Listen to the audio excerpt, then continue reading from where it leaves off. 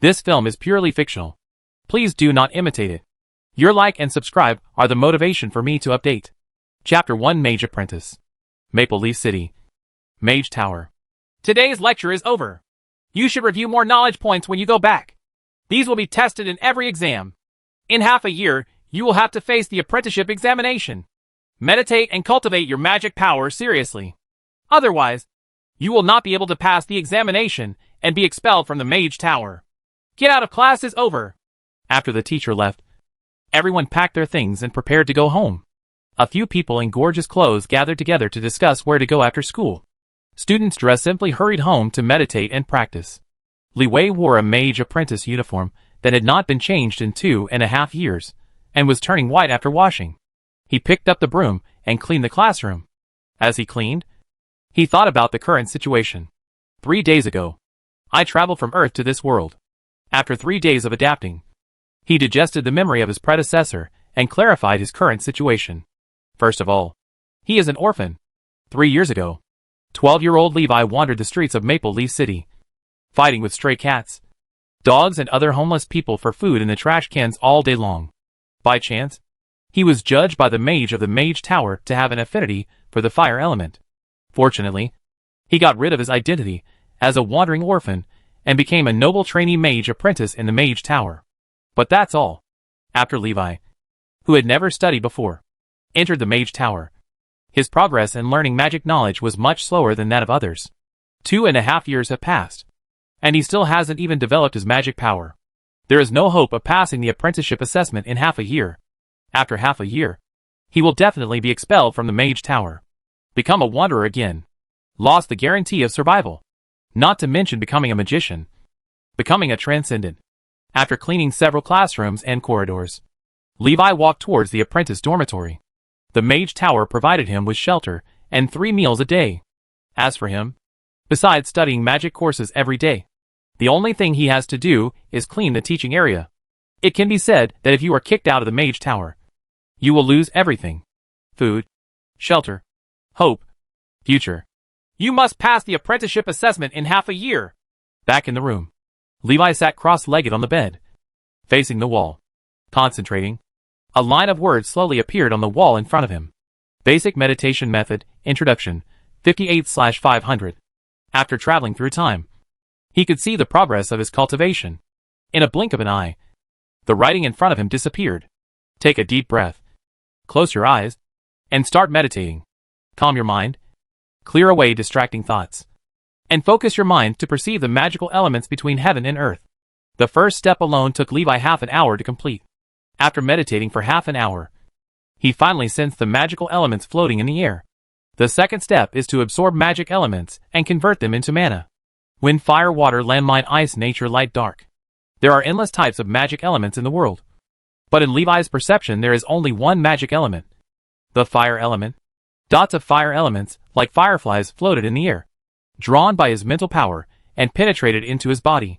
Most of the fire element that penetrated his body eventually escaped back into the air, with only 1/10 being absorbed by the body. After more than 20 minutes, Levi's mental power was exhausted, and the meditation was terminated. Basic Meditation, Introductory, 70/500. Seeing the results of his training, Levi breathed a sigh of relief. At this rate, I should be able to pass the Mage Apprentice exam in half a year, Levi thought intently. The key to cultivating mana lies in basic meditation and mental power. Basic meditation determines the efficiency of cultivation. The more magic elements can be left, the easier it is to cultivate mana. The stronger the mental power, the longer the meditation practice will take. Just rely on rest and sleep to restore mental strength, and practice up to 2 to 3 times a day. As long as you practice step by step, you can develop your magic power in up to 20 days. He was no longer vague and hesitant about the future, and the worries in his heart gradually disappeared. Worries about the future are transformed into visions and expectations for the future. Magician. Extraordinary power. I must become a magician. Resurrecting his life and having the opportunity to master extraordinary power is an extremely tempting temptation for Levi. People in this world can hardly imagine the desire and persistence of people on Earth for extraordinary power. When it was time for dinner, Levi ate on time. If you miss the meal time, you will be hungry. After eating, Levi returned to the room, lit up the magic fluorite, and studied the magic knowledge in the textbook. For most people in this world, nights are boring. They were reluctant to even light oil lamps or candles for too long. The only people who could use magic lighting props were high-ranking officials, nobles, and wealthy businessmen. Levi is exposed to the light of the Mage Tower and can use magic fluorite. Wind, fire, water, and earth are the four most basic elements in the world. They make up all things. Water element can change into ice element and air element. Fire element can change into thunder element and light element. The natural element is born after the fusion of wind element and water element. Unknowingly, I watched it for several hours. When I looked up, it was already late at night. Levi rubbed his swollen temples. Although his body was sending signals of fatigue, his mind was excited and it was difficult to fall asleep. Magic elements build the entire world. Magic elements are atoms, even smaller protons, neutrons, electrons, or quarks. Wind, fire, water, and earth are the most basic particles. And then, they are composed of various more advanced particles. Thunder, ice, light, gas, nature, light, and darkness. And finally they form the world that people see. I have read some of the contents about magic principles and theories in the textbook and combined them with my own understanding. Levi's view of magic undergoes a radical change. Originally he thought it was a supernatural, unscientific, and extraordinary power. After a brief understanding, I found that magic is actually very scientific. Human beings on Earth discovered macroscopic physical laws and tried to explain the world with them. Only when macroscopic physics reached the end of its development did it enter the microscopic realm and finally find a way to explain the world. The God particles that countless scientists are trying to find in the microscopic realm can be controlled by every magician in the magical world. Magicians are the group closest to the truth in this world. The truth of the world is right in front of us. If Levi were a theoretical physics researcher, he would have gone crazy. But he is not. He does not care about the truth of the world. What he cares about is the power of magic. The world is made of magic particles. So controlling the magic particles can theoretically do everything. This is what Levi wants. The possibilities are endless. Infinite future. Infinite hope. I want to become a mage. Become the most powerful mage. After you indulge in daydreams about the future, you must ultimately base yourself on the present. Turning off the magic fluorite, the room fell into darkness, with only a faint magical glow outside the window. Levi lay down to sleep with excitement. He really wants to practice now, but he can't meditate and practice if he can't calm down. Levi had insomnia, tossing and turning, unable to sleep. It wasn't until the latter half of the night, when I was so sleepy that I couldn't open my eyes, that I finally fell asleep. Chapter 2 Ancient Incense. The next day, Levi sat up suddenly. The sun was shining brightly outside the window. Oops. Overslept. After simply cleaning up, he quickly ran towards the classroom. I ran to the door of the classroom and heard the teacher's lecture. He hesitated for a moment, mentally reviewing the consequences of being late. Without much consequence, he decisively walked through the door. Sorry, Mr. Furuzawa. I'm late. Guze held a book in his left hand and a ruler in his right hand. He glanced at him and said calmly, Go back to your seat quickly. Don't waste the time of other students. Levi quickly ran back to his seat. After sitting down, he remembered that he didn't bring his textbook and looked around awkwardly. After some searching, I found a book on the desk and quickly took it out to show off. Legend of the Mage. Looking down at the title of the book, he was a little surprised that this was actually a novel. After opening it and taking a look, I was attracted by the content of the novel and became addicted to it. When I came to my senses, the morning class was over. Teacher Hughes packed up the textbooks, and the other students had already stood up and left. He glanced at Levi and said, Li Wei, there is still half a year left. Don't give up on yourself and give up easily. After hearing this, Li Wei quickly stood up and said, Teacher, I will not give up. I will definitely become a mage. After hearing this, Hughes nodded and said nothing. Take your things and turn around to leave. My impression of Levi was greatly reduced. In the past, he still sympathized with Li Wei's life experience. He felt deeply sympathetic when he saw that Li Wei had been working hard, but could not keep up with others due to his own conditions. Now Levi's words only made him feel that Levi had given up on himself, and didn't want to work hard anymore. He just wanted to survive the last half a year. Without him, because it is too difficult to become a mage. Li Wei is just a trainee apprentice, and he hasn't even developed his magic power yet. He is not even an apprentice, but he even talks about becoming a mage. It has been 12 years since he joined the Mage Tower, and he is still just a trainee mage. 3 years as a trainee apprentice, 3 years as a mage apprentice, and 3 years as a trainee mage. Usually, it takes at least 9 to 10 years for an ordinary person to learn magic knowledge and become a real mage. This is still fast, but it is as slow as him. He has been stuck as a trainee mage for 5 years and has not yet become a real mage. After becoming a trainee mage, you can stay in the Mage Tower for a long time to hold some positions and contribute to the Mage Tower. Gu Zhe is still a young trainee mage, and there are many trainee mage in their 30s and 40s. The difference between a trainee mage and a mage is a huge gap. There are also more people who realize that they have no hope of becoming mages, give up further studies, and switch to other extraordinary professions. It was precisely because he had not succeeded in his 12 years of hard work that he felt disgusted when he saw Li Wei boasting about Haikao. Levi glanced at Gu Zhe, who turned to leave, put away the mage legend, and walked towards the cafeteria. He didn't eat much at noon to avoid overeating and affecting his cultivation. After eating, he returned to the dormitory, where he quickly sat cross-legged and began to practice. Spend half an hour calming your mind and entering a meditative state. At the end of the practice, Li Wei breathed a sigh of relief. Words appeared on the wall in front of me. Basic meditation method, introduction, 84/500. I can practice once more at night and try to get over 100. After the meditation, he took his textbook to the classroom. In the afternoon, there was another teacher, also a trainee mage who stayed in the Mage Tower.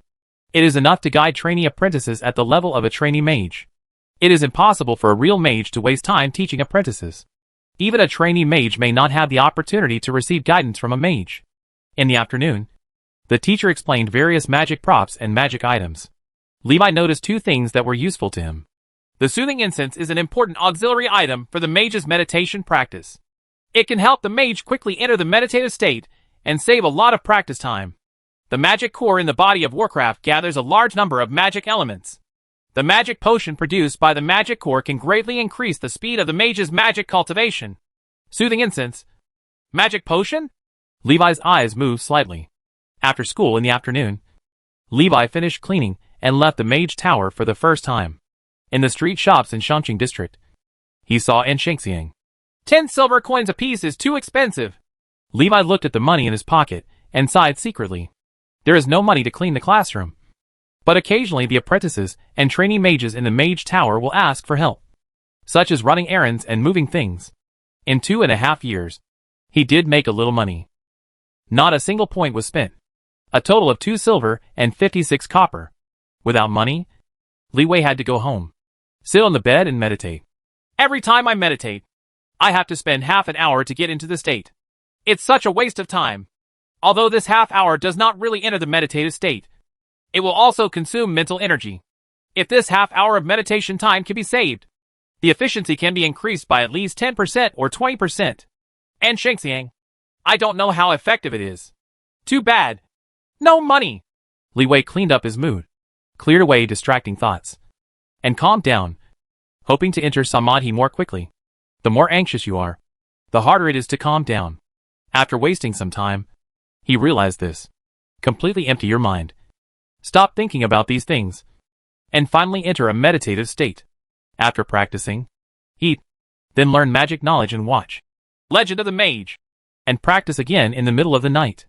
I found that the effect was not very good, so I changed my plan and practiced once every morning and evening, twice a day. Levi's life became very disciplined.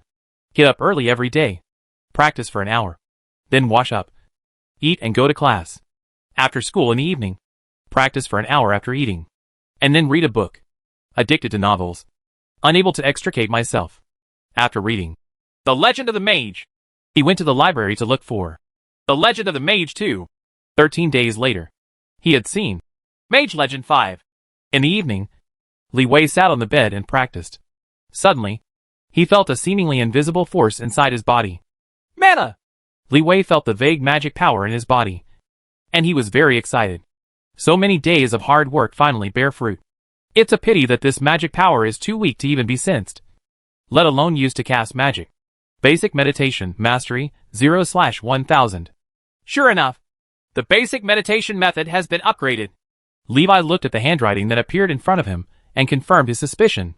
He had been unable to cultivate mana before because his mastery of basic meditation methods was not high enough, and he was unable to convert enough magic elements into mana. What we have to do now is to strengthen the mana in the body until it can be used to cast spells. After you develop your magic power, you can ask your teacher for a spell to practice, Levi thought. He shook his head, not worried for the time being. The main reason is that the magic power is too weak. Even if he gets the spell, he cannot start practicing. He planned to wait until his magic power grew stronger before going to the teacher to ask for spells. When the basic meditation method reaches the proficiency level, the meditation efficiency is doubled, and 1/5 of the absorbed magic elements can be converted into mana. The speed of mana cultivation is greatly accelerated. Chapter 3 Small Fireball Technique. 3 days after cultivating his magic power, Li Wei found Gu's. Teacher Guze, I want to choose a spell to practice, Gu said. You haven't developed your magic power yet, so you can't practice magic. I have developed my magic power. Hearing this, Guze looked up at him in surprise. Somewhat unbelievable. Half a month ago, he paid a lot of attention to Li Wei and knew clearly the progress of Li Wei's cultivation. Although later on, because my impression of Levi was greatly reduced, I paid much less attention to him. But such a big change cannot happen in half a month. He was silent for a moment, looked at Levi and said, Release your magic power and let me see. After hearing this, Li Wei opened his palms, closed his eyes, and concentrated on controlling the release of the magic power in his body. The mana is released in the palm of the hand, causing the surrounding elements to become restless. But because no spell is cast, it can only cause elemental agitation and cannot have any effect.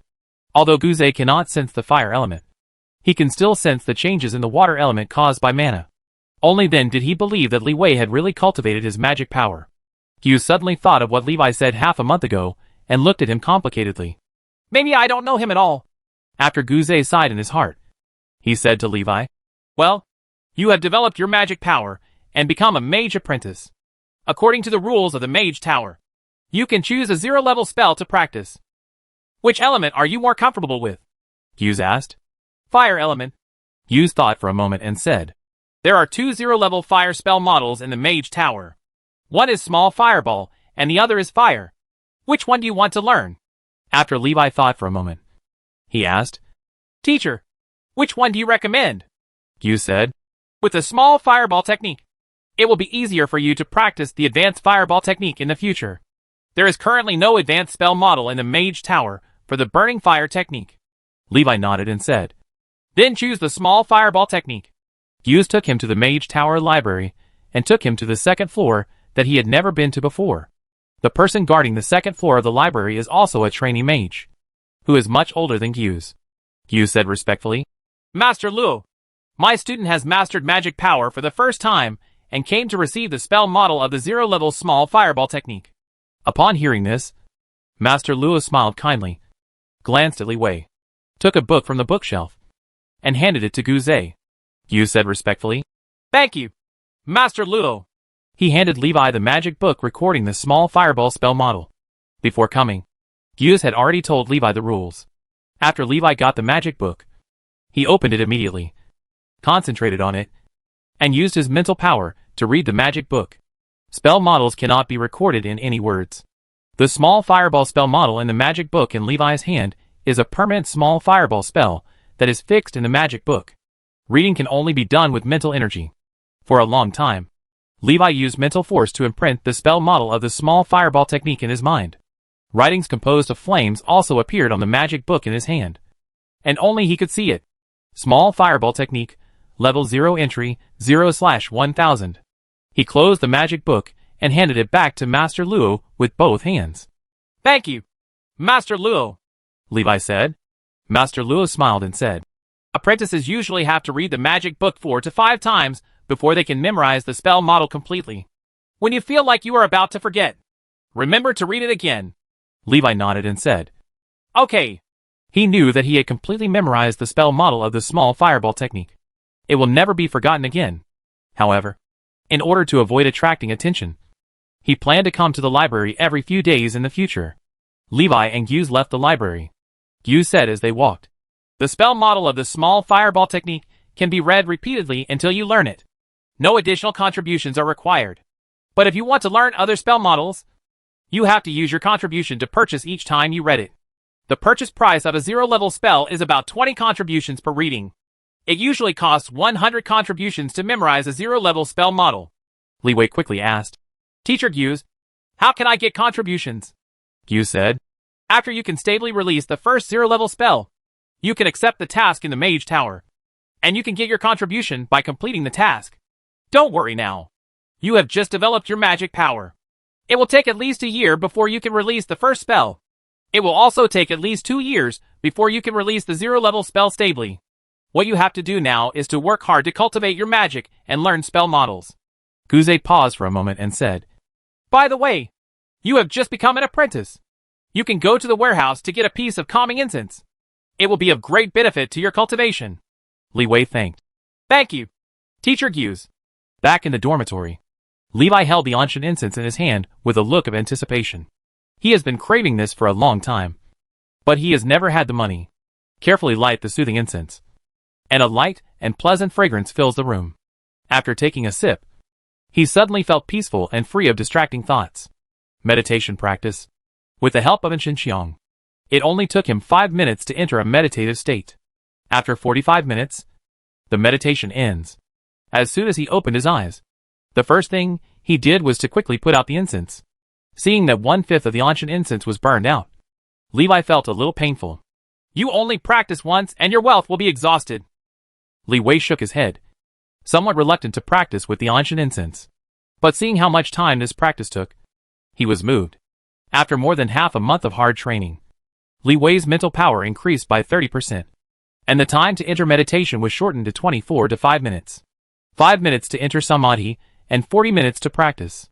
Practicing once saves nearly 20 minutes. Twice a day saves 40 minutes. The time saved alone is equal to the time spent practicing. The effect of soothing incense is remarkable. Looking at the remaining 1/5 of the Enshengxiang, Li Wei thought hard. How to make money? How to make money? His eyes glanced at Mage Legend 5 on the table. Do you want me to go back to my old career? Before time travel, he was a street novelist. Although it is a rush, it is not difficult to support oneself. But it is not popular. The novels that look at the world from his perspective, and the story routines he knows in his mind, simply beat all the novels and stories in this world. He likes to read the Legend of the Mage series, mostly because he is interested in the human geography and magical knowledge that appears in the book. And he has too many complaints about the storyline, not to mention anything else. The main character, a mage in his 30s, made Levi complain endlessly. Who the H? I can play a protagonist in his 30s? Oh! There are still many trainee mages in the Mage Tower who are in their 30s and 40s and have not yet become mages. That doesn't matter anymore. Legend of the Mage is indeed of good quality as a book, and it is basically written in a realistic style. But as a fantasy novel, it's really inappropriate. Li Wei brainstormed for a moment and targeted the readers at the children of wealthy families. The poor people in this world have trouble even eating and cannot afford to study at all. I wrote quickly, and a novel about a young protagonist from a down-to-earth family who had an adventure, rose up for revenge, and revived his family quickly appeared on the page. 3 days later, he submitted the novel, totaling 30,000 words, to the Spark Literary Society in Maple Leaf City. Waiting for good news. Chapter 4, Dragon Knight. Spark Literary Society. Many people submit articles every day. Most of them are poems written by high-ranking officials and nobles. And occasionally there are a few travel notes written by bards. As for novels, I can't read them even once a month. As fantasy stories, most novels cannot meet the publishing requirements of Spark Literary Society, and most of them are passed down from the mouths of bards. To put it bluntly, it's just not strong enough. Spark Literary Society cannot lower its standards just to publish a fantasy novel. If the author of Mage Legend hadn't been a distinguished mage, Spark Literary Society would not have published Mage Legend. Editorial Director of Spark Literary Agency. Publication sales have plummeted recently, and there hasn't been any surprising poetry for a long time. Next month's publication will be printed soon. So hurry up and find some good poems. Go and beg. Go and copy. You must give me a satisfactory answer. Jimmy, who was scolded, returned to his seat to deal with today's submissions. The moon in the sky is my heart, and the moonlight shining on you is my love. Jimmy throws away this poem from barren color. What kind of poetry is this? A love letter written by the Baron to a lover? He complained endlessly. After flipping through the letters, he suddenly found a thick stack of paper. What's this? This was also the first time he saw such a thick submission. Dragon Knight. The young Wren's family is ruined. He is chased by the enemy, falls off a cliff, accidentally gets a dragon bloodbath, and becomes the strongest Dragon Knight in history. Jimmy has never read a novel that comes with a synopsis, but he was attracted to it just by reading the synopsis. He quickly turned to the second page and read the first plot. In the blink of an eye, the morning passed, and Jimmy excitedly rushed into the editorial director's office with the manuscript. Director, this novel will definitely become a hit. Seeing Jimmy's excited expression, the editorial director couldn't help but be curious. He took the manuscript and read it. After reading the first few hundred words, he cursed. Who wrote this rubbish novel? Do you have any common sense? Bathing in dragon's blood can give people the blood of a giant dragon? That's nonsense. The temperature of dragon's blood is hundreds of degrees, and I'm afraid it will burn people to death. Just when I was about to put down the junk novel, I saw that the main character Ren was greatly strengthened after being bathed in dragon blood, and he killed the enemies who were chasing him. The editorial director calmed down his yelling a little and couldn't help but continue reading. Trash novel. The author is a guy with no common sense at all. There is no magic fruit in the world that can make people stronger after just one bite. Is this Lyman family stupid? They are waiting for Ren to become stronger step by step to seek revenge on them. To be continued? Hoo ho ho! After reading the entire novel, the editorial director's face turned red. On the one hand, I was angry. On the other hand, I was excited. Although there are many very irrational places in the novel, we can see that the protagonist Ren becomes stronger step by step, fights against enemies, and obtains adventures. Inextricable. Seeing that the novel was interrupted at the end with the protagonist Lane on his way to the Lyman family for revenge, the editorial director quickly asked, Who wrote this novel? Jimmy quickly replied, The author's name is Murin, and he did not leave any contact information. The editorial director looked at the Dragon Knight novel in his hand and hesitated. He felt that the novel was too outrageous and inconsistent with the tone of Spark Literary Society, even if it was a realistic style. Legend of the Mage. He hesitated for a long time before agreeing to publish it. But the current situation of Xingho Literary Society is before us. If there is no more decent article published, I'm afraid Xingho Literary Club won't be able to pay wages next month. After hesitating for a long time, he finally made up his mind to publish this novel in order to save the Xingho Literary Society, which was showing signs of decadence. Take it and correct the typos and sentences. The first plot will be published in the 56th edition of Spark Anthology next month. Jimmy was overjoyed when he heard this. Okay, director. As a reviewer of Dragon Rider, he and this novel were equally honored. Levi wrote 30,000 words, divided into 6 sections, telling the story of the down-and-out protagonist Lane, who has an adventure, gradually becomes stronger, and has the power of revenge. It starts with getting a body bathed in the blood of a dragon and ends with the protagonist being strong enough to take revenge on the enemy's family. Each stage is divided into 6 sections, and a powerful plot hook is left at the end of each section, making people eager to read the story in the next section. The editorial director was also aware of Liddy's profound writing skills, so he divided it into 6 sections and published it directly without any changes. 4 days later, in early October, the 56th edition of Spark Anthology published the first story of Dragon Rider. After Li Wei learned that the Spark Anthology was published, he immediately went to the Mage Tower library to borrow it. The Spark Anthology is very thin, only 20 pages. This is because the novel, Dragon Knight, occupies a large chapter. Otherwise it would only have 12 or 13 pages. For ordinary people, even a 20-page Spark Anthology is considered a luxury. A copy of Xingho Anthology sells for 20 copper coins, which is enough for a poor person to live for half a month and a week's food expenses for ordinary civilians. Only families that have escaped from the lower class can afford it. Ordinary people don't even know the words, so they naturally don't care about the price of books. Knowledge becomes a dividing line between rich and poor. Li Wei was not willing to spend 20 copper coins to buy books, so he had no choice but to borrow them from the library. He turned to the end and saw a line left by Spark Literary Society. I hope Mu Ren the author of Dragon Knight, will take the initiative to contact Spark Literary Society to discuss remuneration after reading this sentence. Levi smiled, returned the books, and did not rush to the Spark Literary Club to ask for payment. It's too early to go now. Only after the story of Dragon Knight becomes popular will the reward be high enough. He also deliberately did not leave his contact information for this purpose. On the other hand, I am also worried that the story of Dragon Knight will not adapt to the local environment. If Xingho Literary Society is unwilling to publish, then he can change his vest and continue to submit. Return to the dormitory to practice. The ancient incense has been exhausted. Without the ancient incense to assist him in his practice, Li Wei would have to waste more than 20 minutes each time before he could enter Samadhi. Although as the proficiency increases, the time to enter concentration continues to decrease.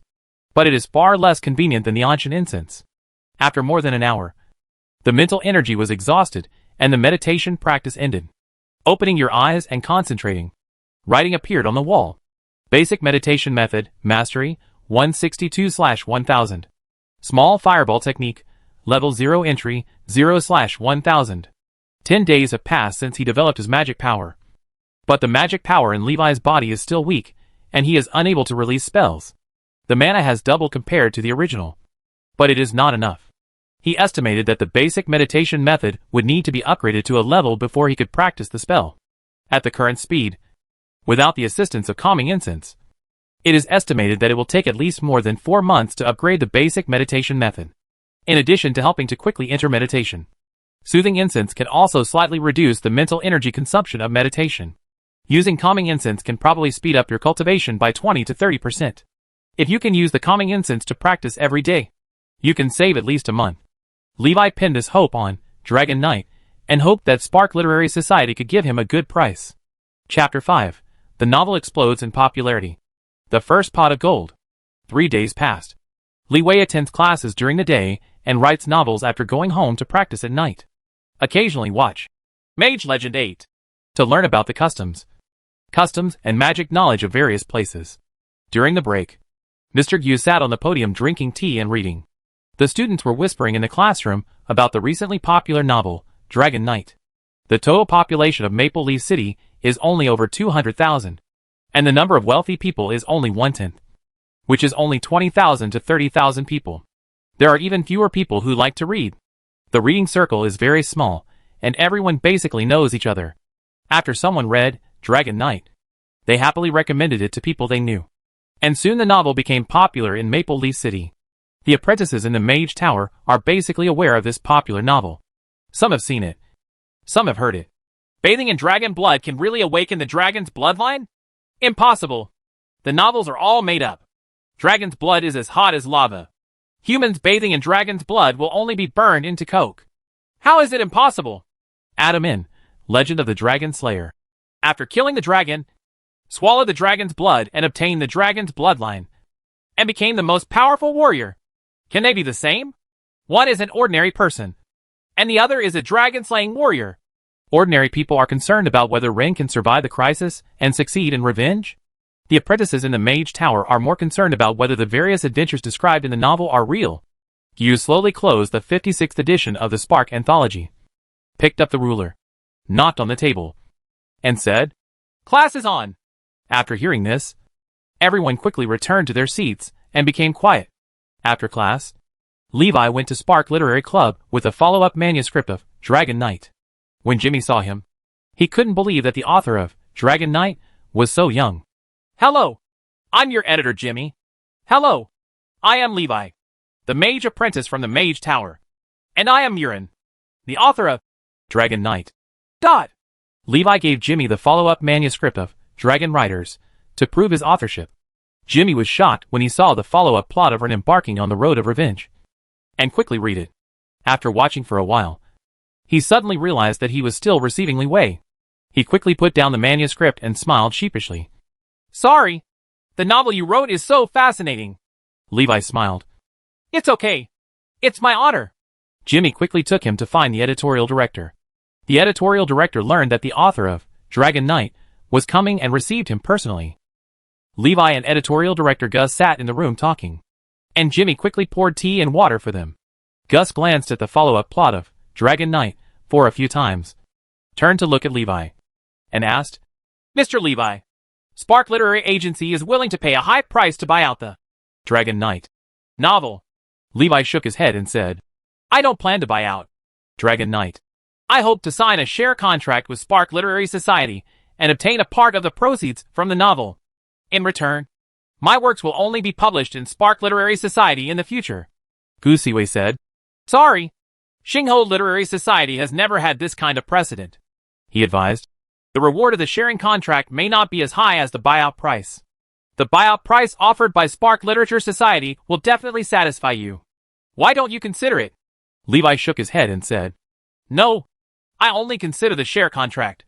Gus looked slightly embarrassed and didn't know how to continue talking to Levi.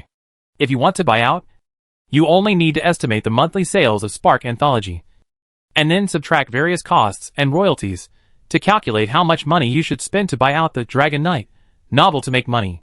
But when it comes to sharing, there are too many factors involved, and just how to calculate the income is confusing. After all, the Spark Anthology not only publishes the Dragon Knight novel, but also other people's articles and poems. Li Wei also thought about this when he came, and he thought of a solution on the way here. He looked at Gus and said, "I'm also a loyal reader of the Spark Anthology." Hearing this, Gus looked up at him. Levi continued, "The Spark Anthology only publishes one book every month, and the update speed is really too slow," Gus said helplessly. "One book a month is still barely maintaining the standard of the Spark Anthology. There are fewer and fewer quality manuscripts, and there is nothing we can do," Levi said. "I propose to publish a new single volume specifically for the Dragon Knight novel, updated weekly," Gus asked in surprise. "Updating once a week? How is this possible? Even if you only update one section of content at a time, you can't create a new story every week." Li Wei was speechless. Is it difficult to update 5,000 or 6,000 words every week? In the past, he could update 20,000 words a day. He didn't argue with Gus on this aspect. It didn't make any sense. Just let the facts speak for themselves, Levi said.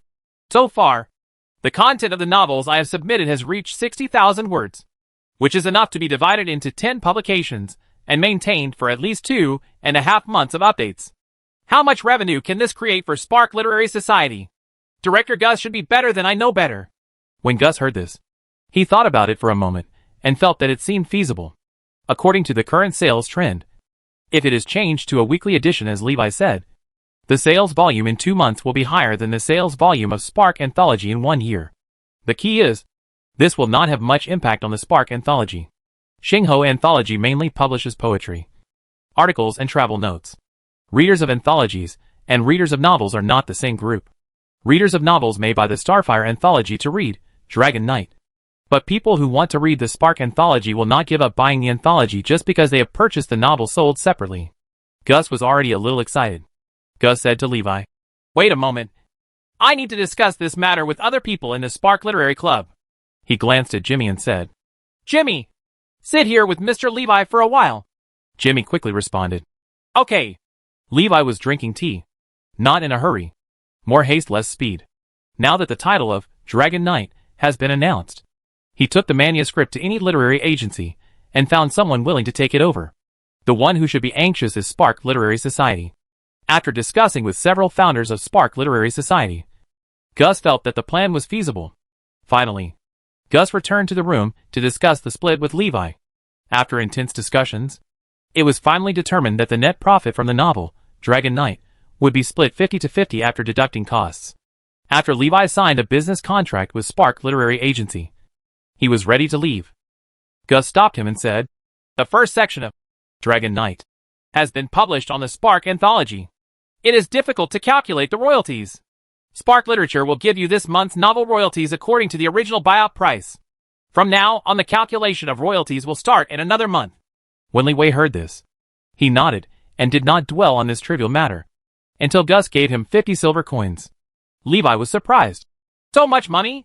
Gus smiled and said, "Originally, Spark Literary Society planned to spend 3 gold coins to buy out the manuscript of the first 6 chapters of Dragon Knight. If you regret it now, you can re-sign the buyout contract now." Levi was dumbfounded. He didn't expect Gus to want to buy out his novel. Putting away the 50 silver coins, he shook his head and said, No need. He smiled confidently. The sales volume of Dragon Knight will definitely exceed your expectations. Gus smiled. Then I'll wait and see. Chapter 6 Practicing the Small Fireball Technique. After receiving 50 silver coins, Li Wei spent them all without hesitation to buy 5 soothing incense sticks. 5 soothing incense sticks are enough for him to practice 25 times. Returning to the dormitory of the Master Tower, Levi couldn't wait to light the soothing incense and began to meditate.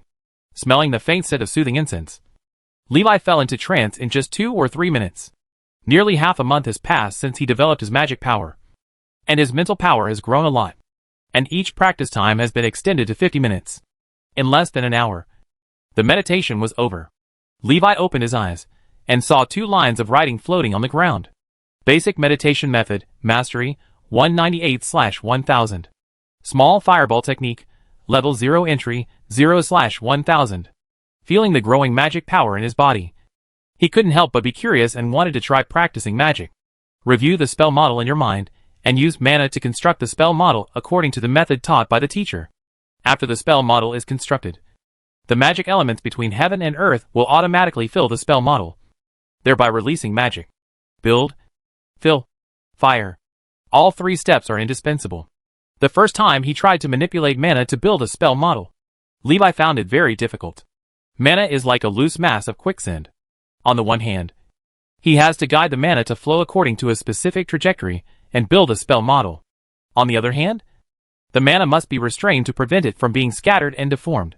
He was like a builder trying to build a house out of quicksand, unable to begin. After trying for a moment, Levi gave up. Early the next morning, Li Wei, who was full of energy, was about to start meditating.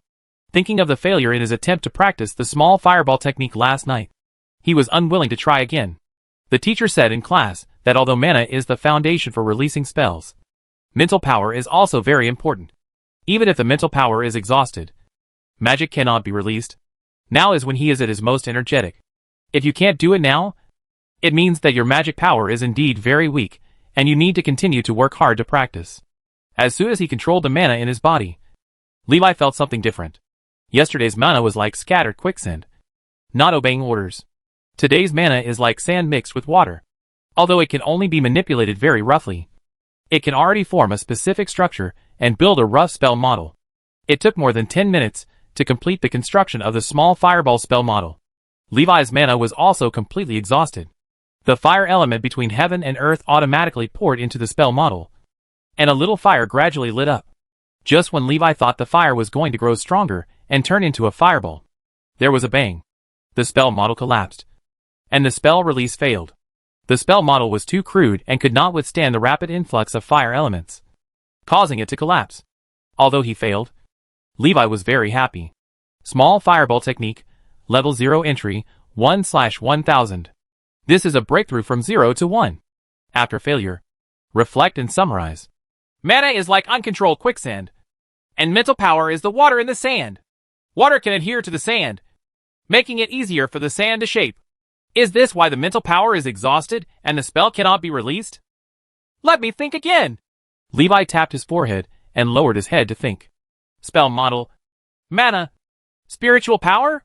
The essence of releasing a spell is no different from building a house. The spell model is the style of the house. The mana is the bricks, and the mental power is the cement.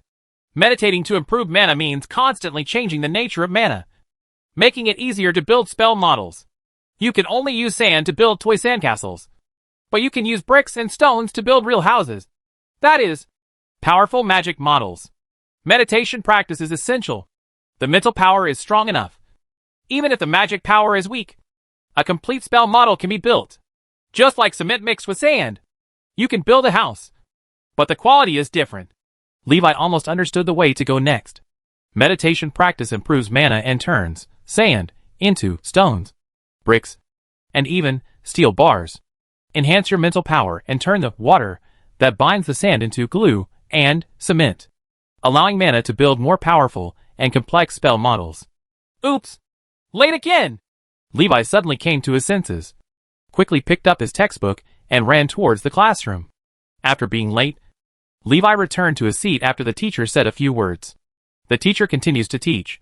As a mage, the most important thing is to be calm. Only with a stable mind can you build a spell model stably and release magic. In daily practice, you can try to practice magic within Xingxiang, and Xingxiang has the effect of stabilizing emotions. A true mage should have a strong psychological quality, be able to remain calm in various critical situations, and release spells stably. For a mage, the most important thing is to cast spells stably.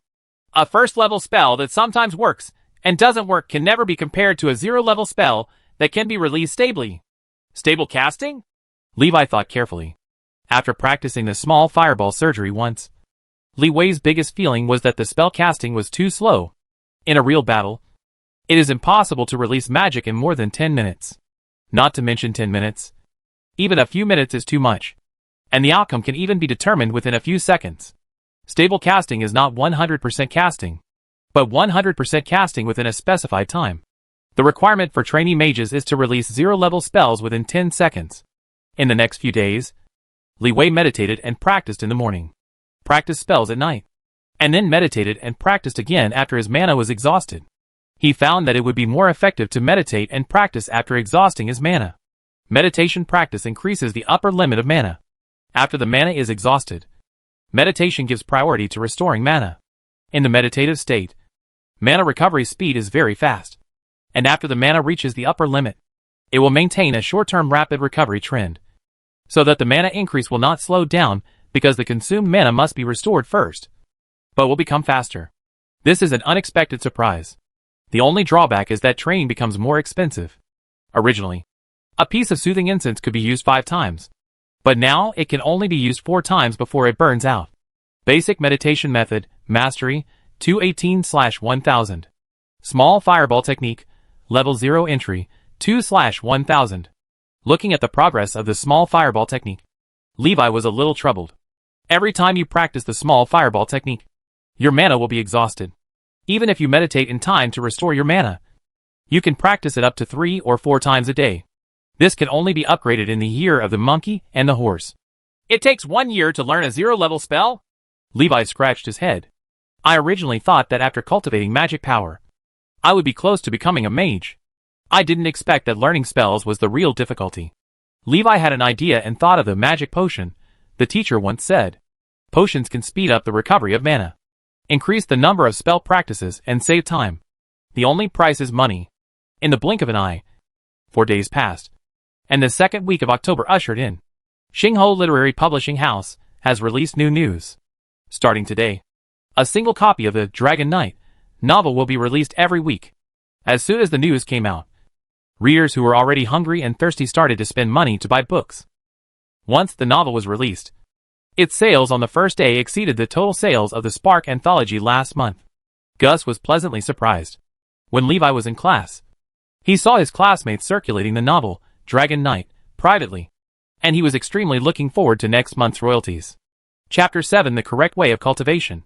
Before you know it, October is over. After Spark Literary Publishing House published the novel, Dragon Knight, in early October, the popularity of Dragon Knight continued to increase. By the end of the month, the novel had been published in 4 editions. Xingho Literary Society reissued a single copy of the first chapter. Countless people are eagerly awaiting the follow-up content published by Xingho Literary Society. At the same time, Wooden, the author of Dragon Knight, also became the subject of heated discussion in Maple Leaf City. Mixed reviews. Some people praise it. Some people criticize it. Li Wei shines in the world of novels, but encounters Waterloo in the practice of magic.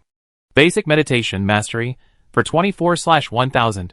Small fireball technique, level 0 entry, 53/1000. The practice of small fireball technique is progressing slowly. In November, the ground outside Maple Leaf City is covered with red maple leaves, dyeing the earth red. Levi put on a thick piece of clothing and hurried to the Spark Literary Club. Although there is no snow in Maple Leaf City, the temperature has dropped a lot. Except for a few extraordinary professionals with amazing physiques, most people were already wearing long sleeves and long trousers. As soon as he arrived at the door of Spark Literary Club, Jimmy opened the door and shouted quickly, "Mr. Levi, come in quickly. It's too cold outside." Levi quickly got into the door. "Why did Mr. Gus call me here?" Levi asked as he walked. Jimmy said, "The total sales volume of the Dragon Knight novel last month has been released. Director Gus called you here to explain to you the royalties. Oh. Levi came to Gus's office. After the two sat down, Jimmy stood next to him serving tea and water. Gus picked up a piece of paper and handed it to Levi and said, "This is the sales record for last month." Levi glanced hastily and looked directly at the last line. "A total of 9,642 copies of the 4 editions were sold," Gus said. "A total of 4 editions of the first 4 chapters of the Dragon Knight novel were released in October, with each copy priced at 10 copper coins. The second edition sold the best sales of 3,792 copies. Subsequent sales declined slightly, but the sales volume is stable at more than 2,500 copies. The sales volume of the first edition is lower because the Spark anthology was published, which is normal." Li Wei heard this and nodded, indicating that he understood. Gus continued, "According to the contract, Spark Literary Agency will give you half of the net profit after deducting the distribution costs of the Dragon Knight novel. Depending on the number of releases, the cost of publishing a single novel also changes. The greater the number of releases, the lower the unit price cost. The second edition sold nearly 4,000 copies, and the unit price cost per copy was reduced to 2.64 copper coins. The first edition only sold more than 1,000 copies, and the unit price cost per copy was 3.33 copper coins. The unit price per copy of the third and fourth editions is 2.98 and 3.06. In the future, there may be cases where additional copies of the old version of the novel are printed, so there will be considerable difficulties in calculating the cost in the future." When Li Wei heard this, he said directly, "Director Gus, just tell me what you want to say." Gus smiled and said, "After discussions with the top management of Spark Literary Society, we propose to calculate Mr. Li Wei's royalties at a constant unit price of 3 copper coins per copy. Even if the sales volume declines and the cost increases, we will still calculate it at 3.5 copper coins per copy. Payment of remuneration." Levi thought for a moment, nodded, and said, "Okay." Seeing that he agreed, Gus said happily, "Mr. Levi, wait a moment." He walked outside and came back after a while, holding a cloth bag and handing it to Levi. "The total reward for the novel in October is 33,747 copper coins. There are a total of 3 gold coins and 50 silver coins. Please keep them." Li Wei weighed the bag and put it away with satisfaction. Xingho Literary Club was really good, and they even offered him some extra money. After getting the money, Levi said goodbye to Gus. Gus did not forget his duty as an editor and said quickly, "Mr. Levi, don't forget this month's manuscript." Levi said with a smile, "I will definitely not forget that I still hope to make money by writing books." In October, in addition to meditating to cultivate mana and practicing spells, he also took the time to write a manuscript of tens of thousands of words and submitted it to Xingho Literary Society. Later, I thought it was too troublesome to submit it once a week, so I simply agreed with Gus to submit it once a month, with at least 4 chapters each time. With money, the first thing Levi did was to buy ancient incense. The tranquilizing incense I purchased earlier has long been used up. "Do you have any potions here? Magic potion? Only mages can make that kind of thing. We don't have it here. Besides, except for mages, no one else can use potions. You can go to the Mage Tower to have a look." Li Wei spent 50 silver coins to buy 5 soothing incense sticks. 5 soothing incense sticks are enough for him to use for about 10 days. Returning to the Mage Tower, after much thought, he found Mr. Hughes. Hughes looked at him in surprise. "You want to buy magic potion?" he said. "It's too early for you to use potions. Not to mention that the lowest level potions are worth at least a few gold coins," Levi explained. After hearing his explanation, Hughes looked surprised.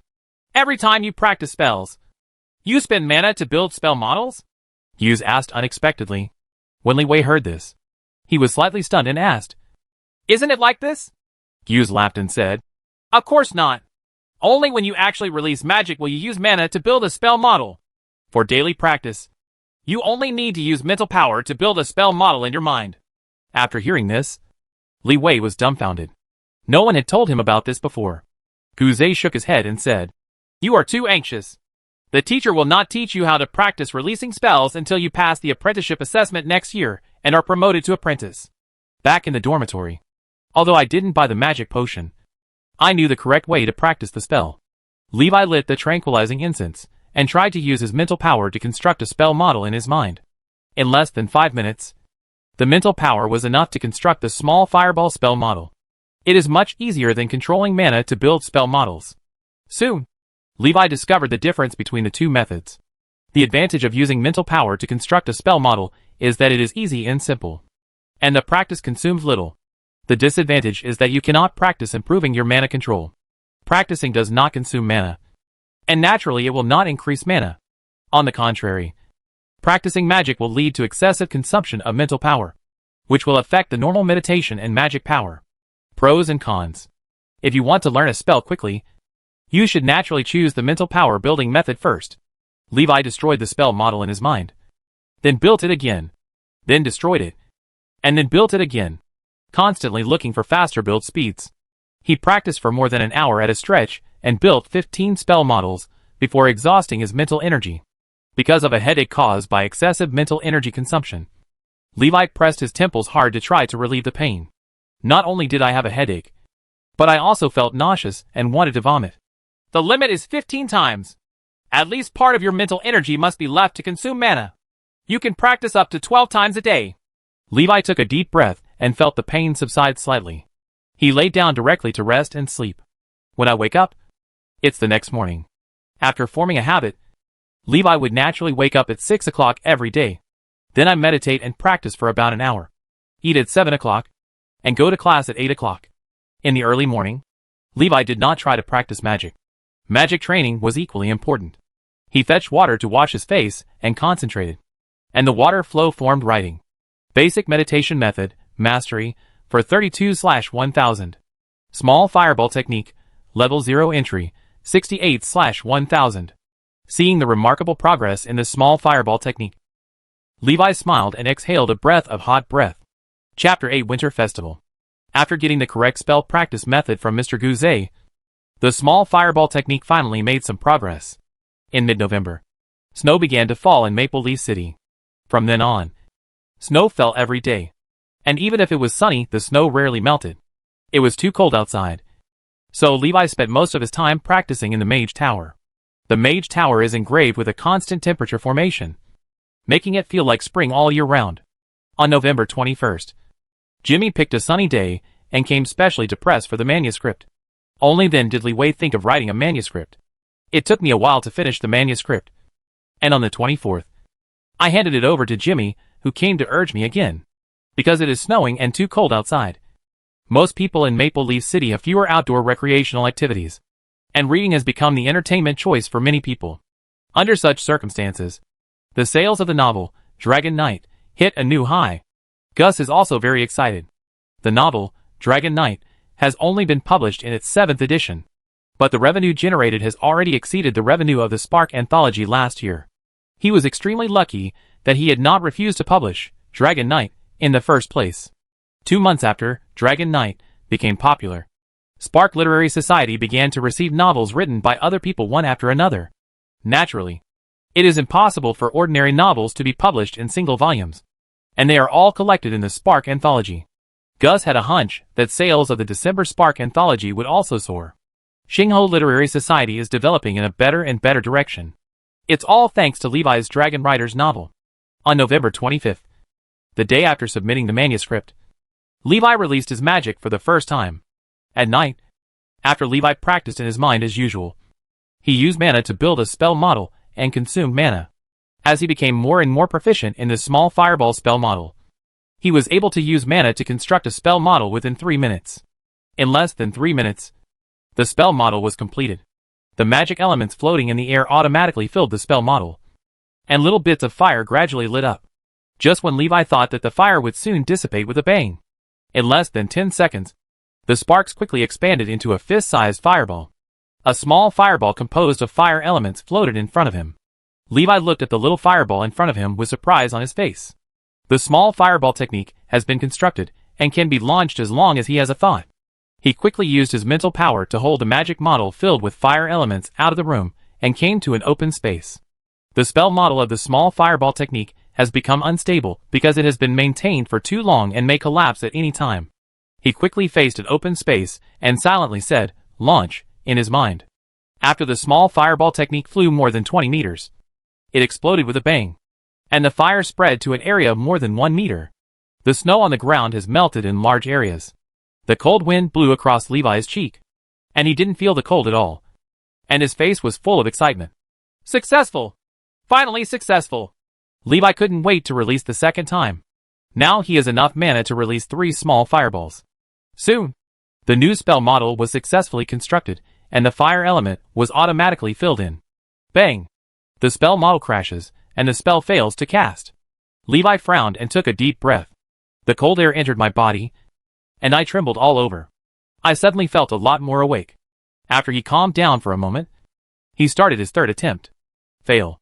Levi returned to the room feeling a little disappointed and stamped his feet vigorously, trying to relieve his cold body. 3 casts. 1 success. His excitement were suddenly hit. It didn't take long for Levi to get back on his feet. Since we can succeed once, we will succeed a second time sooner or later. And we will definitely achieve 100% success in the future. Levi took a sip of hot water to warm his body, and 2 lines of writing appeared on the table in front of him. Basic meditation method, mastery, 712/1000. Small fireball technique, level 0 entry, for 23/1000. Nearly a month has passed, and Levi's gains have been significant. Ancient Incense has made great contributions.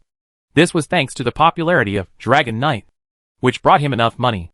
Only then can he burn the soothing incense every day during his practice. The overall cultivation efficiency is increased by about 20 to 30%. It is expected that by the end of December at the latest, the basic meditation method will be upgraded, and the small fireball technique will be able to reach the proficiency level in January next year. Next March, the first month of spring, will be the apprenticeship assessment in the Mage Tower.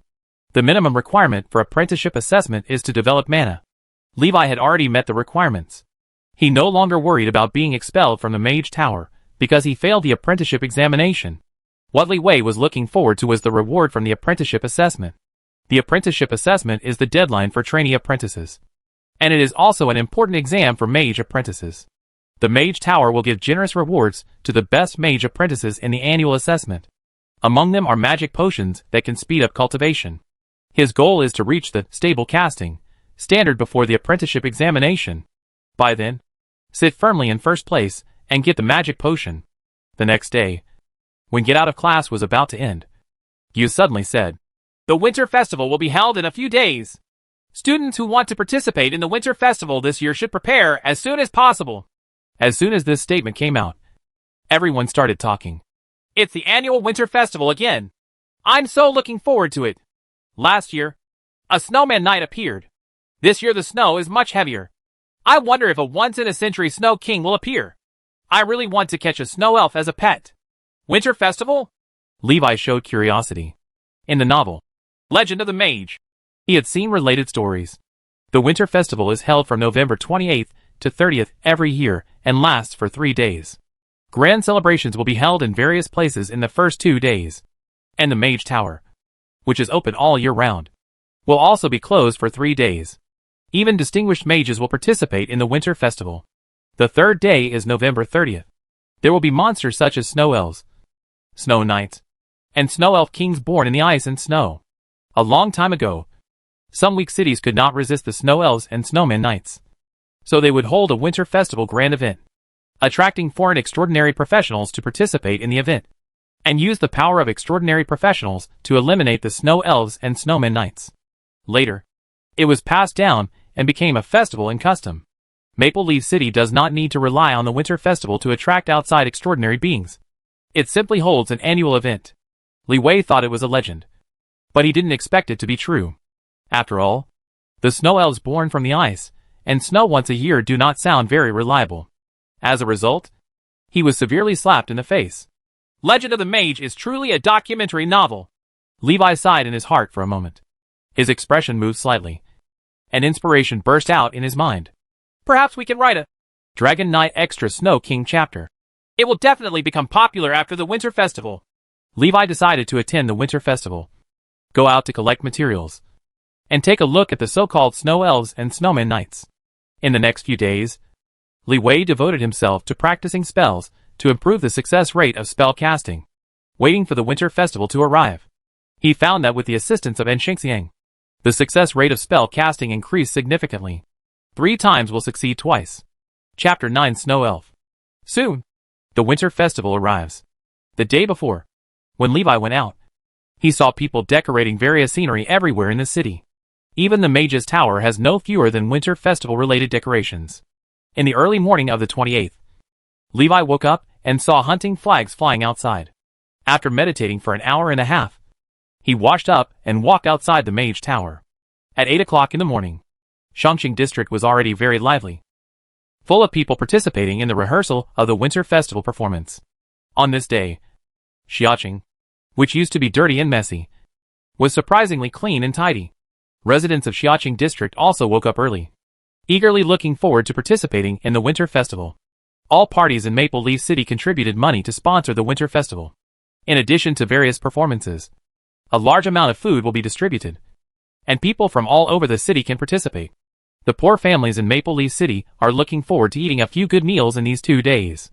Levi was walking on the street looking at various things curiously, and accidentally met Jimmy, an old acquaintance. Jimmy is helping Spark Literary Club buy urgently needed items. When he saw Li Wei, he shouted happily, "Mr. Li Wei, are you coming to the winter festival too?" Levi heard Jimmy's voice, turned to look at him, and said with a smile, "Well, let's take a walk around. I plan to ride a winter festival extra for Dragon Knight." When Jimmy heard this, he was extremely pleasantly surprised. "That's really great." Levi looked at the pile of things he was holding in his hands and asked, "Will the Spark Literary Club still be working during the winter festival?" Jimmy explained, "This year is special. The president plans to perform the drama, Dragon Knight, at the winter festival to attract more people to pay attention to the Dragon Knight novel. These are the materials needed to perform the drama." Levi was a little surprised. He didn't expect that his novel would be adapted. It was also adapted into a play. He is also very happy. The better the sales of the Dragon Knight novel, the more money he can make. So naturally he won't mind. Jimmy looked at the time and said quickly, "Mr. Levi, I'm leaving first. The president is still waiting for me to take the materials back." Levi bowed to him and said, "Well, goodbye." He strolled leisurely, buying snacks from roadside stalls from time to time. When you go to a crowded place, you stop to watch the performance and cheer along with the crowd. In the afternoon, he saw the Spark Literary Society performing the play, Dragon Knight, in the square. The story of Mori, a down-and-out young man who gained a chance and rose to prominence, was unfolded in front of everyone in just 20 minutes of play. At the end of the performance, the audience applauded enthusiastically, especially the teenagers and young people. It's as if they are the young protagonist Mori. Spark Literary Society also took the opportunity to distribute 20 single novels of Dragon Knight to the audience, and informed those viewers who did not receive the novels that they can go to Spark Literary Society to buy them at a 20% discount during the winter festival. Spark Literary Agency also took the opportunity to promote the entire first volume of the Dragon Knight novel to wealthy people, so that they could read the story in advance that will be published in the next month. The first volume contains the first 12 sections of Dragon Knight and is priced at 120 copper coins. Many people who have already purchased the first 8 editions of the novel and are eager to read the follow-up story have spent a lot of money. This winter festival, the Spark Literary Club can be said to have made a lot of money. Li Wei was naturally happy. He already had a premonition that the royalties for the next month would be astonishing. The president of the Spark Literary Club is probably not a Mahwating in the magical world, but he can actually come up with such a trick of reading in advance. Levi was filled with emotion. 2 days of extremely lively winter festivals have passed, and people are still immersed in the festive atmosphere of the grand ceremony. On November 30th, Levi followed everyone from the Mage Tower to the city wall of Maple Leaf City. Wearing a thick cotton-padded jacket, he stood among the crowd. The cold wind whistled and swirled on the city wall, and it was extremely cold at high places. Guzei stood in the first row of the line in the Mage Tower. The first 2 rows were all trainee mage, about 15 or 16 people. The master mage will not stand here and blow the cold wind. Surrounded by other extraordinary professionals, warriors, marksmen, knights, assassins, fighters and other extraordinary professionals. The number is far more than the number of people in the Mage Tower. 200 to 300 people. Farther away are the Maple Leaf City guards standing by the female wall. They are just ordinary soldiers who have been trained and have not mastered extraordinary power. Hoo ho ho! The cold wind howled outside the city wall, and a blizzard swept over. There was a strange sound in the wind and snow, as if something was flying over in the snowstorm. The sound grew louder and louder, and the thing in the blizzard came closer and closer to the wall. Finally, Li Wei saw a white dumpling as big as a man's head appearing in the snow. Hundreds of snow elves fell from the wind and snow, trying to rush into Maple Leaf City. The mage Li Wei longed for finally appeared. The mage wearing a thin robe appeared on the city wall together with the city lord. The magic staff in the mage's hand gently tapped the city wall. The city wall lit up with magic light, and the magic circle was activated. The city wall withstood the blizzard and stopped the snow elves trying to rush into the city. A large number of snow elves fell into the snow outside Maple Leaf City. The soldiers in the crowd shouted, "Okay, the rest is up to us." The melee extraordinary ones jumped off the city wall more than 10 meters high, waving their weapons and rushing towards the snow elves. The long-range supernatural beings also showed their abilities and stood on the city wall to eliminate the snow elves. Guzhe and other trainee mages walked to the city wall and released spells with bare hands or holding staffs to attack the snow elves under the city wall. Levi saw Guzhe wave his staff, and 3 ice arrows appeared in front of him and shot towards the snow elves, wiping out 3 snow elves in one go. He looked under the city wall and found that the snow elves were not difficult to deal with. Most extraordinary professions can easily kill snow elves, but their weapons will be frozen by ice. After killing 3 or 4 consecutively, they must find a way to clear the ice. Otherwise they cannot continue to be used. Some people use fighting energy to break the ice, while others chop rocks to break the ice. Hughes glanced at Levi, who was walking next to him, and said while casting a spell, "Snow elves are 0-level monsters. They are very dangerous for ordinary people, but they are not difficult to deal with for extraordinary professionals." As soon as he finished speaking, Levi saw a warrior being touched by a lantern-sized snow elf. In an instant, the warrior's arm was frozen into ice. "Ah! Save me!" The soldiers quickly shouted for help. Hughes raised his hand and shot an ice arrow to kill the snow elf next to the warrior, saving the warrior's life. After the soldier was rescued, he quickly expressed his gratitude to Hughes, and then fled back to the city with a look of fear on his face. Hughes explained, "That is the snow elf, a first-level low-level monster that can be easily killed with 0-level spells." Levi showed his original expression. Hughes didn't know that Levi could already release spells, so he didn't let him help kill the snow elves, but just let him watch the battle. 5 days had passed since the first time he cast the spell. With Levi's hard practice, he was 70% sure of casting the spell without using Enchantxiang. Compared with 5 days ago, his magic power has also improved, and he has been able to cast 4 spells. He was not in a hurry to take action. He first observed the battlefield and looked for opportunities. Chapter 10 Snowman Night. Seeing Hughes harvesting the snow elves easily, Levi asked a question. "Why can ice arrows kill snow elves? Are snow elves not elemental elves? The textbook says that elemental elves are immune to corresponding elemental damage." Hughes put down the staff in his hand and took a rest. He smiled and said, "Ordinary snow elves are just prototypes of elemental elves. Even the big snow elves are not considered real elemental elves. Elemental elves have autonomous consciousness. Snow elves are just aggregation of ice and snow elements without autonomous consciousness. The aggregation ability of the ice and snow elements that make up the body is very weak. A light blow can break up the snow elf's body. Elemental elves are not completely immune to elemental magic. Everything has its limit. Elemental magic that exceeds the upper limit of the elemental elves can also kill elemental elves. But as a mage, you should choose the most suitable spell to deal with the enemy." Levi nodded thoughtfully. He looked at the battlefield below for a long time. At this moment, his hands were itchy, and he wanted to kill a snow elf for fun. Unfortunately, the snow elf is too far away from him, and the small fireball technique may not be able to fly that far. Thinking of this, he suddenly understood why Guzhe used ice arrows to attack the snow elves. The ice arrow technique is more stable than the small fireball technique and can fly farther. Not just Hughes. Li Wei looked around and found that other trainee mages also chose solid spells for long-range attacks. With Thorn technique, Earth Spear technique, Flying Stone technique, Snowman Night! Exclamations came from the battlefield, and Levi quickly looked into the distance. A figure rushed from the wind and snow. When the warriors in the distance saw the Snowman Knight appearing, they quickly turned around and ran towards the city wall. The Snowman Knight is a second-level intermediate monster, an elemental elf with birth instinct. Elemental elves can use magic attacks, and their natural combat level is 1 level higher than their own level. The combat power of the second-level intermediate Snowman Knight is comparable to that of the second-level advanced Warcraft. Most of the people on the battlefield were first-level professionals, and there were only a few second-level professionals.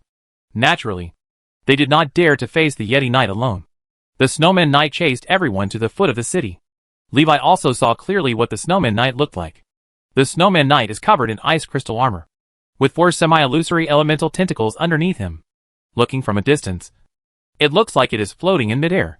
After the Snowman Knight appeared, the Snow Elf, who was suppressed and beaten, was proud and counterattacked to the city wall. When Li Wei saw this, his eyes lit up. What a great opportunity! Glancing around, everyone was paying attention to the Snowman Knight, who was quietly casting spells. The city lord looked at the Snowman Knight below and said to the mage next to him, "Mage Al, the rest is up to you." Mage Al nodded, raised the staff in his hand, chanted the incantation, and cast the spell. Half a minute later, violent magic fluctuations appeared on the city wall. Countless fire elements gathered into a fire snake, and as Master Al waved his staff, it flew towards the Snowman Knight under the city wall. When the Snowman Knight saw this, he felt bad and quickly turned around and ran away. The fire snake flew much faster than it could escape, and it caught up with the Snowman Knight in the blink of an eye. Bang! The flames exploded. The Snowman Knight was instantly melted, and a clearing with a diameter of 5 or 6 meters was melted on the snow.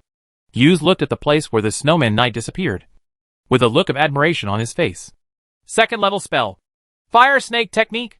Wizard L was admired by everyone for killing the Yeti Knight with one blow. Several third-level extraordinary professionals on the city wall looked at Master Al with envy. They all sighed. The mage is really outrageous. Not only can he easily crush extraordinary professionals of the same level, but he can also kill enemies by leapfrogging them as easily as drinking water and eating. It would take a lot of effort for them to deal with the Snowman Knight, and they might even get injured. After all, the Yeti Knight is an elemental spirit and is difficult to deal with. The Snowman Knight died, and everyone who fled back to the city wall also launched a counterattack. Suddenly a small fireball flew out of the city wall and landed on the group of snow elves. Bang! The small fireball exploded, and the flames engulfed the 3 snow elves. In an instant, the 3 snow elves melted into the flames. Levi saw an icy blue light falling from the flames, sinking into the snow and disappearing. Huh? What is that? Hughes saw the small fireball spell and subconsciously turned his head to look in the direction of the caster. Seeing Levi, a look of shock gradually appeared on his face. Did you cast the small fireball just now? Guze asked in shock.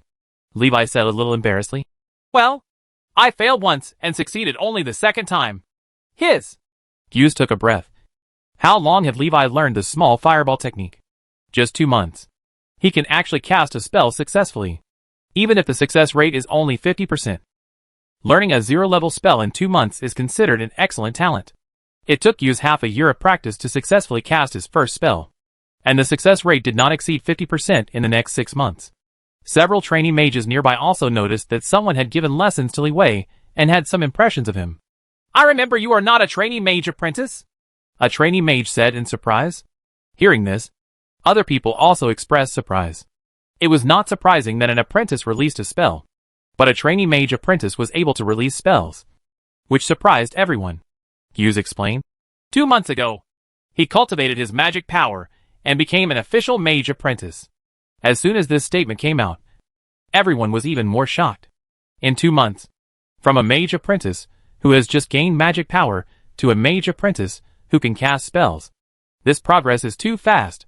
It was a little hard for everyone to accept, and their hearts were hit hard. A trainee mage saw the childish look on Li Wei's face and asked curiously, "How old are you now?" Levi replied, 15 years old. Everyone was extremely surprised.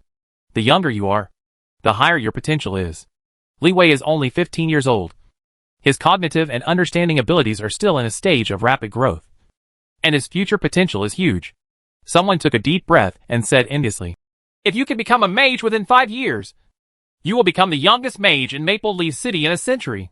When others heard this, they also showed envy.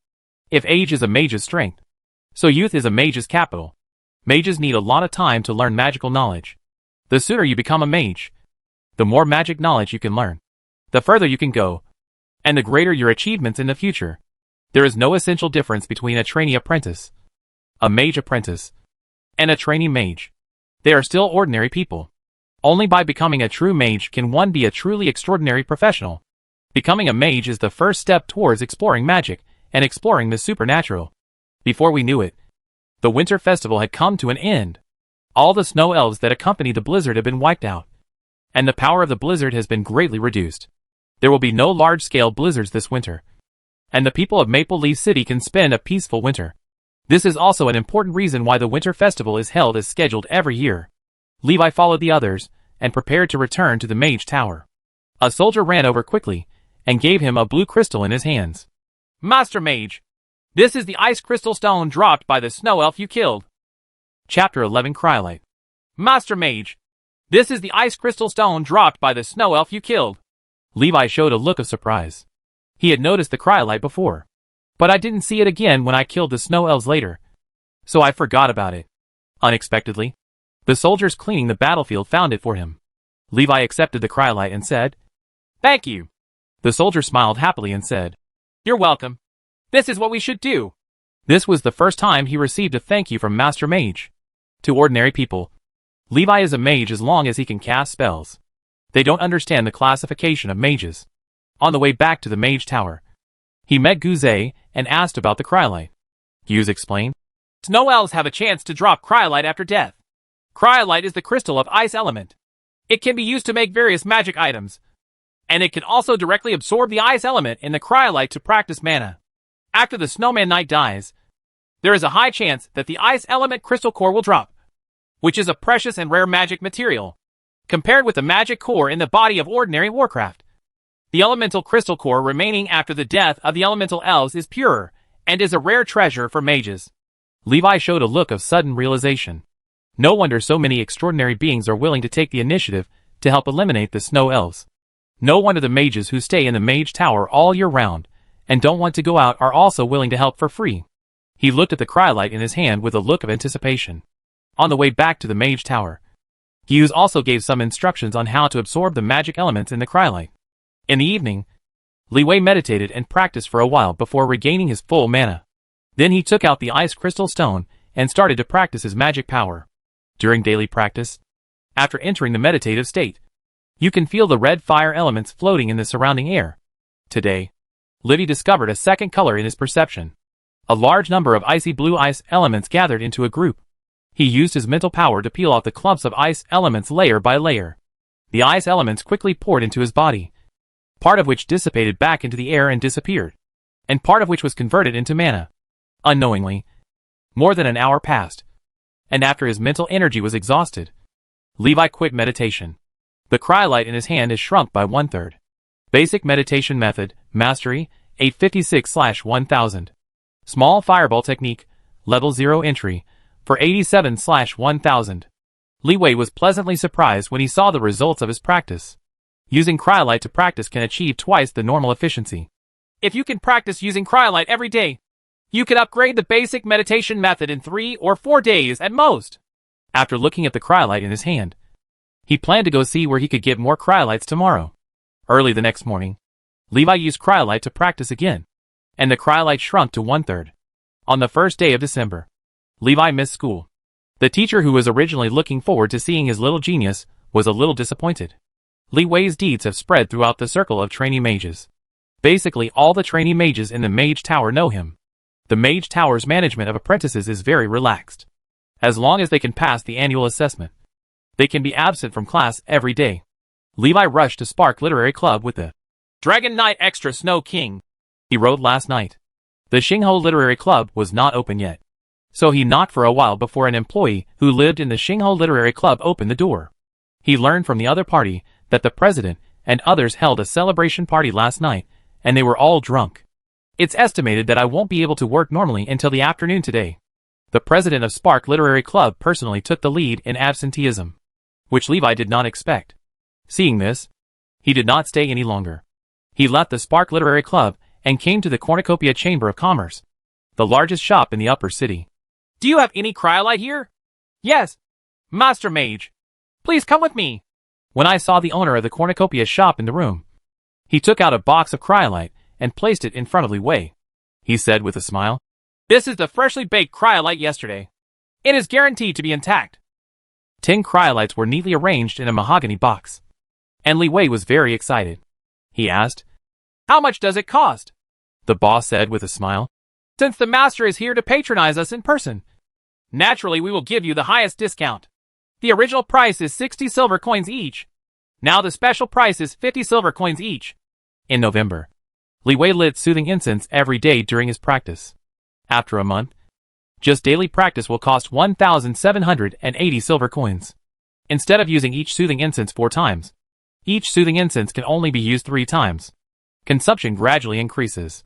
He still had 1 gold coin and more than 60 silver coins left in his hand. Levi took out a gold coin and said, "Buy 2 cryolites first." The boss smiled and took out 2 cryolites, packed them, and handed them to him. Then accepted the gold coins. "Thank you for your patronage." In the afternoon, Levi came to Spark Literary Club again. Jimmy had been waiting at the door to receive him early. Levi told the gatekeeper in the morning that he would come again in the afternoon. "Mr. Levi, please come in quickly. Director Gus is waiting for you in the office." After a while, Levi and Gus sat down in the office. Gus smiled and said, "I have read the side story Snow King you wrote. The story is very exciting. I have arranged for the literary agency's printing department to work overtime to print it and try to publish it before the popularity of the Winter Festival ends." He also knows how to ride the heat. Li Wei walked straight in and asked, "Director Gus, have the November royalties been paid out?" Gus waved to Jimmy, and Jimmy understood and ran out of the office. He smiled and said, "Don't worry, Mr. Li Wei. After the sale of Xingho Literary Society ended yesterday, your royalties were calculated as soon as possible." Jimmy trotted back, and at Gus's signal, he held the money bag to Levi with both hands. Levi took the money bag and felt it was heavy. Gus said next to him, "There are 74,231 copper coins in total, and there are 7 gold coins and 43 silver coins in the bag." After hearing this, Li Wei was greatly surprised. He didn't expect that the amount was more than double that of last month. He subconsciously asked, "Why so many?" Gus explained, "During the few days when the Winter Festival was held, many people from other towns came to participate. Many people bought single copies and whole volumes of the novel, Dragon Knight. And some people placed orders with Spark Literary Society and planned to sell novels to other towns," he said with a smile on his face. "If we can open up the market in other towns, the sales volume of the Dragon Knight novel will surge several times next year." When Li Wei heard this, he also had some expectations. After leaving Spark Literary Club, Levi went to the Cornucopia Chamber of Commerce again. Spend 4 gold coins to buy all the remaining cryolites from the Cornucopia Merchant Guild. 10 ice crystals are enough for him to practice for a month. By the way, spend 100 silver coins to buy 10 soothing incense sticks to avoid having to make another trip. Returning to the Mage Tower, Levi couldn't wait to start practicing. For 3 consecutive days, he concentrated on cultivating his magic power and didn't even bother to practice his spells. Finally, on the 3rd night, the basic meditation technique was upgraded. Basic meditation method, Xiaoqing, 0/2000. Small fireball technique, level 0 entry, 508/1000. After the basic meditation method reached the minor level, Levi's perception underwent earth-shaking changes. Chapter 12 Banquet Invitation. December 3rd. Night. Levi sat cross-legged on the bed, closed his eyes and meditated. Suddenly, the perception changed drastically. Originally, he could only sense sporadic fire elements floating in the air. At this moment, the empty world suddenly became colorful. Fire element, wind element, water element, earth element, light element, ice element. The brilliance of various elements emerged. Only then did Li Wei discover that there were so many invisible free elements between heaven and earth. Most of the elemental radiance seemed blurry, and he could only barely perceive it.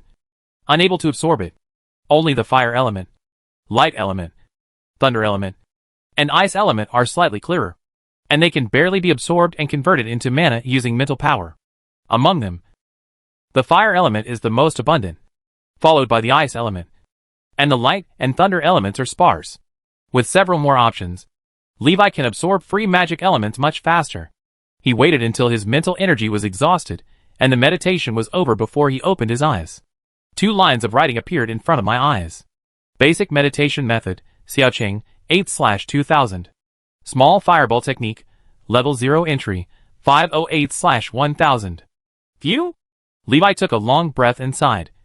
The basic meditation method has finally been upgraded. The upgraded basic meditation method brings many benefits. The first is that the speed of cultivation is accelerated, and the retention rate of magic elements is increased from 20% to 40%. The second is multi-element perception.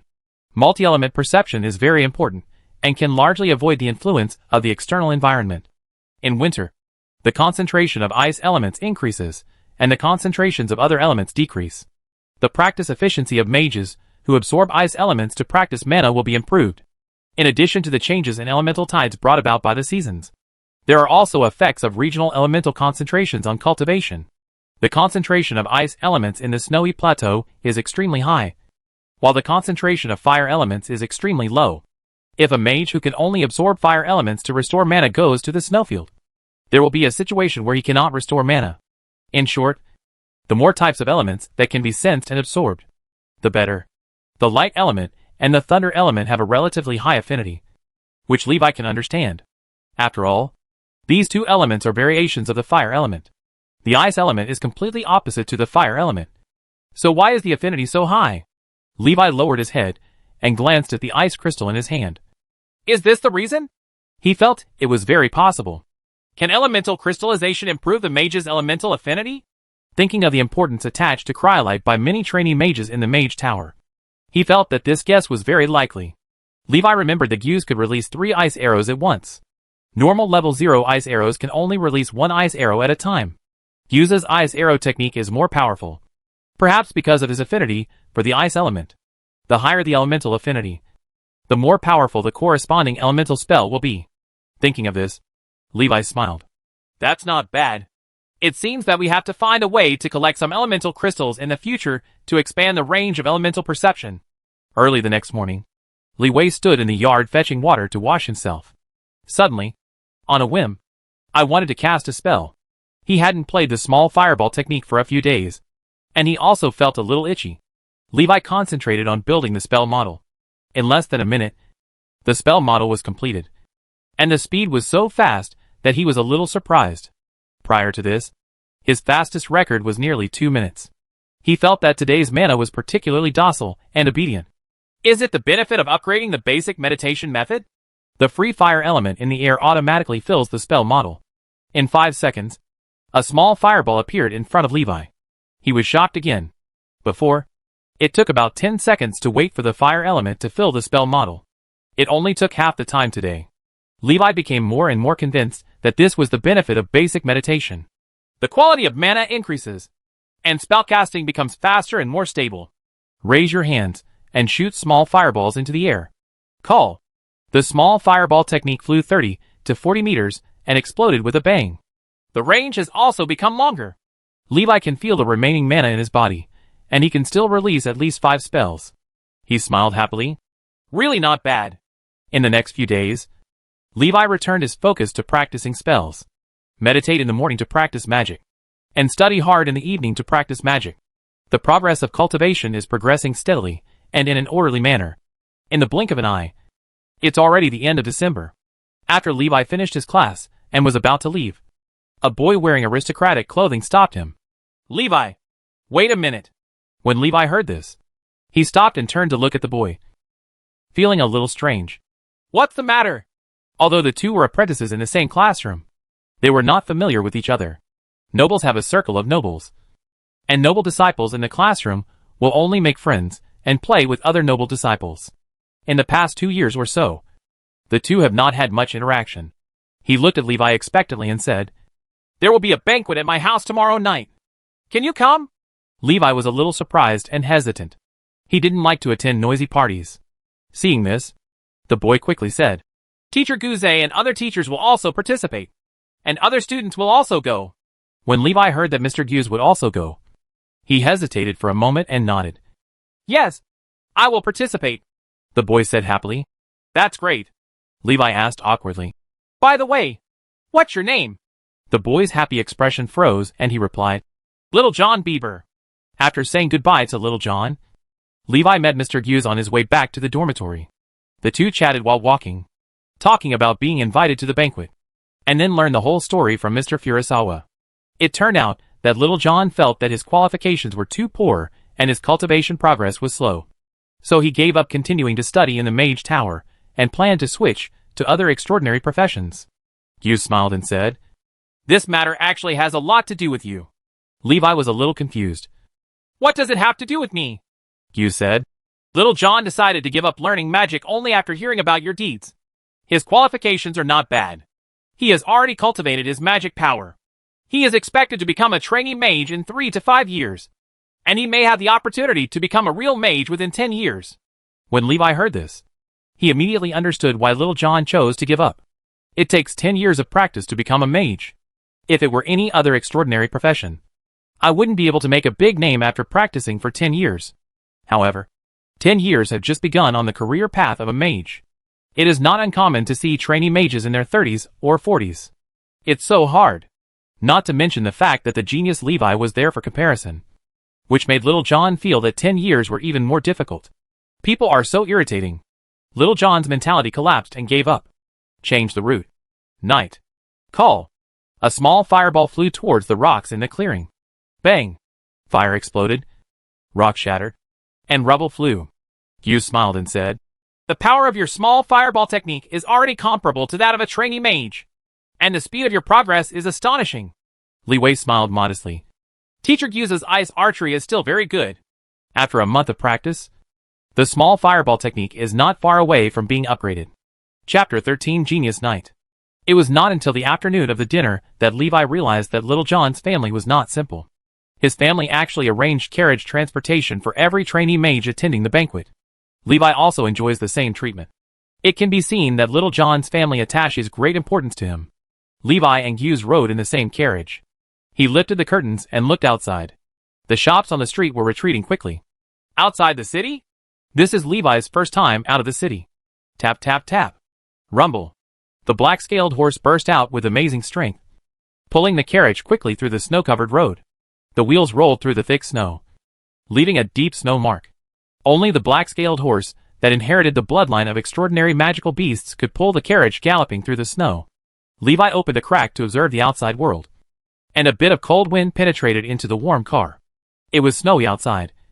The farmland was covered with snow. The trees stood bare in the cold wind, and there was no trace of animals. He closed the windows tightly and lost interest in the outside world. There is snow everywhere, and the original scene in the wild cannot be seen at all. Levi looked at the charcoal stove that was constantly radiating warmth in the carriage and asked, "Is Little John's family very powerful?"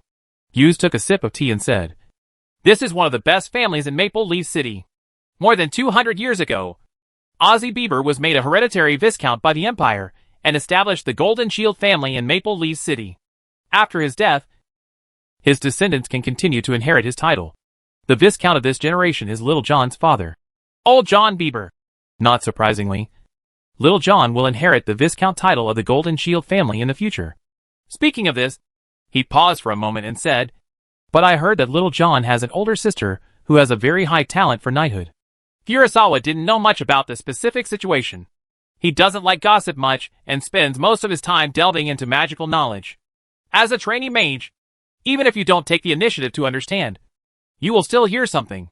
Li Wei heard this and probably understood the status of the Jean Dun family. The Lord of Maple Leaf City is a lifelong earl conferred by the Empire. Imperial titles from lowest to highest: lifelong baron, hereditary baron, lifelong viscount, hereditary viscount, lifelong earl. After reading so many books, he still knew something about the imperial titles.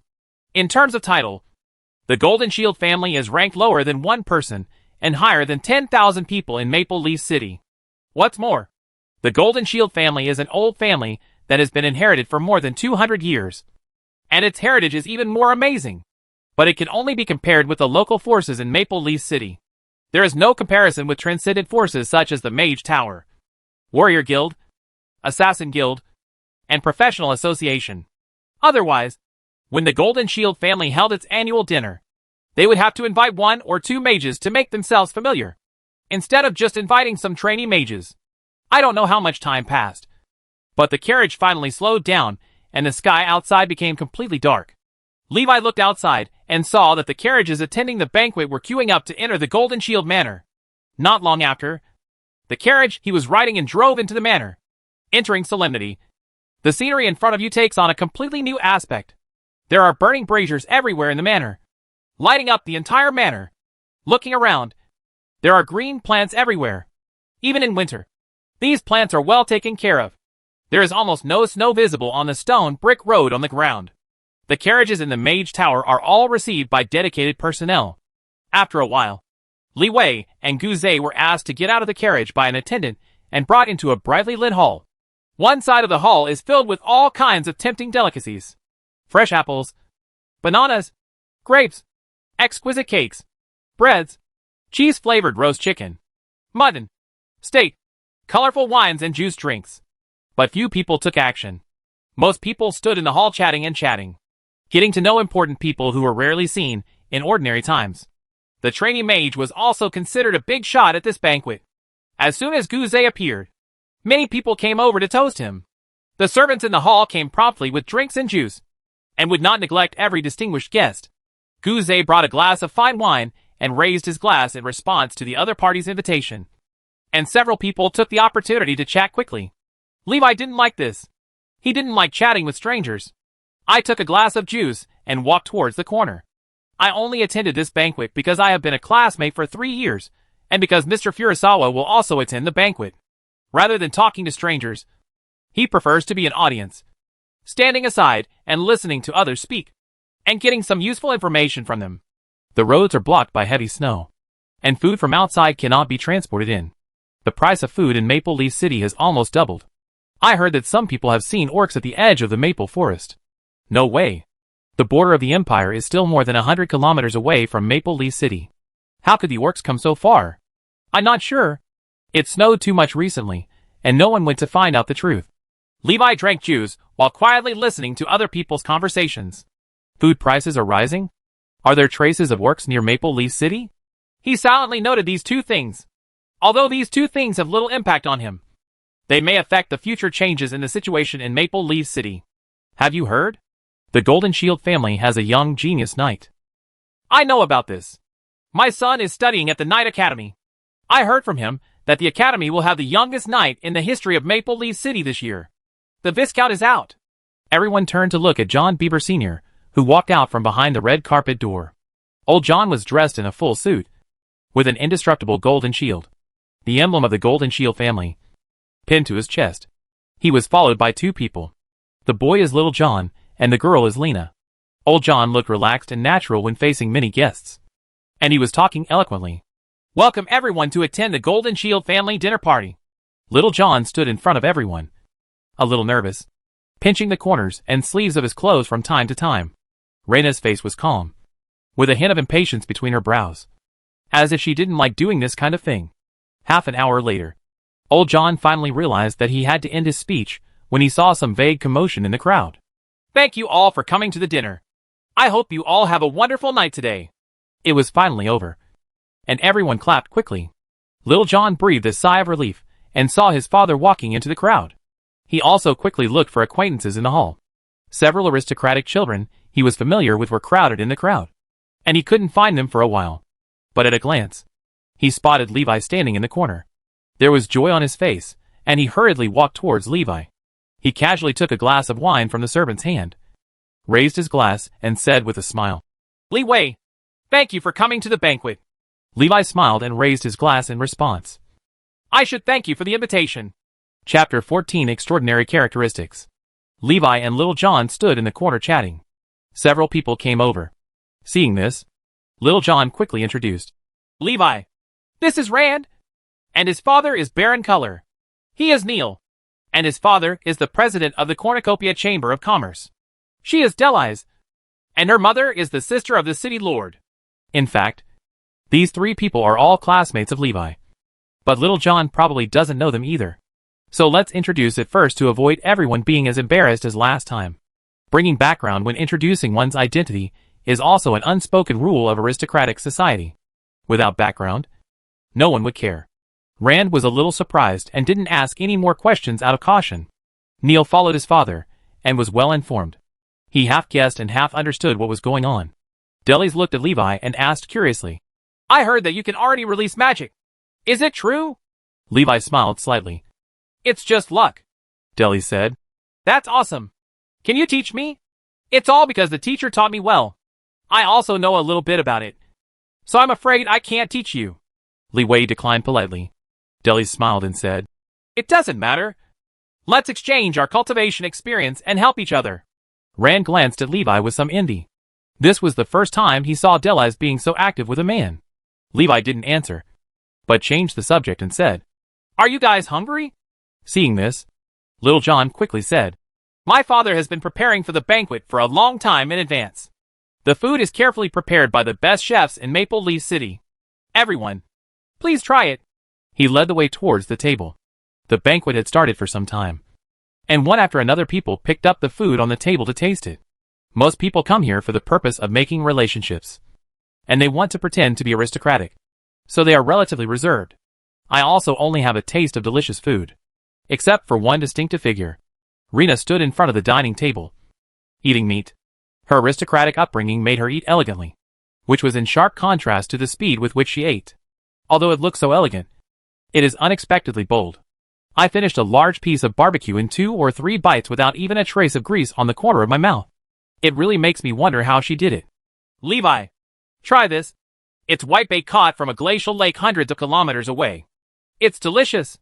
Little John picked up a plate of whitebait sashimi and handed it to Levi, introducing him warmly. Levi took a bite and found that it had no taste. He felt that he was not used to eating sashimi. He reached for a plate of barbecue. Suddenly, a slender and strong hand also grabbed the plate. Levi looked up along the well-muscled arms, and Rena in evening dress stood in front of him. Rena looked at him and asked, Are you the genius mage my brother said? Little John knew Lena's character and said quickly, Sister, Levi is an important guest I invited. Rena waved her hand without even looking at him. Go away. I didn't talk to you. She let go of the plate, crossed her arms, stared at Levi and said, I want to fight with you. Li Wei was surprised, and after realizing it, he shook his head and refused. I can't fight, Rena said. You are a mage, and I have never fought a mage. Levi was speechless. Is this why you picked a fight with me? That's too much nonsense, he explained. I am not a mage, nor a trainee mage. I am just an apprentice, Rena said. It doesn't matter, as long as you can release magic. It'll be fine. I will stand there and let you hit me with magic. It's that simple, Levi said. If you are looking for death, you can find a higher place and jump off. There is no need to implicate me. Just kidding. The small fireball technique is powerful enough to shatter rocks. If he kills Rena, the Golden Shield family will definitely seek revenge on him, Rena said. I am a First Order Knight, and the extraordinary characteristic I have awakened is absolute defense. You can't kill me. Extraordinary characteristics? Absolute defense? I have read books such as The Legend of the Mage, The Legend of the Dragon Slayer, and The Legend of the Knight. Levi already knows the difference between extraordinary professionals and trainee professionals. The difference between the two lies in their extraordinary characteristics.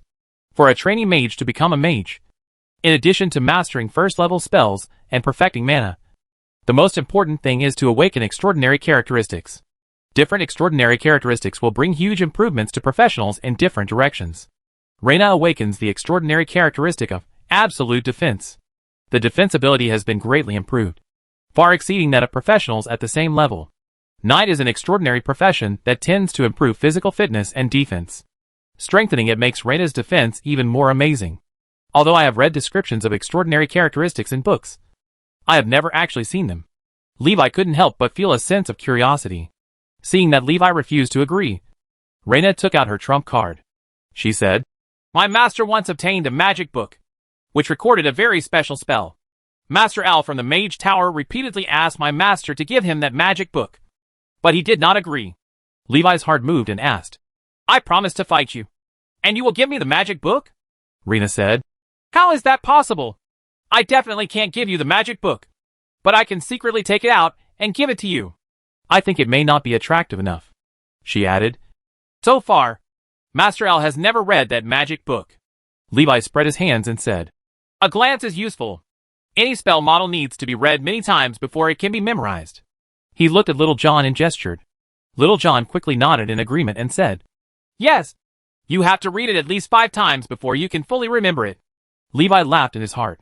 He didn't know how many times others would have to look at it. Anyway, he only had to look at it once to remember it. But in order not to be so conspicuous, this matter must be said. Reina hesitated for a moment and said, "Then I can find a way to let you watch it a few more times." When Li Wei heard this, his heart moved. Buy a spell model for free and save a lot of money. Learning the 0-level spell model of the Mage Tower once will cost about 20 contributions. One contribution is worth 1 gold coin, which is 20 gold coins at a time. Ordinary people who want to learn a 0-level spell model must prepare at least 100 gold coins. Being a mage is really impossible without money. Spell models cost money, and daily practice also costs money. Calming incense, ice crystal stone, and magic potion. Levi has just started practicing, and the magic potion has not been used yet. In December alone, cultivation resources worth more than 7 gold coins were consumed. More than 20 soothing incense sticks and 11 ice crystals. If you don't burn money, you can only wait for time, either to get ahead or to die. Levi agreed to Lena's invitation to fight. The two came to an open space in the courtyard, and Little John, Delise and others also followed to watch the fun. Normally you don't see mages and knights fighting. Levi glanced at Reina, who was wearing an evening gown, and asked, "Aren't you going to put on the equipment?" Reina shook her head and said, "No need. Absolute defense is stronger than armor. Just wait a moment." Levi spent 2 minutes casting the spell, and a small fireball flew more than 10 meters and landed on the lawn. Bang! A large crater 1 meter in diameter was created in the lawn.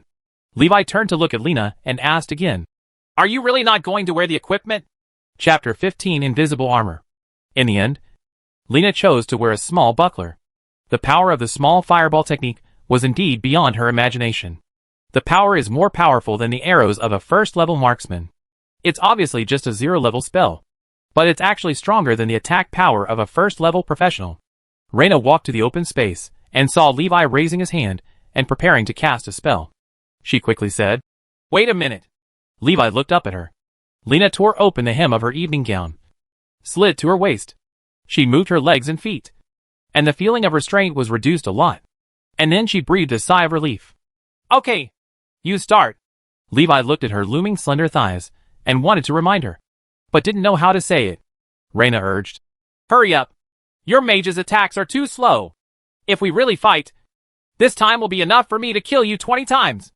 Li Wei cast the spell slowly, not in a hurry. 2 minutes later, a small fireball flew toward Lena. After Lena was locked by the small fireball, she felt a huge crisis and did not hesitate to use absolute defense. Golden fighting spirit exploded, forming an extremely strong defense outside the body, and the snow-white skin was dyed golden. The small buckler in her hand erupted with golden light, and her defense power surged. Bang! The small fireball hit the shield in Rena's hand, and the fire exploded, drowning her figure. Little John, Delise, Rand, and Neil all looked frightened, fearing that something might happen. Levi stared at Reina in the flames, knowing that the small fireball technique failed to cause harm to her. The moment the small fireball technique exploded, he felt that the power of the small fireball technique was blocked by a wall, and all was reflected back. The fire dissipated and Reina was safe. The fighting spirit in her body had long since dissipated, and she lowered her head and glanced at the buckler in her hand. Even with her absolute defense and a small fireball attack, cracks still appeared in the buckler. This is just an ordinary round shield, and its defensive power is not strong. Reina almost already knows how strong a spell attack she can block. Without an excellent shield, even with absolute defense capabilities, she would not be able to withstand first-level spells. This is her limit. Reina strode towards Levi and dropped the buckler in her hand. "Thank you. You finally made me understand how powerful the mage is." In the past, she had always heard her master say that Shirchan was a pervert. She didn't really understand the meaning of this sentence until today. At the same level, there is no equipment gap, and the mage can crush any professional of the same level. Facing the mage, the only opportunity left for other professionals is the casting time. Levi smiled and said, "You're welcome. We are just trading. Correct me again. I am not a mage." Reina glanced at him and said nothing more. Levi asked, "What spell are you talking about in the magic book?" Reina said, 0-level spell. Invisible armor." After hearing this, Li Wei was slightly disappointed. No matter how strong a 0-level spell is, it will never be as powerful as a higher level spell. But thinking about Master L, he is obsessed with this 0-level spell. Levi felt that there might be something special about this 0-level spell. Mage L can cast the Fire Snake technique, and he is at least a 2nd-level mage. A 0-level spell that interests a 2nd-level mage should have its own uniqueness. Reyna said, "Wait for me at the gate of the Night Academy at noon tomorrow. I will bring out the magic book then." Levi nodded. "Yes, I understand. There was an explosion outside. What happened?" Hughes walked towards the outside and asked as he walked. Levi said, "It's okay. Miss Reyna asked me to discuss with her." Reyna looked at Guzet and greeted him proactively. "Master Guzet, thank you for taking care of my brother in the past 2 years." Hughes smiled and said, "It's nothing. Are you Little John's sister? I heard that you have become an official knight." Reyna nodded and responded, "Yes." She felt her thighs were cold and said quickly, "I'm sorry. I have to go one step ahead and wish Master Guzet a good time tonight." Reyna quickly returned to her room and prepared to change her clothes. Hughes glanced at Reyna, who was leaving, and sighed. "The Golden Shield family really has an incredible genius knight. A 16-year-old official knight. The youngest knight in the history of Maple Leaf City. This talent is really enviable." Hearing this, Li Wei took it seriously and nodded in agreement. "Yeah, she's really awesome." Hughes glanced at him and said, "If you can become an official mage within 5 years, a 20-year-old mage will be much more powerful than a 16-year-old knight." Levi smiled and did not answer. Judging from his current cultivation progress, he should be able to become an official mage in less than 5 years. He didn't use all his strength in front of Guzet, because he didn't want to appear too scary. After the basic meditation method reached the minor level, his casting time was reduced to 1 minute. Now, the small fireball technique is about to be upgraded. He can complete casting in as little as 22 seconds. Levi expected that when the small fireball technique reaches the proficiency level, it should be able to meet the standards of a trainee mage. 100% success in casting within 10 seconds. In January next year, he will become a trainee mage. Hughes led Levi towards the hall and said, "Many nobles in Maple Leaf City have heard about your deeds, and they all want to get to know you. It is better to take this opportunity to get familiar with them. It will be more convenient for anything in the future." Guzet sincerely cultivated Li Wei as his disciple. Levi's talent is amazing, and he still has a long way to go. If Levi achieves something in the future, he can also be proud to tell others that he was once Levi's teacher. Under the leadership of Guzet, Li Wei got to know several noble families attending the banquet, as well as several non-aristocratic forces in Maple Leaf City. After the dinner, the Golden Shield family arranged accommodation for everyone in the manor. Those with special needs are also catered for. Hughes and Li Wei lived across the door, and there were mages living in several rooms around them. So it was pretty quiet at night. Unlike several rooms where nobles gather, howls like slaughtering pigs can be heard from time to time. The guest rooms in Golden Shield Manor are indeed good, but they are still far behind the simple apprentice dormitories in the Mage Tower. There was no magic firestone.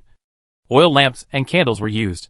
There is no constant temperature magic circle, so it is a bit cold to sit on the bed and meditate. At night, there were no lights. Levi sat in a dimly lit room, lighting soothing incense and practicing his spells. He uses mana to build a spell model, and then destroys the spell model to recycle some of the mana before the magic elements are automatically filled. This is a new method he got by fusing 2 ways of practicing spells. It can not only exercise the control of mana, but also increase the number of exercises. At the same time, avoid affecting the efficiency of meditation practice due to practicing spells.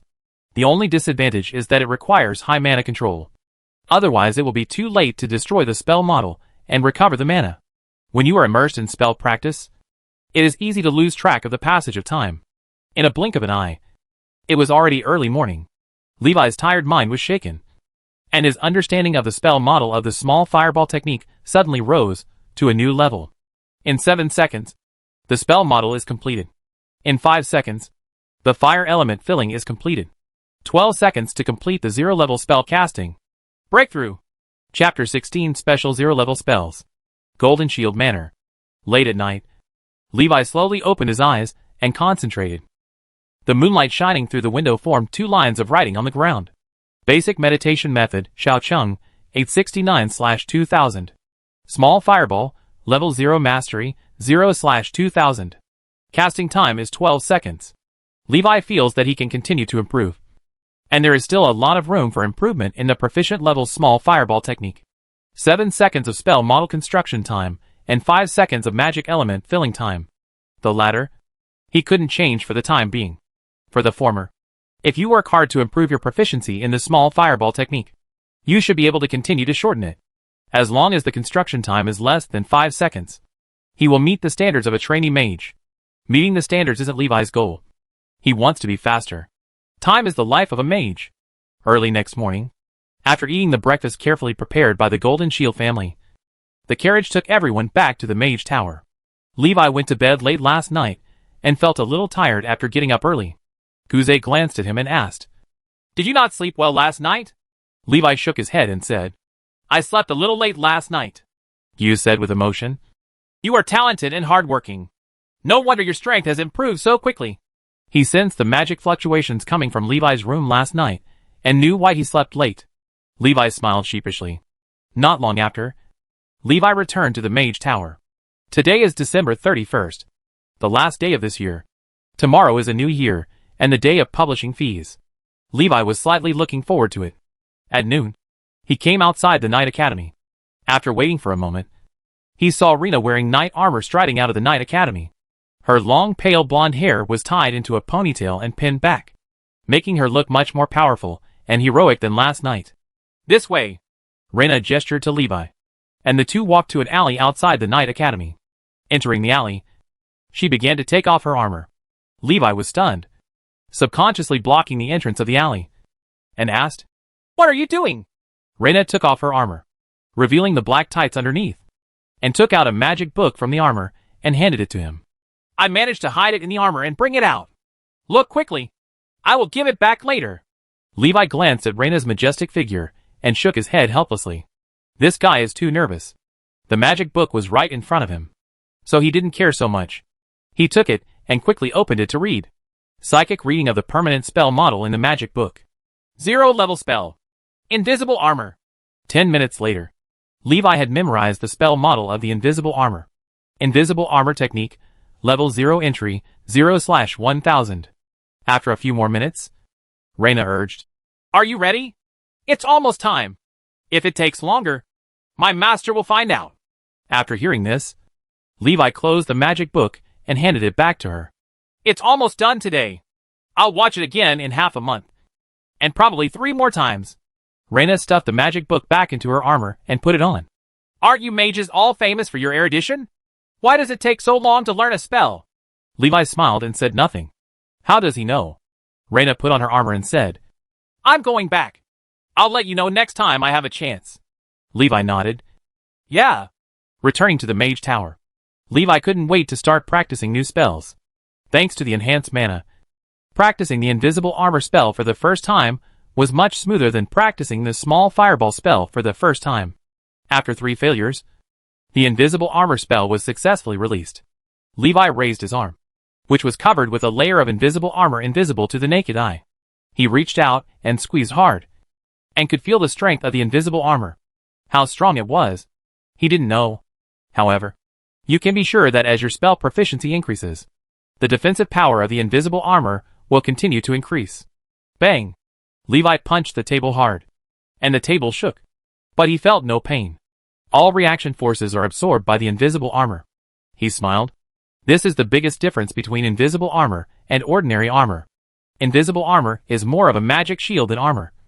Just a tight-fitting magic shield. There are both offensive spells and defensive spells. Levi continued to practice the invisible armor spell, striving to achieve a 100% success rate as soon as possible. Before I knew it, 2 hours had passed. With his mental energy exhausted, Levi stopped practicing and prepared to sleep. As soon as he lay down, he unexpectedly discovered that the invisible armor had not disappeared yet. He subconsciously sat up in shock. I touched my arm, and it was still stiff. How long does the invisible armor last? He remembered that the textbook said that the 0-level magic shield spell could only last for half an hour at most. If the spell lasts too long, it will cause the spell model to collapse. The invisible armor spell has lasted for 2 hours. However, Levi sensed that the invisible armor spell model was still stable. He seemed to understand why Master L wanted to get the invisible armor spell so much. This spell model is extremely solid. If you can understand the factors that affect the stability of the spell model and transfer it to other spell models, you can get a more stable high-level magic shield spell. It is difficult for Levi to understand the structure of the zero-order spell model, but it's not impossible for a formal mage. After all, no matter how complex the spell model is, it is created by the mage. It is far easier to study the wisdom of previous generations than to create new spells. How long will it last? Levi was also extremely curious. He did not unlock the invisible armor and endure the discomfort caused by the invisible armor to sleep. The next morning, when Levi woke up, the first thing he did was check the invisible armor. He touched his arm and saw that the invisible armor was still stable. There was surprise in his eyes. This time I really found a treasure. Use your mental power to carefully sense the spell model of the invisible armor and find that the spell model is still stable. Overnight, the stability of the spell model dropped by less than 10%. This means that the invisible armor can last for at least 3 days. This is the first time Levi has released the invisible armor spell. As proficiency increases, the duration of the invisible armor spell will be further extended. Levi is not sure how long the future will last, but just the current duration is staggering. If this trend continues, the invisible armor spell will be almost as good as the constant spell. Permanent spells are similar to magic circles and can exist for a long time, but they require a large amount of precious magic materials to assist in spell casting. A constant spell that doesn't require magical materials to aid its casting? Levi could not imagine how talented the creator of the invisible armor spell model was. Before this, there was no mage in the teachings who could do this. This is no less than creating a perpetual motion machine in the magical world. Of course, there can be no real perpetual motion machine in the world. There must be a principle hidden in the invisible armor spell model that Levi cannot understand for the time being. Chapter 17 Wind Crystal Stone. On New Year's Day, Little John didn't come to class. He has given up studying in the Mage Tower and returned to inherit the family property. The Golden Shield family started as knights, and their descendants have their own unique knightly talents. Lena has shown amazing talent as a knight since she was a child. The way of knighthood was no match for his sisters, so Little John had to find another way. That's why he chose to study in the Mage Tower. It's a pity that he failed and had to go back to inherit the knight heritage of the Golden Shield family. In Guze's words, Little John's mage talent is actually pretty good. Judging from the progress of a normal mage's training, there is still a high chance of becoming an official mage in the future. The appearance of Levi made Little John's luck disappear completely. He saw the shadow of his sister in Levi. Since they are all crushed by talent, it is better to choose a path that is more suitable for you. After class ended at noon, Levi saw Jimmy waiting outside. When Jimmy saw him coming out, he quickly ran over and said, "Mr. Levi, I'm here to give you last month's royalties." He handed over a money bag with both hands.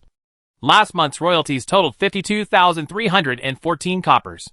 Here are 5 gold coins and 24 silver coins. Please keep them. Last month there was heavy snow and road closures, and single copies of the Dragon Rider novel ordered by towns and cities during the winter festival could not be delivered, so the remuneration has dropped. Levi took the money bag and nodded. Thank you for your hard work." Jimmy smiled and said, "You're welcome. This is what I should do." After sending him away from the Mage Tower, Levi walked towards the Cornucopia Chamber of Commerce. There are still 2 incense sticks left, and the cryolite has been used up. Without cryolite, the rate of mana increase will be greatly slowed down. On the way to the Cornucopia Chamber of Commerce, Levi counted the money on him. A total of 7 gold, 54 silver, and 36 bronze. As his mental power increased, the time for each training session also continued to extend. Now each practice time has been extended to nearly 3 hours. 1 piece of soothing incense can be used up to 2 times. The daily consumption of soothing incense is 30 pieces per month, which is 3 gold coins. As the strength increases, the effect of ancient incense gradually weakens. Levi can enter a meditative state within 3 minutes without using soothing incense. After use, you can enter a meditative state within 1 minute, which is not a big difference. The effect of ancient incense on increasing the mana increase speed has also been reduced from 20 to 30% to 10%. However, Li Wei heard that the soothing incense was burned in the official mage's room all year round. It means that at least until you become an official mage, you don't have to worry about the ancient incense losing its effect.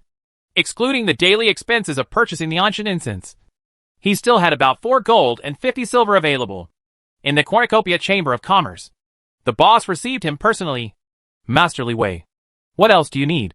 The boss asked enthusiastically. Just now. Levi bought 30 soothing incense sticks in one go. The boss is naturally happy about the great business on the first day of the new year. Levi asked, Is there any more cryolite? The boss shook his head and said, No more. Last month, all the cryolites were bought by the mage from the Mage Tower. Levi was a little disappointed. Seeing this, the boss quickly said, Although there are no cryolites, we had a batch of wind crystals in stock last year. Masterly Wei? Bring it here and take a look. Levi said. After a while, the boss returned to the room with a box of wind crystals. Li Wei opened the box and found 10 light blue wind crystals neatly placed inside. The boss said, These wind crystals are produced in the Storm Sand land, where storms break out all year round. And a lot of wind crystals and wind element crystal nuclei are produced every year. These were brought back from the Storm Sands by the Cornucopia Chamber of Commerce last summer. The same batch of wind element crystal cores have been bought by the mage. There are still these low-quality wind crystals that the mage doesn't like. Li Wei picked up a wind crystal and used his mental power to sense it. He put down the wind crystals, shook his head and said, These wind crystals are of much worse quality than cryolite, and they have been left for too long. And the wind element in the wind crystals has dissipated a lot. When the boss saw this, he gritted his teeth and said, Sell these wind crystals at a loss. 30 silver coins each. He quickly explained, The cost for us to go to Storm Sands to purchase the wind crystal stone is 32 silver coins. This does not include the cost of traveling back and forth. We are really selling at a loss. Hearing this, Li Wei thought for a moment, nodded, closed the box, pulled it in front of him, and took out 3 gold coins. I want it. The boss smiled and said, Thank you for your business. Levi put away his things and said, If you have any elemental crystals in the future, please contact me. The boss sent him to the door, nodded and said, Okay. Returned to the Mage Tower. At night, Li Wei took out the wind crystal stone to practice his magic power. 3 hours later, the practice ended. When he opened his eyes, the wind crystal in his hand had shrunk by half. 1 wind crystal is only enough for 2 cultivations. 10 wind crystals should be enough for this month. I just don't know if I can find suitable elemental crystals next month. After absorbing the wind element in the wind crystal, Levi's affinity for the wind element increased slightly. It shouldn't take long for him to absorb the wind element floating in the air. Wind, fire, water, and earth are the 4 most basic elements in the world. If you can sense and absorb these 4 elements, you will basically not be afraid of not being able to recover your mana due to environmental restrictions wherever you go. Levi is also trying to figure out how to gather the perception of the 4 elements. There is still a lack of water and earth elements at the moment.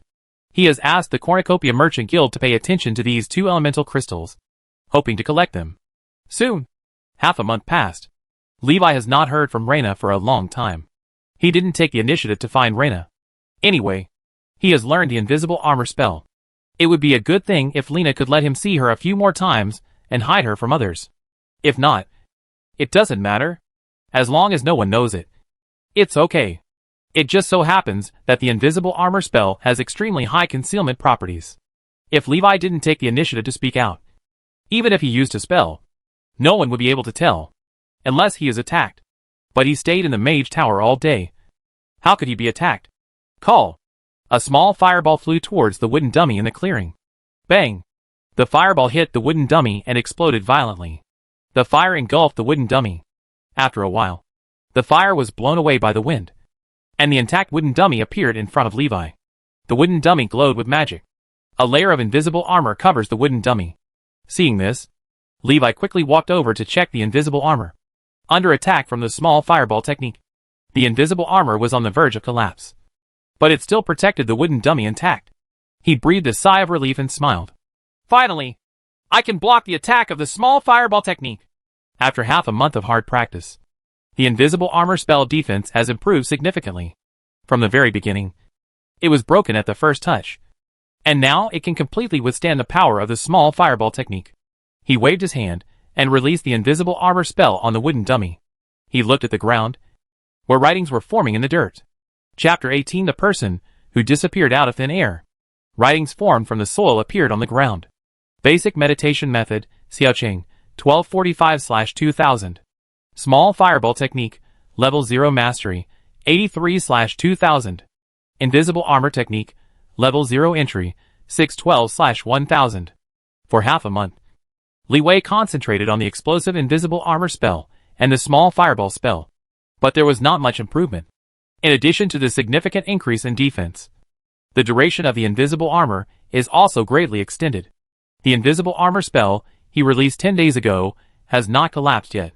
He extrapolated this from the rate at which the daily spell model became less robust. The invisible armor spell currently released can last for at least a month without collapsing. At all times, the invisible armor protects Levi's safety in all aspects. The only drawback is that the invisible armor is not very smart. Every time he eats, he has to remove the spell before he can eat normally. Otherwise the food will be blocked. Levi naturally hopes that the invisible armor can be smarter. It only automatically protects him when he is attacked, and does not show up on weekdays. Leave the spell training ground and return to the dormitory. Levi met Mr. Furusawa in the corridor. He took the initiative to say hello. Good evening, Mr. Guze. Hearing this, Guze raised his head and looked at him, and his heart suddenly moved. He looked at Li Wei and asked, Li Wei, do you want to make a contribution? Levi was stunned for a moment. What do you mean, Mr. Guze? Guze said, recently, there has been a shortage of food in Maple Leaf City, and food prices have risen sharply. The city lord ordered a batch of grain to be mobilized from the farm warehouse and delivered to Maple Leaf City. However, it was robbed during the transportation. The escort team was also missing. The city lord offered a large reward to recover the food. Food chased the robbers.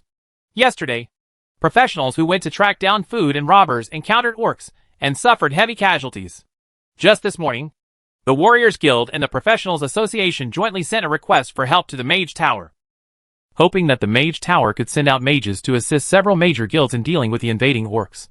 In the afternoon, the mages made a decision to send 1 second-level mage, 3 first-level mages, and 6 trainee mages to follow the teams of the major guilds to assist in the battle. As long as you participate in assisting in combat, you can receive 1 contribution from the Mage Tower every day. If you contribute during combat, you can also receive additional rewards from major guilds. Giving 1 contribution every day. Levi was stunned. A contribution is worth 1 gold coin. As long as you participate in assisting in combat, your daily basic salary is 1 gold coin. Although the reward is very attractive, Levi will not be easily moved. He asked, is it dangerous to fight orcs? Guze said, any battle will be dangerous. But if a mage does not experience battle, it will be difficult for him to achieve great success if he works hard. Of course, it's not as dangerous as you think. We only assist the Warriors Guild and the Professionals Association in encircling and suppressing the orcs. If there is any danger, they will stand in front of it. The mages only need to cast spells in a safe area to support them. Levi thought for a moment, shook his head and said, Teacher Guze, I am still far behind the trainee mage, so I won't take the risk. Hearing this, Guze nodded to express his understanding. Yeah. Okay. Goodbye, Mr. Furusawa. Saying goodbye to Guze, Levi returned to the room. Although the reward from Master Tower was exciting, he knew very well how much he was worth. Compared with the real trainee mage, he still has a big gap. Not to mention anything else. The number of 0-level spells he masters is far inferior. As young as Guze, he has already mastered at least 4 0-level spells, and even has a first-level spell as his trump card. Senior trainee mages have a deeper foundation. Compared to the generous rewards from the Mage Tower, Levi knew better what he wanted at the moment. He just wants to have a steady supply of mana and spells. There is no shortage of money for the time being. 2 days later, Li Wei saw Guze and others leaving the Mage Tower. In addition to those within the established quota, there are also many trainee mage and mage apprentices who have signed up voluntarily. Not everyone can endure loneliness and devote themselves to cultivation. After most people have achieved some success in cultivation, they will want to show it off.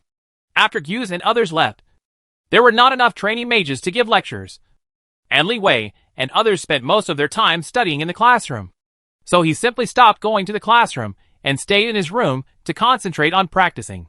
After practicing, I just read novels, travel journals, and magic teaching books. 10 days passed in the blink of an eye. December 25th.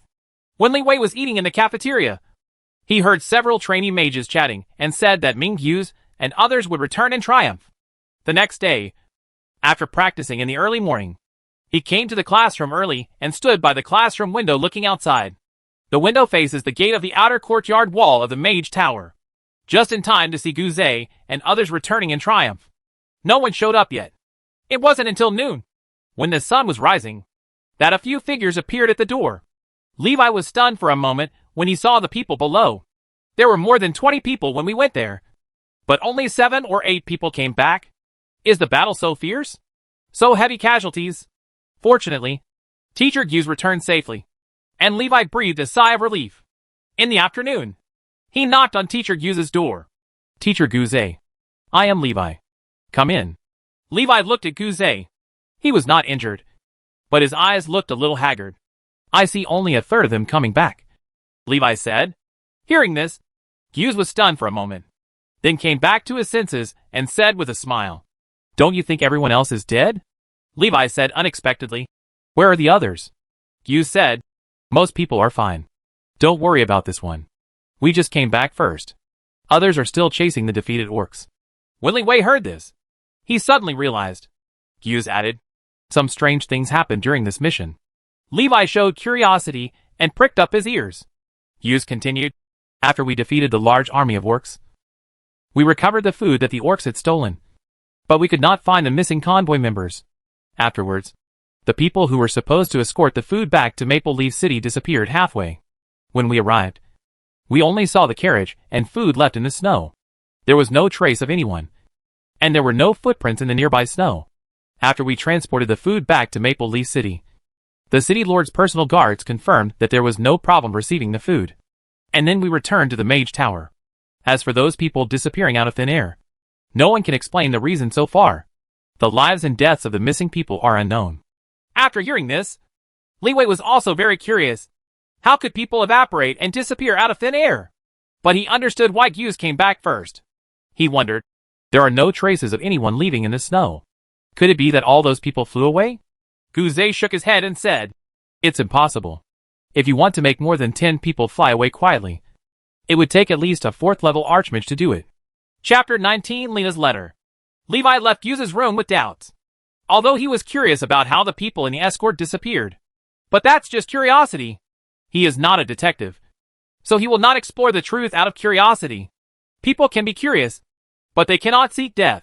It was obvious at first glance that the water in this matter was very deep, and Levi did not want to get involved. He honestly returned to his room and concentrated on practicing. In the next few days, the outgoing mages also returned to the Mage Tower one after another. Some never came back. Casualties are inevitable. The most casualties were the apprentice mages, who signed up enthusiastically and wanted to make a name for themselves. Next is the trainee mage. All official mages returned to the Mage Tower intact. January 31st. Li Xiu was practicing the invisible armor spell, and suddenly a flash of inspiration came to his mind, and he realized something. He quickly used mana to construct a spell model of the invisible armor. This time, the spell model is slightly different from the original spell model. 13 seconds. The spell was cast successfully. A layer of invisible armor appeared on Levi. He reached out and touched his arm, but did not touch the invisible armor. As soon as I thought about it, I felt a hard touch on my fingertips. He was immediately moved, finally able to switch the invisible armor on and off freely. Although this is still a long way from the intelligent invisible armor he imagined. But being able to switch it on and off freely is already very convenient. Finally, he no longer had to release the spell before each meal, and then release it again after the meal. Levi was in a good mood at the moment. An unexpected surprise. He thought he would have to wait until he fully understood the spell model of the invisible armor, and then add related functions later. I didn't expect that half of my wish would come true so quickly. He opened his eyes, and several lines of writing appeared on the wall. Basic meditation method Xiao Cheng, 1645/2000. Small fireball technique, level 0 mastery, 333/2000. Invisible armor, level 0 mastery, February 2000. As expected, the invisible armor spell was upgraded to mastery level. Levi took a look at the basic meditation method and was about to upgrade it. It was not in vain that he worked hard day and night, squeezing out every ounce of mental energy every day to practice and improve his magic power. Nowadays, Levi's mana is enough to cast 18 small fireball spells, or 6 invisible armor spells continuously. The invisible armor spell model is far more complex than the small fireball spell model, and requires more mana to construct. But fortunately, invisible armor is a semi-permanent spell. Release it once, and it can be used for a long time.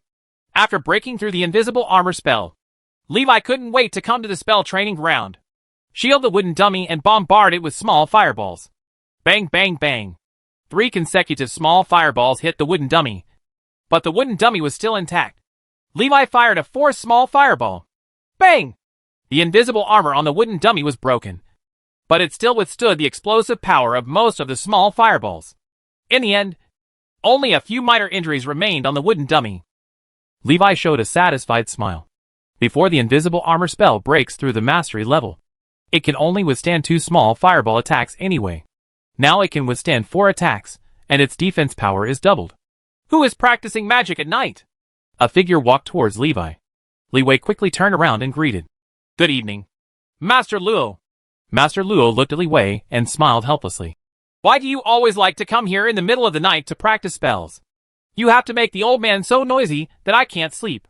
Levi smiled sheepishly. Master Luo waved his hand and said, Okay, let's go! Don't force me to lock the door at night. Goodbye, Master Luo. Levi said goodbye to Master Luo and turned to leave the spell training ground. Master Luo walked to the damaged wooden dummy and looked at it with squinted eyes. Is this some kind of magic shield? Hee hee. This kid is still hiding this little thing. But where did he get the magic book? Master Lotaro manages the library on the 2nd floor of the Mage Tower. He only remembers that Li Wei went to learn the small fireball technique. A stray magic book is a rare item. Levi returned to the room.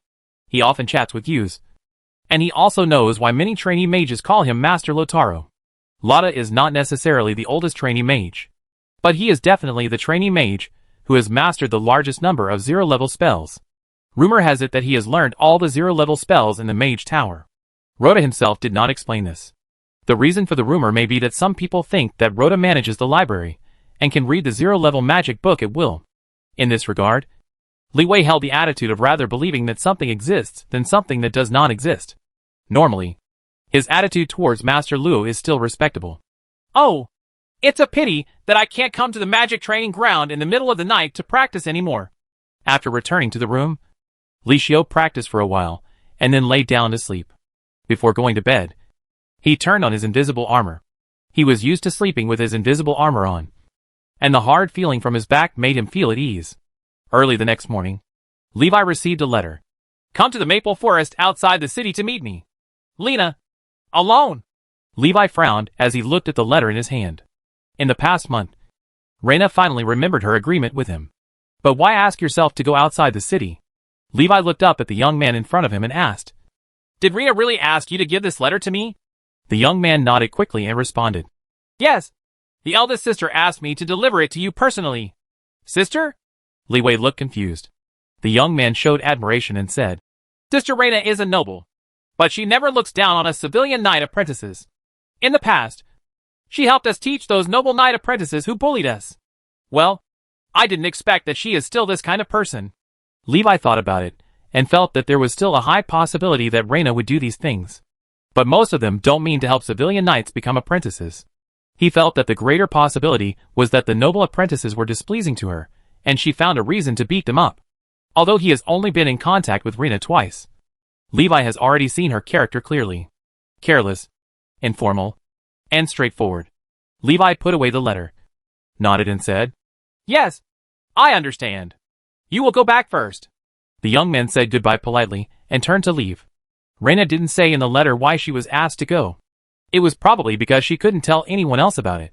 Magic book? Levi thinks it shouldn't be. Last time, Reina said in front of several people that she would steal the magic book and show it to herself. He was a little hesitant. Should he go?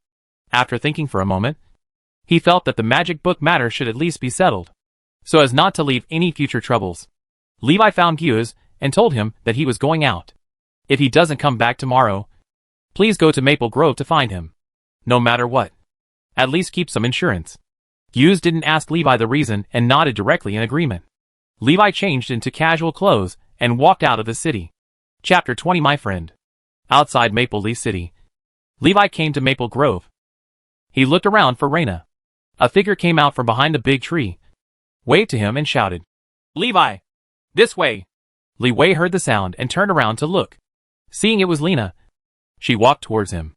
After getting closer, he saw clearly that Rena was wearing knight armor, a helmet, and carrying a sword and shield on her back. It can be said to be fully armed. Levi felt a little weird in his heart and asked, "Why did you ask me to come outside the city?"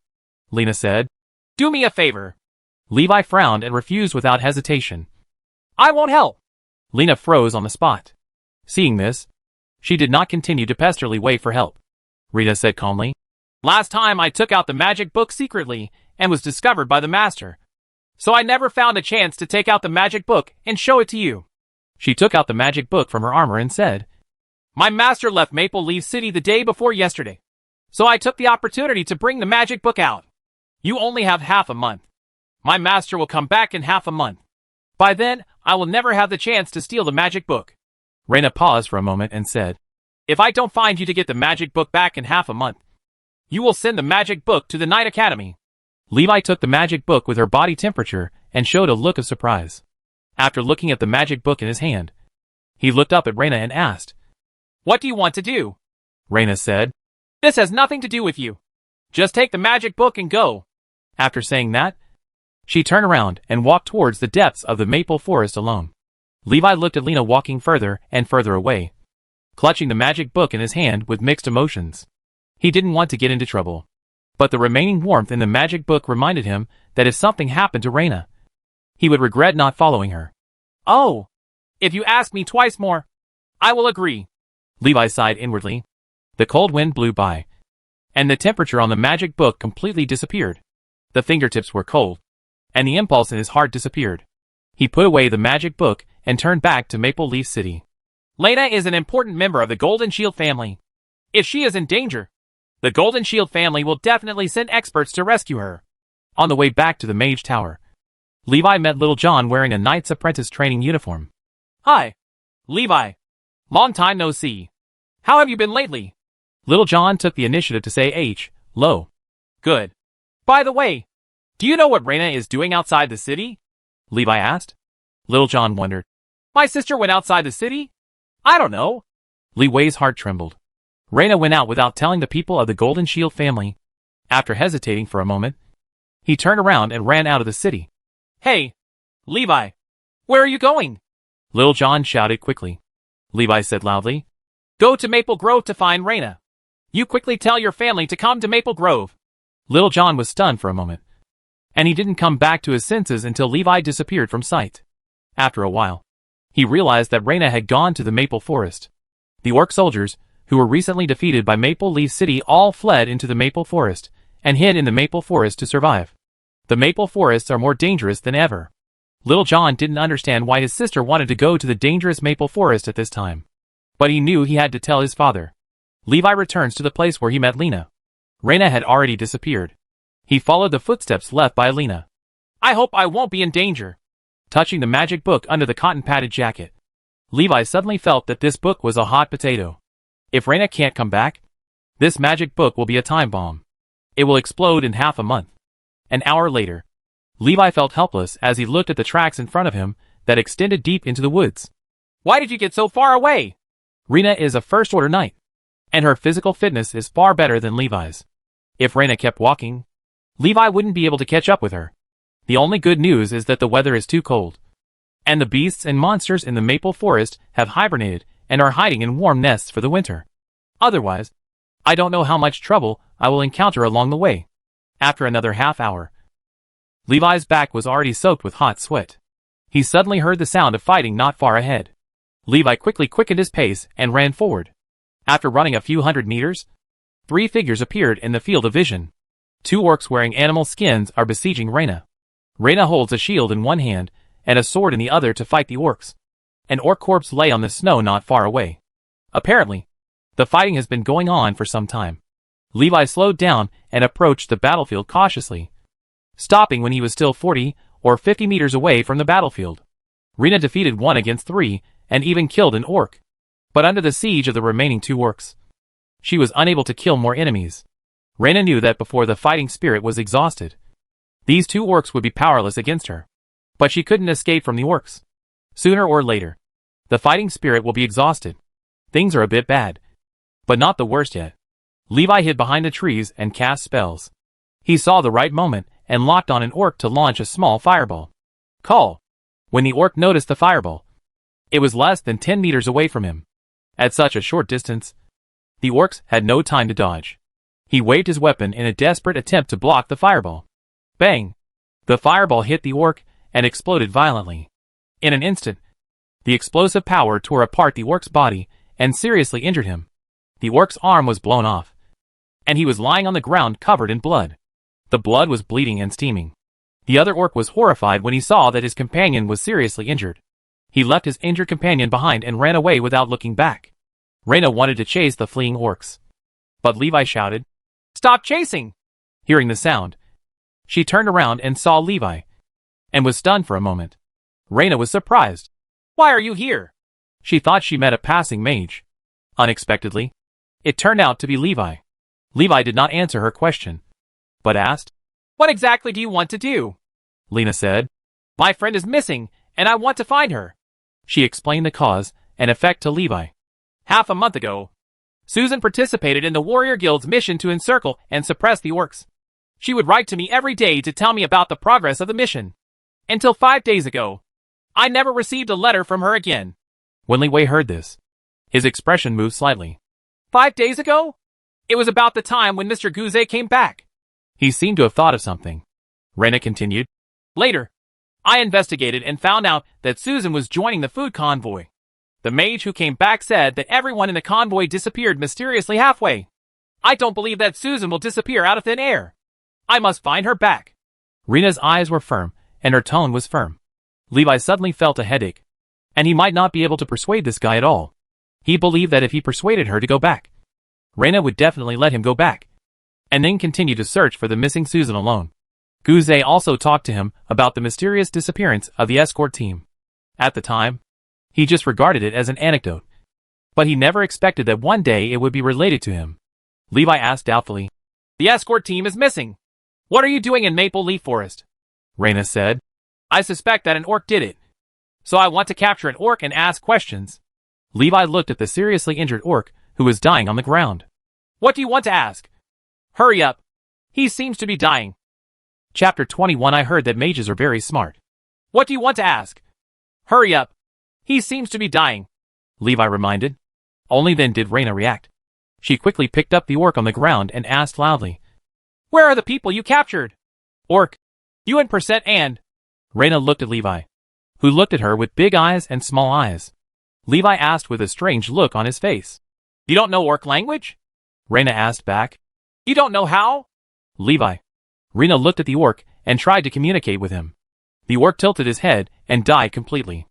Levi felt his head hurt when he looked at Reyna.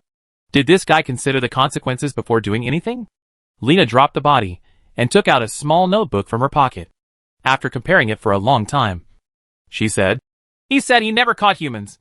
Levi glanced at the small notebook in her hand. A handwritten orc translation. "Okay. I wronged Reyna.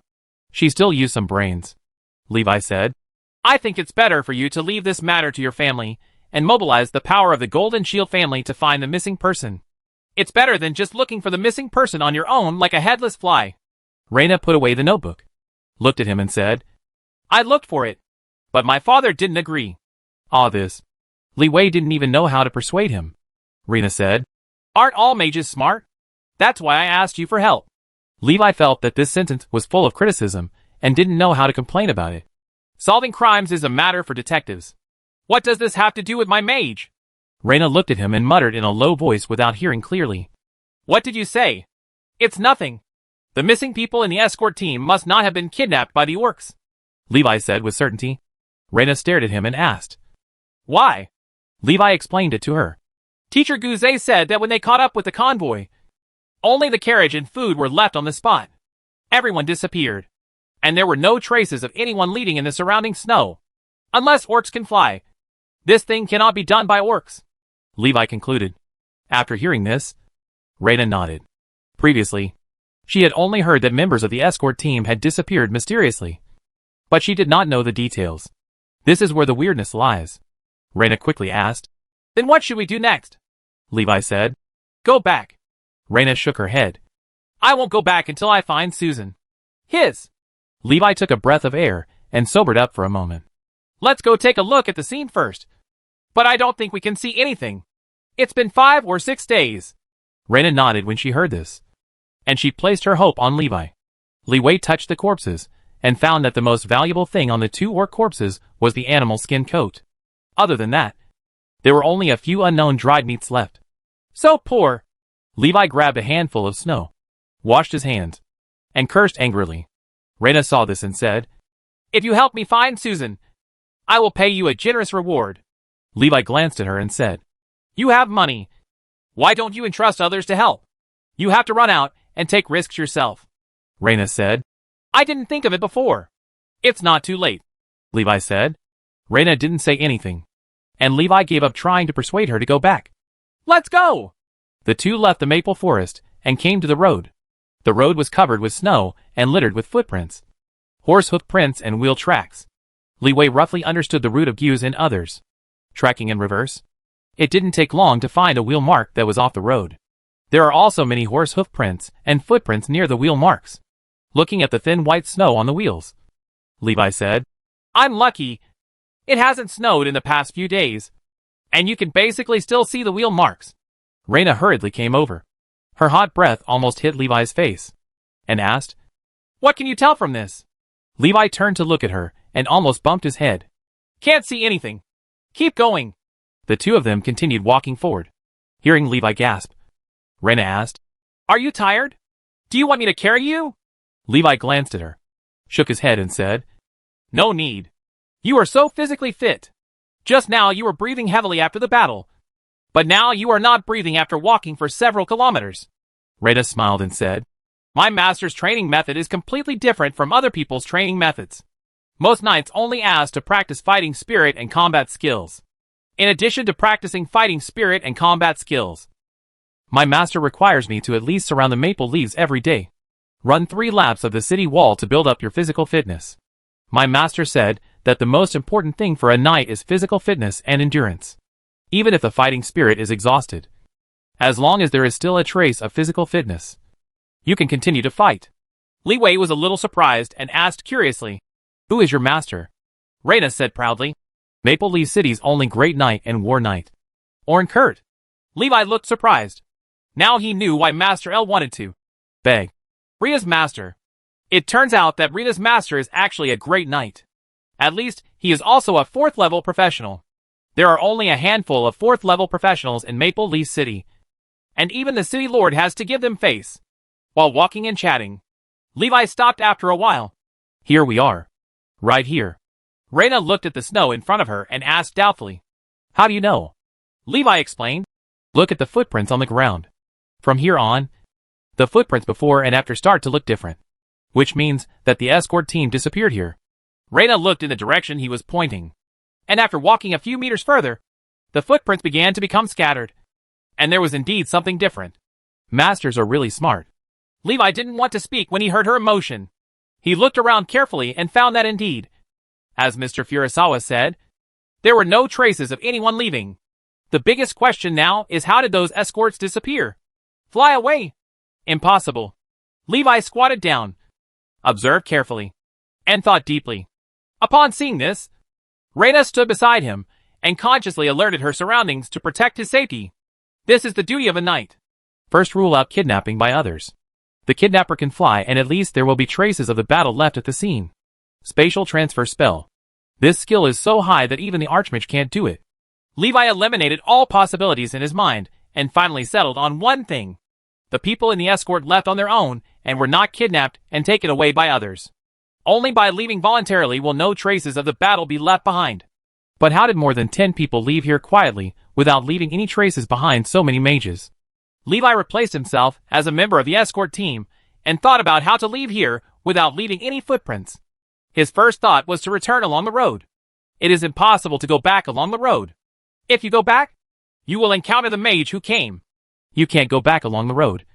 And you can't leave any footprints. Li Wei looked at the wheel prints and horse hoof prints under his feet. And suddenly his heart moved. If those people were hiding on the carriage, the mage would transport the people back to Maple Leaf City without knowing it. The food returned to the city, and the people disappeared out of thin air. Levi's eyes lit up. He thinks this possibility is very high. All that's left is to find evidence. Levi lowered his head and gestured on the ground, and found that the wheel marks on the second half of the road were deeper than those on the first half of the road, and the carriage became heavier. After a while, he stood up. He turned around and looked in the direction he was going back with a smile on his lips. I found them. Chapter 22. The water is too deep. I found them. As soon as Li Wei said this, Reina was shocked. She quickly asked, "Where are they?" Levi said, "Maple Leaf City." When Reina heard this, her face was full of confusion, and she didn't understand what it meant. She saw Levi squatting on the ground and gesticulating for a long time, and then suddenly stood up and said that he had found the missing person. Anyone else would think he was talking nonsense. Reina said, "Let's go back quickly." Unable to figure it out, she simply gave up thinking. As long as Levi could help her find the missing Susan, Reina was anxious to go back to find someone. And after taking a few steps, she found that Levi had not followed. She looked back and saw Levi standing still. "Why don't you leave?" Levi smiled awkwardly. "I have been squatting for a long time, and my legs are numb." Reina came back, put her hands together, and the princess hugged Levi. Levi was so frightened that he shouted quickly, "What are you doing?" Reina said, "You are walking too slowly. I will take you back. With a shield and a sword on my back, I can't carry you, so I have to do this." After saying that, she hugged Levi and ran towards Maple Leaf City in big strides. Levi's inner feeling at this time was W. After much talk, Reina was finally persuaded to put herself down outside the city gate. Otherwise, his reputation may be ruined. The two of them walked towards the city gate. Levi had already explained his speculation to Reina on the way.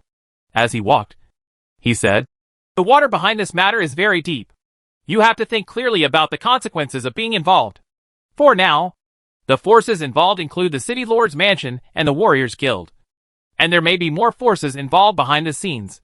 Your father stopped you from looking for Susan, which shows that even if the Golden Shield family was not involved, they were at least insiders. There must be an ulterior purpose behind the plan hatched by so many forces. You may not be able to get involved in this matter. In my opinion, the lives of Susan and those missing people should not be in danger. After a while, they will return to the public eye and return to their normal identities. There is actually no need for you to continue exploring. Continuing to pursue this will be of no use to you or me." While walking, Levi noticed that Reina stopped. He looked back at Lena, who lowered her head and seemed to be thinking. She suddenly raised her head, stared into Levi's eyes, and said, "This matter has nothing to do with you. I will pay you later." Li Wei looked at her helplessly. Why didn't this person listen to his advice? Do you have to hit the wall and get a bloody head before you admit defeat? "Reina!" A deep voice reached Reina's ears. Reina turned to look, and Levi looked up. "Master, why are you here? You are not." It was rare for Levi to see Reina show her daughter's attitude. He looked at the person in front of him. His body was as muscular as a horned dragon, and he was tall. Just standing is like an impenetrable wall. "He is Lena's master. Orn Kurt?" Levi thought in his mind. Reina glanced at Aun, then at Levi, and said, "Master, I gave him the magic book. I don't care about him." Aun looked at Reina and said calmly, "You go back first." Reina hesitated for a moment, not daring to go against her master's words, lowered her head and said, "Yes." She turned and walked towards the city, passing by Levi, and whispered, "My master will not hurt you. Don't worry." After Reina left, Aun glanced at Levi and said, "Come here." Levi hesitated for a moment and followed him to the edge of the maple forest, which happened to be the place where he and Reina met. He felt something strange in his heart, as if he had noticed something. Aun turned his back to him and said, "You are very smart." Just when Levi was about to say something modest, Aun broke his mood with his next sentence. "You are indeed very smart if you can deduce the truth from clues. But generally smart people don't live long." Levi's expression changed slightly, and he was ready to cast a spell to fight to the death, even if the great knight was suddenly attacked by him. "I'm afraid he wouldn't feel well," Aun said calmly. "Don't worry. I won't hurt you. After all, you are a smart man. There are some things you shouldn't know. So don't know them. Forget about this and just be your mage apprentice. I will no longer pursue the matter of the magic book. After you learn the spell, return the magic book to me. Before that, keep the magic book safe. After speaking, Levi looked up and found that Alwyn had disappeared. Levi looked ahead with indifferent eyes, turned around and walked towards Maple Leaf City. Sure enough, Alwyn's departure was just a pretense, and it was all a lie to Raina. He has been following Lena. He also heard everything he said to Raina. This is the great night. So terrifying. He and Raina walked in the flat snow more than once, but never found a single trace of Orn from beginning to end. Levi returned to the city and slowly walked towards the Mage Tower. Raina is no longer in danger. On the contrary, he puts himself in danger. I sighed inwardly. Is this the benefit of having a background? Lena jumped repeatedly on the edge of death, but nothing happened. Levi just deduced some truth and was warned by Aun. He found that the water surrounding the disappearance of the escort was getting deeper and deeper. It seems that except for the Mage Tower, the entire Maple Leaf City knows the truth. That's not right. Mage Tower may also know the truth, but Guzay and others were kept in the dark. After all, the Mage Tower is also one of the top forces in Maple Leaf City. It is impossible for any force's movements to escape the sight of the Mage Tower, not to mention the movements of the Warriors Association and the City Lord's Mansion, which are both top forces. Levi was even more curious. What secret was hidden behind this matter? To be cautious, he doesn't plan to get into any trouble related to this matter in the near future. Mr. Levi, are you here? Jimmy's voice came, and he looked at Levi with some surprise. He had just gone to the Mage Tower to find Li Wei, and when he learned that Li Wei was out, he came back disappointed. Unexpectedly, I met Levi on the way back. Levi heard the shouting and turned around. Jimmy, what do you want from me? Jimmy came over and said, last month's royalties have come out. I'm here to deliver the royalties to Mr. Levi. Only then did Levi remember that it was already the day to publish the article. Jimmy took out a money bag from his pocket and handed it to Levi and said, the total royalties for 1 month are 67,412 copper coins. Here are 6 gold coins and 75 silver coins. Levi put away his money bag, nodded and said, thank you. You're welcome. Saying goodbye to Jimmy, Levi returned to the Mage Tower. He went to report to Guzay that he was safe first, so that Guzay would not go to Maple Grove to look for him tomorrow. Guzay was reading in the room. He glanced at Levi and said calmly, it's good if you come back. He didn't delve too much into what was going on. Li Wei bid farewell to Guzay and returned to the room. Sitting at the table, looking at the magic book in front of him, Levi pondered. Although he was involved in a big trouble, he also solved the trouble. From now on, he no longer has to worry about exposing the invisible armor spell. There is no need to worry about revealing that you can learn spells in one go. There are pros and cons. Chapter 23 Magic Potion. After returning to the Mage Tower, Levi practiced in his room. Make up for lost time in the morning. As soon as he opened his eyes, it was dusk. The day passed in the blink of an eye, and the hungry Levi walked outside, planning to have a good meal. As soon as he reached the gate of the Mage Tower, a young man wearing knight armor saw him and walked towards him. He smiled and asked, excuse me, do you know where Master Li Wei lives? Levi glanced at him and asked calmly, what do you want to see him for? The young man said, I am Miss Raina's knight servant fellow. Miss Raina asked me to deliver an item to Master Levi.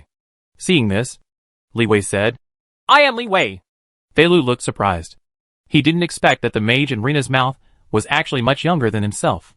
How do you prove that you are Levi? Felu looked at Levi and asked seriously.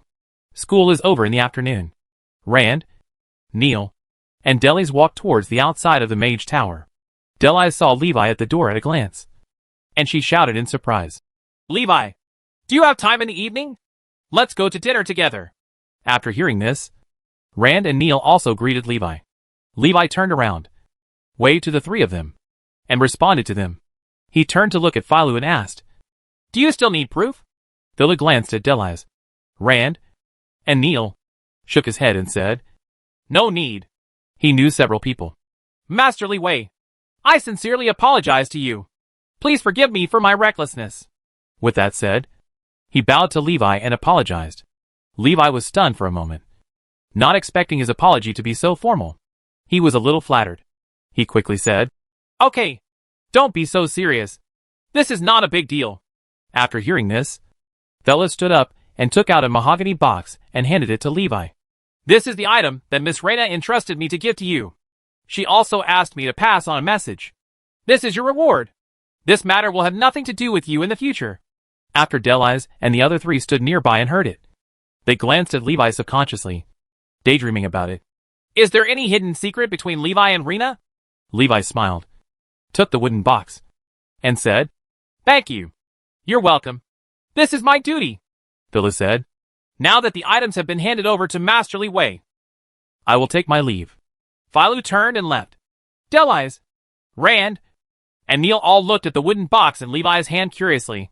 Levi put away the wooden box and had no intention of opening it in public. Seeing this, Delise quickly said, Levi, are you going out to eat? Let's go together. Levi glanced at the three of them, smiled and said, Okay, where to go? Delise's face was full of joy. Neil quickly said, We might as well go to Laifu Gourmet Restaurant. I'll treat you this time, so don't be polite. Rand smiled and said, Neil, you are not polite to say that. I heard that the special dish of Laifu Gourmet Restaurant is Warcraft barbecue.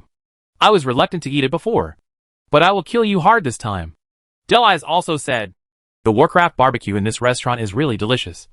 Even better than the chef at the City Lord's mansion. Everyone was talking and laughing as they walked towards Laifu Gourmet Restaurant. Levi is also looking forward to the special effects of Warcraft meat, such as strengthening the body and accelerating cultivation. Unfortunately, after eating, he didn't feel anything strange until he returned to the Mage Tower. After dinner, Delise also wanted to invite Levi to the City Lord's mansion in the evening. Levi rejected her offer. Returning to his room, he took out the reward Reyna gave him. Levi was also curious about what exactly Reyna gave him. Opening the box, there was a bottle of light red liquid inside. The liquid was mixed with little bits of starlight, twinkling under the illumination of magic fluorite. There is a note in the box.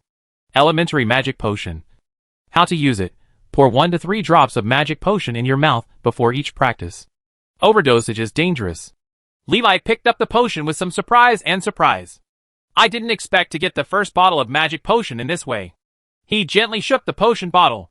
The light red liquid inside shook very little and had a high viscosity. After observing for a moment, he lit the soothing incense, opened the medicine bottle, and prepared to try to practice with magic medicine. The first time he practiced, Levi was very cautious and only poured a drop of the magic potion into his mouth. The magic potion drops on the tip of the tongue and melts in the mouth. The next second, he felt magic elements continuously coming out of his mouth. Levi quickly shut up and closed the medicine bottle. Close your eyes and meditate, and quickly enter the state of cultivation. Quickly absorb the magic elements coming out of the refining potion to prevent the magic elements from overflowing and wasting the effect of the potion. After half an hour, the potion's effectiveness gradually disappeared. After an hour, the effect of the potion completely disappeared. Levi stopped practicing and opened his eyes. The floating dust in the air formed several lines of writing. Basic meditation method Shao Chung, 1700/2000. Small fireball technique, level 0 mastery, 345/2000. Invisible armor, level 0 mastery, August 2000. Using magic potion. 1 hour of practice is comparable to 3 hours of normal practice. It is faster than the cultivation speed of absorbing elemental crystals. He glanced at the primary potion beside him. The remaining potion inside could be used at least 30 or 40 times. No wonder the potion is so expensive. And what Rena gave you is too precious. Levi also probably knew how many drops of magic potion he needed to practice. 1 drop of magic potion can last for 1 hour of practice. When he is full of energy, he can practice for nearly 4 hours. So he could safely pour 3 drops of magic potion. In the next few days, Levi stayed in the Mage Tower and practiced hard. There was no movement from Lena's side. He wondered if Orn could convince Reyna to give up her search for Susan. This matter has nothing to do with him anymore. Levi also did not pay attention to the subsequent development of the matter. He devoted himself wholeheartedly to cultivating his magic power and practicing spells. On the 7th day, Levi felt his mind shaken, feeling that the mana in his body was mysteriously connected to the magical elements between heaven and earth, allowing him to refill magic elements faster when casting spells. The elements in perception directly changed from the blurry color background image to the distant starry sky image. He is able to perceive most specific magical elements. Water element, earth element, light element, air element, natural element. But these magical elements were clearly around him. But they gave him a feeling of being as far away as the stars in the sky. Elemental affinity determines the distance between a person and magical elements. It's not the actual distance. It's the perceived distance. Two hearts are connected. No matter how far apart they are, they will still be in harmony. Two hearts are indifferent and cannot communicate even if they face each other. As long as you can feel it, you will be able to touch it sooner or later. Levi was in no hurry. Concentrate and sense the magic elements around you to form 3 lines of writing.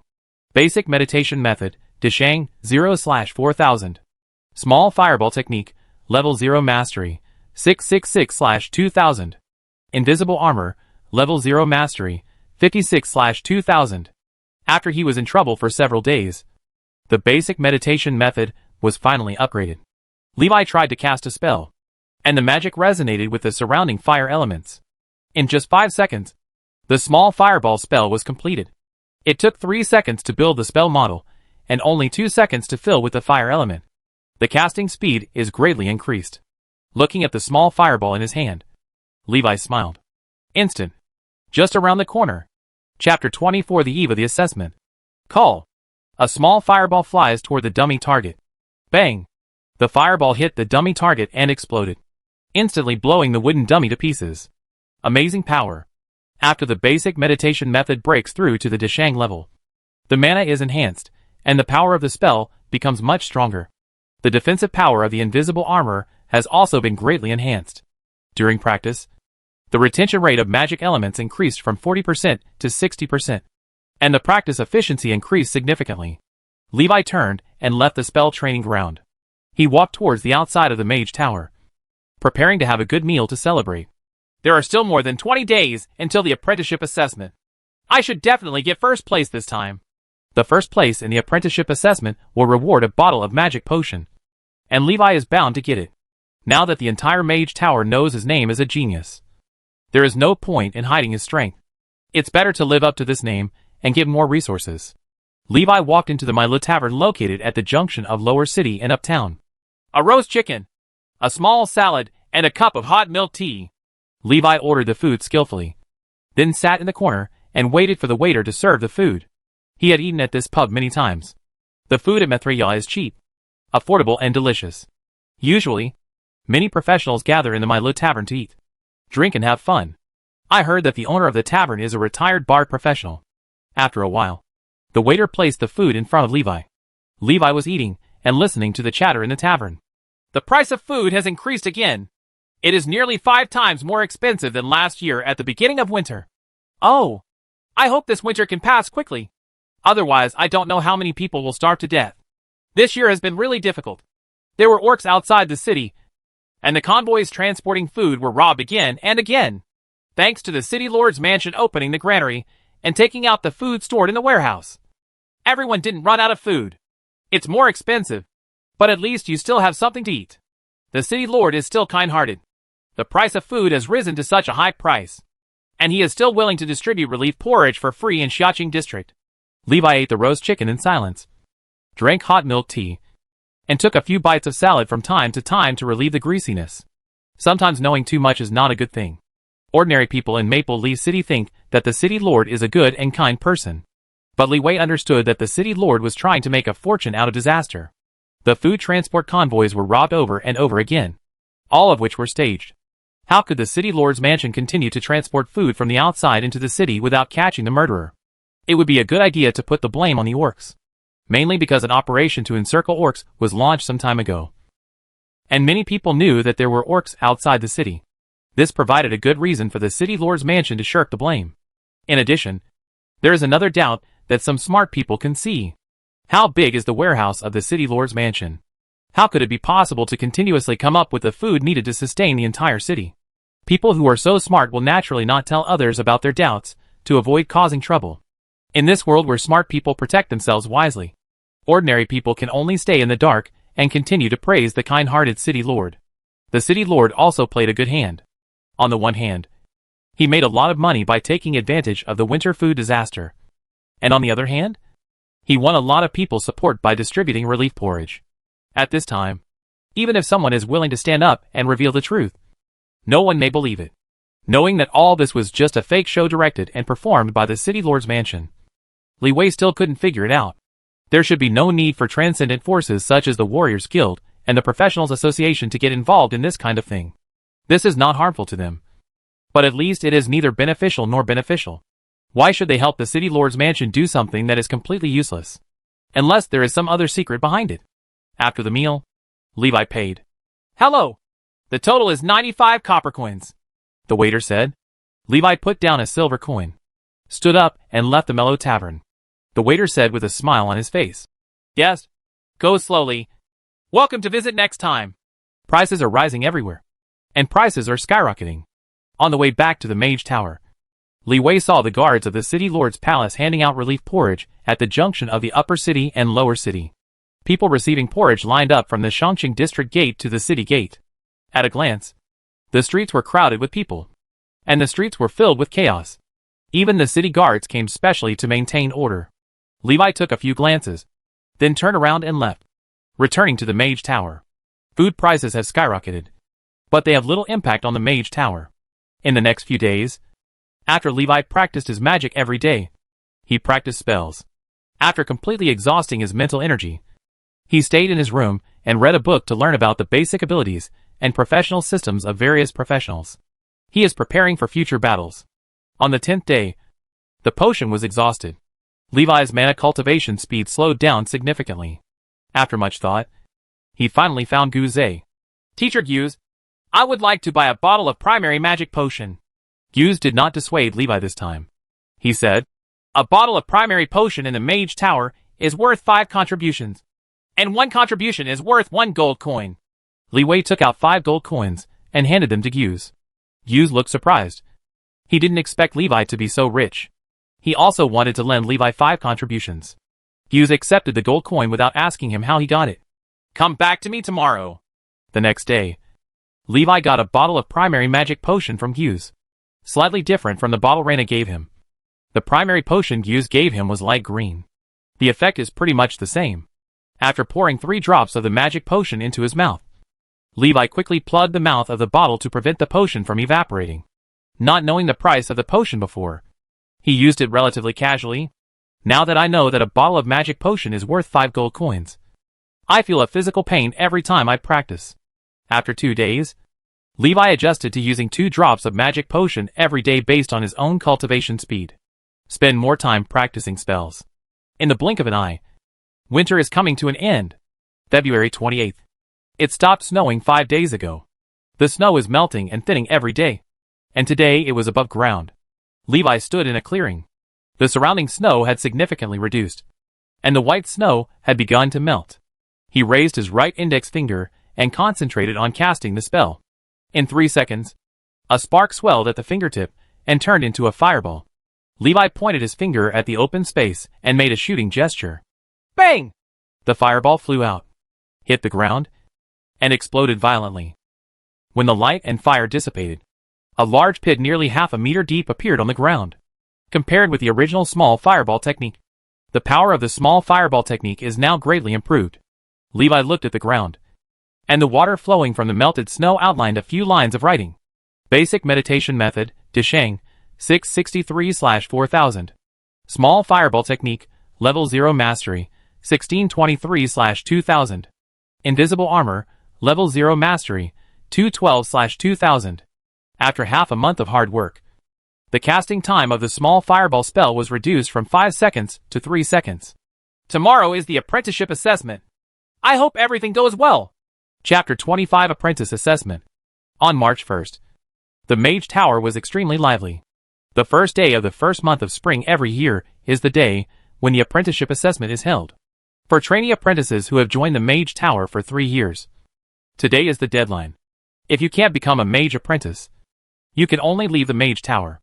Li Wei is still a trainee mage apprentice, and he also has to take the final apprenticeship assessment. Only after passing the apprenticeship assessment will he become a mage apprentice. However, Li Wei planned to skip the mage apprenticeship stage and directly become a trainee mage. This special case has never appeared in the Mage Tower before. Before that, Levi asked Hughes about related matters. I only plan to do this after getting a positive answer from him. There is still a big difference between a trainee mage and a mage apprentice. The most important thing is that the trainee mage can buy potions and spend contributions to learn first-level spells. Li Wei wore the trainee mage's apprentice uniform and walked towards the assessment location. On the way, I saw many carriages parked in the square of the Mage Tower. Although the Mage Tower has not actively invited various forces to come to visit the apprentice assessment, many people are still very concerned about it and take the initiative to come and watch. The Mage Tower did not prevent everyone from watching the assessment process. On the one hand, it is for fairness and justice, and on the other hand, it is also for the purpose of promoting the Mage Tower to the outside world. Every year in the Mage Tower, how many apprentice mages can become official mages, and how many apprentices can become apprentice mages are important criteria.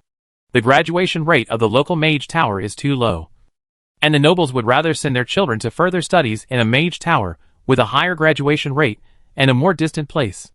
As soon as Little John got off the carriage, he saw Levi and he quickly shouted, "Levi!" Levi turned around and saw Little John and Old John getting off the carriage.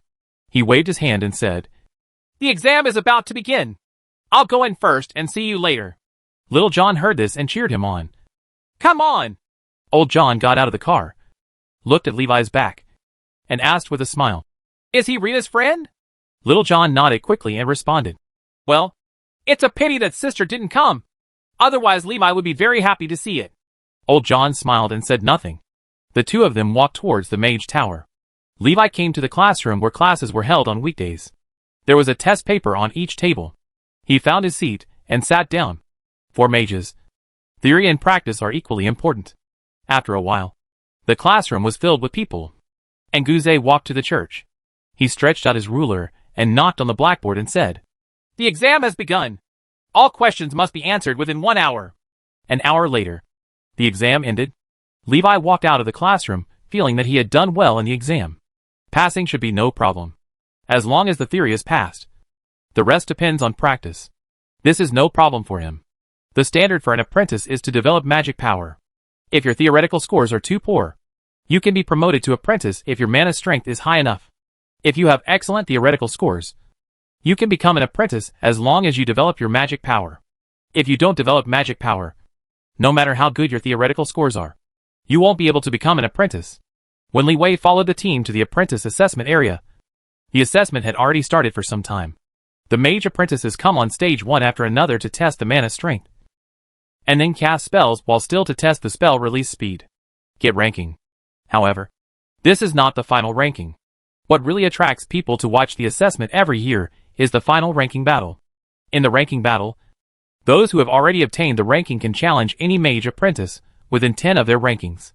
Each mage apprentice can only initiate and receive 3 challenges at most. This means that even if someone wants to hide their strength, they don't dare to hide too much. Otherwise, the ranking is too low, and you will not get a good ranking even after 3 challenge opportunities are used up. Levi stood in the queue, waiting to get in line for the test. He looked toward the end of the line and saw a black magical stone tablet standing on the stone platform. Everyone can show their own mana strength as long as they inject mana into the magic stone tablet. Currently rank number 1 is Doug, with a mana strength of 79. The higher the mana power, the easier it is to cast spells. Levi was also a little curious about how powerful his magic power was. Soon, the mage apprentice test ended, and it was the trainee mage apprentice's turn to test his magic power. Several consecutive numbers were in single digits, and the trainee mage in charge of the test next to him shook his head when he saw them. Delise stepped forward and got a good score of 12 from the test. Neil and Rand also got good results of 11 and 10. Levi looked around and found that the descendants of nobles generally had higher magic power. It's not that nobles all have mage talents. It's purely because they have money. Light the soothing incense every day, and even a pig can develop magical power. Bang! The door to the testing hall was suddenly opened. Several people wearing mage robes appeared outside the door. Several trainee mages at the door showed doubts when they saw this. They don't know these mages. Not a mage from the Mage Tower. The audience sitting nearby also expressed curiosity. Among the crowd, Master L stood up and looked at the person at the door with a solemn expression. "Alan!" Master L shouted. Everyone was surprised when they heard this. They didn't expect Master Al to know the person. Alan, who was standing at the door, smiled, walked in with open arms, and said, "Brother, I'm back. What are you doing back here?" Al stared at him and asked unceremoniously. Alan smiled and said, "Of course I'll come back to see you. 10 years have passed. How have you been? Are you still a second-level mage?" Alan said with a mocking look. Al's face looked a little ugly. "You are not welcome here. Get out!" Alan smiled and said, "Brother, it makes me so sad when you talk like this. In that case, I won't be polite. On behalf of the Gia City Mage Tower, I challenge the Maple Leaf City Mage Tower." As soon as this statement came out, everyone was in an uproar. I didn't expect to encounter such a thing. It's a good show today. Al stared at him expressionlessly and said, "Do you want to start a war between the two mage towers?" Alan smiled and said, "How could it be? I'm just here to represent the Gia City Mage Tower for friendly competition. Don't you even dare to accept the challenge of friendly competition from other mage towers? According to the rules of the Mage Association, if you refuse the challenge, then I have the right to take away any item from the Mage Tower at will."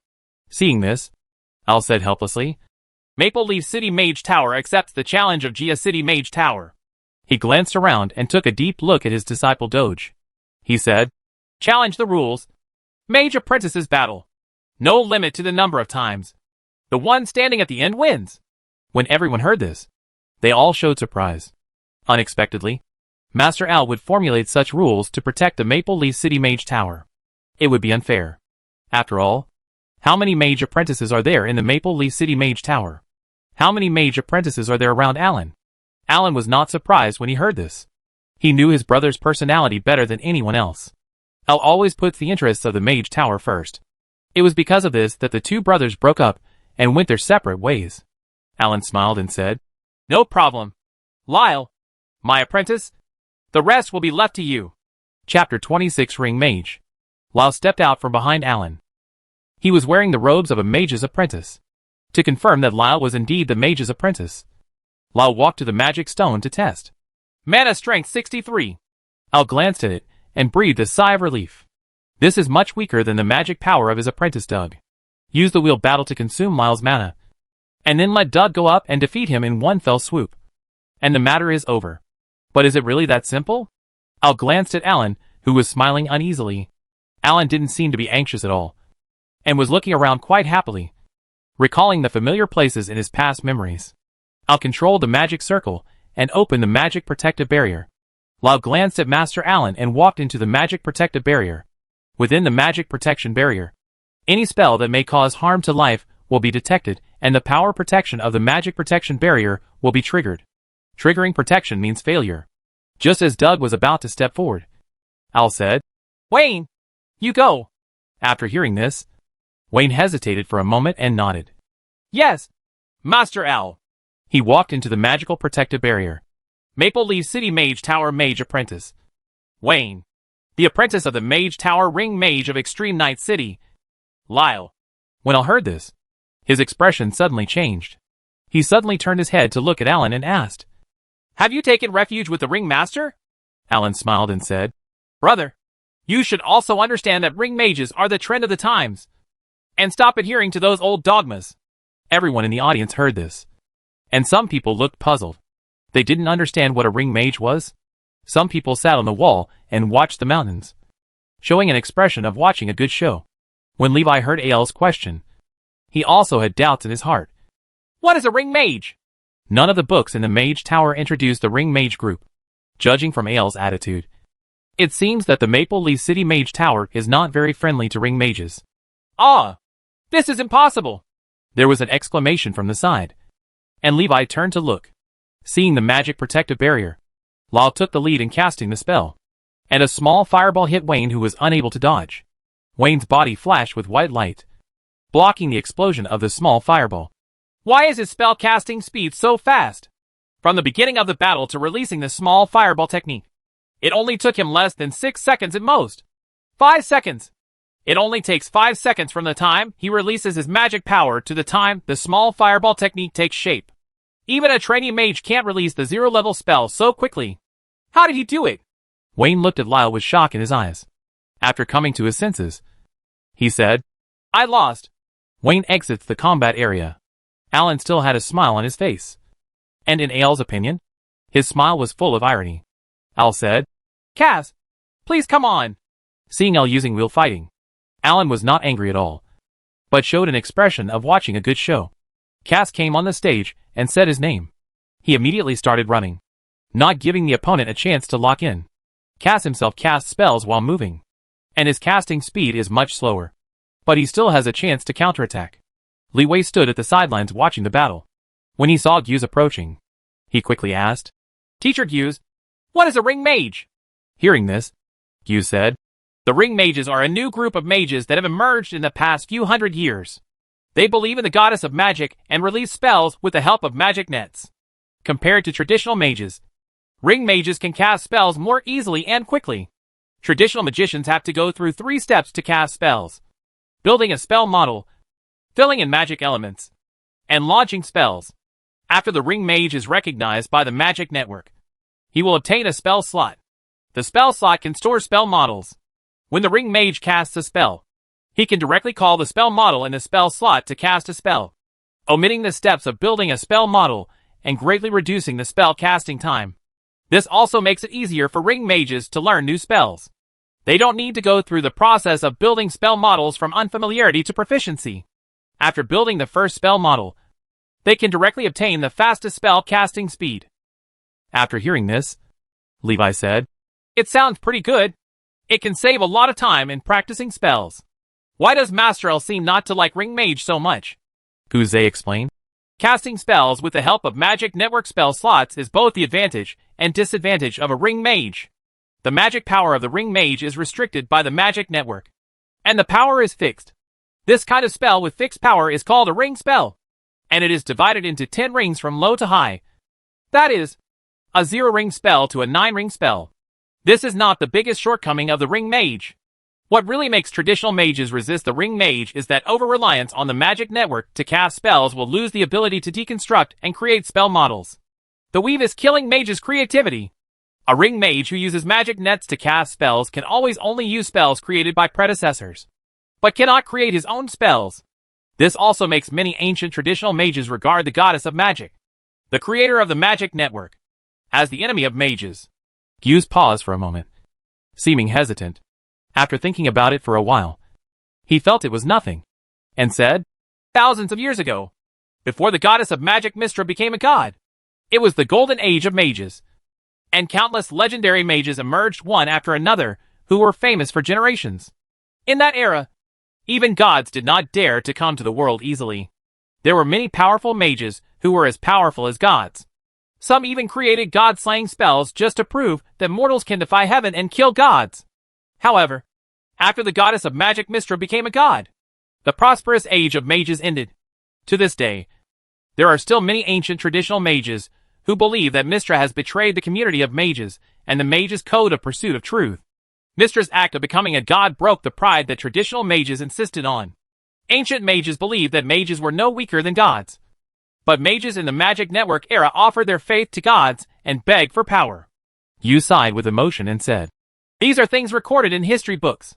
You don't need to take them too seriously. Just treat them as legends. After all, the dispute between ring mages and traditional mages has been going on for hundreds of years. More than 90% of the mage community has turned to the ring mage camp. It is a general trend. There is no need to explore who is right and who is wrong. Levi also didn't expect that the origin of the ring mage would be so amazing. What's more, I didn't expect that the conflict between ring mages and traditional mages has lasted for hundreds of years. His expression moved slightly, thoughtfully, being in different positions. The attitudes towards Mystra and the magic network are also completely different. For a top mage who already possesses powerful magic, naturally, he doesn't want to be restricted by the magic net, and he doesn't want to have a magic goddess standing above his head. They are against the magic network and hostile to the goddess of magic. For beginners and low-level mages, the magic network is a boost and a very useful tool. This allows them to quickly gain combat effectiveness and save a lot of time practicing spells for cultivating mana. As for the magic network that will kill the creativity of mages, this is not something that low-level mages need to consider at all. The spells recorded in the magic network alone are enough for them to spend a lifetime learning. Chapter 27 Combination Spells. Levi and Guze chatted for a while. and the situation on the court was no longer optimistic. Lyle took out the mana recovery potion and took a sip to restore the consumed mana. He has defeated the 7th Mage Apprentice. Under the absolute crushing of the casting time, no trickery can change the outcome. Seeing that Lyle's mana was exhausted, Al decisively set his apprentice Doug up. "Doug, you go." When Doug heard this, he felt a little reluctant. In his opinion, Maple Leaf City Mage Tower is lost completely. Master Ale's disgraceful method of wheel fighting made Maple Leaf City's Mage Tower lose its face. Although Doug was reluctant, he still nodded and said, "Yes." He also didn't quite understand. He was also a mage apprentice. So why could Lyle be so strong? Master Ale stopped Doug, who was about to go on stage, and said, "First release the magic shield, and then go up." Doug couldn't help but said, "Teacher, this is not appropriate." Master Ale said calmly, "This complies with the rules of the challenge." Alan laughed and said, "Brother, as expected of you." Ha ha. Everyone in the audience was a little embarrassed to look at Al. Doug wanted to say something else, but when he saw Ale's stern eyes, he had no choice but to swallow the words that came to his lips.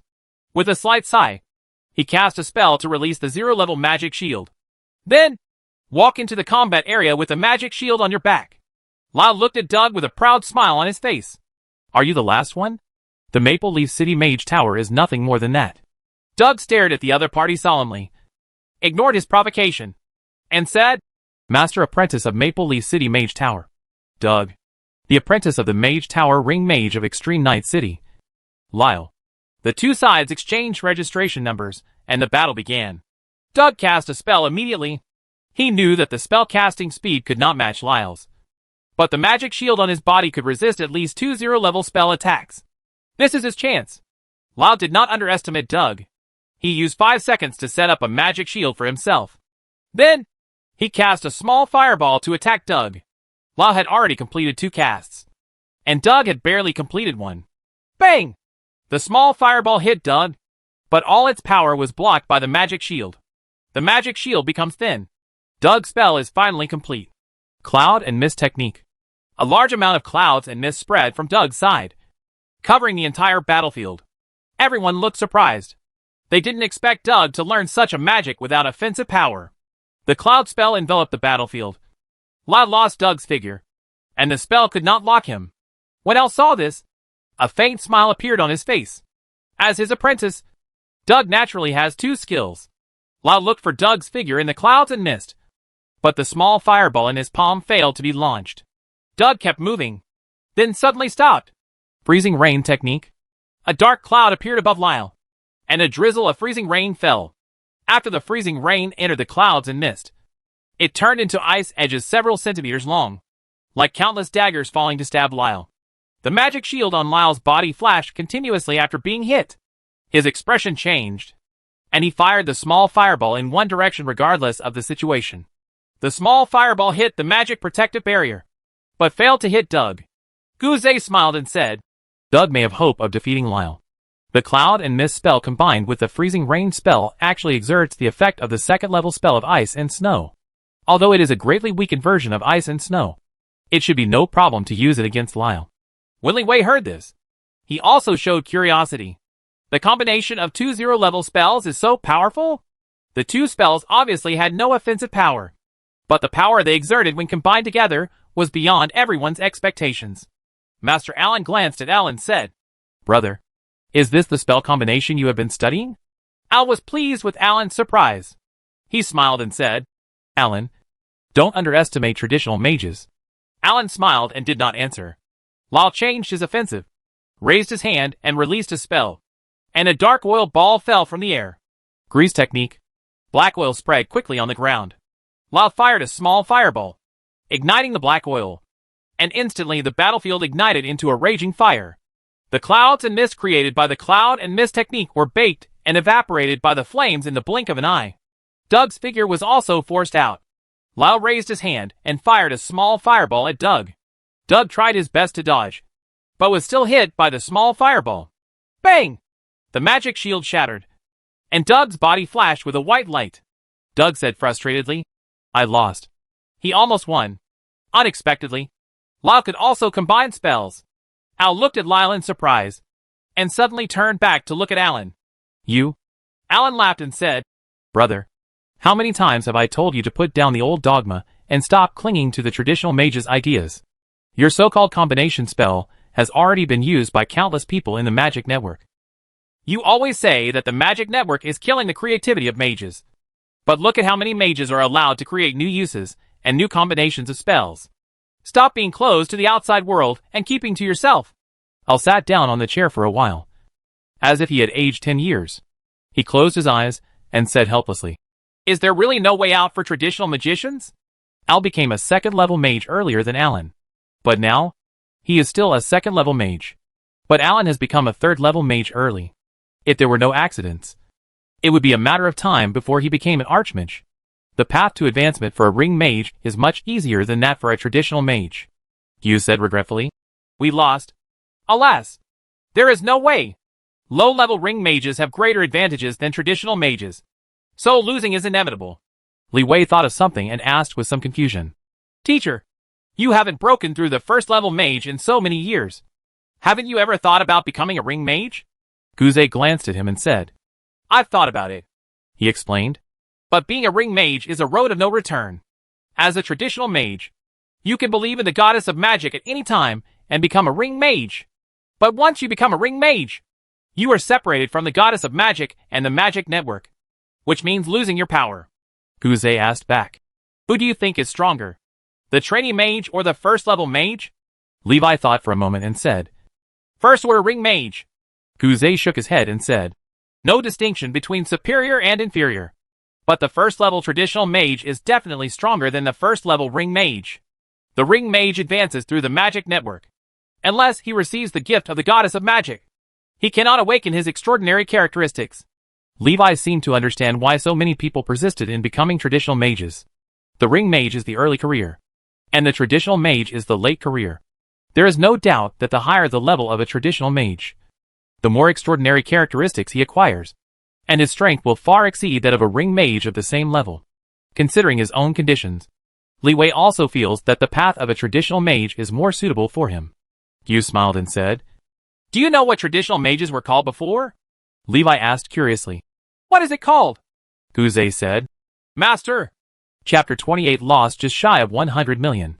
Levi stood off the court and looked at Lyle. All of Lyle's magic is released at a speed of 5 seconds. That is the time it takes for the magic elements to fill the spell model.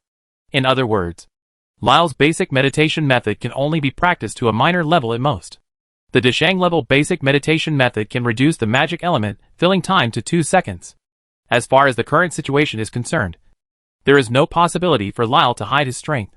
Levi asked, Teacher, what will be the consequences if Maple Leaf City Mage Tower loses the challenge? Guze said, If we lose, GS City Mage Tower can take away the emblem of Maple Leaf City Mage Tower, which means that we have challenged Maple Leaf City Mage Tower and won. In the next 3 years, the resources Maple Leaf City Mage Tower receives from the Mage Association will be reduced by 10%, and these 10% resources will be transferred to GS City Mage Tower. For formal mages, the impact may not be significant, but it is foreseeable that starting from next month, the benefits of trainee mages will be cut in half to make up for the loss of training resources in the Mage Tower. When Li Wei heard this, he secretly thought something was wrong. He will soon become a trainee mage and enjoy the benefits. At this time, the welfare is cut in half. Isn't this cutting off his flesh? Damn it! Doug lost too. Is it true that no one can beat him? His spellcasting speed is too fast. There is no way the mage apprentice can be his opponent. There are so many people in Maple Leaf City's Mage Tower. They can't beat each other in a round-the-wheel battle. They are being pinned to the ground and rubbing against each other for the sake of their dignity. It's so miserable. Next year I will send my children to the Master Tower of GS City for further training. When Master L heard the discussions around him, his heart was filled with despair. He stood up slowly, opened his lips slightly, and wanted to say that sentence. But he couldn't. The mage apprentices who were defeated by Lyle also lowered their heads and did not dare to look at others. Lyle stood on the stone platform and glanced at the many defeated generals with a proud look on his face. Today he can be said to be very proud of himself, as he alone suppresses everyone in the Maple Leaf City Mage Tower. Alan glanced at Al, whose face was ashen. He smiled and said, Brother, if you don't want to say it, then I won't be polite. Alas, Al closed his eyes and waved his hands in disinterest. I will do it myself. Master L opened his eyes, only to find a man walking into the fighting area. He looked puzzled. Who is this? Lyle looked at the people walking onto the stage with a look of surprise. Is there anyone else here to give someone away? Li Wei said. The trainee mage apprentice of Maple Leaf City Mage Tower. Li Wei. As soon as these words came out, everyone looked shocked. Lyle's expression changed. What do you mean? The trainee mage apprentice also wants to challenge me? Little John looked at Levi with a look of surprise. Why did Levi go up? Even Doug is no match for Lyle. So what's the use of him going up? Old John looked at the two people on the court quietly without speaking. Master Ale's face darkened slightly. Who is Levi? Alan looked at his brother in surprise. But he didn't expect that he didn't know who was coming. Guzet stood at the foot of the court, showing a look of astonishment. When he saw Levi walking away just now, he thought he was going to the toilet. He never expected that he would come on to challenge Lyle. Lyle stared at Levi for a while, showing a sarcastic smile. If you want to be embarrassed, I will make it happen. The apprentice of the Mage Tower Ring Mage in the Night City. Lyle. The battle begins? Lyle raised his hand to cast a spell, and a small fireball formed in 5 seconds. He was not in a hurry to fire the spell, and watched Levi cast the spell leisurely. Seeing the fire elements beginning to gather in front of Li Wei, he raised the corner of his mouth and shot out the fireball technique in his hand. Call. Levi had no time to dodge and did not dodge, allowing Lyle's small fireball to hit him. Bang! The small fireball exploded, and the flames engulfed his figure. Everyone looked at the battlefield, but did not see the white light, and they all showed surprise. They thought Lyle could kill Levi with a small fireball. After seeing the fire dissipate, Levi's figure was revealed.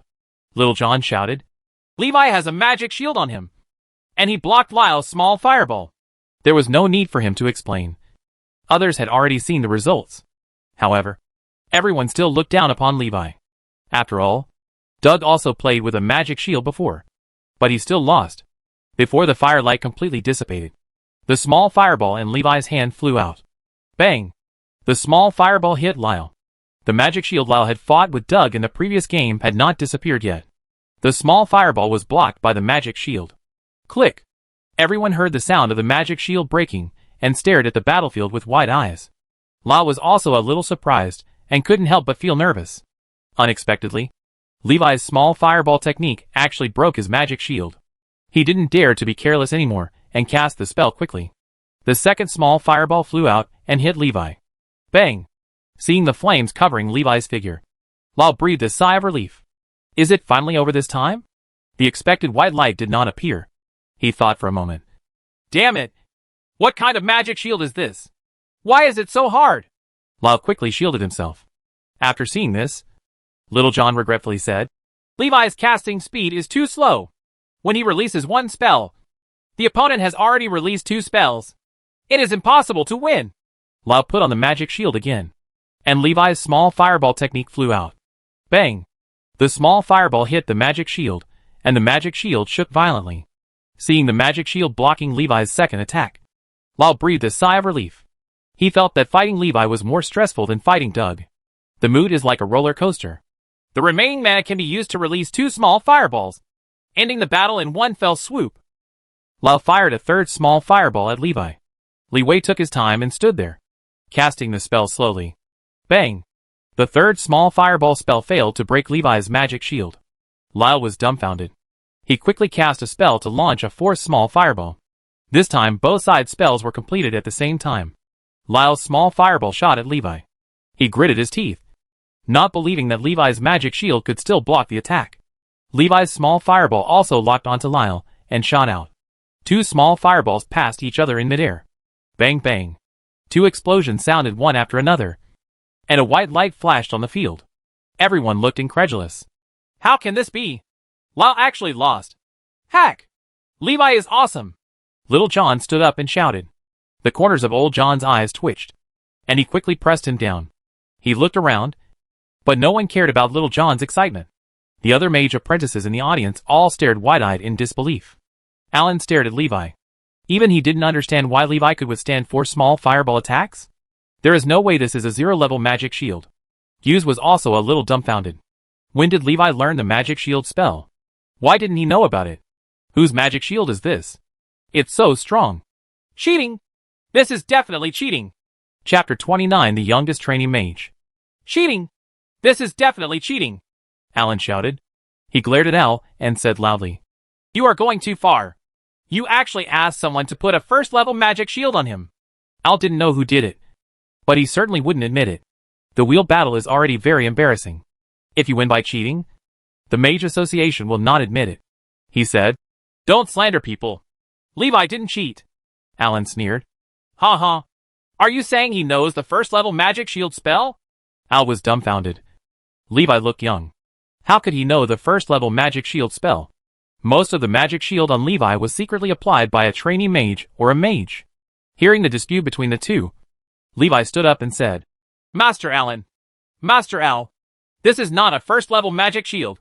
Upon hearing this, the two of them turned to look at him. Alan looked at him and said, No. What is that? This is the zero-level magic invisible armor, Levi said. When Al heard this, his pupils trembled, and he exclaimed, What? You know the invisible armor spell? Damn it! How could that old stubborn Orn agree to you learning this spell? Al looked puzzled. Alan said in surprise, The spell Alan gave you? He calmed down for a moment and said, Show us how to cast the spell. I needed a goal, Levi said.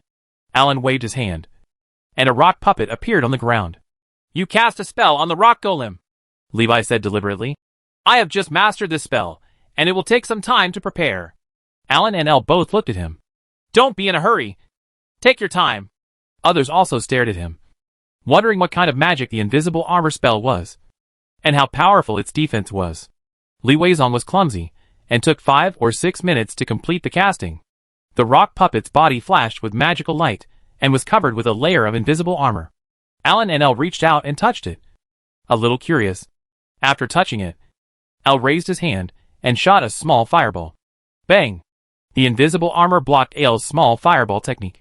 His eyes were determined, confirming that Levi was not lying. His small fireball technique is far more powerful than the small fireball technique released by the Mage Apprentice.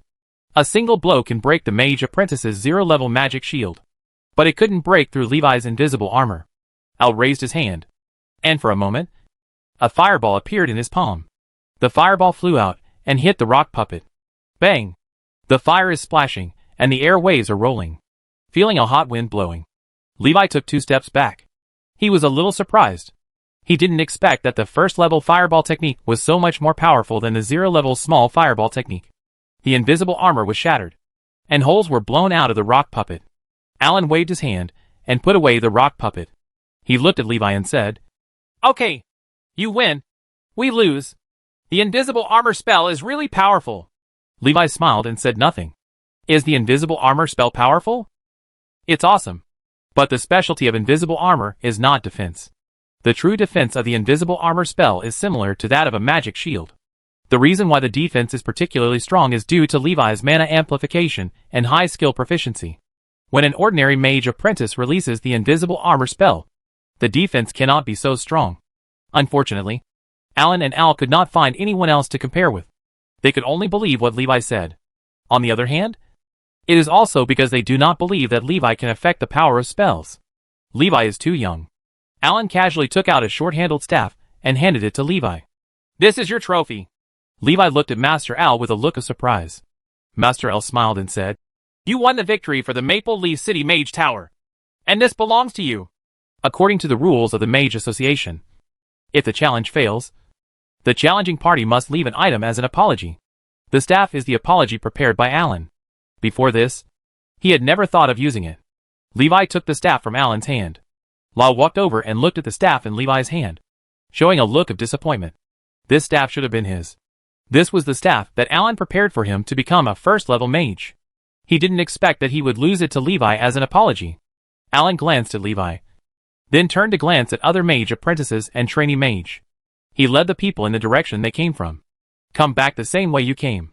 When he reached the door, he stopped and looked back at Levi. I remember you. Levi, he said. Even without the invisible armor spell, you are still very powerful. I will stay in the Professionals Association during this period. If you are willing to join the GS City Mage Tower, you can come to me at any time. After saying that, Alan turned and left. Ael's expression changed. Alan actually wanted to poach the corner of the Maple Leaf City Mage Tower. Al looked at Levi and said, "How long will it take to cast your little fireball spell?" Levi replied, 9 seconds.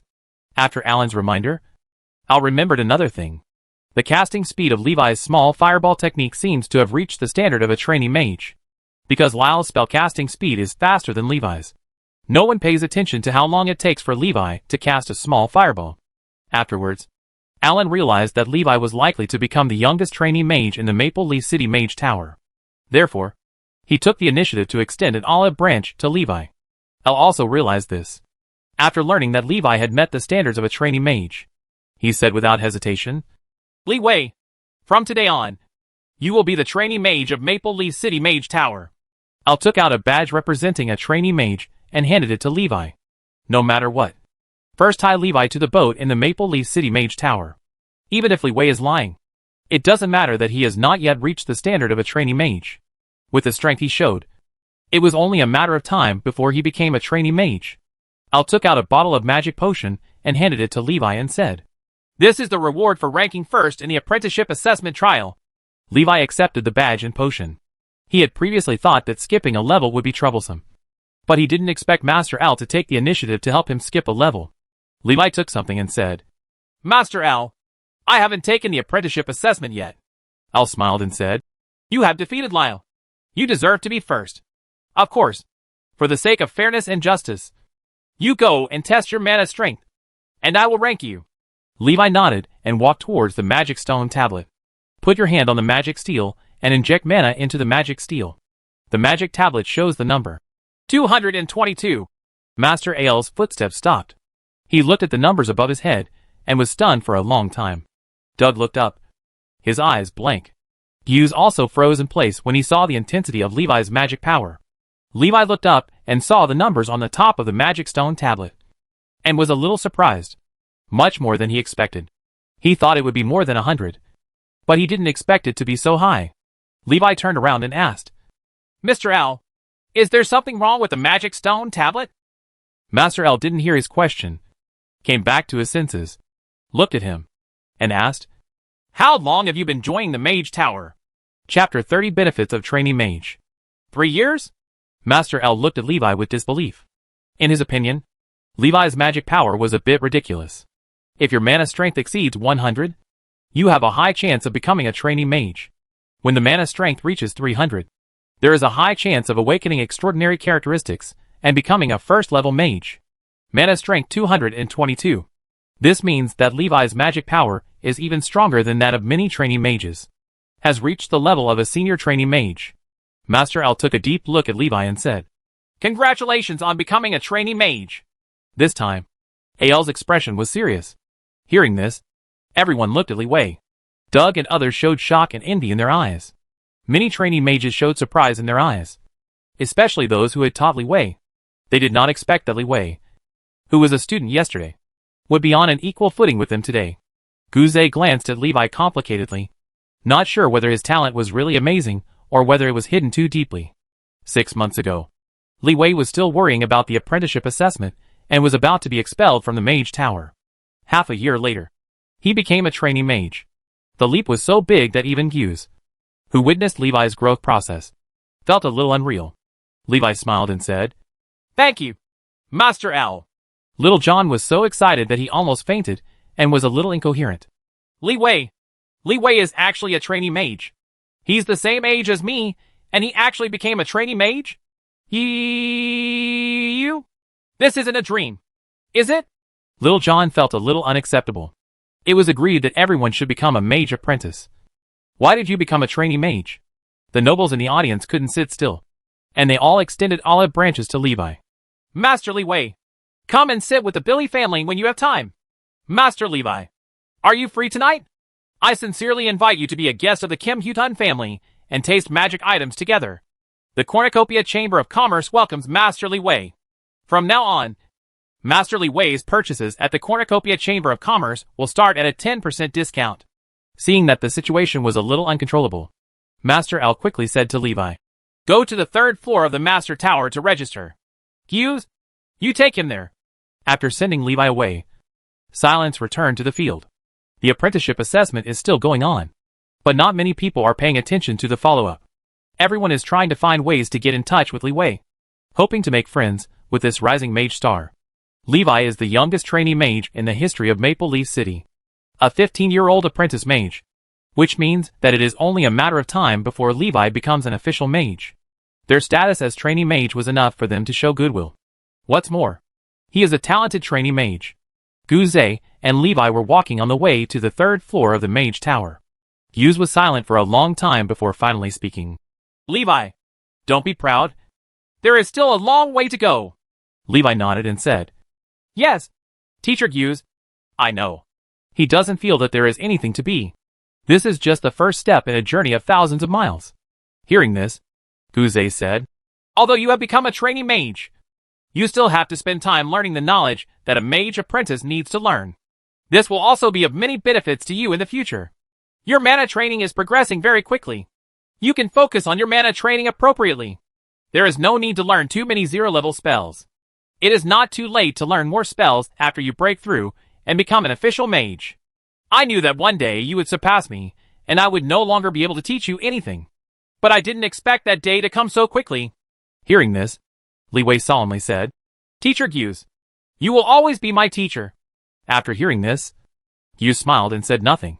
Levi quickly caught up with him and said, I think Teacher Guze still has many things that he hasn't taught me, such as your 3-shot ice arrow technique. Guze smiled and scolded. The 3-shot ice arrow technique is my special skill. What will I do if you fail to learn it? Besides, aren't you an affinity with the fire element? If you don't learn fire spells, why should you learn ice spells? Forget it. If you really want to learn it, I'll teach you later. But you have to learn the ice arrow technique first. He didn't mind teaching the 3-shot ice arrow technique to Levi. This is not a unique secret. He also knows many similar magic tricks. But the 3-shot ice arrow technique is more practical. Levi smiled and said, Then I'll thank the teacher first. The two of them walked to the 3rd floor of the Mage Tower. Levi has never been to the 3rd floor. The 3rd floor is extremely empty, with only 3 doors standing at the end of the hall. In the middle of the hall is a sculpture with a stone platform in the lower body, and a butler in the upper body. Guze said, This is the magic butler of the Mage Tower. Take out the trainee mage badge that Master L gave you and authenticate it to the magic butler. You will be the trainee mage of the Mage Tower. After hearing this, Levi took out his badge and walked up to the magic butler. Sensing someone's arrival, the butler sculpture came to life and looked at Levi. I am the magic butler of the Mage Tower. What help do you need? Levi handed over the badge and said, Master Al asked me to certify the trainee mage. When the magic butler heard this, 2 green rays of light shot out from his eyes and swept over the badge and Levi's body. Sizzle! Green light engraved Levi's name on the badge. Levi looked surprised. He didn't expect that the magic butler's eyes could emit lasers. The badge given by Master Al is made of mixed metal, which is extremely hard and cannot be destroyed even by using 1st-level spells. The magic butler can easily engrave words, which means that the laser shot from his eyes is at least a 2nd-level spell. The magic butler is not only the manager, but also the guardian of the Mage Tower. The green light in the magic butler's eyes disappeared. He looked at Levi and said, From today on, you are the trainee mage of the Mage Tower. As a trainee mage, you can receive a magic stone, a small bottle of life recovery potion, and a small bottle of mana recovery potion every month. Choose one of the 3. You can also give up receiving this month's benefits and get 1 contribution point. Levi glanced at the badge in his hand. The back of the badge showed his contribution, which was currently 0. Guze said, The value of the 3 items is 1 contribution. You just choose what you need and okay. There is no need to worry. Children make choices. Adults want them all. Levi said, Give up. I want to contribute. Magic butler. The contribution has been distributed. Please check it carefully. After saying that, the magic butler closed his eyes and turned back into a statue. Levi turned the badge over and took a look. There was an extra number, 1, on it. He smiled and said it was better to contribute and buy whatever you wanted. Seeing this, Guze smiled and said, Many people like to save their contributions every month. The contribution saved in a year can buy 2 bottles of magic potion. The benefits of the Mage Tower for trainee mages are quite good. But you should also note that the Mage Tower provides benefits to trainee mages. And trainee mages also have to bear corresponding obligations. Chapter 31, A New Beginning. Hughes didn't tell Li Wei the specific obligations he had to bear. He looked at the 3 doors at the end of the hall and said, "The red door on the left is the treasure house. The blue door on the right is the library. And the golden door in the middle leads to the higher level of the Mage Tower. Only formal mages can enter. The items in the treasure house need to be exchanged for contributions. Books in the library cannot be taken out. Only trainee mages and formal mages are allowed to read. There are also magic books stored in the library, which can only be read after spending a contribution." Li Wei's eyes lit up when he heard this. He quickly said, "Go to the library and have a look." Pushing open the blue door, the light flashed and Levi disappeared into the hall. Hughes smiled, turned around, and left the 3rd floor of the Mage Tower. Li Wei's reaction is not surprising. The first reaction of many trainee mages is to go to the library. The white light in front of him gradually dissipated, and a huge circular library appeared in Levi's eyes. Looking around, the entire library is surrounded by books, and the bookshelves on the walls are filled with books. Books at high places require the use of ladders or spells. There are also several towering bookshelves in the center, and the tops of the bookshelves are filled with mountains of books. I don't know where Maple Leaf City Mage Tower got so many books. There are at least millions of books in the entire library. In the wizarding world, this amount of books is simply unimaginable. Li Wei saw many novice mages, and even formal mages wearing mage robes sitting in piles of books, immersed in their own world. Hoo ho ho! Many books are flying around in the sky. From time to time they fly down and fall into a certain stack of books. From time to time, they fly up from the stack and fly back to the bookshelf. Only then could Levi discover that there was a person buried in the pile of books. He walked into the sea of books and found the bookshelf where the magic books were stored. Take down a magic book. The hand of the 0-level spell mage. Levi tried to open it. A line of words appeared on the surface of the magic book. Consume 20 contributions to unlock once. He looked around, but no one was paying attention to him. Levi put the magic book back into place and smiled slightly. Finally, a chance to learn new spells. When a mage apprentice learns spells, he must go through Loda's hands. He wanted to save money and learn new spells, but he didn't want to reveal what was special about him. Now there is finally a solution. Here, no one will pay attention to how many times he read the magic book before learning the spell. But 20 contributions is still a big problem. There are 2 sources of contribution: tasks and donations. Completing the tasks of the Mage Tower is a contribution to the Mage Tower. Donating money to the Mage Tower is also a contribution to the Mage Tower. Most noble mage apprentices and trainee mage take the second route to donate money. For ordinary people, 100 gold coins may not be earned in a lifetime. But for most noble families, it is not unbearable. If 100 gold coins can buy a spell, many nobles are still very willing to pay. Levi can learn 0-level spells in one go. He doesn't need 100 gold coins. He only needs 20 gold coins to learn a spell. Save money to buy spells, Levi thought. He glanced at the staff attached to his waist. If you sell this staff, you may be able to collect 20 gold coins easily. He shook his head. Forget it. Don't worry. The small fireball spell and the invisible armor spell are enough for now. Levi left the library and prepared to go back to practice. As soon as I got home, I saw the door open. A thief? Levi was surprised. Then I thought about it and realized it was impossible. This was a mage tower. How could a thief break into it? A few ordinary people came out, carrying shabby furniture in their hands. Seeing Li Wei, he quickly put down what he was holding and said, "Hello, Apprentice Mage Li Wei." Levi asked, "What are you doing in my room?" One person quickly said, "The housekeeper said that you have become a trainee mage and moved to the trainee mage's residence. Let us clean up this place so that the newly recruited trainee mage apprentice can live in it in a few days." He quickly said, "Your things have been packed up by the housekeeper and taken to the new residence. The rest of the furniture here is all old furniture. We are going to clean it out and replace it with new ones." Levi waved his hand and said, "Then you guys are busy. I'm leaving." He ran back to the 3rd floor of the Mage Tower and saw the magic butler. "You changed my residence?" Levi asked. The magic butler nodded. "According to the rules of the Mage Tower, the trainee mage lives in a single room on the 2nd floor of the Mage Tower. I have asked the magic servant to send everything that belongs to you to the new room. You live in room 219, within the range of the Mage Tower. You only need to call my name to the magic badge to connect with me." Levi nodded. "I understand." Arriving at the second floor of the Mage Tower, I walked around to find my room. Using the magic badge to open the door, Levi walked in and saw a package on the table. The room is clean and tidy, without a trace of dust, and the dust purifying circle is carved on the wall. The room is fully equipped with all kinds of supplies and furniture, including a large bed, desk, cupboard, and separate toilet.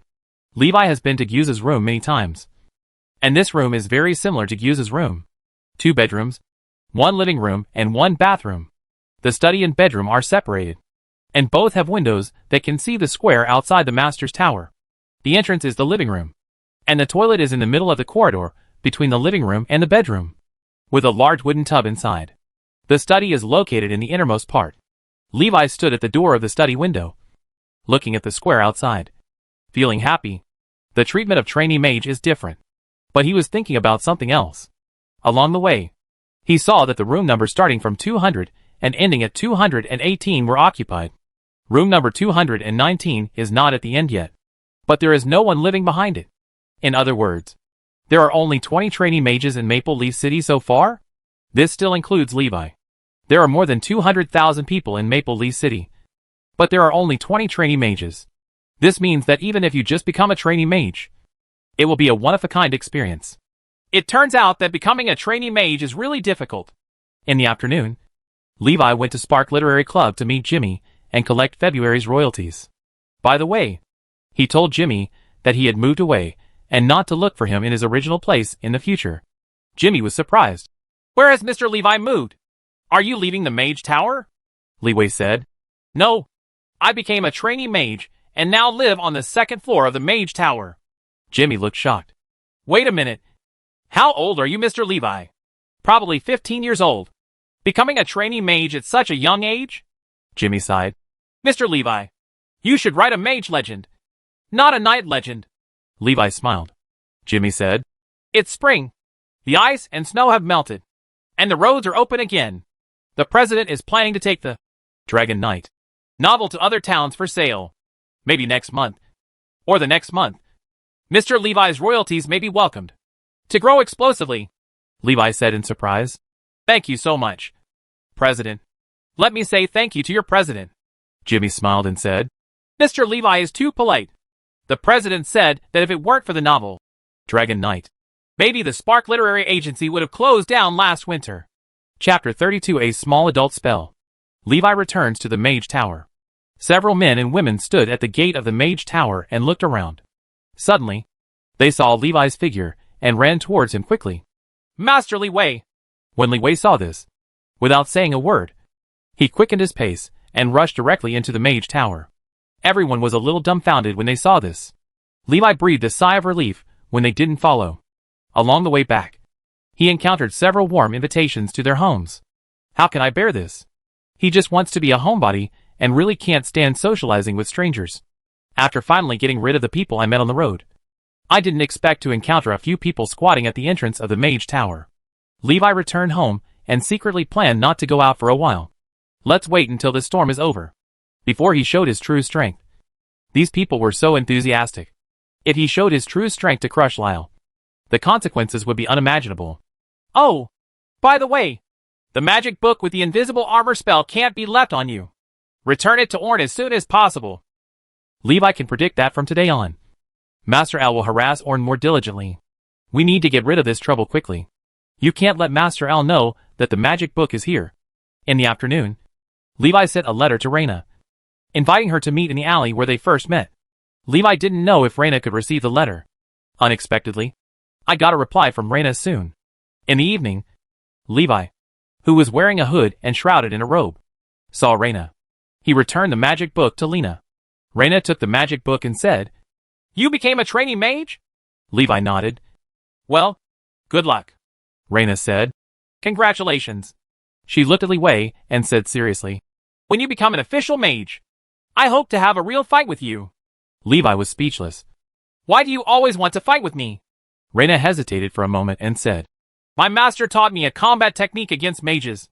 I can't fight with other mages, so I have to fight with you." When Li Wei heard this, he was suddenly curious. After hesitating for a moment, he said, "Okay, I promise you." "Okay, Then it's settled. Raina raised her palm. Seeing this, Levi raised his right hand and high-fived her to make a promise. Levi was very interested in the combat skills Orn created against mages. I hope I can learn from this experience to avoid encountering similar enemies that are difficult to deal with in the future.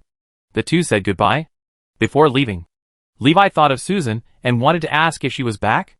After thinking about it, I decided to forget it so as not to get into trouble. Since nothing has happened to him and Raina so far, it means that Susan's problem shouldn't be big either. If there really was any ulterior secret, he would have been silenced long ago. Returning to the Mage Tower, Levi finally breathed a sigh of relief. Phew! Finally got rid of the trouble. Hey, Orn. Levi wished Al could cause him more trouble. He didn't have a good impression of Aun, who had threatened him. Before starting to practice, Li Wei went to the treasure house on the 3rd floor of the Mage Tower and donated 9 gold coins to the Mage Tower, in exchange for 9 contribution points, including the original contribution of 1 point. The total contribution is 10 points, which can be exchanged for 2 bottles of primary magic potion. In order to buy these 2 bottles of magic potion, Levi's family fortune was almost wiped out. He only has 3 silver coins left on him now. This month, I will probably only be able to eat free meals from the Mage Tower cafeteria. In the study, Levi looked at the 3 bottles of potion in front of him and smiled. These 3 bottles of magic potion are enough to support his full cultivation for a month. Fortunately, after mastering the basic meditation method, he can enter the meditative state in 1 minute without using soothing incense. The demand for tranquilizing incense has decreased significantly. Otherwise, just 1 piece of soothing incense every day would be enough to make Levi worry to death. In the next few days, Li Wei stayed in the Mage Tower and practiced diligently. Practice mana for 4 hours every day, and practice spells in the remaining time. Study the courses required by the Mage Apprentice, and supplement the knowledge system. 5 days later, Levi stood in the magic training ground. He cast a spell to release small fireballs. A small fireball appeared in his hand, and Levi was not in a hurry to launch it.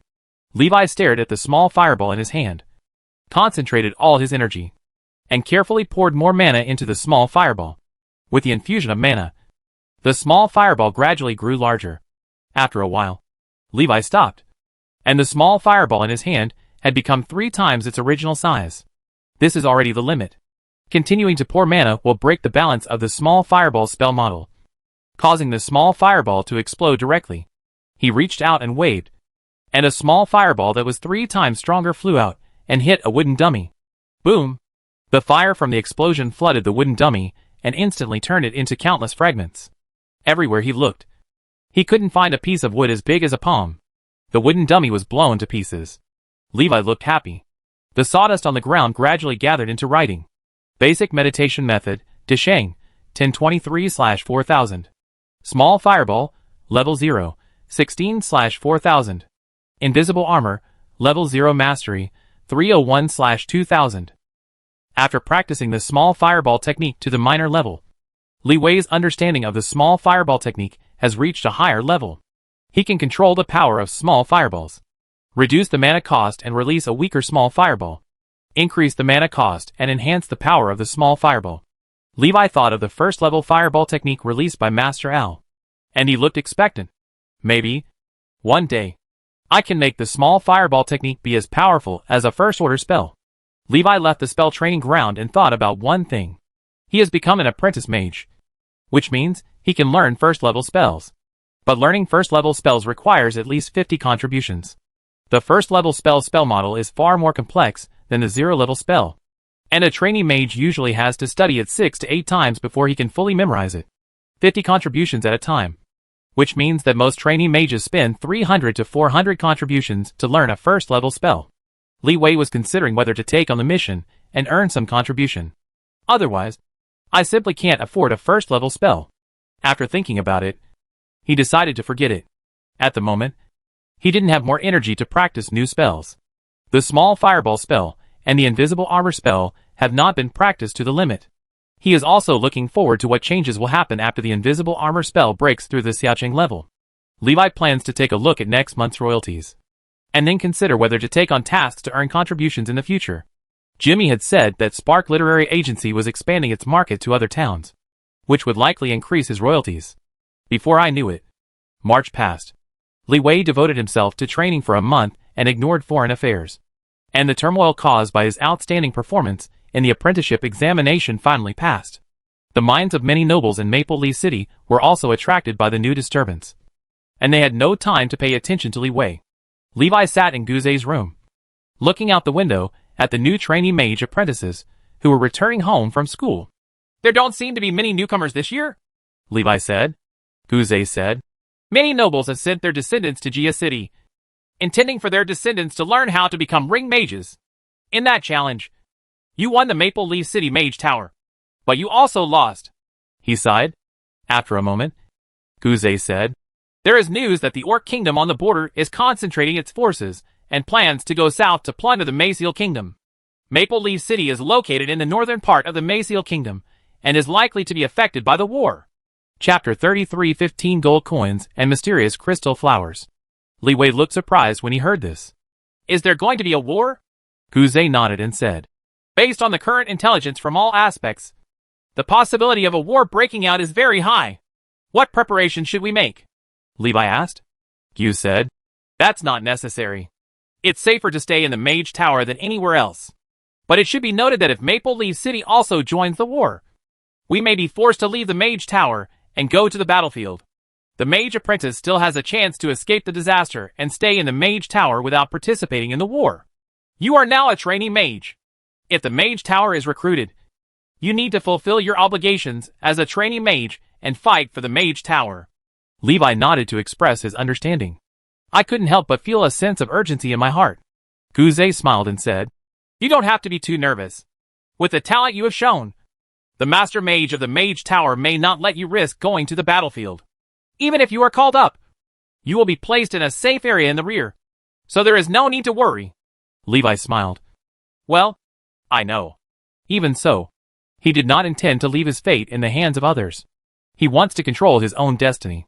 Tomorrow is April 1st. I hope Spark Literary Club can give me a surprise. Back in the room, Levi checked many books about the Kingdom of Maciel. I know something about this kingdom. The Kingdom of Maciel is located on the northern border of the human empire, and has constant friction with several nearby orc kingdoms. A small war every 3 years, and a big war every 10 years. Rina's ancestor also earned the hereditary Viscount title on the battlefield. At night, Li Wei ended his practice. Looking at the empty potion bottle in front of him, he let out a long breath. After a month of crazy practice, Levi's mana has grown rapidly. And now, he can cast 28 small fireballs in a row, using magic potions every day to assist with training. 1 month of training is comparable to 4 months of normal training. Save a lot of time. The only cost is spending a lot of money. But this method is not available to everyone. Ordinary formal mages would not dare to practice like Li Wei. Using magic potions can speed up training and make the training process more intense. It will cause a lot of stress on the mind. If this happens for a long time, you will feel anxious, irritable, and unable to concentrate. Therefore, when most trainee mages use magic potions to practice, they use them every once in a while to allow time to recover from the effects of the last practice. Levi felt fine and didn't feel too much pressure. Every time I finish practicing, I see the progress of practice increasing, and the pressure becomes motivation. Let him look forward to the next practice even more. Over time, he has adapted to this supercharged and accelerated training method. The next day, Levi came to Spark Literary Club. Gus, editorial director, personally received Levi. Master Li Wei, please sit down. Gus extended his hand and asked Levi to take a seat. He had already learned from Jimmy about Levi becoming a trainee mage. To ordinary people, a trainee mage is equivalent to a mage, Gus said with a smile. Master Li Wei, last month we took the novel, Dragon Knight, to Gia City, Beihua City, Tundra City and other towns to sell it. And we made a lot of gains. Just a few days ago, the president of the Cornucopia Chamber of Commerce personally contacted our president and discussed with us using the Cornucopia Chamber of Commerce's traveling merchant team to take the novel to further places. Next month, the traveling merchant team from the Cornucopia Chamber of Commerce will set off and is expected to return to Maple Leaf City near the end of summer. In order to facilitate cooperation with the Cornucopia Chamber of Commerce, Spark Literary Society has authorized their travel agents to publish the Dragon Knight novel in other places. I wonder if Master Li Wei agrees to this. Naturally, Levi would not refuse, which was good for him. No problem. I'm only responsible for writing the book, and all sales and other matters will be taken care of by Xingho Literary Agency. Gus looked happy after hearing Levi's words. He was afraid that Li Wei would not agree with this matter. Jimmy came over with a wooden box, and Gus took the box and placed it in front of Levi. Levi looked surprised, looked at the wooden box curiously, and asked, "What is this?"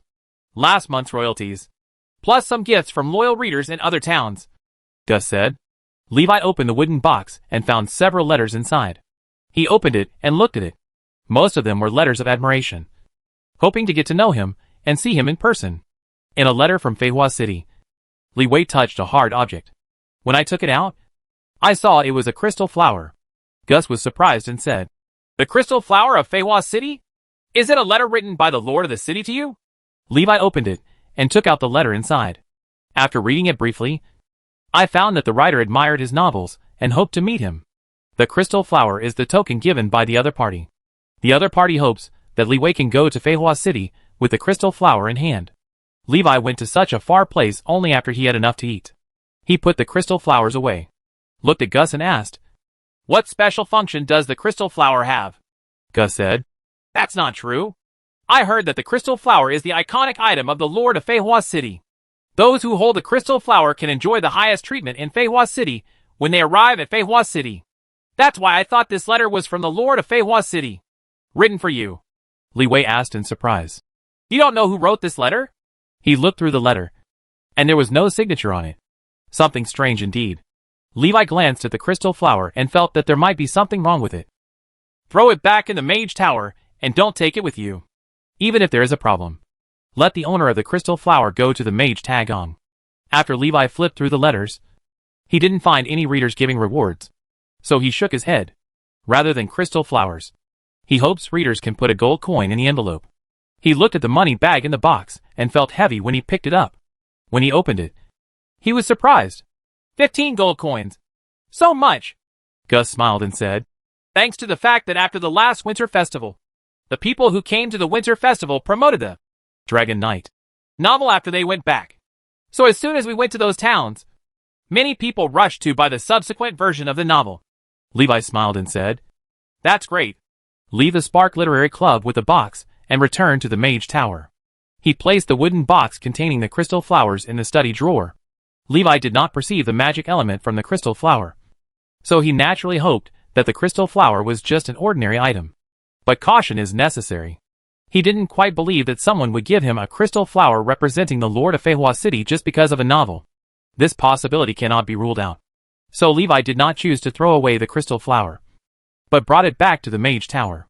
Taking the gold coins he just got, Levi ran to the treasure house on the 3rd floor of the Mage Tower to top up the money. Consume 9 gold coins to exchange for 9 contribution points, including 1 contribution for monthly welfare. The total contribution is 10 points, which can be used to purchase 2 bottles of primary magic potion. He kept 6 gold coins in reserve. If you still have 14 gold coins for manuscript fees next month, you can try to buy a new spell. Chapter 34 The First Mission. Li Wei stayed in the Mage Tower for 3 days. Guzhe found him. "Levi, did you not complete a mission last month?" Levi nodded and asked strangely. "Yes. What's wrong?" Gu said helplessly. "I forgot to tell you. The trainee mage must complete at least 1 combat assistance mission every month. This is the requirement of the Mage Association for the trainee mage. There is no way.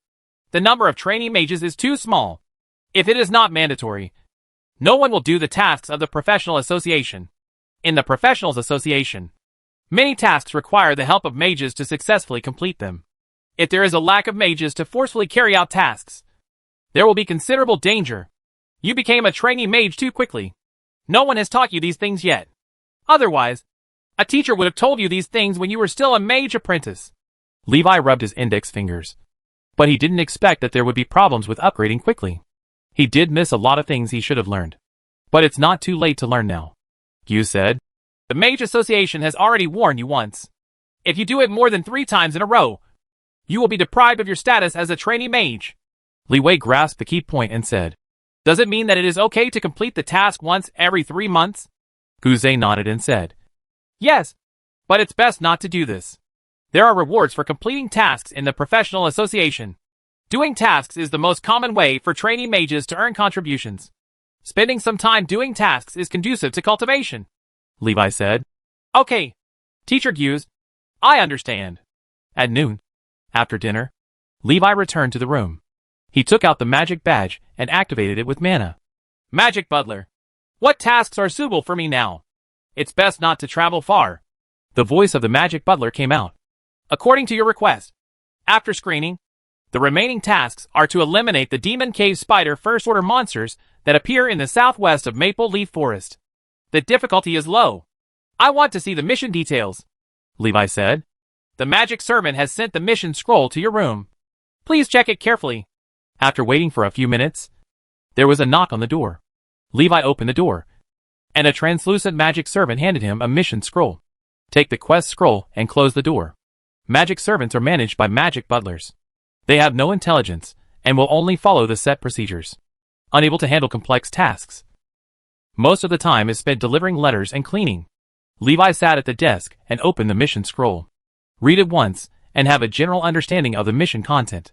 His mission is to assist the team of professionals tasked with wiping out the Demon Cave Spiders. You don't even need to fight the Devil's Den Spider yourself. He just needs to help find the location of the Demon's Nest Spider.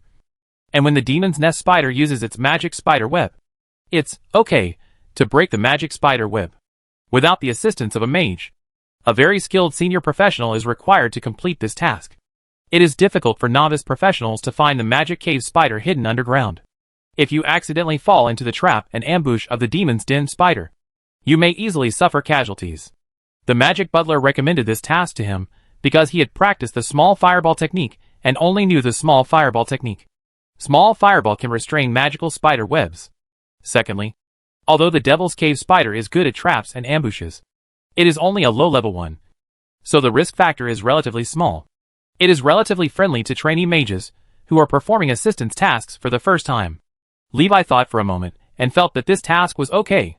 It's in the Maple Forest just outside the city, so you don't have to walk far. He contacted the Magic Butler and took over the task. The Magic Butler reported back to the Professionals Association. After receiving a reply from the Professionals Association, he informed Levi of the mission time. Gather at the entrance of the Professionals Association at 9 o'clock tomorrow morning to assist the Grass Fox team in completing the mission of eradicating monsters. The next day, Levi came to the door of the Professionals Association with his staff and trainee mage robes. There were people waiting for Levi early in the square at the entrance of the Professionals Association. Several young people were slightly excited when they saw people wearing trainee mage robes. After waiting for so many days, finally a mage is willing to help us complete the mission. I almost want to give up on this mission. Oh, there's no way. There aren't many missions suitable for our team, and we can't defeat other monsters. This trainee mage is so young. Can he really help us complete our mission? When several people saw Levi's young face, they suddenly lost confidence. Levi asked, "Are you the Grass Fox team?" Captain Lanya said quickly, "It's us. Are you the trainee mage Levi?" Levi nodded and said, "It's me. If there's no problem, let's set off quickly. We'll try to finish the mission in the morning and be back for lunch at noon." After hearing this, several people felt even more unreliable. Lanya didn't want to give up the mission, so she had to say, "No problem. We are all ready and can set off now." Everyone walked towards the outside of Maple Leaf City. Lanya introduced the content of the mission. After winter, the Devil's Nest Spider began to move in the southwest corner of the Maple Forest, seriously affecting the normal life of nearby villagers. Some villagers have died from the Devil's Nest Spider's mouth. Our mission this time is to eliminate the first-order magic cave spiders in the Maple Forest. Master Levi's mission is to assist us in finding the magic cave spider and help us remove the shackles of the magic spider web in time. Speaking of this, Lanya looked at Levi and said, "I would like to ask, how long does it take for Master Levi to cast a spell?" Levi said, 10 seconds. Lanya nodded and said, "Understood. We will buy you enough time to cast the spell." After walking for a while, Levi also had a rough idea of the composition of the Grass Fox team. Captain Lanya is a first-level intermediate swordsman. Vice Captain Cunin, a first-level low-level knight. Member Lisa is a first-level low-level marksman. Member Diaz, a first-level low-level warrior. They are all a group of new professionals who have just graduated from the professional college. In order to cultivate more professionals, The professional association will deliberately leave low-difficulty tasks to low-level professionals, unless the task is too urgent or the delay is too long. It will be open to more advanced professionals to receive it. At 10 o'clock in the morning, everyone had arrived at the place where the Devil's Nest spider haunted the maple forest. Levi stood next to a big tree, closing his eyes, and carefully sensing the changes in the magical elements in the air. Diaz whispered to Lisa, "He looks younger than us. Is he really a trainee mage?" Lisa was also a little skeptical. "Can he really find the Demon's Den spider?" Lanya glared at the two of them and whispered, "Stop talking and be careful around you." Levi opened his eyes, pointed forward to the left, and said, "Here, about 80 meters away, there is an abnormality in the magic element. It may be the magic trap of the Devil's Nest spider."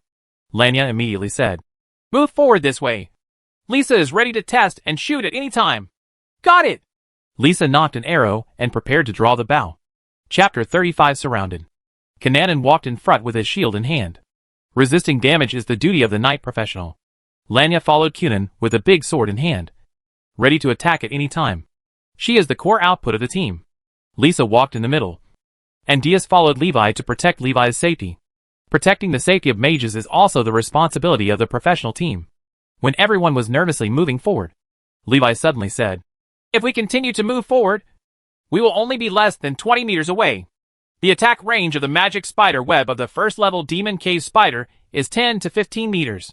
If you continue to move forward, you may be attacked by the magic spider web of the demon cave spider." Before the mission began, he fully understood the enemy. Hearing this, Lanya waved her hand to stop everyone and said to Lisa without looking back, "Test shot." Lisa took an arrow and shot it to the ground 20 meters away. Poof! The arrow penetrated the leaves on the ground and disappeared from everyone's eyes. Lisa was shocked and shouted, "It's a trap from the Demon's Den spider." She didn't need to remind her. Everyone else had already seen it. After being attacked by Lisa, the magic cave spider hiding underground came out. Hiss! Spreading its 8 legs, the huge Devil's Cave spider with a diameter of more than 2 meters quickly crawled towards everyone. Lanya shouted, "Lisa, interfere with the shooting! Stop the magic spider from releasing its magic web! Kunan, charge!" Kunan roared, charging towards the Demon Den spider with his shield raised. Charge is the most basic combat skill for knights, and it is also one of the most powerful combat skills. However, it must be paired with a mount to unleash its full power. Kunan has no mount and cannot exert the full power of his charge combat technique, but it's enough to deal with the Demon's Nest spider. When the Devil's Nest spider sees several enemies, its first reaction is to raise its butt and prepare to spray magic spider webs. Lisa shoots quickly to interrupt the movement of the Devil's Nest spider and prevent it from releasing its skills. Bang! Kunan raised his shield and slammed into the Demon's Nest spider, knocking it to the ground. Lanya took the opportunity to overtake Kunan, wielding her sword and slashing hard at the Demon's Nest spider that fell to the ground. The Devil's Nest spider lay down on the ground and burrowed into the ground. Lanya's big sword smashed into the soil and made a pit. Levi said quickly, "The Devil's Nest spider is on Kunan's left." Hearing this, Lanya swept across with her sword. Click! Poof! Several slender spider legs suddenly flew out of the air. The Demon's Den spider's disguise failed, and its true form was revealed. It didn't burrow into the ground, and the Devil's Nest spider wouldn't escape. It just used its natural camouflage magic to hide. Levi has been staring at the Demon's Nest spider, because he knew the ability of the Demon's Nest spider in advance. He immediately saw through the Demon's Nest spider's disguise ability. The Demon's Nest spider is injured, and Lanya and Kunan pursue the victory. Lisa held the arrow and shot decisively as soon as she saw the sign that the Demon's Nest spider was about to release its skills. The cooperation between a few people is quite good. Seeing that Diaz standing next to him had itchy hands, he wanted to rush forward and join the battle several times. He also wanted to go up and fight, and didn't want to guard Levi. A few minutes later, the Devil's Nest spider fell under Lanya's sword. Phew! Finally killed. Lanya let out a long sigh of relief. Kunan glanced at the corpse and said regretfully, "If it's rotten like this, there's no way to take it back and sell it for money." Lanya smiled and said, "Don't think about it. There is nothing valuable in the Demon's Cave spider. The only valuable thing is the Demon's Core. But the Demon's Cave spider's level is too low, and the chance of giving birth to a Demon's Core is pitifully low." The two sighed, and Lanya broke off the right tooth of the Devil's Cave spider as evidence of its elimination, and then walked back to the team. Lanya looked at Li Wei and said, "Thank you, Master Li Wei, for the reminder. Otherwise, we might not be able to end the battle so quickly." Levi smiled and said, "You're welcome." Everyone rested for a while, and then continued their action. Levi is responsible for finding the magic cave spider hidden underground. After a while, everyone killed 3 Devil's Cave spiders. As they gained more experience in fighting the Demon's Nest spider, Lanya and Kunin were able to steadily suppress the Demon's Nest spider, and Lisa was finally free to show off her powerful long-range attack capabilities as a marksman. "Call out!" The arrow flew out and hit the Demon Cave spider's head, piercing several compound eyes. The Demon's Den spider screamed. Lanya took the opportunity to kill the injured Devil's Nest spider with a slash of her sword. Looking at the dead Devil's Nest spider on the ground, Lanya wiped the green spider blood on her face and said with a smile, "This is the 4th one." Diaz took out a bandage and helped Kananan bandage his injured arm. Kunin grinned in pain and said, "Be gentle. Thanks to Master Li Wei, he can accurately find the location of the Devil's Cave spider every time. Otherwise, these monsters would be really difficult to deal with," Kunin said with emotion. After finishing the bandage, Diaz patted his arm and said, "With your physique, the wound should be healed in 2 days. You are injured. Why don't you let me go with the captain?" Diaz said. Hearing this, Kunin looked at Lanya. It wasn't because he was injured. It was mainly because Diaz was ready to make a move. Lanya thought for a moment, nodded and said, "Okay. Kunin will protect Master Li Wei, and Diaz will take over Kunin's position and work with me to contain the Demon Cave spider." Lisa pulled out the arrow, wiped off the blood, and put it back in the quiver. "Okay. Keep going," Lanya shouted excitedly. After Li Wei sensed it for a moment, he found a Devil's Lair spider not far away. "This way." Everyone moved in the direction he pointed. After a while, everyone saw a clearing in the woods. Lisa knocked an arrow and shot it toward the center of the clearing. Poof! Hiss!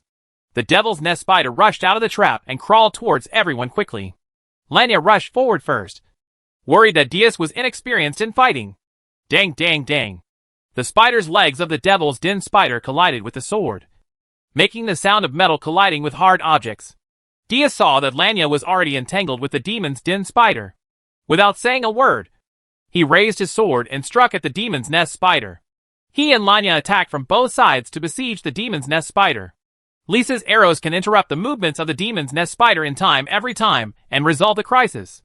Kunin stood next to Levi, alert to the surroundings. Seeing that Diaz was almost in danger several times, he couldn't help but warn him.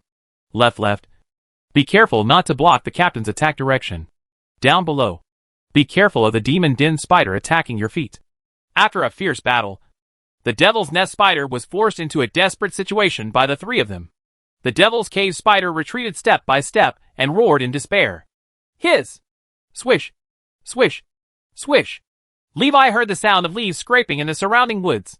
He quickly looked around and saw the figures of 3 Devil's Den spiders approaching. Levi shouted, "Kill that Devil's Nest spider quickly. We are surrounded." Hearing this, Lanya subconsciously looked around and saw the 3 Demon Cave spiders approaching. Showing a look of panic, without saying a word, she slashed the body of the spider in front of her with a sword. And even the right fawn of the spider had no time to collect it. Lanya shouted, "Retreat quickly."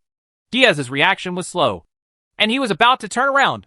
A magic spiderweb fell from midair and entangled Diaz, sticking him to the ground unable to move.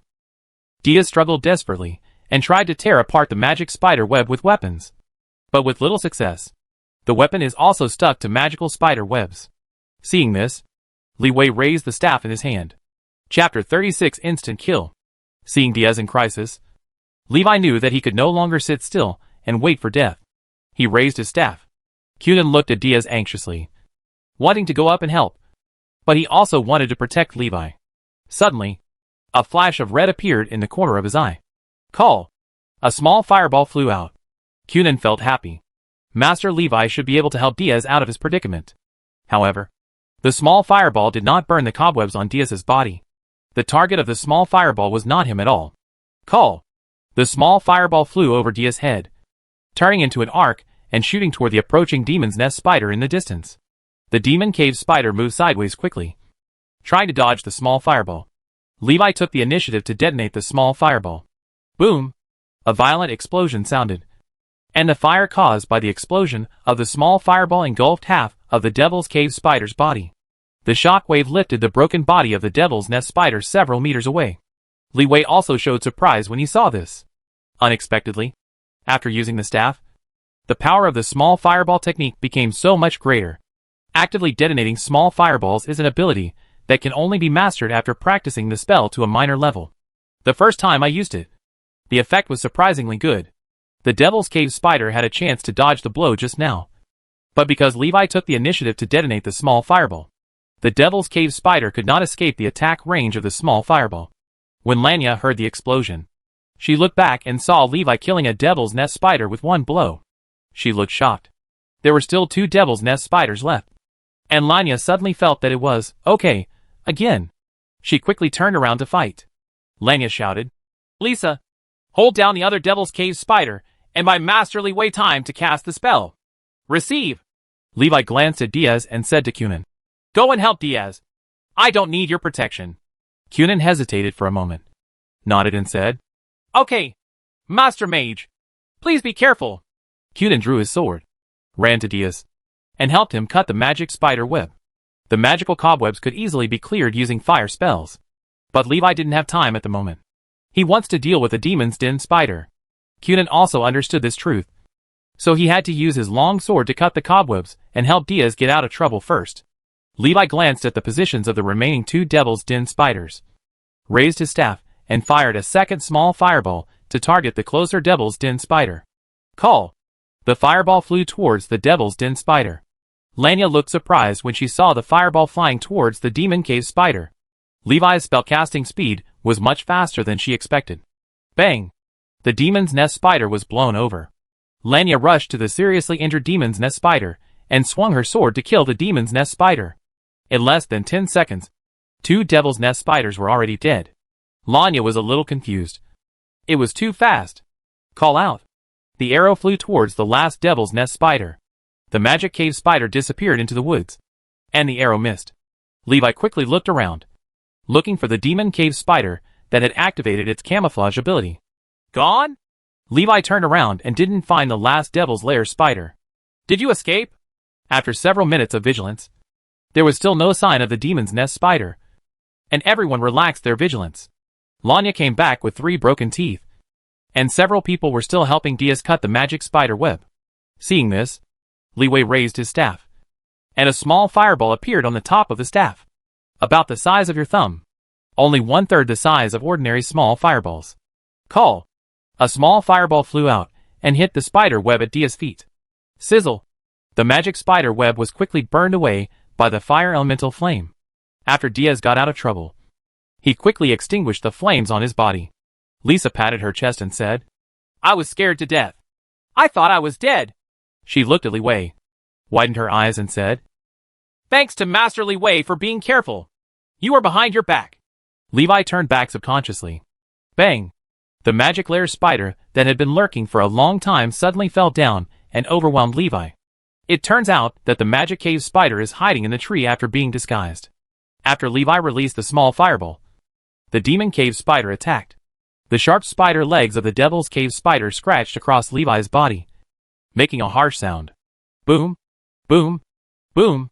It tried to bite Levi, but was blocked by an invisible layer of armor. When Lanya and others saw this, they were shocked.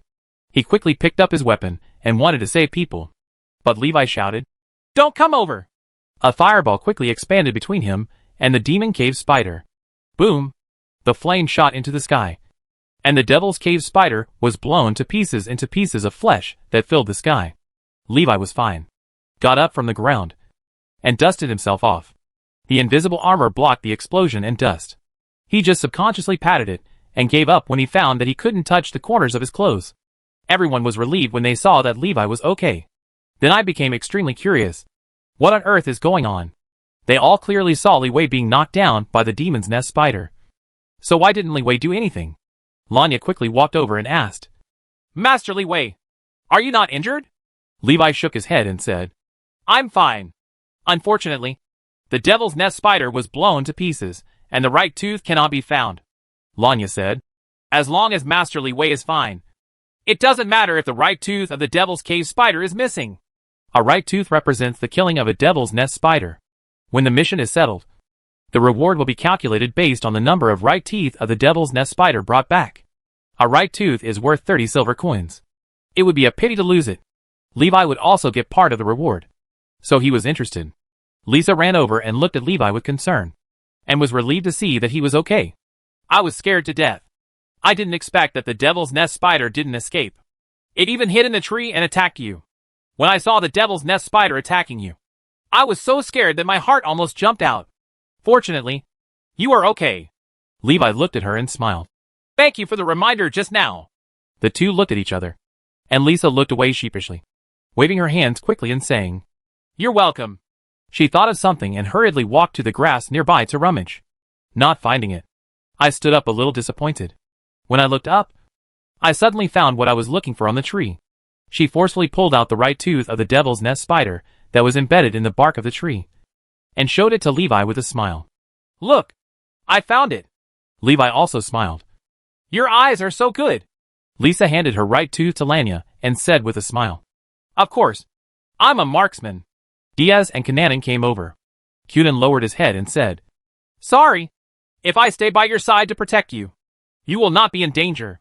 Levi shook his head and said, No need to apologize. I asked you to leave. Despite this, Cunin still felt that he was responsible. After all, the Cavalier's job is to protect their teammates. Levi changed the topic and said, Since everyone is fine, let's continue the mission and try to go back for lunch at noon. When everyone saw this, they all became excited. Judging from this, Levi is planning to take action himself. Chapter 37, Spell Upgrade, Double Defense. After Levi took action, it became very easy to eliminate the spiders in the demon cave. After finding the location of the demon's nest spider, Levi directly fired a fireball from dozens of meters away to send the demon's nest spider hiding in the trap into the sky. Occasionally, the demon's nest spider was not killed by a deflection, but everyone could quickly kill the injured demon's nest spider with follow-up shots. But in the end, Li Wei's wish was still not realized. The fighting didn't end until after 1 o'clock in the afternoon. There was no more devil's nest spider to be found in the woods. Although Li Wei took action later, making the battle much less difficult, everyone still felt extremely tired after such a long battle. Ever since, everyone set out on their way back to Maple Leaf City. Lanya counted the trophies as she walked. After counting, she said in shock, We killed a total of 18 devil's nest spiders. Cunin, Lisa, and Diaz were all very excited after hearing this. Lisa smiled happily. This is all thanks to Master Levi. Cunin counted on his fingers and said in surprise, We can get 5 gold and 40 silver rewards for this mission. Even if it is divided equally, everyone can earn more than 1 gold. I can finally buy a war horse. Diaz also looked excited and said, I want to change to a better knife. Lanya smiled. She was very happy to see everyone so excited. She thought for a while and said, Most of the credit for making so much money from this mission belongs to Master Li Wei. I suggest that part of the reward be given to Master Li Wei as a thank you. Levi shook his head and said, No need. The Professionals Association will give me corresponding remuneration. His reward is divided proportionally by the Professional Association to the Mage Tower. And then the Mage Tower distributes it to him. The more money Lanya and others get, the more contributions he gets. This is not a conflict. Lisa was the first to raise her hand in agreement and said, I have no objection. Without the help of Master Li Wei, we would not have been able to kill so many magic cave spiders and get so much reward. When Cunin and Diaz saw this, they looked at each other and could only say, I have no objection. It was already 2:30 in the afternoon when I returned to the Professionals Association to submit the task. After handing in the right tooth of the devil's nest spider as the mission voucher, Lanya soon came back with the mission reward. She took out a gold coin and handed it to Li Wei and said, Master Li Wei, this is a gift from our team. Please accept it. Li Wei smiled and accepted the gold coin. Captain Lanya, I'll say goodbye then. I'll see you next time. Master Li Wei, walk slowly. Lanya, Lisa, Cunin, and Diaz said goodbye to Li Wei. After returning to the Mage Tower, Levi submitted a task to the Magic Butler. The Magic Butler has received feedback from the Professionals Association, and when Levi submitted the task reward was issued to him. Complete the mission of clearing out the Devil's Lair spiders. The reward for this mission is 3.7 contributions. The contribution has been distributed. Please check it carefully. Levi turned over the magic badge, and the number on the back became 3.7. Basic tasks reward 1 contribution, and additional tasks reward 2.7 contributions, plus a gold coin given by Lanya. During this trip, Leeway earned 4.7 gold coins. Levi showed satisfaction. It's not a bad idea to spend a whole morning on this mission. However, this kind of mission is not common. Most missions have one or several fixed goals. You can only earn basic mission rewards by completing the missions, and there are no or very few additional mission rewards. It can only be said to be good luck. Levi also knew this. The rewards for most tasks are fixed, and tasks that calculate rewards based on quantity, such as clearing the Devil's Lair spiders, are rare. Therefore, he did not plan to spend more time on the task. After lunch and a short rest, Li Wei seizes the time to cultivate his magic power, practice spells, and improve his strength. The shadow of war is imminent. In the next few days, Li Wei stayed in the Mage Tower and concentrated on practicing. Occasionally, I will also pay attention to whether there are tasks suitable for me. No one can escape the fragrance theorem. Most of the tasks that require the help of mages are relatively special tasks. Li Wei asked that the task should not go far, and it was best to solve it in one day. There are so many special tasks that meet his requirements near Maple Leaf City. So Levi has not received a suitable task for a long time. In the blink of an eye, more than half a month passed. April 20th. After 2 months of hard work, Levi finally upgraded his invisible armor spell. Basic meditation method, Tishang, 3362/4000. Small fireball technique, level 0, 366/4000. Invisible armor, level 0, 0/4000. Levi dispelled the invisible armor spell on his body, spending double the mana to construct a new spell model. A set of stronger invisible armor enveloped his whole body. Invisible armor spell defense doubled. The defensive power of the invisible armor almost reaches the limit of the 0-level spell.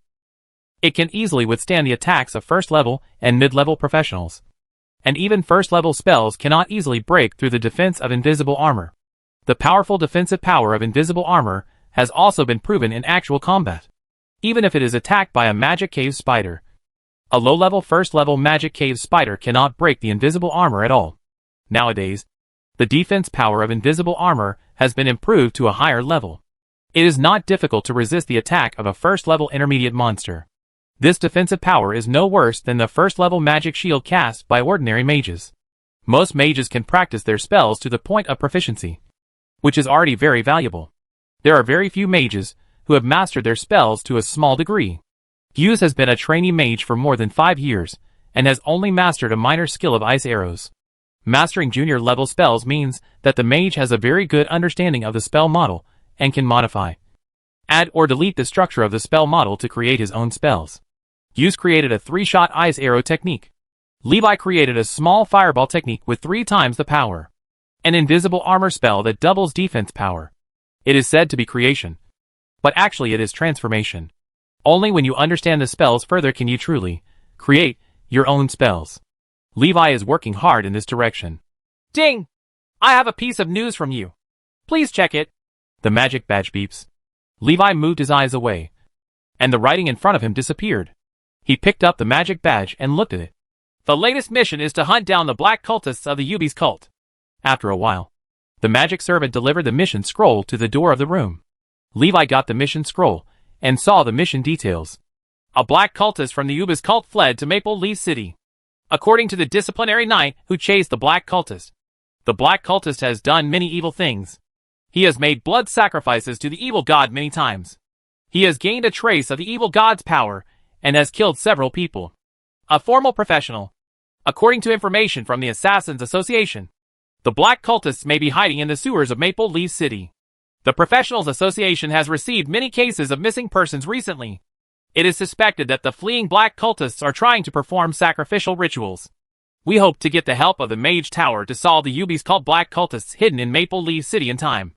After reading it, Li Wei decisively gave up. This task has rich rewards, and the basic reward is 5 contributions. But it's too dangerous. The black cultist has killed several first-level professionals, which shows that his strength is definitely not weak. Levi didn't want to go into this muddy water. He did not accept the task. After a few minutes, the magic butler told him that the task had been accepted by someone else, and he could no longer accept it. Levi is not a pity. Chapter 38 Ubi's Nightmare. Mage Tower. Library.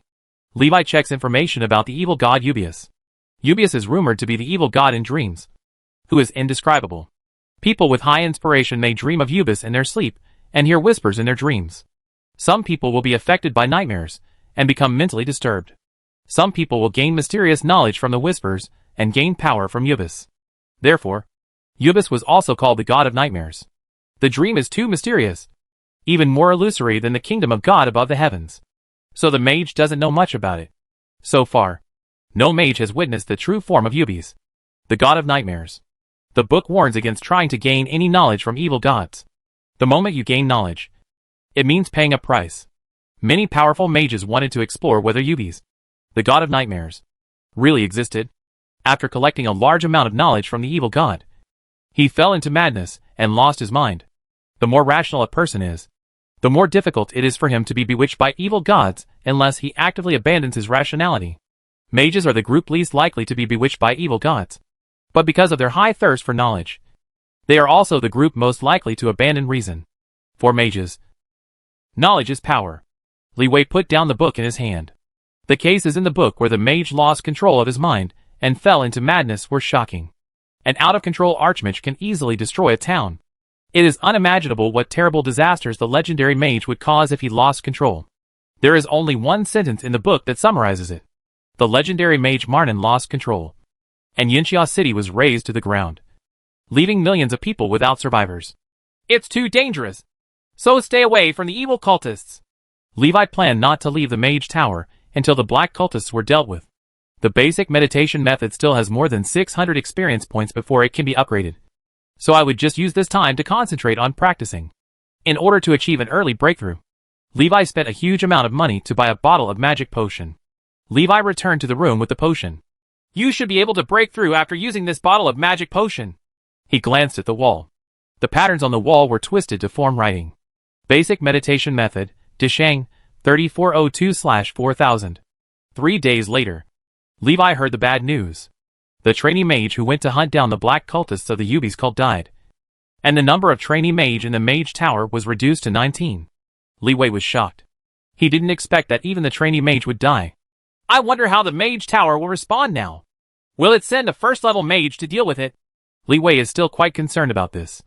After all, the black cultists were hiding in Maple Leaf City, too close to him. There was a time bomb buried under his feet, and Levi felt very insecure. I hope the black cultists of the Ubi's cult can be dealt with soon. He was more concerned about this matter. Huh? Mr. Guzet is going to hunt down the black cultists? When Li Wei got the news, he was very surprised. Gu said, the loss of a trainee mage in the mage tower has a great impact. The masters of the mage tower decided to send 3 trainee mage to completely solve the matter. Li Wei asked, why not let the first order mage take action? Guzet shook his head and said, several first-level mages have things to do, and don't have time to deal with this matter. Levi hesitated for a moment and said, Teacher Guz, I'll go too. Guz said, no need. The personnel in the mage tower have been determined. You can stay in the mage tower to practice without any worries. Levi was a little worried. He glanced at Guz and said, Teacher Guz, wait a moment.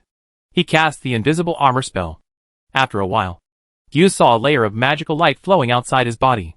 He touched his arm, and found an extra layer of hard SHL. His expression changed and he asked in surprise, is this the invisible armor spell? Levi nodded and said, invisible armor can last for a long time. Far longer than a magic shield. Teacher Guz, let me teach you how to turn on and off the invisible armor. Soon, Furusawa learned to turn on and off the invisible armor. Guzet said with a smile, actually, there is no need to do this. Before entering the battle, I will use the magic shield first. Be prepared. Just be afraid of a sudden attack. Levi said. Guz nodded and accepted Levi's kindness. Okay, I'm leaving. Don't worry about me. Guz put on his equipment and left the room with his staff. Li Wei watched the 3 trainee mages leave the mage tower. Hope everything is fine. Worried about Guz's safety, Li Wei could not calm down for a day. Unable to meditate and practice quietly, Levi had no choice but to practice his spells. After becoming a trainee mage, he could finally use the spell training ground without any scruples. Levi used small fireballs to continuously bombard the target. Under his control, the small fireball drew different trajectories in the air and flew towards the target. Levi was trying to control the small fireball that flew out.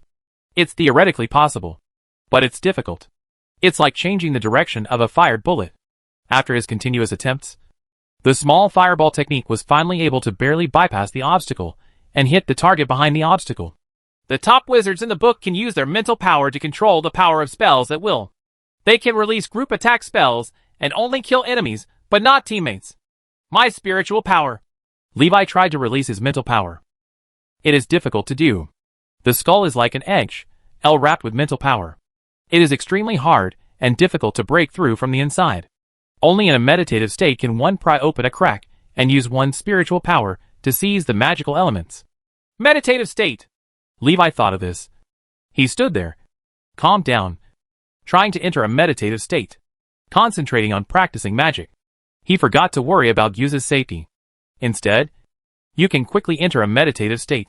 Levi sensed the magic elements floating around him, but his mental power could only capture the magic elements around him. Beyond that, nothing can be done. He attempted to cast the spell in a meditative state. As soon as thoughts arise in your mind, exit the meditative state. Failed. Levi was not surprised. In the meditative state, one must keep one's heart empty and focus all one's attention on the perception of magic. The only thing that can be done is to absorb magic elements and cultivate mana. It is difficult to maintain an empty state of mind when constructing a spell model is such a complicated matter, unless he can build a spell model with just one thought. That is, subconsciously, without thinking, making building spell models instinctive. In that case, it is equivalent to casting a spell instantly. Levi can't do it yet. The next day, Li Wei finished his morning practice, and it was already noon. He went to Guse's room and knocked on the door, but found that Guse had not returned yet. It's been a day. Why haven't you come back yet? Could something have happened? Levi's heart tightened. Magic Butler. Check on the progress of the mission to hunt down the black cultists of the Ubis sect. Magic Butler. At noon yesterday, the trainee mage sent by the Mage Tower had joined the professional association team and entered the underground drainage channel in the west of the city. The progress of the mission has not been updated yet. Yesterday at noon. Oops. Something went wrong. It's been a day, and Guse and others haven't come back yet. And Li Wei has a bad feeling in his heart. Chapter 39 Nightmare. Levi returned to the room, took his staff, and walked towards the outside of the Mage Tower. Come to the streets in the west of the city. As soon as he arrived, he found a few familiar people. Master Allen, why are you here? Levi was a little surprised. After hearing this, Allen looked at Levi and said, Lyle and the people from the professional association went to hunt down the black cultists yesterday, and they haven't come back yet. Lyle went too. Levi was a little surprised. The Mage Tower sent 3 trainee mages, plus Lyle and a team from the professional association. They are more than enough to deal with the second-level monsters. Are the black cultists really so powerful? Levi said with a frown. Allen shook his head and said, Not necessarily. The black cultists of the Ubi sect are good at using dream spells. Even formal mages may fall into the trap. They shouldn't have life-threatening injuries. They may just be trapped in the sewers now. Levi looked at him and asked, Is Master Allen planning to take action? Allen shook his head and said, I won't take action. Vince, go and rescue Lyle. He took out a white stone covered with runes and handed it to Master Vince. Allen did not explain the purpose of the white stone. Master Vince put away the white stone, nodded and said, Okay. Seeing this, Li Wei hurriedly walked over and said, Master Vince, I'll go with you. Vince glanced at him and advised, You are too weak. Don't go out and take risks. Levi said, I can help you find Lyle. Allen saw this and said, Vince, take him with you and pay attention to safety. Vince stopped talking, turned and walked towards the open sewer. Levi and Vince entered the sewer, and the sunlight shone in from the hole above their heads. It could only illuminate a few meters nearby, and it was pitch black beyond. Vince asked, Do you know how to illuminate? Levi shook his head. He raised the staff in his hand, and a small fireball appeared on the staff. Is this okay? The staff transformed into a torch. With Levi's mastery of the small fireball technique, one cast can maintain the torch for more than 10 minutes. Vince looked at the small fireball on Levi's staff in surprise. He is a ring mage, and can only exert fixed effects of spells. He cannot control the power of spells like Levi. There is no way to use the small fireball spell as a torch for lighting. In addition, due to the limitation of the number of spell slots, he can only store 4 0-level spell models and 3 first-level spell models. He didn't store the useless light spell, so he asked Levi if he knew it. Although Levi doesn't know how to use the light spell, he can still use the small fireball spell as a torch to illuminate his surroundings. So he can barely use it. Vince raised his hand to release the first-level magic shield. After putting a shield on himself, he also put a magic shield on Levi. "Let's go!" The two of them followed the footprints on the ground and walked into the darkness. Call! The small fireball on Levi's staff flew more than 10 meters and exploded in midair to illuminate the fork in the road. A new small fireball immediately appeared on the top of the staff. Vince glanced at Levi and found that his casting speed was a bit fast. "They went to the right," Levi said, looking at the footprints on the ground. The two continued to move forward, and after walking for a while, Levi's mind moved and he turned to look to the left. He sensed the invisible armor spell on Guzay. The invisible armor is made of his magic power, which carries his own unique mental fluctuations that he can sense as long as he is not far away. "Over there! They're over there!" When Vince heard this, he became more vigilant. The two headed in the direction pointed by Levi. After walking for a while, I turned a corner and saw a figure lying on the ground, half body submerged in water. "Someone!" Vince whispered. Li Wei understood, raised the staff in his hand, and the small fireball flew dozens of meters and passed through the sewer in front. The fire illuminated the darkness ahead. The ground was full of unconscious professionals. Levi saw Guzay sitting against the wall, his staff falling on the ground, and the other 2 trainee mages were also around him. "Lyle!" Vince shouted when he saw Lyle lying on the ground. The sound echoed in the sewer, but Lyle didn't respond. Vince looked solemnly at the passage ahead and said, "They are trapped in the dreamland by the black cultists. Take them out first." As he spoke, he waved his staff, and several vines grew around him. Vine technique! Under his control, the vines quickly stretched far away, rolling up Lyle on the ground and dragging him back. The vines dragged several surrounding professionals back. Bah! Bah! Bah! Strange sounds filled the air. Levi saw a translucent blue figure emerging from the water. The blue figure got into the body of an unconscious warrior. Call! The warrior stood up, swung his sword and struck at the vines, cutting off the vines entangled with Lyle. "What the hell is this?" Levi asked in shock. Vince's eyes narrowed and he said, "It's a nightmare. A nightmare summoned by the black cult.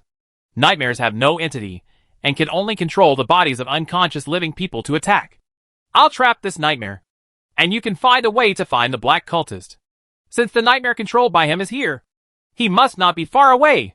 The staff in Vince's hand paused on the ground, tangled with vines. A moment later, the warrior who rushed towards the 2 men was entangled in vines growing from the ground, and was unable to move. The nightmare gave up the warrior's body, and got into the body of a knight. The knight got up and charged at Vince. Vince pointed towards the ground, and several vines grew out of the ground and wrapped around the knight's legs. After tearing off 1 or 2 vines, the knight's charge was interrupted. The nightmare was transferred into the body of an assassin. The assassin activated stealth and disappeared into the darkness. Vince looked around warily. Levi said quickly, "We can't find the black cultists. Can magic kill the nightmare?" Vince said, "Okay, but can you do it without hurting other people?" If the situation is urgent, he will not hesitate to kill people. But the situation is not that serious yet. A mere low-level nightmare is not worth the life of a professional. Levi whispered, "You trap the person parasitized by the nightmare, and I'll kill it while it's moving." Vince thought of Levi's amazing casting speed and whispered, "Are you sure?" "Have."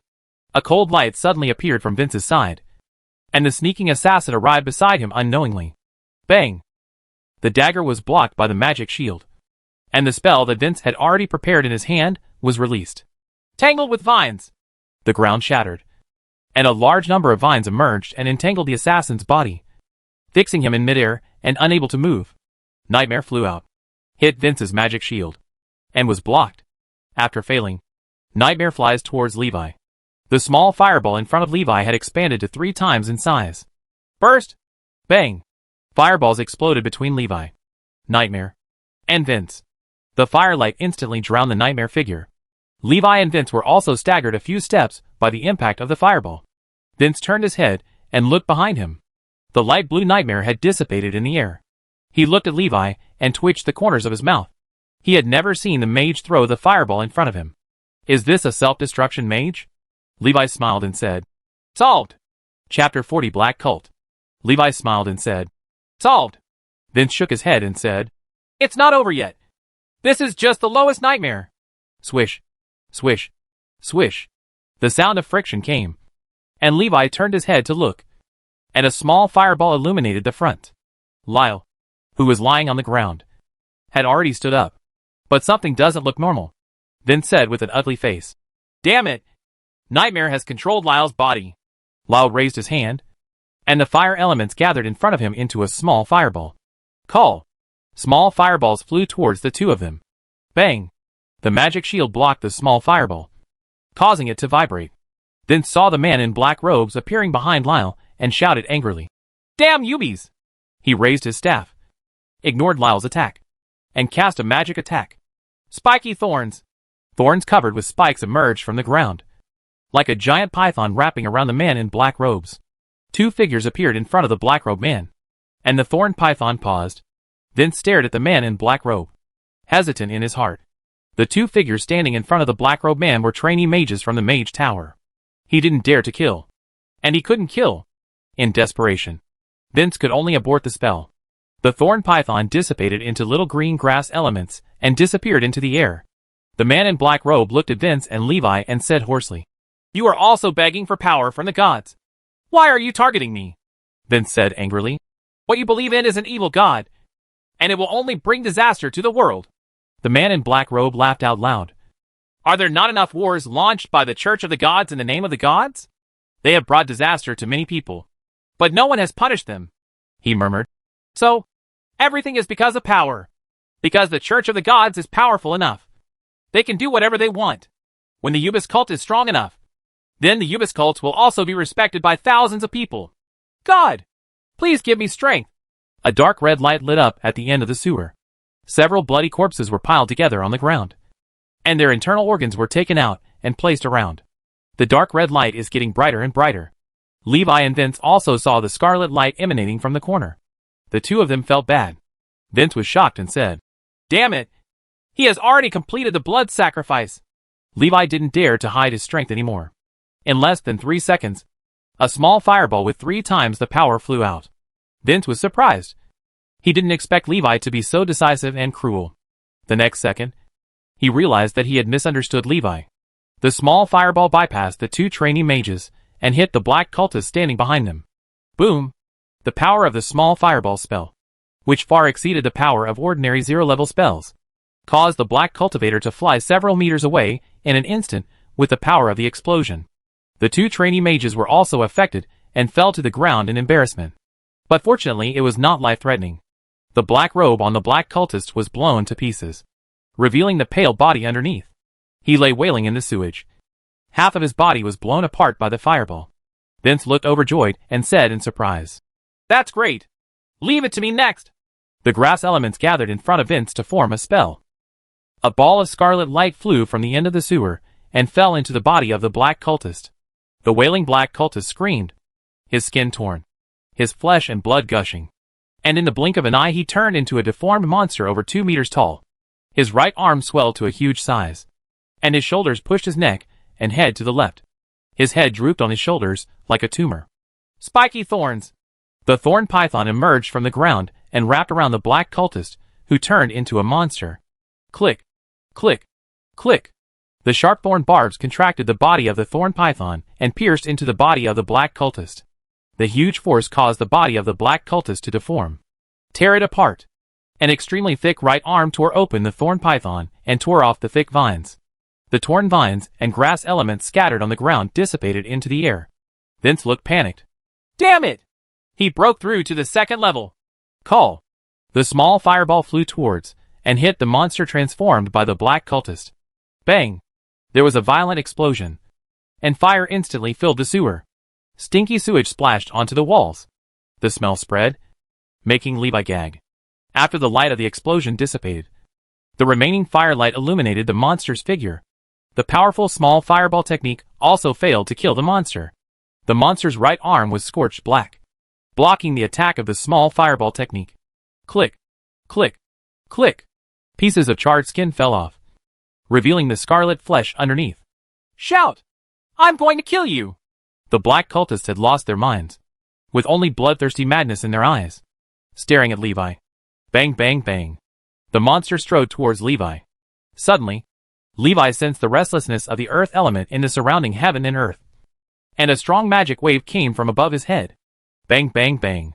The masonry around the sewer was broken, and several extremely thick rock pillars penetrated the wall and inserted into the monster. Poof! In an instant, the monster was torn to pieces by the huge force. Staggered rock pillars lay across the sewer, and the monster's corpse was crushed and sandwiched between the rock pillars. Vince said in surprise, "Mage Allen!" Click! He heard something, and took out the rune stones in his pocket. He saw that the white rune stones had been broken. On the ground, Allen stood above the two of them, and picked up the staff stuck on the ground. He smiled and said, "It's over." The function of runestones is positioning. After discovering the black cultists, Allen can locate the target through the runestones and strike from a distance. In this way, even if Vince and Levi accidentally fall into the hands of the black cultists, Allen can calmly deal with the enemy. Levi also breathed a sigh of relief. It was finally over. The moment he relaxed his vigilance, a nightmare rushed out of the sewage and attacked Levi. Click! The nightmare hit the magic shield, and after the magic shield fluctuated violently, a shattering sound was heard. Levi's heart froze. Bang! The blue light brought by the nightmare squeezed Levi's body, trying to flow into him, blocked by invisible armor. Levi saw this and calmed down. Casts a spell to release a small fireball. It took a few seconds for Levi to react after being attacked. He yelled, "Levi! There is even a nightmare!" Vince remembered. It was the nightmare that had taken over Lyle's body. A distorted face squeezed in front of Levi, blocked by the invisible armor. The roars and murmurs of the black cultists came from the nightmare. "I want to kill you!" Levi looked at the distorted face in front of him, and raised the rapidly expanding fireball in his hand. He ignored the limits of the spell model, and frantically poured mana into the fireball. Die! Bang! The fireball exploded, and the fire engulfed Nightmare and Levi's figures. Self-exploding fireball, reaching 5 times the power of small fireball. The power is comparable to the first-level fireball technique. Click! The invisible armor was shattered. The hot wind made Levi's cheeks burn, and his clothes clung to his body. The nightmare that the black cult had become disappeared. It's finally over. Vince looked at Levi sitting on the ground and asked from a distance, "Levi, are you okay?" He was afraid that Levi would be taken away by the nightmare. Levi shook his head, stood up, patted the dust, and said, "It's okay." He glanced at Vince and hesitated to speak. After killing the black cultist, there was an additional memory in his mind. A memory that did not belong to him. Chapter 41: The Great Sleepwalking Technique. Levi and Vince took the unconscious people back to the ground. After listening to Vince's story, Alan showed approval to Levi. He also didn't expect that after he killed the black cultists, there would still be remnants of them, which almost caused a catastrophe. In the end, thanks to Levi, there were no casualties. If Nightmare chooses to attack Vince, I'm afraid Vince won't be able to come back. Alan smiled and said, "Levi, it's thanks to you that everything is safe this time. Are you willing to come to Gia City Mage Tower? If you come, I can apply to the Mage Tower to give you the treatment of a formal mage. Gia City Mage Tower also has traditional mage inheritance. Do you want to be a traditional mage or a walking mage? Any genre is fine." Alan's sincerity was very high, and he enthusiastically invited Levi to Gia City. Levi said, "Thank you, Master Alan, for the invitation. I'll think about it." Alan said, "As long as you are willing to come, you can come to me at any time." After the death of the black cultist, everyone who fell into a coma gradually woke up. "Ouch! It hurts me so much. What happened? My back hurts so much." A trainee mage got up and wanted to touch his back. He cried in pain when he moved his arms. Liwei looked a little embarrassed after hearing this. Affected by the small fireball technique, the 2 trainee mages who were used as human shields by the black cultists were injured. People whose bodies have been parasitized by nightmares feel weak when they wake up. Guze was the only one who had not been possessed by nightmares. After he woke up, He got up quickly. Thanks to the protection of Levi's invisible armor, the nightmare was unable to take over his body. Hughes looked around, saw Levi, and asked in surprise, "What happened?" Levi told him what happened. Hughes was thoughtful and said, "After we entered the sewers, we encountered several nightmares on the way to look for the black cultists. During the battle, I suddenly felt that my thoughts were heavy and I was drowsy. After killing the last nightmare, I couldn't hold on and fell into a coma. I think we might have been hit by the black cultist group's sleep spell during the battle." Levi asked a little strangely, "Why didn't the black cultists use the sleep spell on me?" Master Allen came over and said, "The abilities used by the black cultists come from UBs, and are not like the spells mastered by the mage. Putting Lyle and others into sleep may be his limit. Another possibility is that he has completed the blood sacrifice ritual and feels that he can easily deal with you and Vince. So he doesn't have the sleep spell. For black cultists, dreams are a sacred realm that cannot be easily accessed. They will not easily enter the dreamland, which may cause them to hear the whispers of the evil god and lose themselves. I once saw a black cultist not sleeping for 3 consecutive years. Although the sleep spell is powerful, it is considered a forbidden spell for them and cannot be used easily." Master Allen's words answered Levi's doubts. It's possible that the truth is what Allen says. After the black cultists completed the blood sacrifice ceremony, they successfully advanced to the 2nd level, and their combat effectiveness increased dramatically. If Master Allen hadn't taken action at the critical moment, Levi and Vince alone would not have been able to deal with the black cultists with 2nd level strength. When Hughes saw Master Allen, he quickly saluted and greeted him. The 2 injured trainee mages also hurriedly bowed and greeted them despite the pain. Master Allen is a 3rd level mage, and the necessary respect is indispensable. "Levi, Lyle is injured. I will take him back for treatment. If you have time, you can come to the Professionals Association to chat with me. I have several good spell models on hand." Allen smiled at Levi and gave him a look. Leeway understood, nodded and said, "Thank you, Master Allen. I will definitely visit you when I have the opportunity." Allen left with Lyle, Vince and others. Vince said as he walked, "Levi's strength is somewhat amazing. I suspect he hit his strength when he competed with Lyle last time." He had a deep memory of Levi's amazing casting speed. Lyle looked at Master Vince in surprise, not expecting him to speak so highly of Levi. He couldn't help but feel a little tasteful. He lost to Levi last time, and now Vince is praising Levi and saying that Levi hit his strength last time. It made him feel the shame of being whipped to death.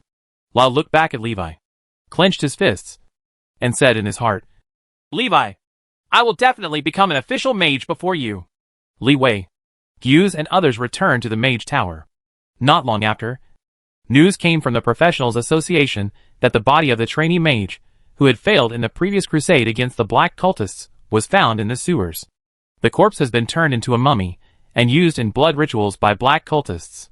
This may be one of the reasons that motivates black cultists to advance. The Professional Association returned the body to the Mage Tower, and the Mage Tower notified the trainee mage's family to come and dispose of the body.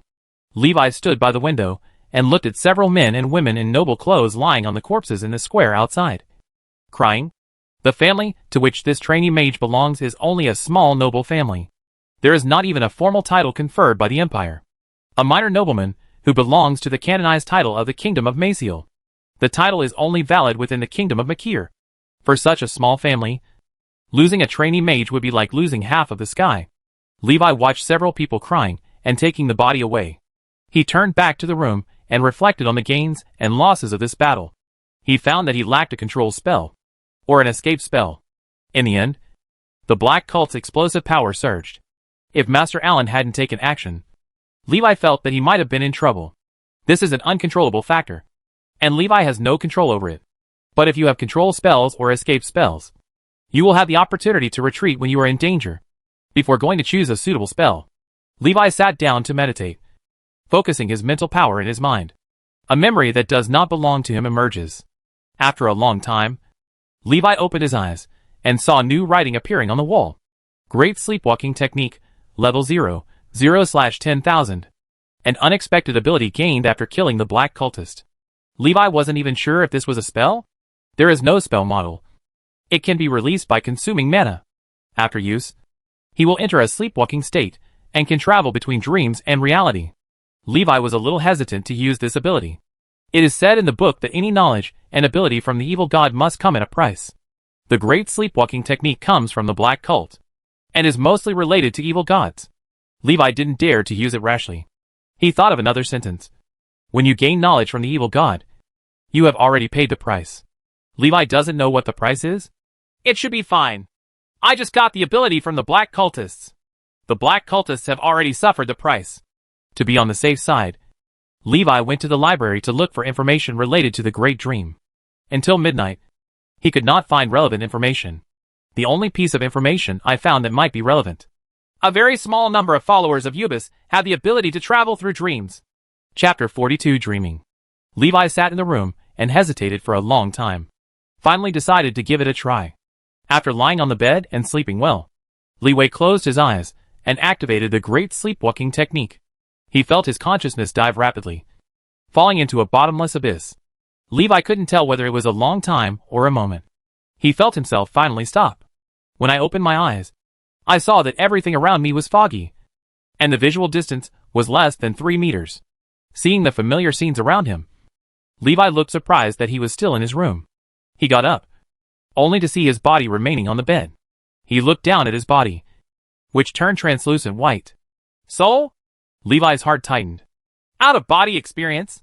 Levi reached out and touched the body on the bed, but found that he couldn't touch it at all.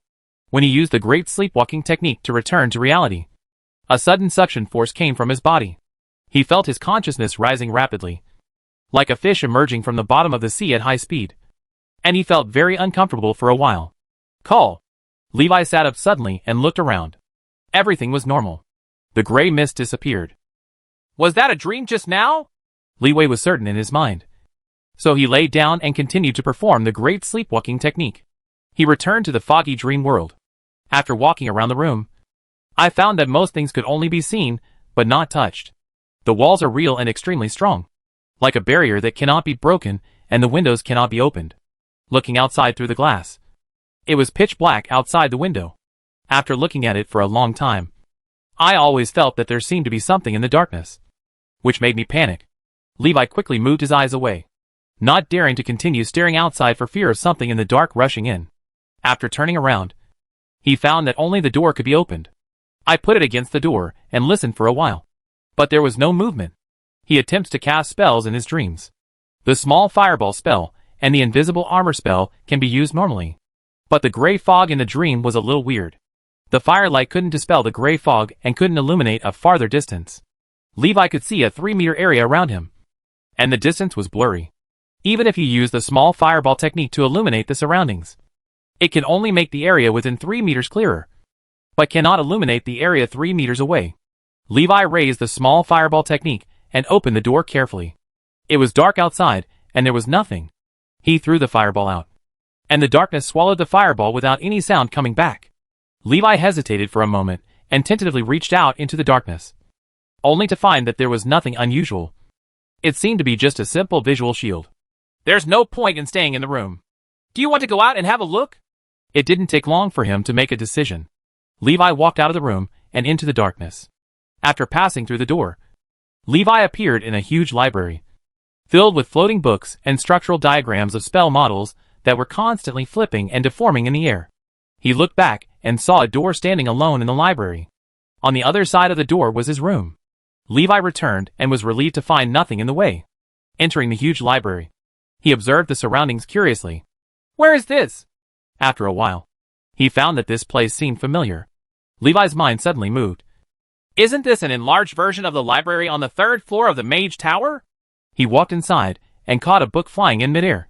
He found that the title of the book was a little blurry, and he couldn't see it clearly. Glancing around, I found that most of the books were blurry.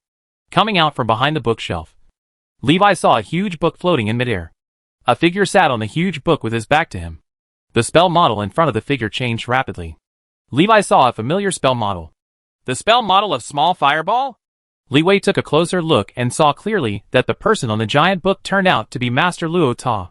He suddenly realized that this was Master Lotta's dream. Looking around, he was filled with emotion. I didn't expect Master Lotta to study spells in his dream. Levi understood, and Lotta seemed to be trying to deduce a new spell. When he encounters difficulties in reality, His subconscious continues to deduce them in his dreams. Levi did not disturb Lotta. He looked at the spell model in the air, glancing at the books floating around. He felt a slight movement in his heart. If this is a dream, maybe it's okay. Levi stepped on a book and tried to stand on it. He managed to stand on the hanging book. Levi used the book as a step and walked step by step towards the spell model in the air. His mind moved, and the books around him flew over and formed steps under his feet. Dreams are so interesting. Levi smiled. Lotta was completely immersed in deducing new spell models, and was completely unaware of the movement caused by Levi. Levi walked up to a spell model, observed it carefully, and tried to remember it. After a long time, he gave up the spell model in front of him, and turned to go to another spell model. This spell model is the 0-level spell Flying Stone. Unfortunately, the spell model is lacking. Either it was the influence of the dream, or Lotta was not very skilled either. Levi searched high and low for a complete spell model. With so many spell models, has Rhoda really learned all the 0-level spells? There are more than a dozen that can be seen, and Leeway doesn't know if there are any hidden spell models. Is this a first-order spell model? Levi looked up and saw an extremely complex spell model floating at the highest point of the library. Touch the spell model and get some information. His eyes lit up. This was the first-level fireball spell model. After a moment, Levi sighed. What a pity. It's even more incomplete than the spell model of a 0-level spell. After turning around, he finally found a complete spell model. Levi looked disappointed. I know the small fireball technique. There was a thought in his mind, and he thought that Lotta seemed to be deducing a new spell using the small fireball technique. Could it be that because Rhoda is more familiar with the small fireball technique, the spell model of the small fireball technique is complete? Levi reached out and touched the spell model of the small fireball technique, and Lotta's experience in practicing the small fireball technique poured into his heart. After a while, he picked up a book. Opening the book, a few lines of writing appeared on the pages. Basic Meditation Method, Dishang, 3542/4000. Small Fireball Technique, Level 0, 1266/4000. Invisible Armor Technique, Level 0, 167/4000. Great Sleepwalking Technique, Level 0, 5/10,000. Leeway was shocked. His experience in the small fireball technique increased by hundreds of points. I gained Lotta's experience in practicing the small fireball technique? He looked at the other magic models around him. If he knows these spells, then he can get Lotta's spell practice experience from these spell models. Levi was pleasantly surprised. The great sleepwalking technique actually has such a miraculous effect. No, the dream seems to be ending. Levi found that the huge library began to collapse. A large amount of gray fog poured in from the surroundings, and darkness was swallowing this dream. He hurriedly ran towards the door. After running a few steps, his body flew up. Call! Before the dream completely collapsed, Levi rushed through the door and returned to the bedroom. He looked back and saw darkness outside the door. Darkness surging. He tried to enter the room, but was blocked by an invisible barrier. Levi was so frightened that he was almost swallowed by the darkness. He closed the door, shutting out the darkness. Chapter 43 Guze's Dream. Levi returned to reality and opened his eyes to find that it was already the next morning. I see. The dream collapsed because Lotta woke up. He reviewed the memories in his mind and found that Luota's cultivation experience had not been lost. Levi smiled happily. Then, his heart tightened, and he remembered that the great sleepwalking spell came from the evil god cultists. Damn! I almost forgot about this. Levi's expression changed for a moment. He checked himself and found that everything was normal. He breathed a sigh of relief. He sat by the bed and meditated. The temptation of the great sleepwalking technique was too great. Even if he knew that he might pay a price, it would be difficult to give up. Alas! There is no such thing as a free lunch. After Levi went out to have breakfast, he happened to meet Luota. Thinking of what happened in his dream, he tentatively asked, Master Luota, I encountered some confusion when I was practicing the small fireball technique. Can you help me answer it? Luota glanced at Levi and said with a smile, It's normal for mages to exchange cultivation experiences. If you have any problems, you can tell me, but I may not be able to solve them. Levi smiled and said, Thank you in advance, Master Loda. That's it. I found that the 6th circuit of the small fireball spell model seems to be relatively fragile. Every time I build a spell model, the mana is easily released on the 6th circuit. Question. Luo Ta raised his eyebrows. He had just studied this issue. In fact, Li Wei knew that he had studied this aspect. So he deliberately asked questions. He said, "The small fireball spell model is a simplified version of the fireball spell model. The 6th circuit is the structure of the first order fireball linking the 7th and 8th circuits. The small fireball omits subsequent spell circuits, reducing the difficulty of casting spells." Luo Ta told Li Wei some magic structure theory. And Li Wei kept nodding. With that said, Levi turned the topic to the direction of deducing new spells using the small fireball technique. After explaining a bunch of principles, Rhoda said, "Limited by the maximum number of circuits in the zero-order spell model, it is already difficult to increase the power of the small fireball spell. My recent research has revealed that a new direction is possible. Since the power of small fireballs cannot be enhanced, we can try to increase the number of small fireballs. The 2nd level spell Chain Fireball is a typical case of increasing the quantity to increase the power of the spell. I am trying to combine the chain casting circuit with the small fireball spell. Unfortunately, there has not been much breakthrough yet." Lotta sighed with emotion.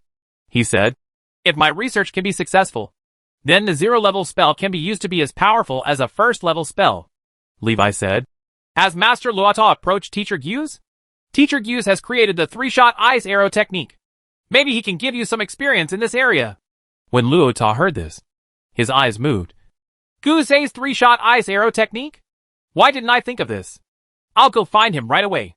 Li Wei smiled and said, "Teacher Gyu's is in class. Why don't Master Luota go there at noon?" After breakfast, Levi returned to the room. Start the morning practice.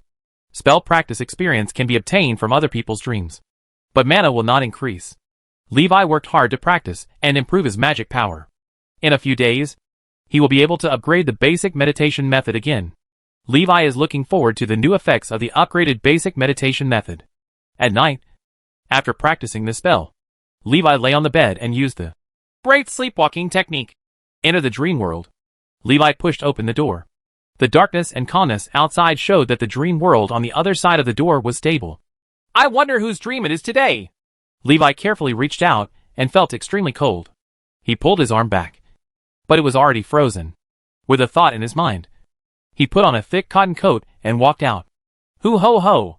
The cold wind howled and the snow blew. In the world of ice and snow, a wooden house with warm firelight from its windows stands alone in the wind and snow. Levi walked towards the wooden house step by step, standing outside the window and seeing the scene inside. He was stunned for a moment. This turned out to be Mr. Furusawa's dream. However, Gyu's in the dream seemed a little small. In the house, matches were burning in the fireplace. A man and a woman were sitting on the sofa chatting. The young Gyus and a girl were sitting on the blanket by the fireplace and playing. The conversation of several people could not be heard clearly, and only murmurs of unknown meaning reached Levi's ears. Only the laughter of young Gyus could clearly reach his ears. Levi was very surprised. He didn't expect that Mr. Guzei, who looked mature and steady, would actually yearn for his past childhood. The man and woman in the dream should be his parents, and the girl may be his sister. Everything is very warm and harmonious. Suddenly, there was a strong wind and snow, and a huge black shadow came from the wind and snow and approached the wooden house. Bang! The 5-meter-tall snow bear monster broke through the wall of the wooden house. In an instant, the cold wind from outside blew into the house and extinguished the fire. Levi saw Gyu's parents fighting desperately against the snow bear. Gyus took the girl and hid in the corner, trembling. "Well?" A sigh mixed in the wind and snow reached Levi's ears. He heard the voice of Mr. Furusawa. Levi looked at the snow bear that was about to kill Gyu's parents. He hesitated for a moment, and then a small fireball flew out. Call! The fireball passed through the wind and snow and hit the snow bear. Bang! The huge power blew up the snow bear's body, and Gyu's father, who should have died tragically, escaped. The snow bear got up, looked at Levi, and roared. Levi's mind flashed back to the scene when Master L used the fire snake technique. His figure changed. His whole body was shrouded in a robe, and a staff appeared in his hand. Call! A huge fire snake surged out and swallowed the charging snow bear. It's all just a dream. Levi changed the ending of Gyu's nightmare. The young man Gyus hugged his sister and looked at the powerful mage, who killed the snow bear with admiration in his eyes. There is an extremely fervent expectation in my heart that I will become a mage. After killing the snow bear, Levi glanced at the 4 people in the snow and turned around to leave. All he can change is the dream, not the reality. On the way, Levi returned to the room. The wind and snow around him suddenly stopped, and gray mist poured into his dream. Swish, swish, swish. The gray fog merged with the ice and snow, and a 5-meter-tall snow bear covered in gray fog appeared in front of Levi. Levi was shocked and felt bad. This breath is a nightmare. Why is there a nightmare in Mr. Guse's dream? Is it because he changed the ending of the dream? Ouch. The huge snow bear surrounded by gray mist rushed towards Levi, raised its huge paw and slapped him hard. Without thinking, Levi cast a small fireball at extreme speed. Bang! The snow bear's claws were blown to pieces by small fireballs, but its huge body collided with Levi, and with a bang, he was knocked away and fell into the snow. Protected by invisible armor, Levi was safe and sound. He quickly got up and found that although the nightmare was huge, it was only a first-level nightmare. Chapter 44 Memory Fragments. Levi stood in the cap-deep snow, looking solemnly at the Snow Bear Nightmare not far away. Snow Bear Nightmare's broken arm gradually recovered. His mind moved, and a huge fire snake rushed out and swallowed the Snow Bear Nightmare. The fire snake passed directly through the Snow Bear Nightmare, like a bubble, unable to cause any damage to it. Sure enough, the power of dreams cannot deal with nightmares. The Snow Bear Nightmare roared and rushed towards Levi, kicking up snowflakes all over the sky as it ran wildly. A small fireball in front of Levi quickly grew in size. Call! Fireballs flew towards Snow Bear Nightmare. Snow Bear Nightmare jumped up, trying to avoid the fireball, and jumped directly to Levi. With a thought in his mind, Levi directly detonated the fireball. Bang! The fireball with 3 times the power exploded the body of the Snow Bear Nightmare in midair. The Snow Bear Nightmare fell to the ground with only half of its body left. Gray mist emerged, and Snow Bear Nightmare's body recovered quickly. Levi's expression changed, and the nightmare was absorbing the power of the dream to recover from his injuries. If you can't kill it in one fell swoop, you will be consumed here sooner or later. If he could fire the fireball spell continuously, it would not be difficult to kill the Snow Bear Nightmare. The problem is, he can't do it. There must be at least 3 seconds between the 2 fireball spells. 3 seconds are enough for Snow Bear Nightmare to recover most of its injuries. Ouch! Snow Bear Nightmare's body had just been half repaired when it flew towards Levi. The second half sprayed out gray mist, and it flew directly over. Levi's heart skipped a beat. You can only use that move! He turned and ran. Snow Bear Nightmare quickly caught up with Levi, and the huge figure fell heavily from the air. Levi turned around, and in his palm was a fireball that expanded rapidly. Self-explosion fireball technique. Under Levi's desperate infusion of mana, it reached an astonishing 5 times the power. The cost is that the small fireball technique explodes out of control. Injure the enemy by 1,000 and injure yourself by 1,000. Bang! A ball of fire exploded in the snowy night, drowning the only 2 figures left in the wind and snow. Flutter! Levi's figure was blown away. His invisible armor shattered, and he lay directly in the cold ice and snow. He felt the coldness in Guse's heart that night. Levi stood up tremblingly and looked at where the Snow Bear Nightmare was. A gray light group floated in midair trying to gather the scattered gray fog around it. When Levi saw this, without saying a word, he raised his head and fired a small fireball. Call! Bang! The fireball hit the gray light group and blew it to pieces. The gray mist surging around the ground finally calmed down and dissipated little by little into the dreamland. What? Levi saw that after the gray light group disappeared, a shining fragment was left in place. He raised his hand and fired a fireball, which flew directly through the flashing fragments and flew away. Seeing that there was no danger, he walked over to check. After getting closer, the flash fragments flew directly into his body. Levi froze on the spot. It turned out that this was Mr. Guse's memory fragment. Memories of a nightmare night. In his memory, Guse's parents died at the mouth of a snow bear, and he was buried under the collapsed house with his sister in his arms. I don't know how long it took before he woke up. By this time, he had been rescued and his sister was missing. The young man Guse begged the traveling businessman who saved him to take him back to find his sister. The traveling businessman could not withstand his pleas and took him back to the ruins. Having lost hope, the only thing left in Guse's heart is revenge. He wanted to kill the snow bear to avenge his parents and sister. Later, the traveling merchant sent Guse to Maple Leaf City. Guse was found to have an affinity for the ice element and became a trainee mage apprentice in the Mage Tower. In the blink of an eye, 12 years have passed. That night turned into a nightmare that has haunted Furusawa ever since. The nightmare that engulfed Furusawa was born.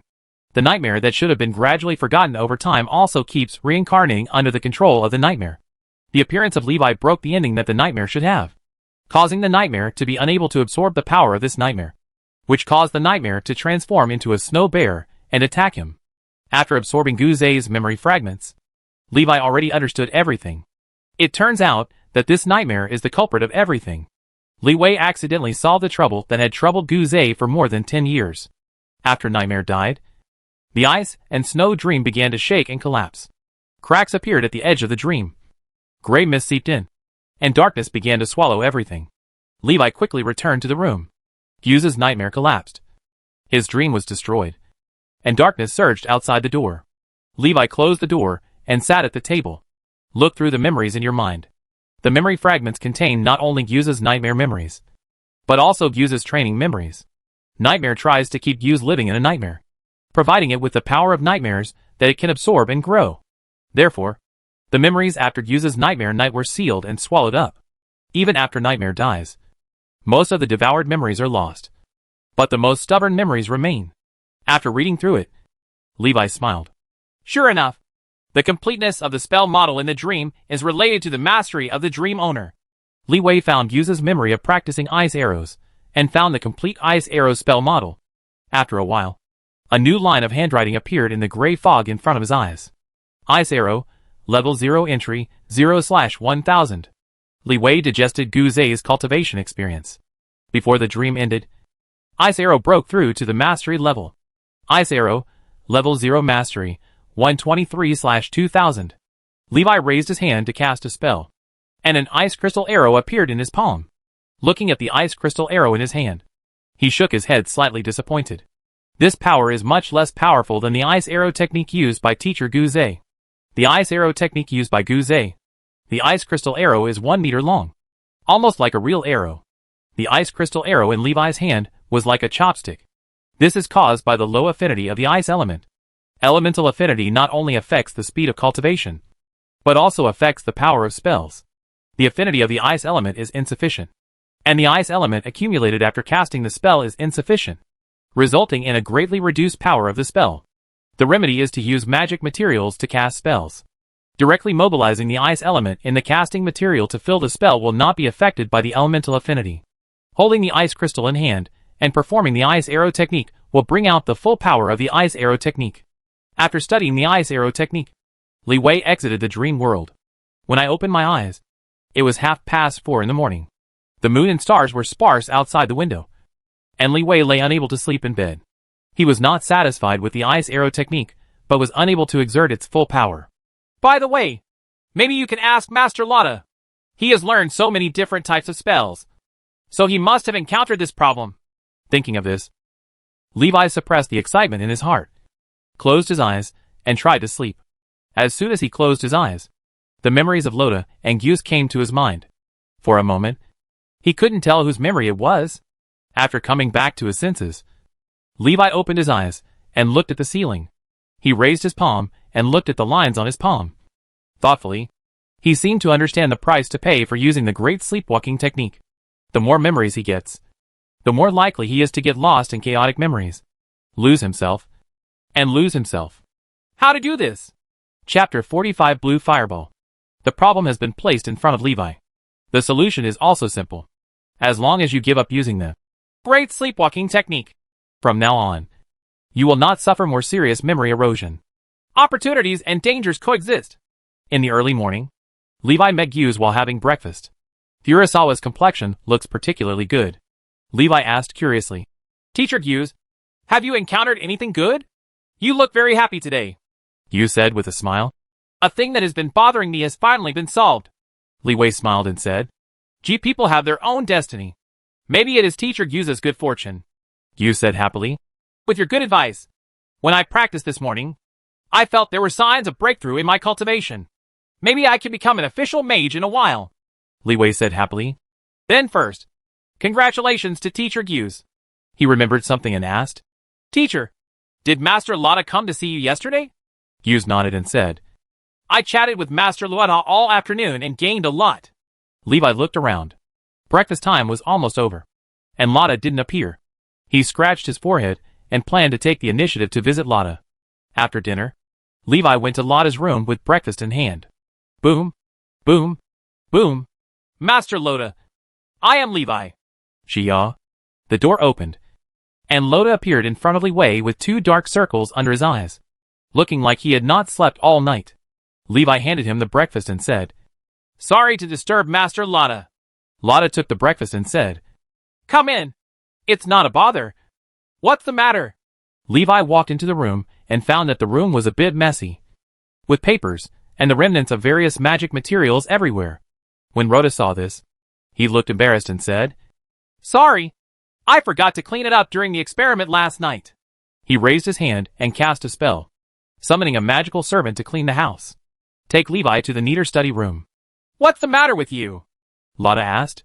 Levi said, "I recently practiced ice arrows and found that the power of the ice arrows I cast was much weaker than the normal ice arrows. What's going on?" While eating breakfast, Lotta said, "It's probably because your ice element affinity is too low." Levi asked, "What's the solution?" Lotta raised 3 fingers and said, "First, give up practicing ice arrows and switch to a spell that is more suitable for you. There are thousands of spells in the world, and no mage can master them all. You have to know how to choose. Second, use magic materials to assist in spell casting.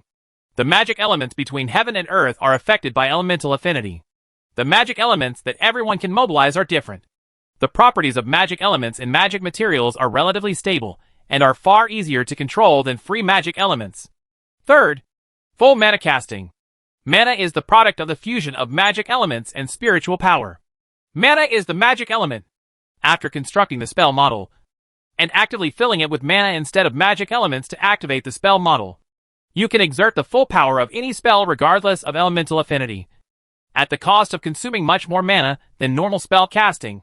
Full mana casting is usually used on non-attribute spells, such as Magic Hand, Magic Servant, Magic Shield, and other spells. Strictly speaking, Magic Servants and Magic Shields are not completely mana casting spells. It is only because the filling ratio of mana and magic elements exceeds 30% that they are classified as full mana casting spells. After hearing this, Li Wei suddenly realized and said sincerely, "Thank you, Master Luota, for your guidance."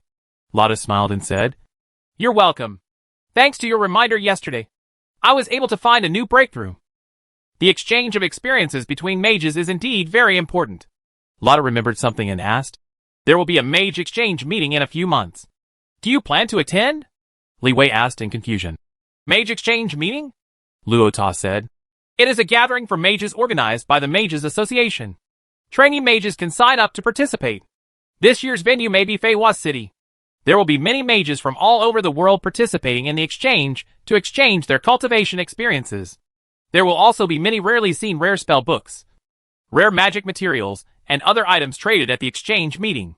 Last time, a bottle of super magic potion that can directly awaken extraordinary characteristics appeared at the exchange meeting." Levi asked in surprise, "Extraordinary characteristics can be awakened through magic potions?" Lotta smiled and said, "Of course. Do you know the most famous magic potion? Dragon Blood Potion?" Li Wei had read it in a book, and he asked in surprise, "Isn't that made up in a novel?" Rhoda said, "Of course not. The Dragon's Blood Potion is a real potion.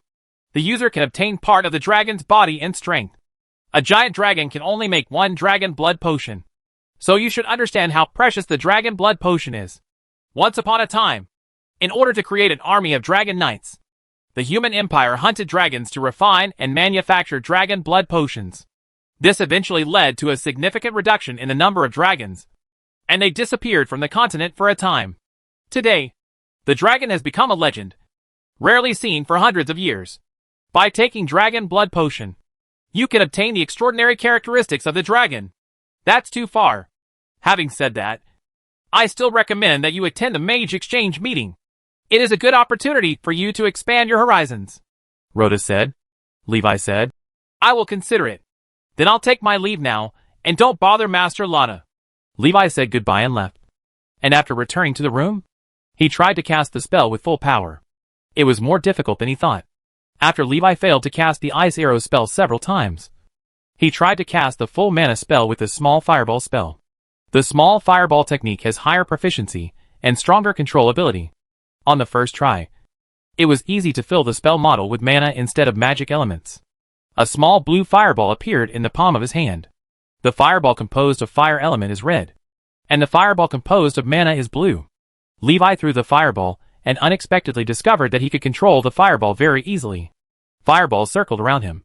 With a thought in Leeway's mind, the fireball flew a certain distance and then turned back to his side. Bang! The fireball was detonated midway, and the blue fire exploded and spread. All the power was released in one direction, without affecting Levi at all. Levi's face showed surprise. Isn't this the absolute control over magic he was pursuing before? After sensing the magic power for a moment, Levi frowned slightly. Casting the small fireball spell without using the fire element consumes more than 3 times the mana of normal spell casting. This is just a small fireball with ordinary power. If it is an enhanced version of the small fireball technique, the mana consumption will be even more terrifying. Use a lot of additional mana to increase your control over spells. This is an act of trickery. It is not the perfect control ability of a powerful mage as mentioned in the book. Only when you reach that level can you release group spells to kill enemies without damaging friendly forces. Otherwise, using all mana to release a group spell would cost countless times more than a single fireball spell. Even a high-level mage can't bear it. This is not much different from ordinary extraordinary professions. After all, the biggest reason why mages surpass other extraordinary professionals is that they can mobilize external forces from heaven and earth to fight that exceed their own strength. Unlike warriors, assassins, and shooters who can only use their own strength to fight. Chapter 46 Basic Meditation Method Upgrade. After knowing the disadvantages of the Great Sleepwalking Technique, Levi did not use this ability again in the following days.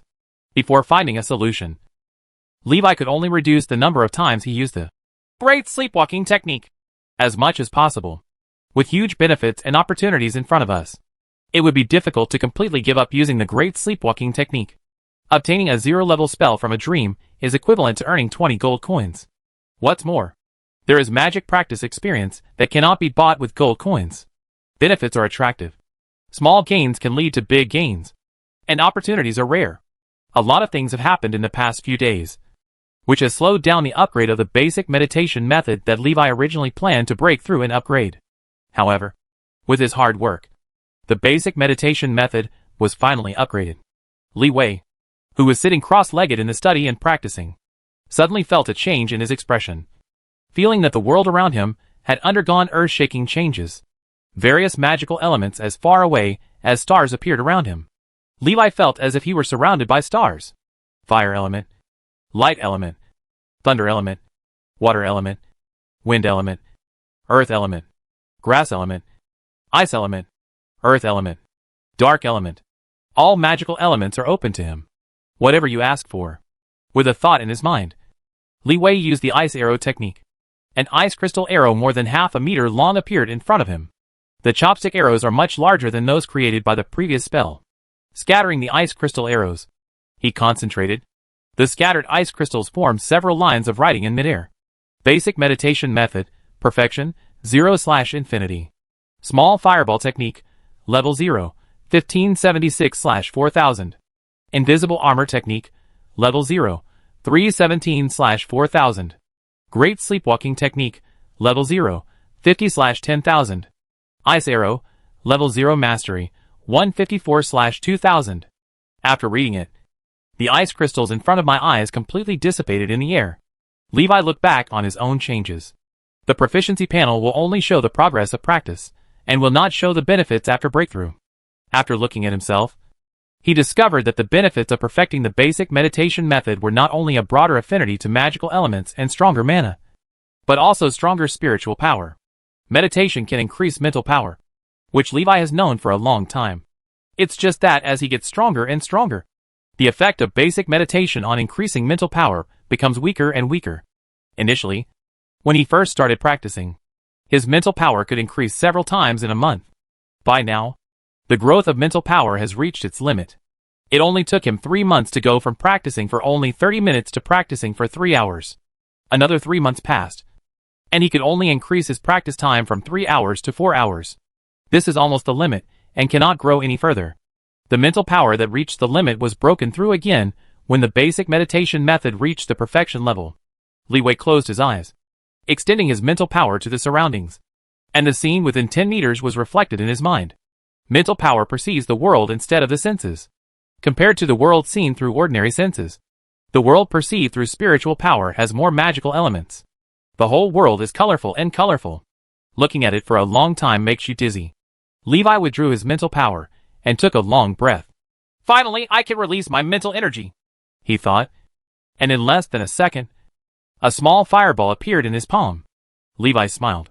The basic meditation method has been perfected. The element filling time has been shortened to 0.5 seconds, and it is infinitely close to the instant spell. As soon as he thought about it, the small fireball in his palm flew out and flew around him. Within 10 meters, the small fireball technique is under control. Swing it like an arm. Call. Bang. The small fireball flew out of a range of 10 meters. Levi could no longer control the flight direction of the small fireball, so he quickly detonated the small fireball. The explosion of fireballs outside the window scared many people. The neighbor with a bad temper opened the window and yelled, "Damn it! You don't know that you are not allowed to cast spells in the rest area? Practice spells, and go to the spell training field." Li Wei knew he was in the wrong, so he touched his nose but didn't say anything. After a while, the irritable trainee mage next door calmed down. Li Wei stopped and turned to study other aspects.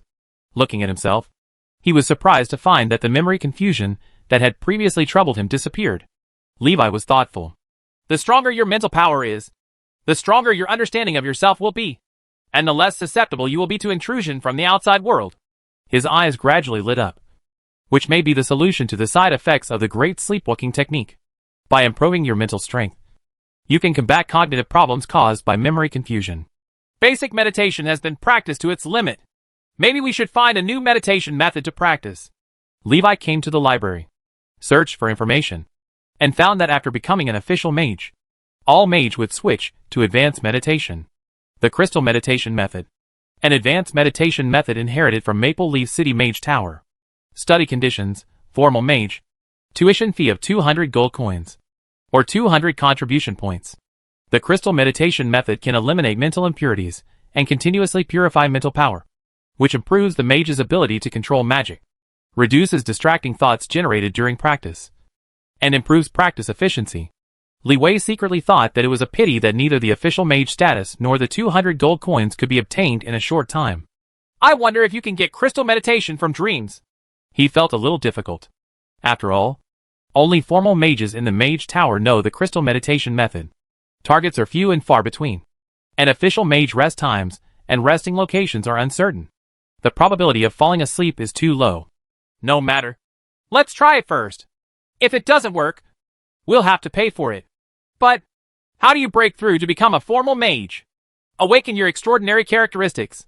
Levi was a little confused.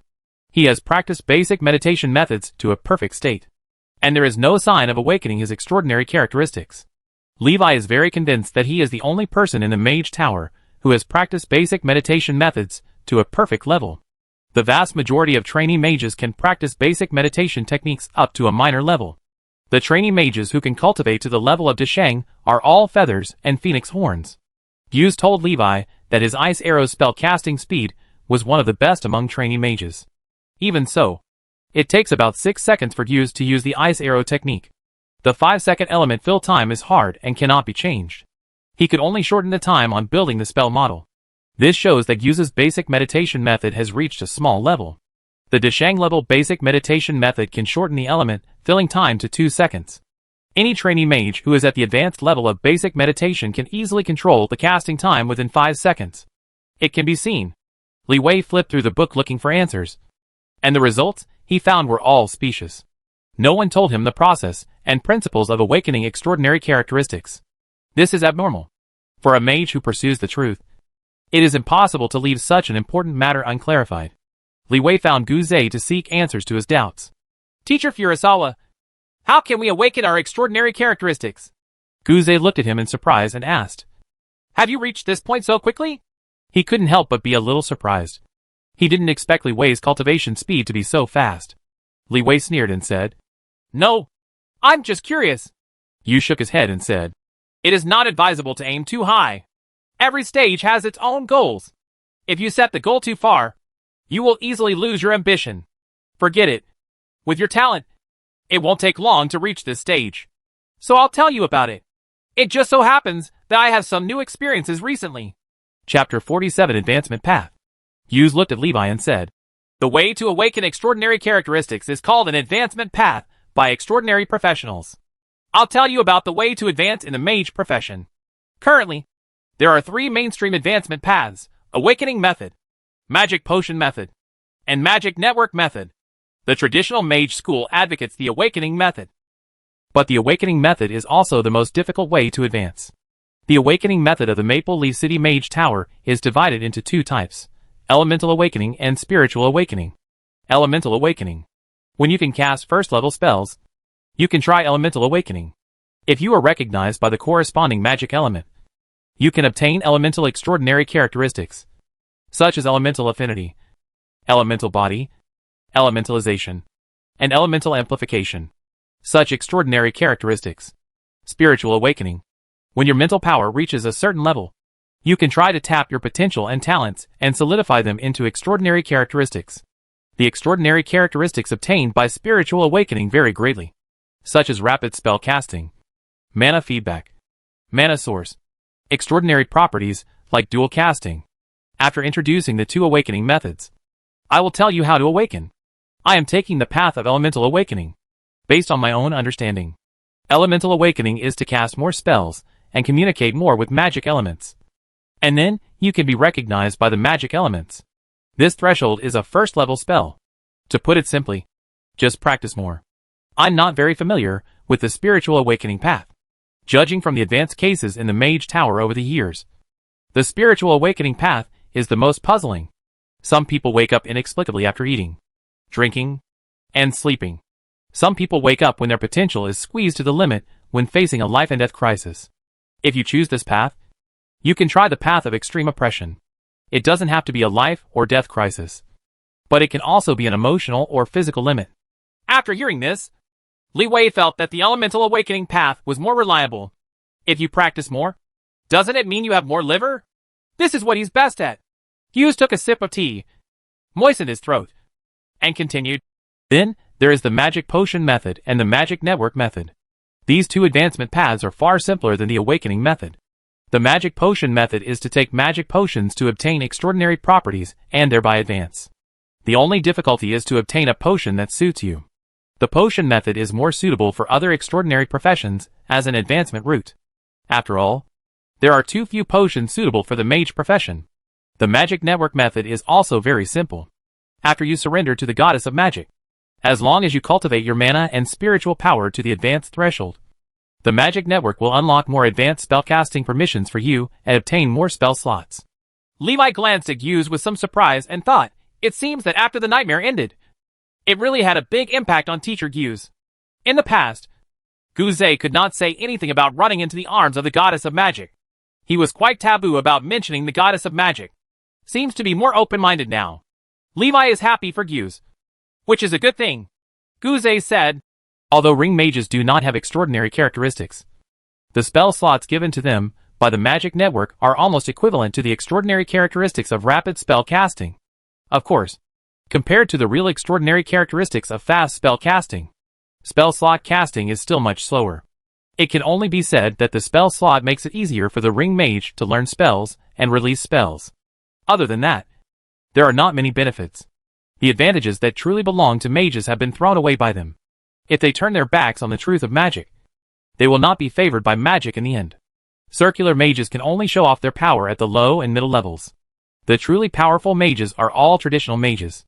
Li Wei secretly raised his head. Mr. Guzé is about to become an official mage.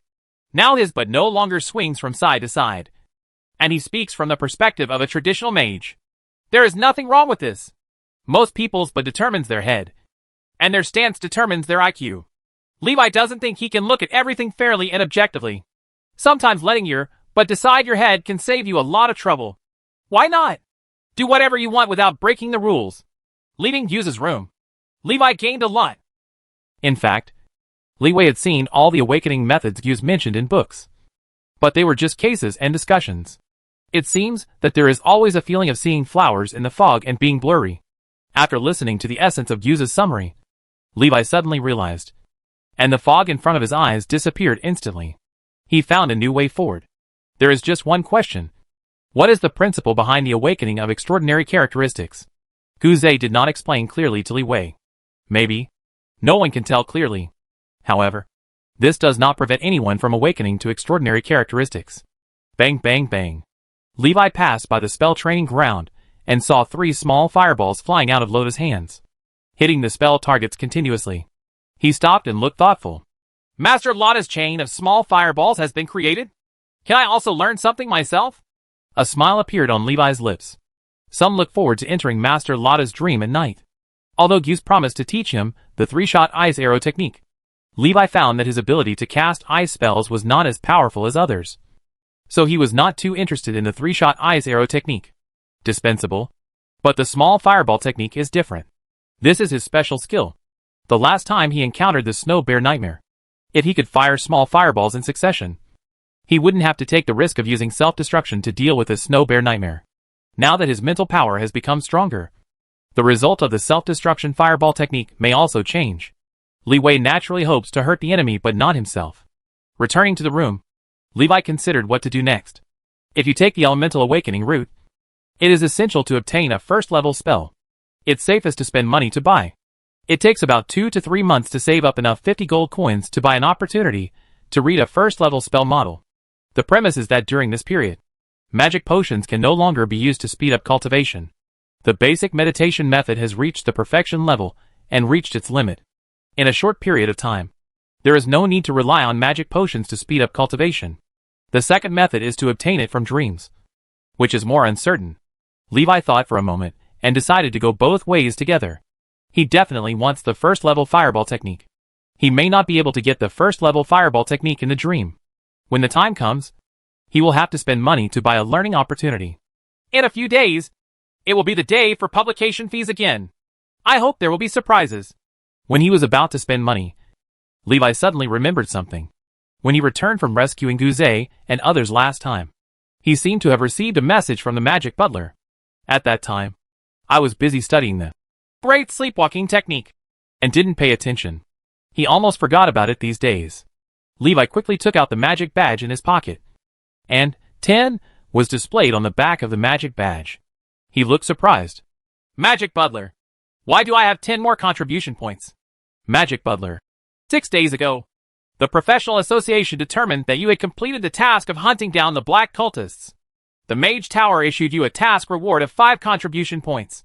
In view of your outstanding contribution in this task, the Mage Tower will issue you an additional 5 points. Contribute as an extra reward. Chapter 48 War Call-Up Order. Outstanding contribution? Levi thought for a moment and guessed that he might be able to rescue Gus and the other 3. The Mage Tower has already lost a trainee mage because of this task. If 3 more people were injured, it would be really debilitating. Putting away the magic badge, Levi smiled. One step closer to purchasing a first-level spell. The basic meditation method could no longer improve its level. But Levi did not give up and continued practicing. Although the level cannot be increased, the basic meditation method can still increase the upper limit of mana. His mental strength increased, and his daily practice time was extended to 6 hours. Cultivation for 6 hours a day is not enough time. It would be great if I could practice while sleeping. Meditation practice cannot replace sleep. On the contrary, meditation practice will also consume mental energy, which can be restored by sleeping and resting. For mages, sleep and rest are essential. Li Wei shortened the daily practice time to 3 hours, and spent the rest of the time practicing spells, striving to master the small fireball technique to a master level as soon as possible. 2 days later, Levi, who was devoted to practicing, received an urgent notice from the magic butler. Levi, whose training plan was disrupted, came to the 3rd floor of the Mage Tower. Many practicing mages have gathered here. Levi glanced at Loda, whose dark circles were getting thicker, and was surprised. No wonder he couldn't enter Loda's dream in the past 2 days. It turned out that he hadn't slept. Loda's face looked tired, but his eyes were exceptionally bright, and he was full of energy.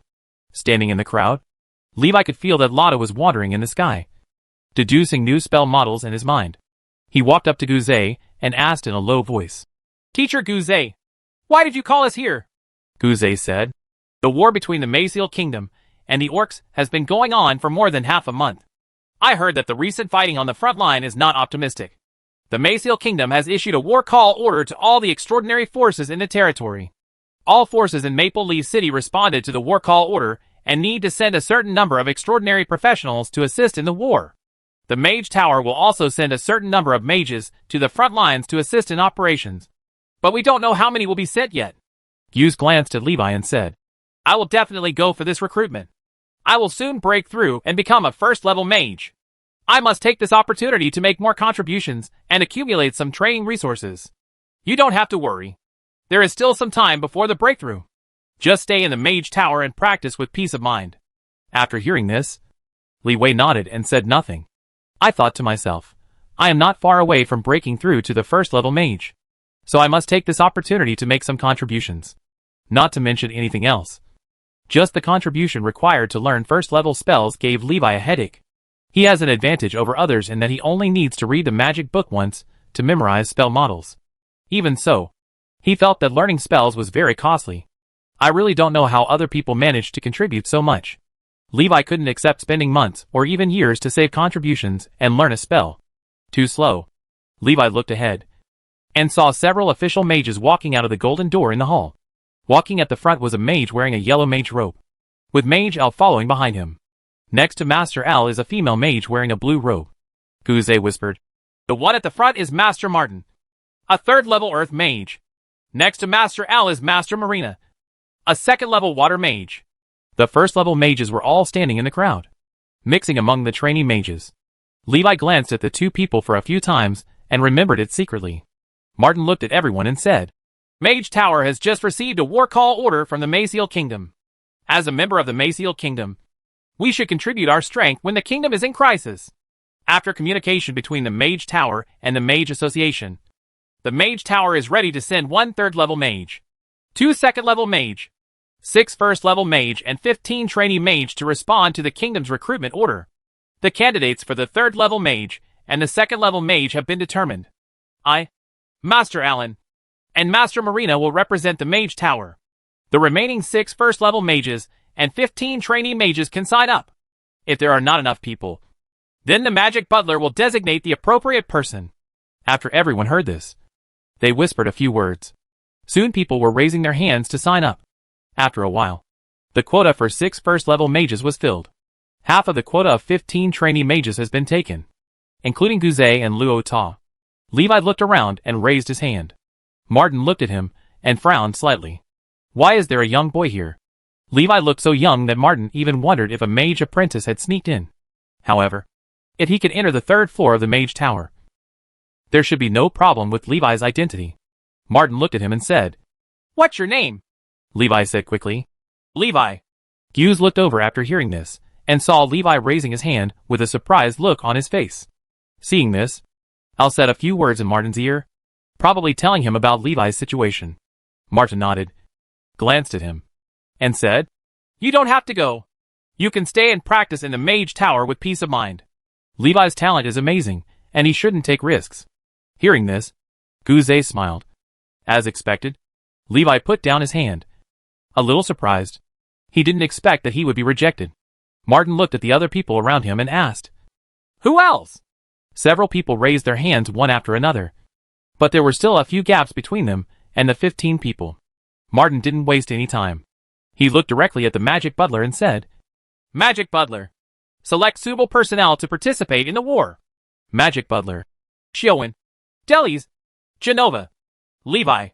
The faces of the 3 selected people changed slightly, and they were reluctant. Martin looked at Levi in surprise, turned to look at the Magic Butler, and asked, Are you sure Levi is more suitable to participate than others? Magic Butler, according to the completion of tasks and achievements, Levi's trainee mage is not weaker than the other 3. Xiaowen, Delis, and Genova stared at the young Levi in surprise. Martin was also a little surprised. He didn't expect Levi to be as powerful as several people who had been trainee mages for many years. Seeing this, he didn't say anything more and said, Then it's settled. You guys get ready and prepare to go to the battlefield with a large army tomorrow morning. Those not chosen to participate were relieved. Participating in the war can gain a lot of contributions. But it also means danger. War is no small matter. And even a formal mage will be damaged if he is not careful. Everyone returned to the room. Gouze walked with Levi without saying anything. The matter had become a foregone conclusion, and he could not change it. Be careful not to be the first to take the lead on the battlefield. War is different from ordinary missions. Self-protection is the main focus. A mage's exposure of his position on the battlefield will often attract attacks. Also, don't act alone without being separated from the large army. Chapter 49 Invisibility Cloak. Levi returned to the room and sat at his desk. Meditating. Things developed somewhat unexpectedly, disrupting his original plan. It's too late to learn escape spells temporarily.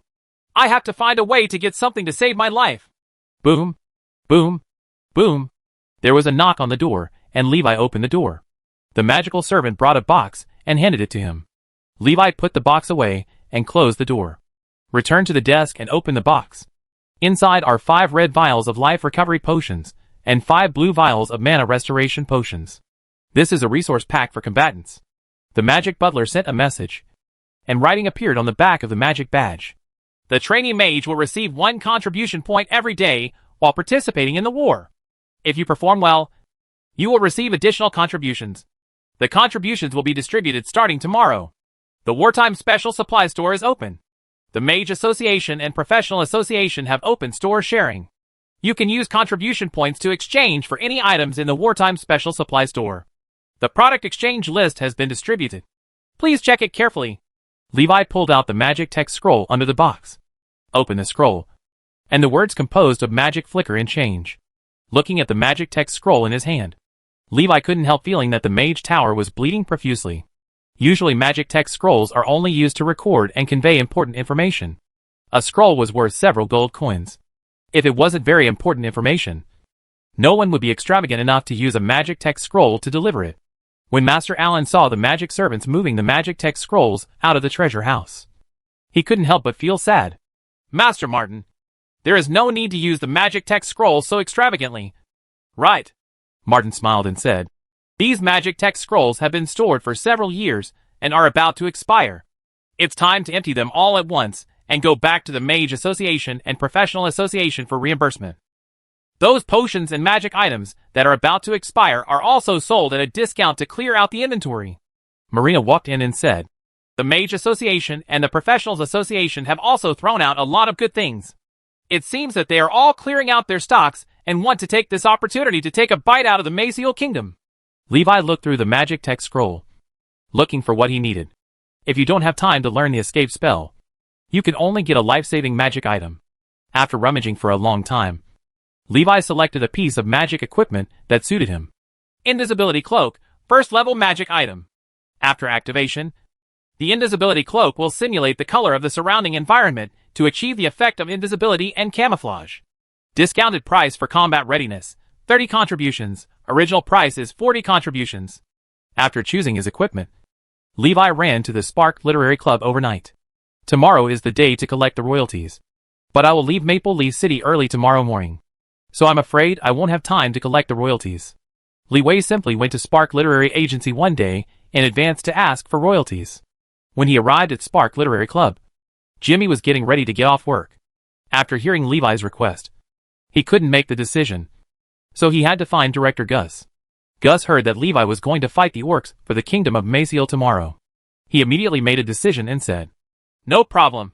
Jimmy, go and ask Shan Shan to work overtime to calculate Master Li Wei's royalties before you leave. Okay, Director. After waiting for half an hour, Jimmy came back with the bill and said, Director, this is the royalties for Dragon Knight. This month. Gus took a look and said, go get 14 gold coins. Li Wei took the opportunity to take a look and found that the royalties for April were only a little over 130,000 yuan. Less than 140,000 yuan. While Jimmy went to get the money, Gus said, compared with last month's skyrocketing sales, this month's sales has stabilized, and it is estimated that this sales volume will be maintained for some time in the future. These are not counting the income generated from cooperation with the Cornucopia Chamber of Commerce. The income of the Cornucopia Chamber of Commerce will not be known until the end of the summer when their traveling merchant team returns. Levi nodded, indicating that he understood. After a while, Jimmy came back with 14 gold coins, and Gus handed the gold coins to Levi. Masterly way. Pay attention to safety, and be sure to come back safely. Levi took the money bag and said with a smile, Thank you, Director Gus, for your concern. I will definitely come back safely. Next month's manuscript may have to be delayed for a while before it can be given to Jimmy, Gus said. Masterly Way doesn't have to worry about the manuscripts. The manuscripts currently accumulated by Spark Literary Society can still be serialized for 2 months. That's good. I'll leave first. Levi said goodbye to the Spark Literary Club and headed directly to the treasure house on the 3rd floor of the Mage Tower. Spend all the gold coins and contributions in your hand and exchange them for an invisibility cloak. Return to the room. Put on the invisibility cloak. And cover your whole body under the gray cloak. Levi stood in front of the full-length mirror and used magic to activate the invisibility cloak. He saw himself in the mirror slowly fading, until finally only his face remained in midair, and the rest of his body disappeared. Pulling down the mask, his face disappeared into the air. After moving for a while, Levi discovered that the invisibility effect is best when stationary. When moving, the changes in light and shadow will be delayed, making it easier to be exposed. The mana consumption is also acceptable, and the invisibility effect can easily be maintained for dozens of hours. There are also large pockets on the inside of the cloak, which can store a lot of items. Short-handled staffs can be easily stored in the inner pocket of the cloak. Levi put everything he wanted to bring into the inner pocket of his cloak. After taking a shower, I laid down on the bed to rest and recharge my batteries. Has Master Lana fallen asleep? Levi suddenly thought. Before leaving, it would be best if he could obtain the serial small fireball technique created by Lana. He decisively launched the Great Sleepwalking Technique. Dive into the dream world, and the fog in the house has disappeared. Although the gray fog is gone, there is still a hazy feeling in the room. This may be the difference between dreams and reality. Levi walked to the door and pushed open the door. There was no longer boundless darkness outside the door, but a fog of dreams, and a gray mist shrouded the whole world. The visual distance is only 10 meters. It happened to be the distance that his mental power spread out. The fog 10 meters away was chaotic and unclear, and no one knew what was hidden inside. Why is today's dream different? Levi wondered. Walking along the road at his feet, he finally saw Lotta's dream world. Lotta was walking alone in a jungle and seemed lost.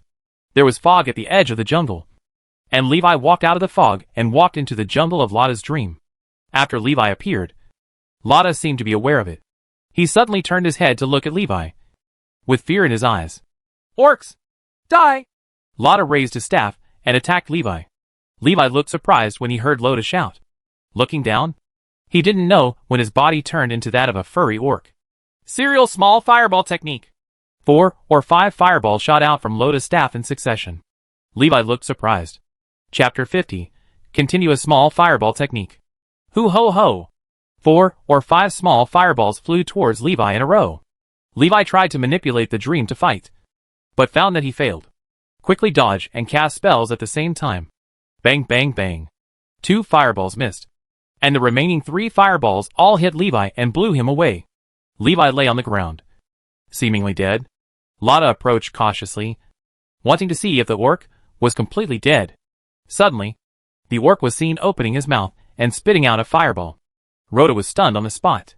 What kind of orc was this? Can he spit fireballs from his mouth? Bang!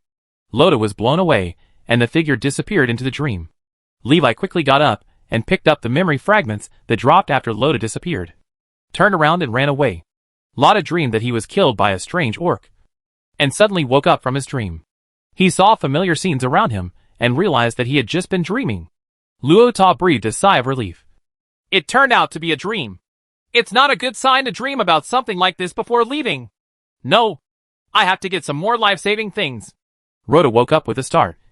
The dream collapsed, and countless gray mist poured into the jungle, swallowing everything. After the gray fog is boundless darkness. Levi rushed back to the room before the gray fog and darkness swallowed everything. Phew! I didn't expect this dream to be so special. It seems that Master Lotta is also worried about being in danger. Levi sat on the chair, looked at the memory fragments in his hands, and began to digest the information in the memory fragments. Maybe it's because Rhoda has only used the chain of small fireballs. The memory fragments obtained this time are all related to the serial small fireball technique. After digesting the information in the memory fragments, Levi also mastered the serial small fireball technique. This is due to the fact that his proficiency in the small fireball technique is higher than that of Rhoda, so he can easily master the chain of small fireball techniques. Seeing Luo Ta's transformation of the spell model, Levi couldn't help but praise. Wonderful! Build a spell model, and cast a chain of small fireballs. Small fireballs quickly flew out of his hands, and then swirled around him. Levi fired 7 small fireballs in one breath. 7 small fireballs were constantly rotating around him, like 7 stars guarding him. Levi smiled. Thanks to the perfect level of mana, the spell model he constructed is more stable, and can release more small fireballs. Li Wei saw Rhoda's ambition from the transformation of the spell model. Theoretically, according to Rhoda's transformation, the serial small fireball spell model can continuously produce small fireballs until the caster's mana is exhausted. Pour all your mana in one breath to suppress the enemy with high-intensity firepower. This idea made Li Wei too excited. If it can really be realized, then even a trainee mage will have the ability to threaten second-level professionals. The weakest apprentice mage can also release 10 small fireballs in succession. It is not a problem for a senior trainee mage to release 20 or 30 small fireballs. Currently, Levi can release up to 45 small fireballs in a row. If all the mana is poured out in one breath, the fierce attack of more than 40 small fireballs is enough to destroy a second-level professional. However, ideals are always just ideals, and are difficult to realize. Levi's perfect level of mana can only be used for 7 consecutive shots, Levi thought, and a snow bear nightmare appeared in the room. In his dream, he simulated a snow bear nightmare to test the power of a series of small fireballs. The 7 fireballs around him roared and shot toward the snow bear nightmare. Bang, bang, bang. Fireballs collided with snow bear nightmare and exploded, blowing snow bear nightmare's body into pieces. Even though snow bear nightmare has strong recovery power, it cannot withstand the indiscriminate bombardment of a series of small fireballs. The explosion ended, and the figure of snow bear nightmare had disappeared. A mess was left. Levi smiled. If he had used a series of small fireballs before, he wouldn't have to take the risk of using self-destructing fireballs to deal with the snow bear nightmare. With a thought, the messy battlefield turned into a bedroom. The serial small fireball technique and the charged small fireball technique each have their own advantages. The former is suitable for fire suppression and dealing with group enemies, while the latter is suitable for dealing with individual enemies with strong defenses. Levi rubbed his chin and thought. As the mental power becomes stronger, the self-destruction fireball technique also changes from killing both of them to damaging the enemy by 1,000 and damaging itself by 800. Levi stretched out his right hand, and a fireball expanded rapidly in his palm. He tried his best to control the rapidly expanding fireball, trying to use his mental power to restrain all the power in front of him. Bang! A terrifying explosion shock wave spread out. Most of the explosion shock waves spread forward in a fan shape, and the cone-shaped flames formed by the hot fire element swallowed everything. A small amount of flames exploded from both sides of Levi's side, drowning his figure. Levi waved his hand, and the messy room returned to normal again. Before the spell model collapses on its own, detonating the fireball in advance can control most of the power and reduce self-damage to about 20%. But the power is also weaker. Only about 4.5 times the power of the small fireball technique, compared with 5 times the power of killing 1,000 enemies and damaging 800. This loss of power is still acceptable. Levi smiled and exited the dream world. He discovered that the dream world had another benefit. He can experiment and practice magic unscrupulously in the dream world. Levi rarely uses his full strength in the spell training ground. Don't want to reveal too much. In addition, there are some dangerous spells that can only be practiced in dreams. For example, the self-destruction fireball technique. At a critical moment of life and death, Levi would use the self-destruction fireball technique when there was no other way. Under normal circumstances, he would not risk practicing such a dangerous spell. But it's different in dreams. In his dreams, he is a god, capable of doing anything he wants. Even if you are injured, you can recover instantly. When he leaves the bedroom, although he can control dreams to a certain extent, he changes from a god to a sleepwalker. Sleepwalkers can become aware of their dreams and harness their power. But you must abide by the rules of the dream and cannot override the dream owner. The next day, at 6 o'clock in the morning, it was still dark. There was a faint light in the sky. Everyone in the Mage Tower has already gathered. Martin stood on the steps, glanced at everyone, and said, "Let's go!" He walked at the front, leading everyone towards the city gate. There were very few people on the streets. Li Wei followed the team to the city gate, and saw that 200 to 300 people had gathered under the city wall. All are extraordinary professionals. Levi, are you so busy during this time? You don't even have time to come to me. Alan saw him, came over and joked. When Levi saw him, he remembered that Alan had asked him to meet before. But he was really busy these days, and forgot about it. Levi quickly apologized and said with a smile, Mr. Allen, please forgive me. I've been busy practicing spells these days, and I really don't have time. Al looked at Alan and said with an unkind expression, Alan, what are you doing here? Alan laughed and said, Ha ha. I am now the chief instructor of the Mage teaching group of the City Lord's Mansion. What do you want me to do? When Al heard this, his expression changed. Chapter 51 Halo. Any war must have a leader. No matter how detached the Mage Tower and the Professional Association are, when facing a war, the initiative still belongs to the City Lord. The Lord of Maple Leaf City is the Commander-in-Chief. As the chief instructor of the City Lord's Mage teaching group, Alan is bound to become the commander of the Maple Leaf City Mage group. How could Al accept this? But even he had no say in this matter. Unless Martin stands up and actively competes with Alan for the command of the Mage group, it is possible to change the outcome. Al knew Martin's character. He was not a man who valued power. As long as Alan doesn't go too far, Martin won't stand up an object. Seeing his brother's ugly face, Alan smiled and did not continue to mock him. He looked at Martin and greeted with a smile. Master Martin, long time no see. Martin responded. Alan, I didn't expect you to become a ring mage. Alan said. I just chose a path that suits me. Martin nodded. Well, I remember that when you left the Mage Tower, you were only a first-level senior mage. Now you are a third-level mage, which is not bad. Alan smiled and said, In this war, the City Lord appointed me as the commander of the Mage group. I will also ask Master Martin to cooperate with me when the time comes. Martin said, As long as there is no problem with your command, the mages in the Maple Leaf City Mage Tower will fully cooperate. In other words, if Alan commanded him properly, don't blame him for Martin not cooperating in the battle. The conversation ended, and the City Lord came with his army. The City Lord's personal guards, composed of extraordinary professionals, walked in the front, and the City Lord Oates, riding a war horse and wearing armor, appeared in front of everyone. Behind him were thousands of troops. The total army in Maple Leaf City is only 5,000 to 6,000. The soldiers standing densely in front of the entire street may number no less than 3,000. Oates has already pulled out most of Maple Leaf City's troops and is preparing to take them to support the battlefield. There are only more than 2,000 people left to guard Maple Leaf City. This is very risky behavior, not to mention sending most of their troops to support the battlefield. Most city owners would feel distressed if they sent 1,000 soldiers to support the battlefield. The kingdom of Maciel is the kingdom of the king, and the city is his own city, unless it is a city in the kingdom of Maciel. The kingdom of Maciel covers a vast territory, with more than 20 cities standing from south to north and from east to west. Less than half of them were founded by the Makir kingdom.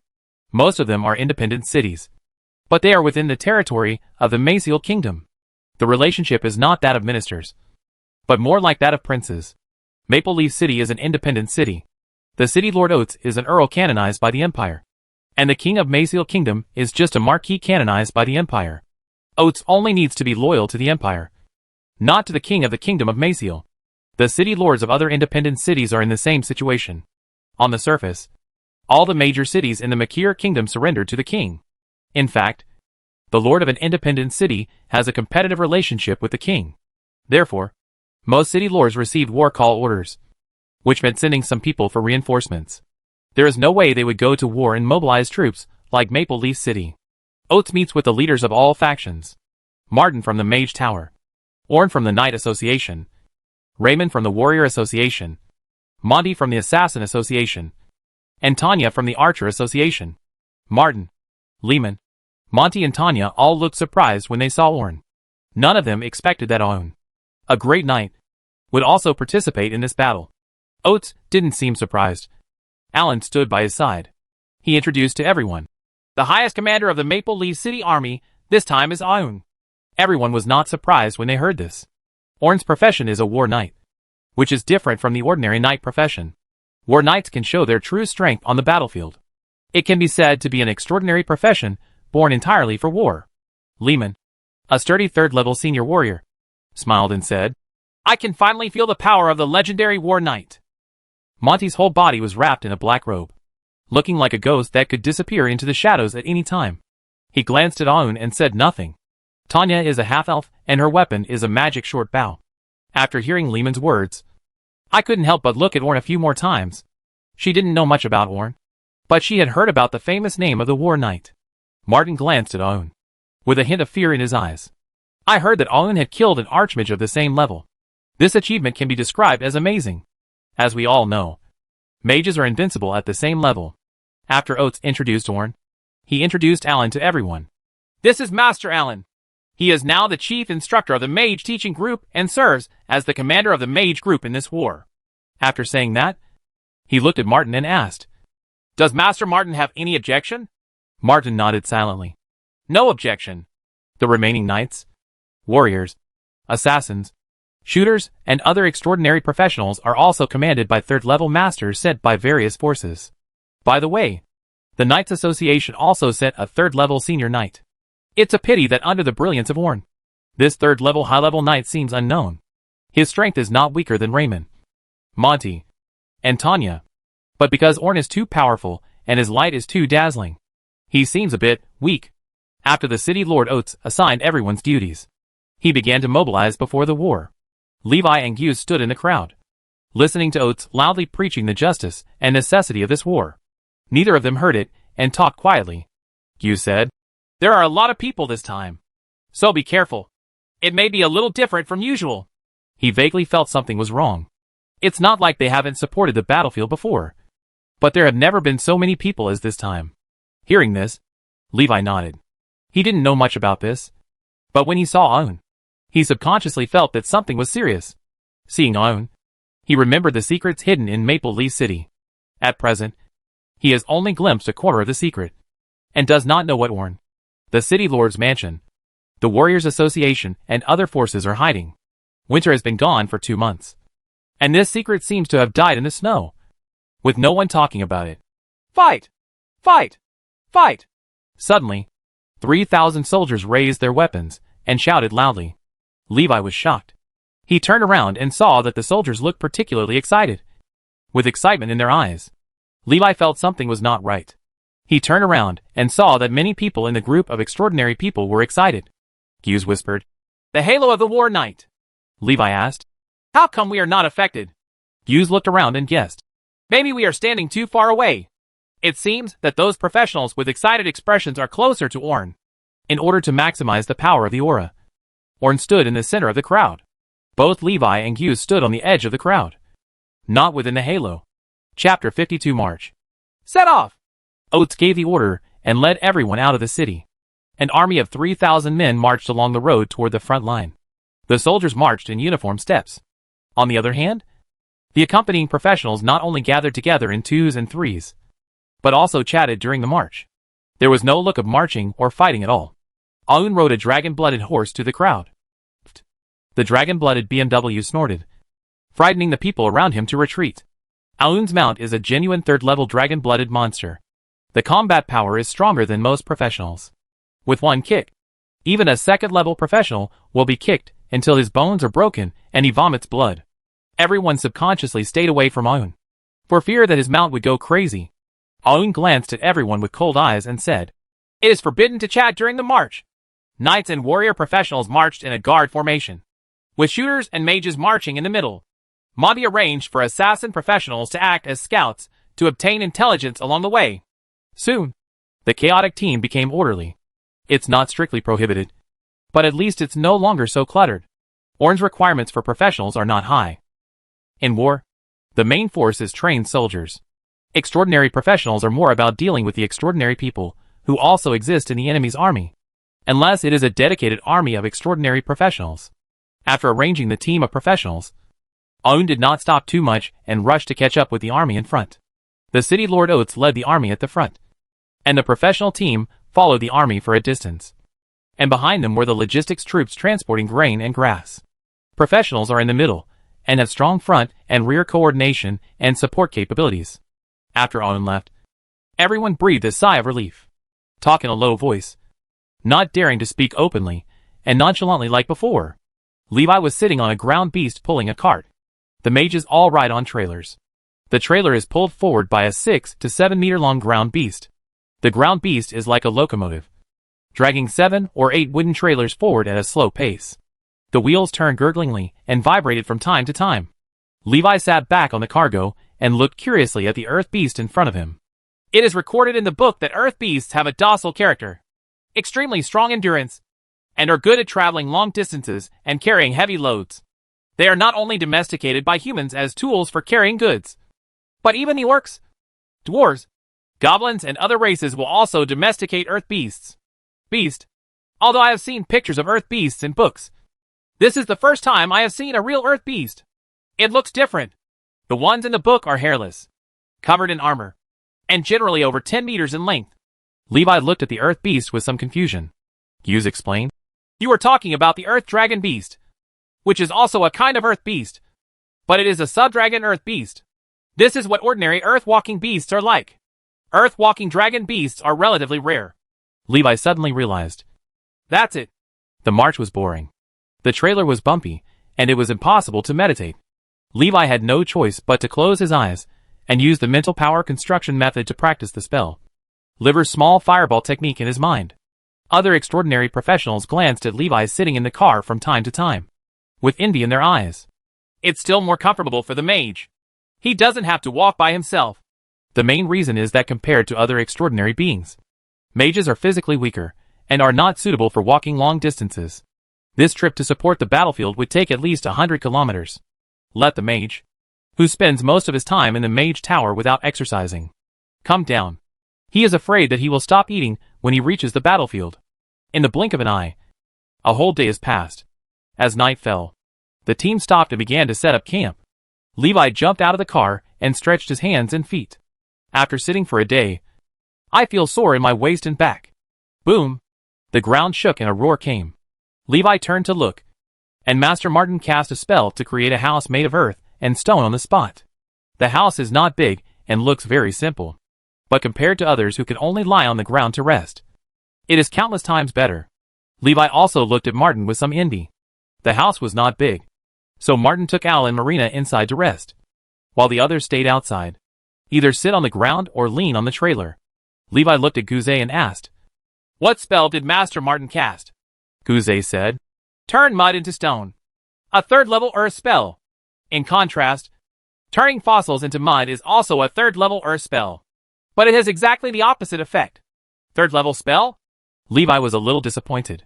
He also wants to learn it, so that it will be convenient for him to travel far away in the future.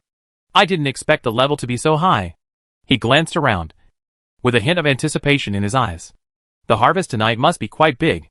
Make fires to cook. Stand guard. Eat and sleep. Apart from eating and sleeping, leeway basically has nothing to do with him. There are also soldiers who specialize in patrolling.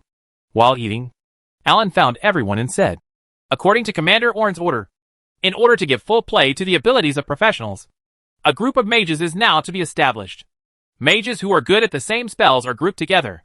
The order is to form a group. Unit execution. He announced the mage groups everyone belonged to. Guzet was assigned to the Ice Mage group, and Li Wei and Luo Ta were assigned to the Fire Mage group. Levi looked at the people Alan brought over. He said they were members of the mage teaching group of the City Lord's Mansion, a group of ring mages and ring mage apprentices. There are quite a few people. There are 8 first-level ring mages and 12 ring mage apprentices. They all look young, unlike the mage tower where most people are middle-aged in their 30s or 40s. However, in terms of strength, the mage tower crushed the mage teaching group. 15 trainee mages are comparable to 15 first-level ring mages. Even so, Al, Marina and others were also very surprised to see so many first-order mages in the City Lord's Mansion. Al stared at Alan and said, Did you let them all change their professions to become ring mages? Alan smiled and said, What do you mean I asked them to change their profession to become ring mages? This is all of their own free will. If you need help, I can also help you become a ring mage. Alan looked at the many trainee mages and said with a smile. Hearing this, Al's face couldn't help but darken. Some in the crowd were excited, some were hesitant, and some were dismissive. In terms of strength, the trainee mage and the first-level ring mage are evenly matched. But in terms of status, it's still half the difference. Even if a first-level ring mage is weaker, he is still an official mage. Official mage and official extraordinary professional recognized by the Mage Association and Professional Association. Alan saw that it was almost the same, and did not continue.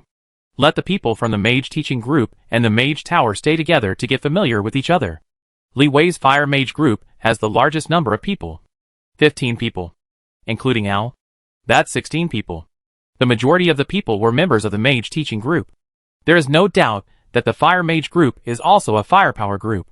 Late at night, Levi checked that the invisibility armor had been activated, wrapped himself in the invisibility cloak, and sat on the cargo to sneak into the dreamland. The Great Sleepwalking Technique. Chapter 53 Dreams of Many People. Entering a dream in the wild. Levi still appears in the bedroom. This is his dream anchor.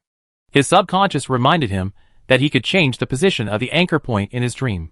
Levi did not choose to change the dream anchor. Checking the things on his body, he found that the invisibility cloak and staff were all brought into the dream. But they were just in shape. If Levi wants it, he can look like anything. Pushing open the door, there was fog and chaos outside. When you walk out of the room, there is only a portal standing in the mist behind you.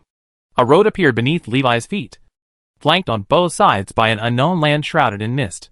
He knew that the road under his feet led to the nearest dream. Levi walked forward, and after walking for a while, he saw a huge dream bubble. This was the biggest dream he had ever seen. Whose dream will it be this time? Levi walked into the dream with great expectations. Passing through the edge of the dream bubble, the fog in his vision disappeared, and he walked into a forest. Used the power of dreams to activate the effect of the invisibility cloak. He disappeared into the woods. After walking through the woods and seeing the scene ahead, Levi froze on the spot. Is this a dream or reality? What appeared in front of him turned out to be the camp where everyone was stationed. Several bonfires were burning in the camp, and several groups of soldiers were patrolling outside. The earth-walking beast lies on the ground sleeping. Everything is just like the real thing. Is this true or false? Levi was almost confused by the scene in front of him. He shook his head and planned to go to where he slept to take a look. When he walked to an earth beast and saw no trace of himself, Levi was convinced that what he saw in front of him was just a dream. In addition, he also found that the number of people in the dream was wrong. There are far fewer people than there are in reality. Levi guessed that those people might not have slept yet. He walked to the stone house and looked inside, but there was no one there. Martin, Marina, and Al didn't sleep. Levi turned around and found that Guze and Luo Ta were nowhere to be seen. And they were not asleep yet. This dream is a little strange. No matter what, let's see what we can gain first. Levi turned his head and stared at a mage in the dream. Master George, the first-level mage of the Mage Tower. One of the members of the Fire Mage group. Good at fire spells. Just as a target, Levi hopes to obtain the fireball spell model from his memory. It would be great if you could get crystal meditation. When Levi was about to take action, his mind suddenly moved and he sensed something. He turned his head sharply to look at the edge of the dream. Wisps of gray mist penetrated into the dream, forming nightmares. And the nightmares turned into orcs. The nightmare orcs came out of the woods and approached the camp. This dream attracts nightmares? As soon as Levi thought of this, the alarm in the camp sounded. Dang, dang, dang. The sound of huge gongs and drums woke up everyone in the camp. Orcs attack at night! Orcs attack at night! Everyone took up weapons to fight the orcs rushing out of the woods. There were a lot less people around, and no one realized it. When you are not aware of dreams, you will automatically ignore all abnormal phenomena. George takes up his staff and fights the orcs. He didn't realize at all that there were so many fewer people around him. Fireball! A hot fireball flew out from George's staff and fell into the crowd of orcs. With a bang, 2 or 3 orcs were killed.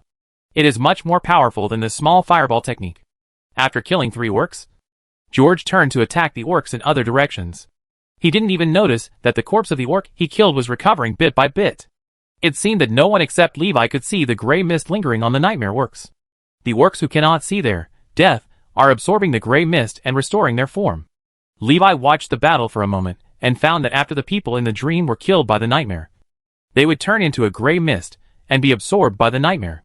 After absorbing the gray mist, the nightmare will become stronger. The stronger the person, the more gray fog will be generated after death. Therefore, the number of nightmares besieging George is also extremely large. all wanting to kill George and then swallow the power of nightmares. Seeing this, Levi almost understood the reason for the nightmare.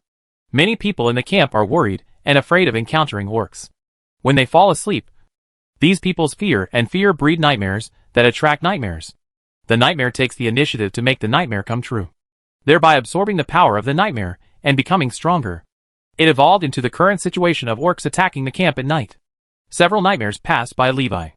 After they passed, they subconsciously looked back, sensing something, but not finding Levi.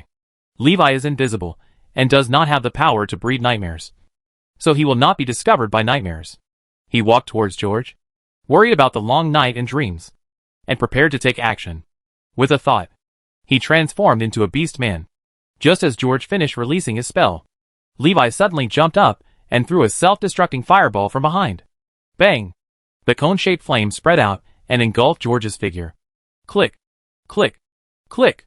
The magic shield emerging from George's body made an overwhelmed sound.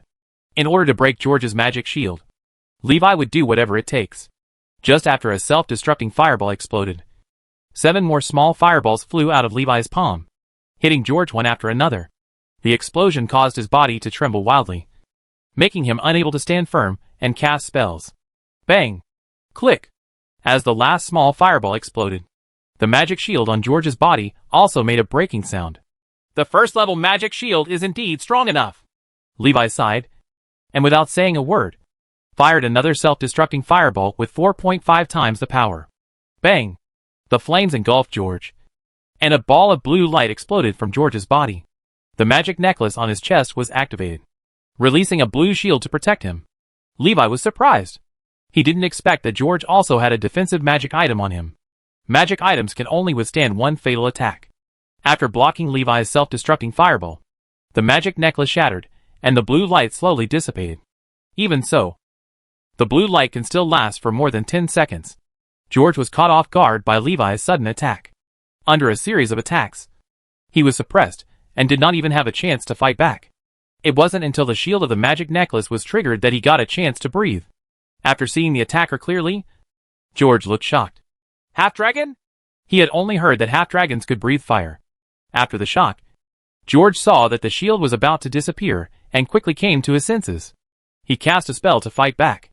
Levi activated his invisibility and disappeared from George's sight. George's expression was stagnant, and there was confusion in his eyes. What kind of work is this? He can breathe flames from his mouth and become invisible. He had never heard of the existence of such orcs. Hoo ho ho! Seeing that George was severely injured, several nightmares swooped in around him. Bang! A ball of flames engulfed the figures of George and Nightmare, leaving only a wreckage at the center of the explosion. A fragment of memory flashing with white light floated in midair. Several surrounding nightmare cores are absorbing the gray mist and trying to recover. Bang bang bang. Levi used a series of small fireballs to directly destroy 4 nightmare cores in one go. The core of the nightmare shattered, and 4 streams of light flew into Levi's body. Pick up pieces of George's memory. Levi returned quickly. The nightmares had discovered him and were attacking him. With a thought in Levi's mind, he flew up. Call! Break through the siege and fly out of the dream bubble. Leaving the dream and losing the blessing of the power of the dream, Levi fell to the ground. The surrounding gray fog was billowing, as if something was about to rush out from inside. Levi quickly ran back to the room. Bang! Close the door and isolate everything. Chapter 54 First Level Spell. Levi returned to the room, sat at the table, and finally breathed a sigh of relief. It feels like dreams are getting more and more dangerous.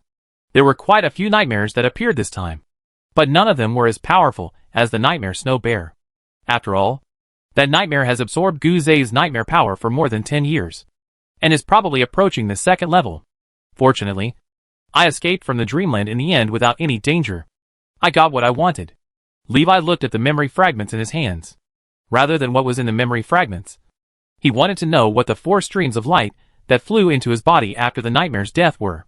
It happened once, when I killed the nightmare Snow Bear. But the core of that nightmare was mixed with memory fragments, and Levi had not yet distinguished the two. This time, only the nightmare core had no memory fragments, and he realized that the two were different. After searching for a while, Levi finally found out what he got by killing Nightmare. Great Sleepwalking Technique, Level 0, 360/10,000. It turned out to be the experience value of the Great Sleepwalking Heavenly Technique. After Leeway discovered this, he fell into thinking. By getting other people's memory fragments, I can gain cultivation experience. Killing Nightmare will give you the experience of the Great Sleepwalking Technique. The Great Sleepwalking Technique and Nightmare have the same origin. When I cast the Great Sleepwalking Technique and became a sleepwalker, I turned into a nightmare. Looking back, what I was doing seemed to be the same as what the nightmare was doing. There is no essential difference. They are all stealing other people's power in dreams. The nightmare is actually me. Levi smiled bitterly. He didn't know whether this was a good thing or a bad thing. If you haven't met the evil god, you will soon be unable to become a human being. Levi shook his head to get rid of distracting thoughts from his head. No matter what, just take it one step at a time. At worst, you will give up using the Great Sleepwalking Technique. He picked up George's memory fragments and absorbed them, digesting the memories. All kinds of broken memories flashed through his mind, and Levi quickly locked the memory of the spell model. In his memory, Levi discovered 2 complete spell models. Small Fireball. Fireball. After a long time, Levi opened his eyes, and writing appeared in front of his eyes. Small Fireball Technique, Level 0, 3666/4000. Fireball, First Level Entry, 300/1000. Invisible Armor Technique, Level 0, 656/4000. Great Sleepwalking Technique, Level 0, 360/10,000. Ice Arrow, Level 0 Mastery, 200/2000. After digesting George's memory, his proficiency in the small fireball technique increased a lot. Also get the new spell Fireball. Levi smiled. Finally got a first level spell. In this way, we are one step closer to advancement. But how should I explain how I learned the first level fireball technique? Levi was a little troubled. After thinking about it, he thought of a person. Master Alan. Find a way to push the learning of fireball to Alan. Anyway, with the attitude of those in the Mage Tower towards Alan, they probably wouldn't go to him to verify this matter. The ice arrow technique can be hidden and used, but the fireball technique will definitely become a commonly used spell. The problem of the source of the spell must be solved to avoid leaving hidden dangers. Thinking of a solution, Levi stopped thinking about it too much. He casts Fireball. After gaining the training experience of Master George, the fireball technique directly reached the entry level. After simulating the spell model building process in your mind a few times, Levi used mana to build a model of the fireball spell. First level spells are far more complex than 0 level spells. The small fireball spell has only 6 spell circuits, and the invisible armor spell has only 7 spell circuits. The fireball spell has as many as 16 magic circuits. This makes the fireball more powerful, and the spell more stable. In 10 seconds, Levi constructed the fireball spell model, and the magic element filling took 1.5 seconds. A basketball-sized fireball floated in front of him. The fireball burned blazingly, releasing a scorching brilliance. Levi could feel that this fireball was far more stable than the small fireball, and it could last for 20 or 30 minutes even if it was left alone. This means that fireball has a longer range than small fireball. With a thought, mental power drove the fireball to circle around, spiraling outward in a way. It is easier to control than the small fireball technique, and the control limit distance is doubled to 20 meters. The flying speed is also much faster, about twice that of the small fireball technique. The nightmare snow bear appears in the room. The fireball suspended in midair found its target and crashed into the nightmare snow bear at high speed. Bang! The terrifying explosion flames spread out, completely engulfing the figure of the nightmare snow bear. Even standing 10 meters away, Levi could feel the heat waves and the billowing air. The power is about the same as a self-destructing fireball, slightly stronger. The nightmare snow bear has disappeared. Levi waved his hand, and the messy room returned to its original state. In summary, the power of the first level fireball technique is about 5 times that of the small fireball technique, but its stability, controllability, attack distance, flight speed, etc. far exceed that of the small fireball technique. The mana consumption is 10 times that of the small fireball technique. It is twice that of the self-destruction fireball technique. The consumption of first-level spells is truly astonishing. With his current total amount of mana, he can use first-level spells at most 4 times. However, the power of first-level spells is indeed amazing. The entry-level spell power can easily kill the nightmare snow bear. As spell proficiency increases, spell power also increases.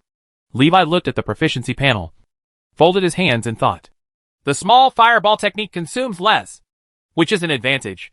You can continue to use it and strive to reach the perfect level.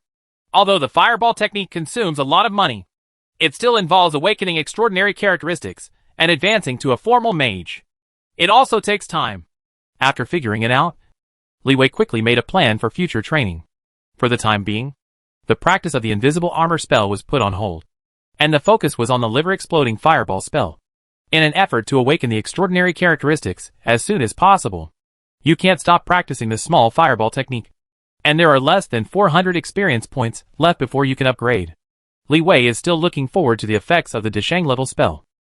The chain of small fireballs is just a technique for using small fireballs, not an independent spell. Just like the charged fireball technique and the self-destructive fireball technique, Levi used the fireball technique in his dream. When the time was almost up, he exited the dreamland. In the early morning, before dawn, everyone was woken up and on their way. Commander Aun said that we must get to the battlefield before tonight. Everyone gets up and prepares to go. Everyone got up, took a brief rest, and continued marching. Breakfast is to eat dry food during the march. When Levi woke up, the Earthwalker trailer he was sitting in was already some distance away from the camp. Guze glanced at him, broke off the cake in his hand, and handed it to him. You're awake. I saw you were still sleeping, so I didn't wake you up. Li Wei took the cake from him. It was hard, and the dried meat grains were mixed with flour, making it look a bit rough. The flatbread mixed with meat grains is a dry food specially provided for extraordinary professionals. Ordinary soldiers could only eat wheat flour flatbread. Levi picked up the water bag, rinsed his mouth briefly, and spit out the mouthwash. Sit down and eat the big cake. You can only swallow it with water. Levi asked. Did nothing happen last night? Chapter 55 Attack. Nothing happened last night. Right. Mainly because many people were killed by nightmares in the dream last night, and Levi was worried that it would affect reality. Yu shook his head and said, It's nothing. It's just that many people had trouble sleeping. They were awakened by nightmares in the middle of the night.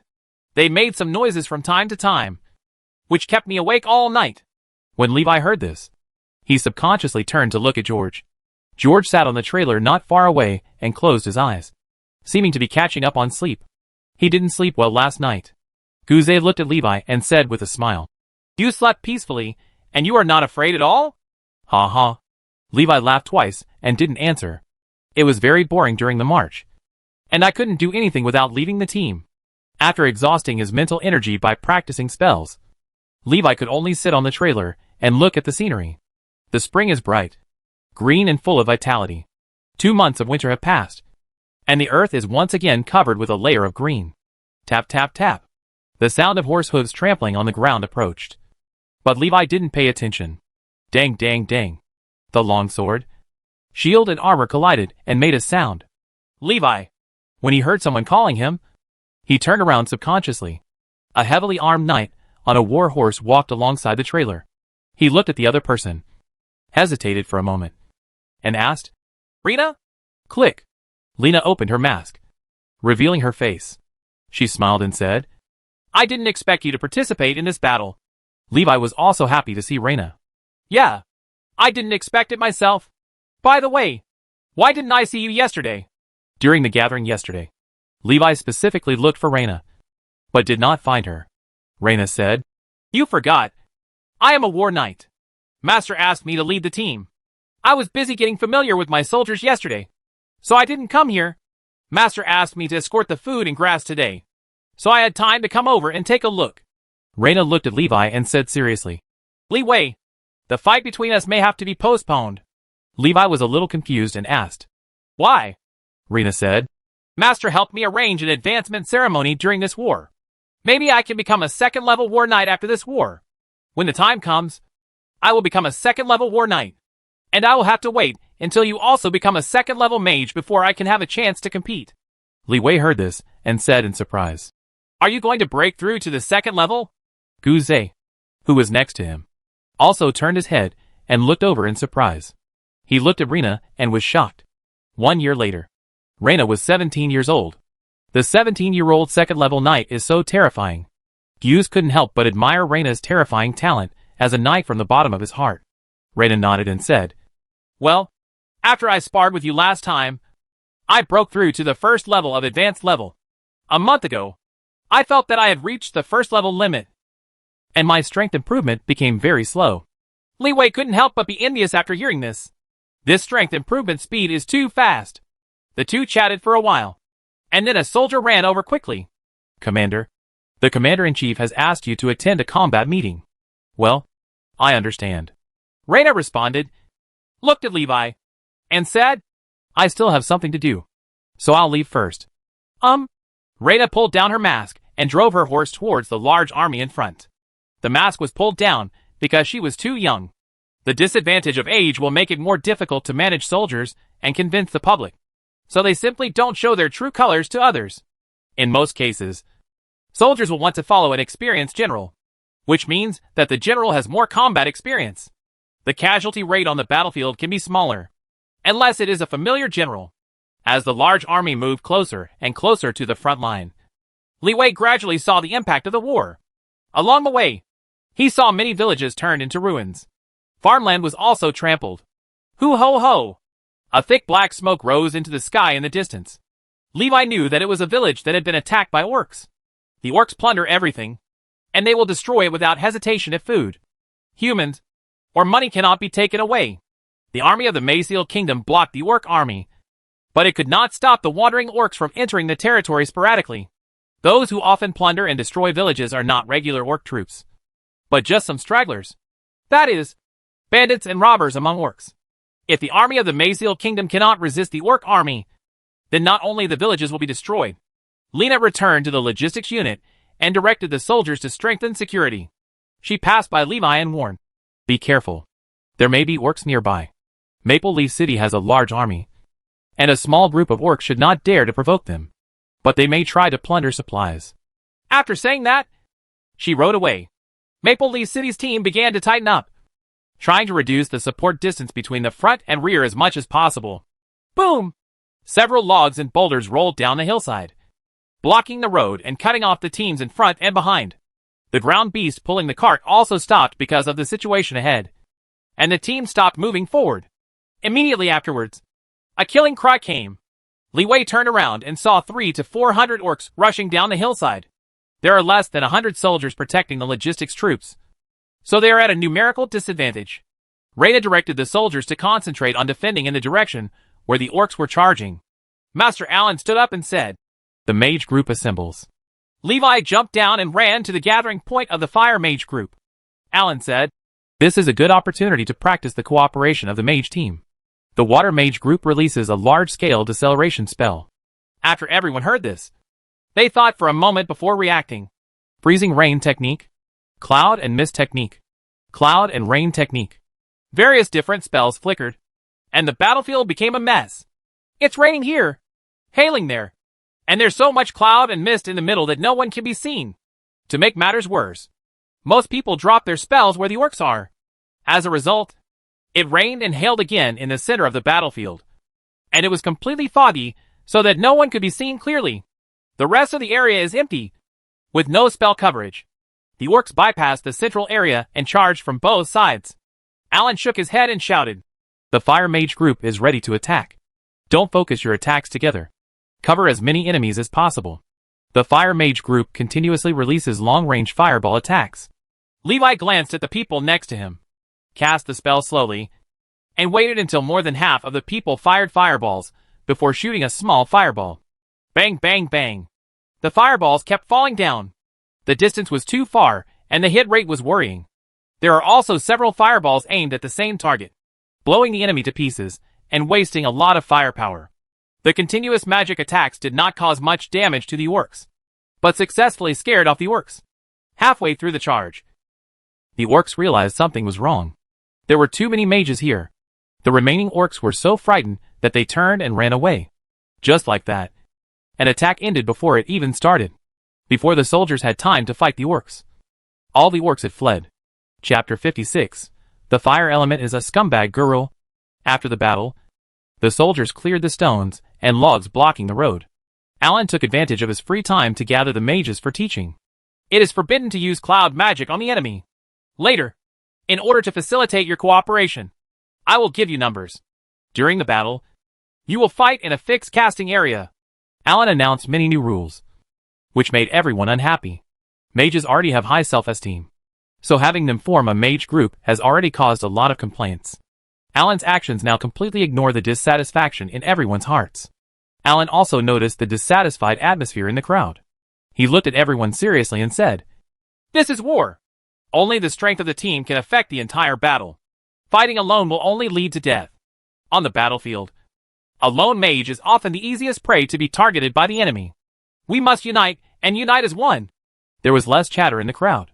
Tap tap tap.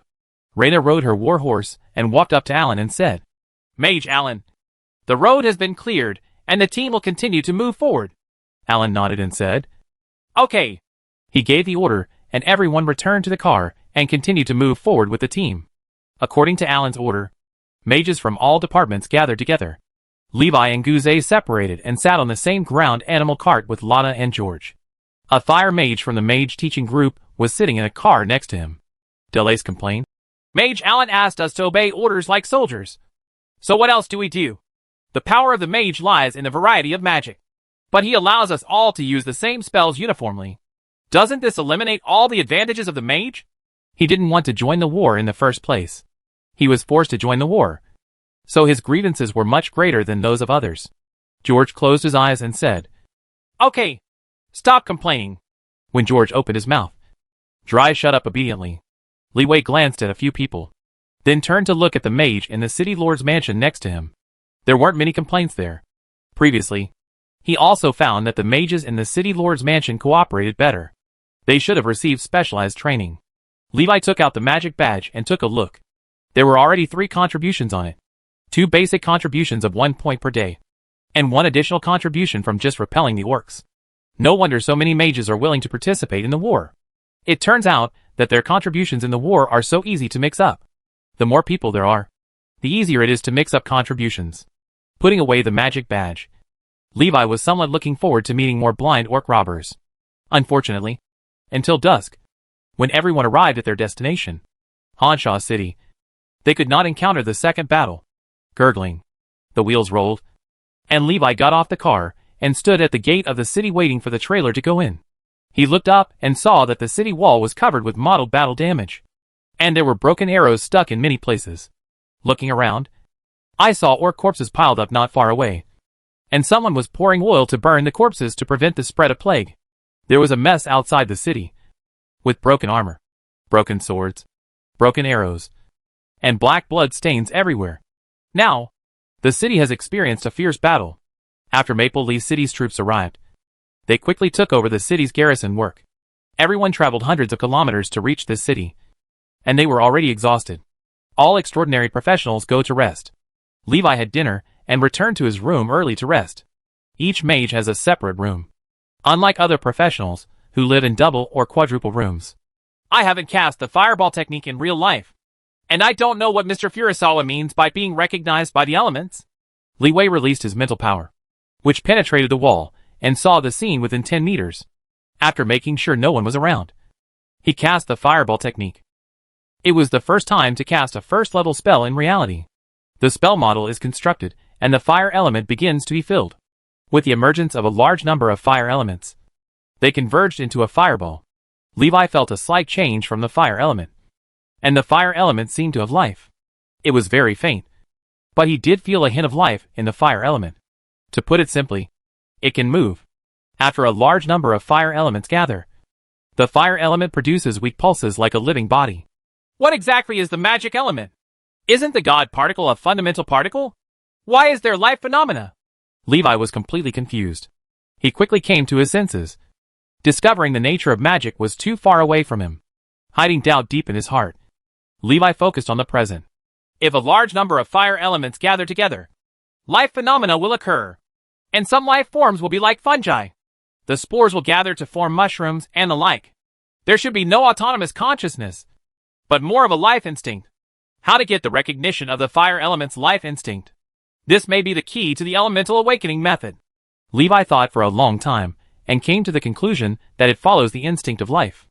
There is no doubt that following the life instinct of the fire element is the easiest way to gain recognition from the fire element, thereby awakening extraordinary characteristics. But the question is, what is the life instinct of the fire element? Combustion? Explode? Reproduce? Forget it. This question is too profound to understand. Anyway, it's just the liver. Sooner or later, you will be able to awaken your extraordinary characteristics. How long has the mage profession been around? Let alone thousands of years. No one has figured out this problem for thousands of years. And Levi doesn't think he can figure it out now. It's just that the thinking and cognition of people on Earth make it easier for him to see essential problems that others cannot see. Maybe this is just wishful thinking and groundless delusion on his part. Levi practiced the fireball technique and found that after each spell was cast, the fire element responded a little faster. It was as if the fire element was slowly falling in love with him. From sending messages without replying, to sending messages and replying in seconds. This feeling is very subtle. Does it feel like you're in love?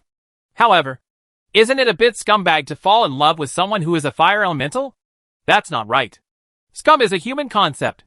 If the fire element loves the world as much as Alicia does, then it's not a scum. Love Kate. Late at night, Levi slipped into his dreamland.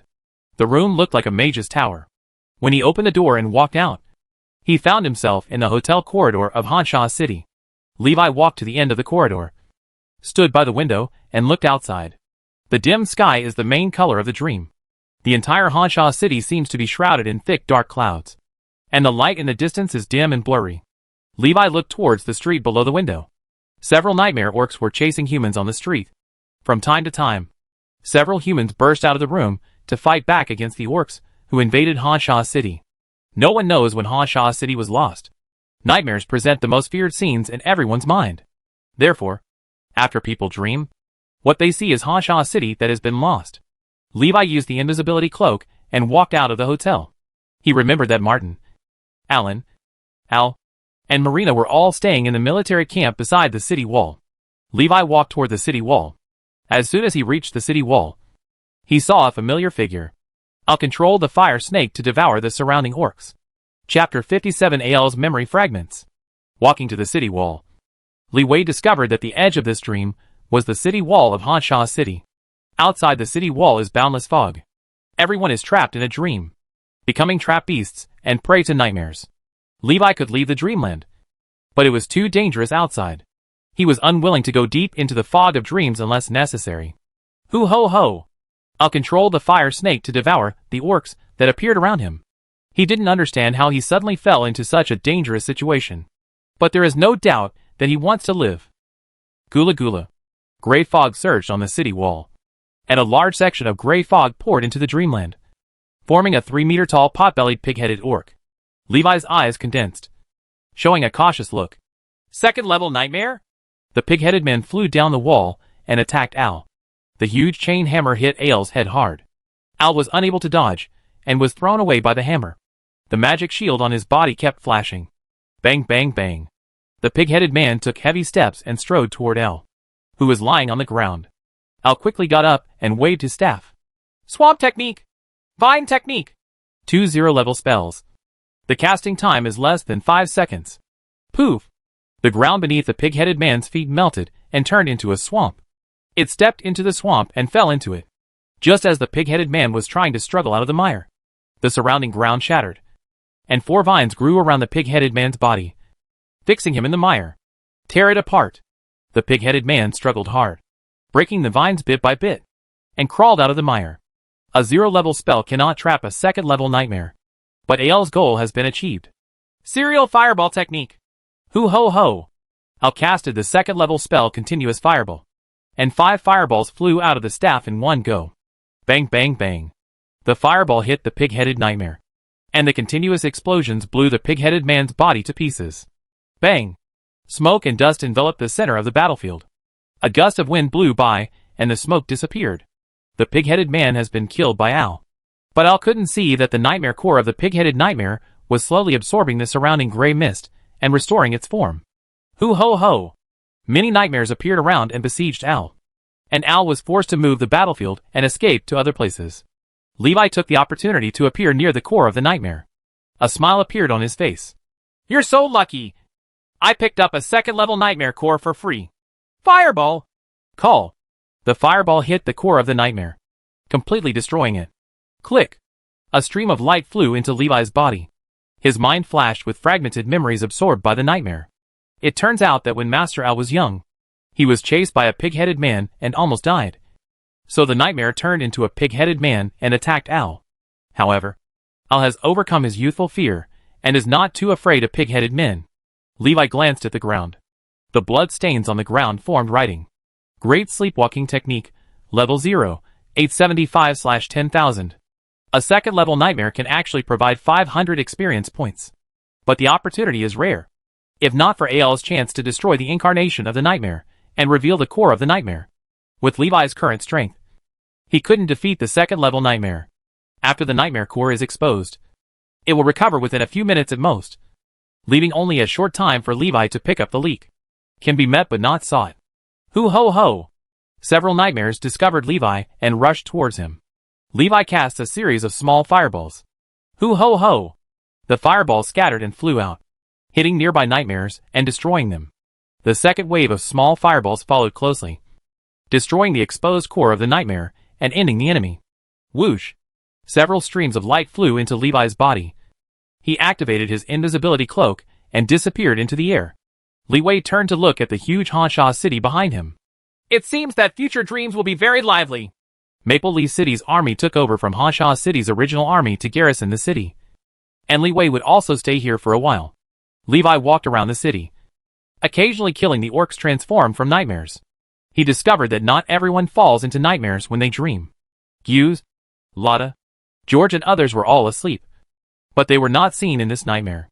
Seeing that sleeping and having nightmares are not necessarily related. Boom! There was a violent explosion not far away. Levi turned his head to look, and saw flames shooting into the sky. He knew that Al had been attacked by a second-level nightmare again. But this time, the battle was particularly fierce. Levi moved closer to the battlefield. He saw 5 or 6 second-level nightmares besieging several people. In addition to Al, there are 3 second-level extraordinary professionals who have fallen into nightmares. A warrior wielded a big sword and slashed fiercely with the nightmare orcs. And the fighting spirit split the sword energy to tear the ground. The knight stood in front of Al with his shield raised, and the 3-headed nightmare fiercely attacked him. Al took the opportunity to cast a spell and released the fire snake technique. The fire snake flew and swallowed up the 3-headed nightmare that attacked the knight, severely injuring it. The knight took the opportunity to swing his lance, piercing the chest of a nightmare, and his fighting spirit shattered its body into pieces. In the shadows, a figure loomed, specifically attacking Nightmare from behind. Warrior, Knight, Assassin, Al shouted. There is something wrong with these orcs. Their recovery ability is too strong. His mana has been exhausted in successive battles. Now I rely on mana recovery potion to hold on. Mana can be replenished with potions, but fighting energy cannot be replenished. Under the crazy attack of the nightmare, the warrior was the first to fall. His fighting spirit was exhausted, and his strength dropped sharply. Upon seeing this, the nightmare that besieged Al and the knight immediately gave up on the two of them and pounced on the warrior, who tried his best. Tear it apart. The warrior's figure was torn into pieces, and the nightmare devoured the nightmare power that exploded after the warrior died. Bang bang bang. The aura of a nightmare suddenly surged, reaching the second-level peak. Al and the knight were besieged by the enhanced nightmare, and the assassin saw the opportunity and ran away. The second-level peak nightmare tore apart the knight's armor, killed the knight, and flew toward Al. Al roared angrily, and the staff in his hand flashed with dazzling magical light. Bang! The terrifying impact of the explosion blew away all the surrounding nightmares. The body of the second-level peak nightmare was torn into pieces and suffered heavy injuries. The Mage self-destructed, severely damaging all the nightmares. In terms of the nightmare's resilience, the so-called serious injury does not exist at all. It's back to full strength in minutes. A figure appeared in the center of the explosion smoke, and Levi picked up Al's dissipating memory fragments. I caught a flash of light from the corner of my eye and picked up another fragment of the knight's memory. Both memory fragments have mostly dissipated. If Levi hadn't appeared in time, the knight's memory fragments might have disappeared. Taking away the memory fragments, Levi raised his hand and threw a small fireball at the most severely injured second-level peak nightmare. Bang! The fireball exploded, and the second-level peak nightmare's body shattered into pieces and recovered in less than 2 seconds. Li Wei saw this and retreated decisively. Even the severely injured second-level peak nightmare was no match for him. Roar! Seeing the little thief stealing the loot, several nightmares roared and flew toward him. Levi flew directly into the sky. Nightmare was stunned for a moment, then followed Levi's pace, revealing the body of Nightmare and flying into the sky. The upper body still looks like an orc, while the lower body turns into a trail of gray mist. Bang! Levi rushed into the room and closed the concierge door with his kick. Bang, bang, bang. Several nightmares hit the door so hard that their bodies were scattered, and the door did not move at all. Chapter 58, Great Level Spell. Knight's Breathing Technique. Back in the room, Levi breathed a sigh of relief. It's safe here. Levi took out 2 memory fragments. Looking at the fragments of memory that had mostly dissipated, he couldn't help but worry that the memory he needed had disappeared. Digesting Ael's memory, a large number of broken fragments flashed through Levi's mind. Nothing gained. Suddenly, a familiar memory came to my mind. Is this the memory of practicing the small fireball technique and the fireball technique? Call. Levi opened his eyes and exhaled. The memory fragments dissipated too much, and the memories inside were all scattered and disordered. But finally something was gained. Small fireball technique, level 0 Deshang, 1688/8000. Fireball, first level entry, 888/1000. Fireball proficiency increases, and spell casting speed increases. It takes 5 seconds to build a spell model, and 1.5 seconds to charge magic, reducing the time required to cast a spell by nearly half. It's barely usable. Levi was reluctant to use the nearly 12 seconds of casting time in battle. The casting time is too long, and the enemy won't give him enough time, unless it is a prepared sneak attack. Levi cast the small fireball technique and experienced the changes of the adult level spell. The small fireball expanded rapidly in the palm of my hand, and this time, it was 5 times more powerful before it reached its limit. Levi smiled. The power of the Deshang level small fireball technique is already comparable to that of the entry-level fireball technique. There is still a big gap between the attack distance and flight speed compared to the fireball technique. However, the main advantage is that it consumes less. The casting speed is fast, even if it is 5 times more powerful. It only takes less than 3 seconds. It is twice as fast as the fireball technique, and the consumption is only half of the fireball technique. The power of self-destruction will also be stronger. Levi controlled the fireball to be 1 meter away from him, and the mana connection was interrupted if it was further away, continuously pouring more mana into the fireball, bit by bit exceeding the limit of mana that the spell model can hold. 6 times. 7 times. 8 times. Bang! The spell model collapsed, and all the concentrated power of the fireball burst out. The terrifying flames instantly flooded the entire room. Click. Click. Click. Levi even heard the sound of the invisible armor breaking. Feels bad? Flutter. When the explosion ended, the room was completely dark, with a large pit in the middle. Levi was lying on the edge of the room, his invisible armor broken. He got up with difficulty. His whole body ached. His skin was burning, and had been burned by the flames. This has become a real self-destruction. In the past, he could use his invisible armor to resist damage and die with his enemies, exchanging injuries for injuries. Now the fireball is too powerful. Even the invisible armor can't withstand it. With a thought, the messy scene in the room disappeared and everything returned to normal. Levi's injuries have also recovered as before, and the broken invisible armor has not recovered. He recast the spell to construct the invisible armor. The second attempt is to release a self-destructing fireball. This time, he carefully controlled the fireball, and the fireball slowly expanded little by little. Bang! The cone-shaped wave of flames engulfed everything, and Levi's vision was flooded by the red fire element.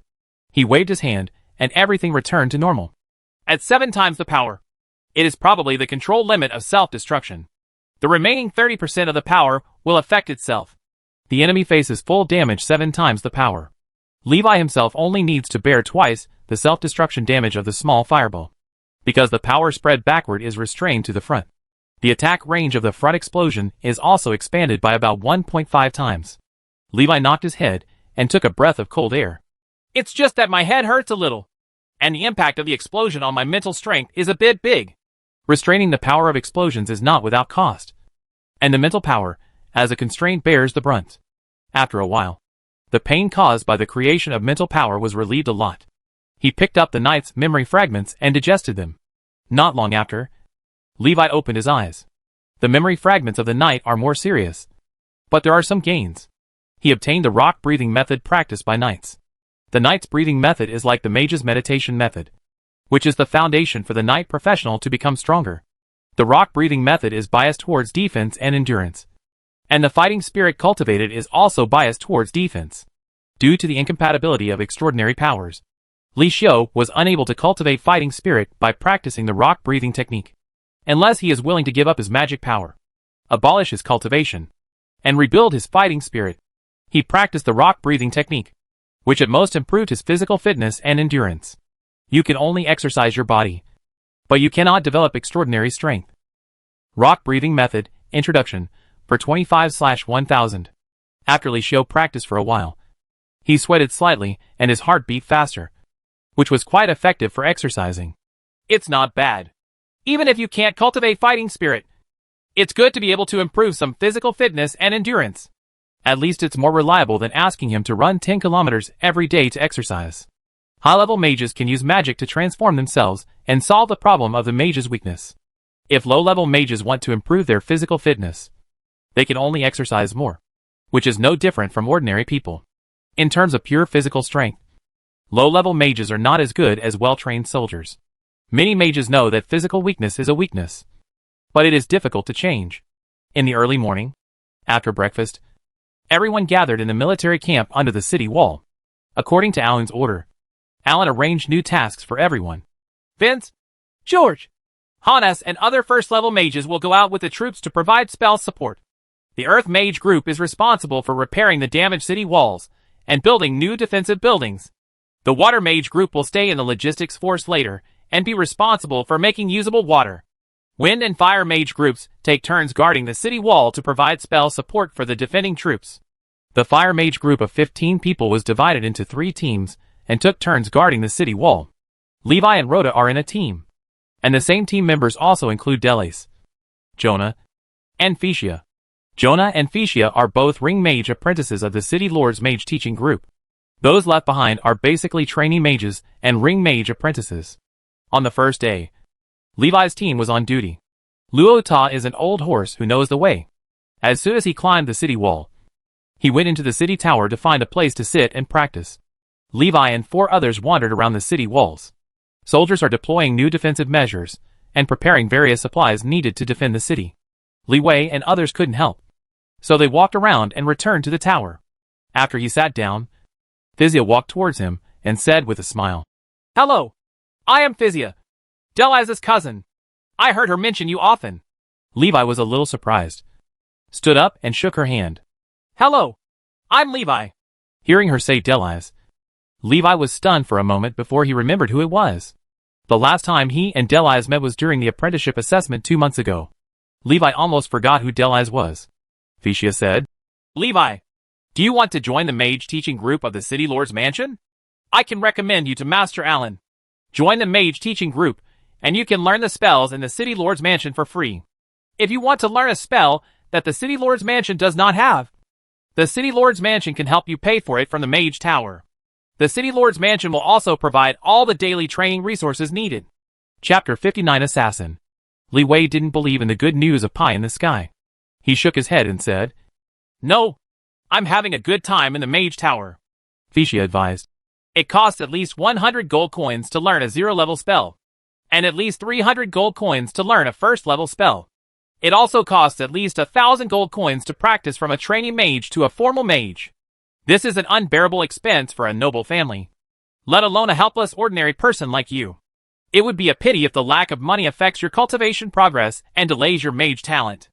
By joining the mage teaching group, you can enjoy the resources of the City Lord's Mansion without having to do anything for the City Lord's Mansion. Isn't it good?" Levi sat down and said, "No, thank you." Seeing Levi's cold attitude, Phecia couldn't say any more and turned to leave. After hearing this, Delaya's expression moved slightly, and he seemed to be a little moved. Luo Ta opened his eyes, looked at Li Wei, smiled, and said, "There is no free pie in the sky. If you want to enjoy these benefits, you must first sign a contract of at least 10 years with the City Lord's Mansion. You may not be able to get it yet." Levi looked at Luo Ta. "Thank you, Master Luo Ta, for reminding me." After hearing this, Delace also lost his thoughts. The duty mage only needs to appear when a battle breaks out. And no one cares about what he does normally. At noon, there were soldiers delivering meals to Li Wei and others. Li Wei meditated in the morning and practiced magic in the afternoon. When your mental energy is exhausted, practice breathing techniques for a while and exercise your body. At the end of the day, nothing happened. In the evening, Li Wei and others retreated from the city wall, and there was no need for them to guard at night. Luo Ta glanced at Levi and said, "Don't exhaust your mental power while practicing in dangerous areas. If an emergency occurs, you won't even be able to release spells without your mental power." Hearing this, Li Wei quickly thanked. "Thank you, Master Luo Ta, for the reminder." Without Lota's reminder, he might not be able to realize this until he experienced a danger. After eating, returned to the room. Levi took out the magic badge and took a look. His contribution increased a little. After messing around for a day, I made a little more contribution. Fine. Take a rest and recover most of your mental strength. By late night, when most people had fallen asleep, Levi activated the great sleepwalking technique and sneaked into the dreamland. Levi first became invisible, holding a fireball in his palm, and then pushed open the door, fearing that the nightmare would squat him. No one was outside. The corridors were empty. He extinguished the fireball in his palm and walked outside. The sky outside was dark, and the only light in the city was the flames of burning houses. Desolation, dilapidation, and chaos are the themes of nightmares. Levi walked on the street, and the humans and nightmares passing by ignored him. Many ordinary people in Hardship City were also involved in nightmares, and were massacred by nightmares. For most people, what happens in dreams is just a dream. After waking up, most of the content will be forgotten. Don't worry about what happens in your dream. Levi wandered around the dim city looking for a suitable target. Occasionally, he would sneak up on a lone nightmare, kill him with one blow, and then quickly escape. Tap tap tap. Levi stopped and saw a group of special nightmares. These nightmares turned out to be human figures. The nightmare soldiers, surrounded by gray mist, ran quickly towards a building. The nightmare soldiers rushed into the building. There was a loud bang. The window was broken, and a black shadow flew out. Several streaks of gray mist flew out of the house, and after catching up with the black shadow, they turned into human soldiers again. Dang, dang, dang! A fierce battle is about to break out. Several nightmare soldiers besieged one person, but could not attack him for a long time. Li Wei's eyes condensed. He Ying's strength was at least an advanced level, even the peak. Those nightmare soldiers are all first-level nightmares. It is unlikely that the Black Shadow is the second level. If it were the second level, there would be no need to run away. Swish. Brush. Brush. A few rays of cold light flashed, and the nightmare soldier's neck was severed and he fell down. The fallen head turned into gray mist and returned to the body, reformed the head, and then stood up to continue fighting. Black Shadow automatically ignored the resurrection of the nightmare soldiers, and never thought about why ordinary soldiers could have the strength of first-level professionals. All abnormalities will be ignored in dreams. Besieged by several unkillable nightmare soldiers, the Black Shadow gradually lost its flexibility. Levi also saw her appearance clearly. An assassin girl with cat ears. Orc. Levi was a little surprised. Because I was afraid of being discovered by humans. I was chased by nightmares, who turned into soldiers. What's the conspiracy of the orc assassin hiding in Hardship City? Levi thought in his mind. He was also a little surprised. He didn't expect to find the orc assassin hiding in Hardship City in his dream. Rather than catching the orc assassin, Levi was more concerned about whether the orc assassin would threaten his safety. What if the assassin comes to kill the mage? There is no way to guard against a thief for 1,000 days. Levi walked toward the battlefield. He prepares to get answers from the memories of the orc assassin. Lilia looked at the unkillable human soldiers around her, and she noticed something was wrong. Even though he had killed these humans several times, the number of enemies around him remained undiminished. Tear it apart. Lilia was injured, and her speed slowed down. Several nightmare soldiers attacked at the same time, blocking all her escape directions. Try your best to dodge, and use your flexibility to the limit. Lilia was almost twisted into a knot before she barely managed to dodge 3 spears. In the end, the left shoulder was pierced by the spear, and the dagger fell to the ground. It's finished. I'm going to die.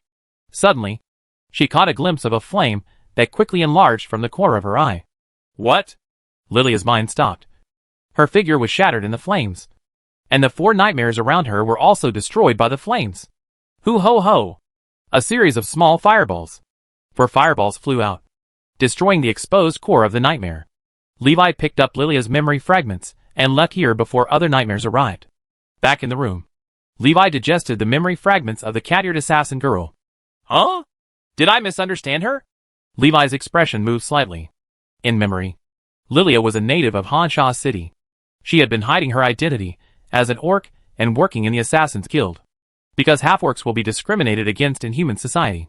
The image of a poor girl who was discriminated against by humans since childhood accidentally became an assassin, hid her identity and reborn, and was afraid that her identity would be exposed, appeared in Levi's mind. He knocked on the table, feeling something was wrong. Keep reading. Levi noticed something was wrong. There was no memory related to the battle in Lilia's memory. How is this possible when an assassin has no memory related to the battle? As he looked at the new skills he had acquired, he felt that things were becoming more complicated. Why does an assassin know magic? Shadow Tentacle, first level entry, 213/1000. Levi was shocked when he saw the last scene in his memory. Several figures stood in the shadows. Only their feet were exposed, and their figures could not be seen clearly. Assassination. Chapter 60 Fire Element Development Manual. The memory was interrupted, and Levi didn't see who he wanted to assassinate. The only thing he knew was that the mission was issued by the orcs, and the target to be assassinated was humans. Lilia has an important secret. Levi quickly exited the dreamland and knocked on Teacher Guse's door. Teacher Guse, are you asleep? A rapid knock on the door woke Guse up, and he opened the door sleepily. What's so urgent? When he spoke, Guse was completely awake. Levi said, Go out with me and catch an assassin. It's a very important matter. Hearing this, Guse looked surprised. Assassin? Have you discovered the orc assassin? That should be reported to Master Allen. It's too late. If it's too late, the person will run away. Seeing this, Guse quickly picked up his equipment and ran out of the hotel with Levi. Levi activated his invisibility cloak and disappeared into the night. Guse cast the water phantom spell, and the body disappeared, leaving a water phantom in place. Teacher Furusawa, this way. Levi revealed his staff, pointed in the direction, and put it back into his invisibility cloak. The two rushed to Lilia's hiding place in the dream. It's right here, Levi and Guse said, standing outside the door. Guse nodded and said, I'll do it. Magic servant. He summoned a magic servant and went to open the door, and the water phantom followed him inside. After a moment, Guse shook his head and said, There is no one inside. Levi sighed. It's a pity that we let her run away. Guse looked at Levi strangely and asked, How do you know there is an assassin hiding here? Levi said, I received a note saying that there are assassins here ready to assassinate important people. Guse thoughtfully said, Maybe it was our undercover who spread the news. It's a pity that he missed the opportunity and didn't catch the assassin. But why did the undercover pass the note to you? I don't know. Maybe there is no chance to pass it on to others, Levi said casually. Guse shook his head and said, Where is the note? Levi said, I burned it. Guse, there is no proof. Forget it. Don't tell this matter.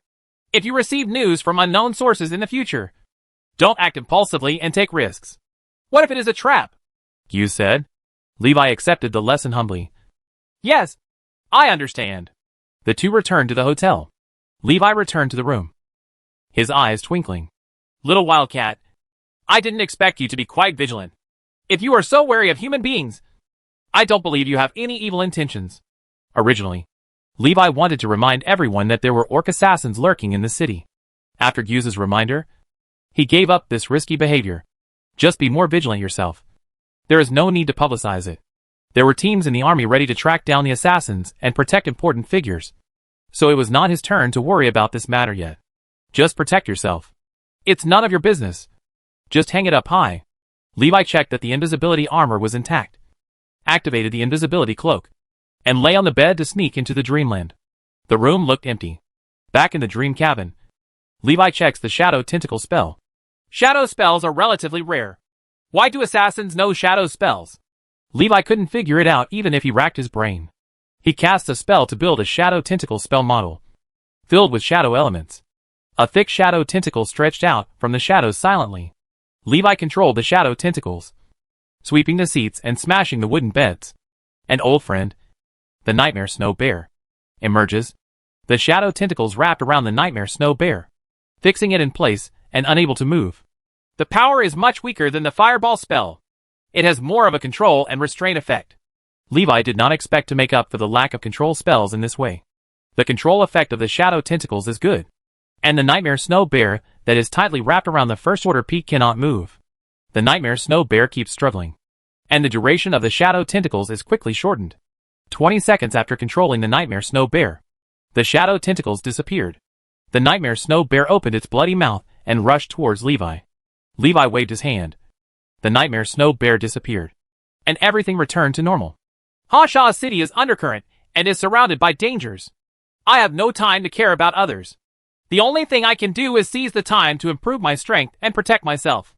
Levi exited the dream and practiced fireball in reality. He discovered that he could not feel the life pulse of the fire element while practicing the fireball technique in a dream. Maybe it's because the dream world is all illusory and false. There is no true element of fire. After a while, Levi's mana was exhausted. This is too slow. It takes a day to increase proficiency by more than 10 points. With the current progress, it will take at least half a month to reach the proficiency level. Levi touched the mana recovery potion in his pocket. Do you want to use this to speed up your cultivation? He took out a bottle and drank it. A cool feeling surged to the top of his head, and the depleted mana in his body quickly recovered. 3 minutes later, the effect of the mana recovery potion disappeared, and Levi's mana was mostly restored. The gain outweighs the loss. It's better to take it easy. A small bottle of mana recovery potion is worth 1 gold coin, and can only allow him to cast first-level spells 2 or 3 times. Using mana recovery potions to practice spells is too luxurious. Levi looked at the fireball in his hand, and thought about what it meant to be recognized by the elements. What is the fire element doing when I cast the spell? Why can you get recognized by the elements if you cast more spells? What is the principle? With a spirit of questioning, Levi released his mental power to carefully observe the fireball in his hand, and sense the changes in the fire element. The fire element in the fireball is more active and hotter than the fire element floating in the air. The fire element is absorbing mana? The mana used to build the spell model decreases at an extremely slow rate, and the fire element becomes more and more active. Before this, Levi thought that mana consumption was a normal phenomenon.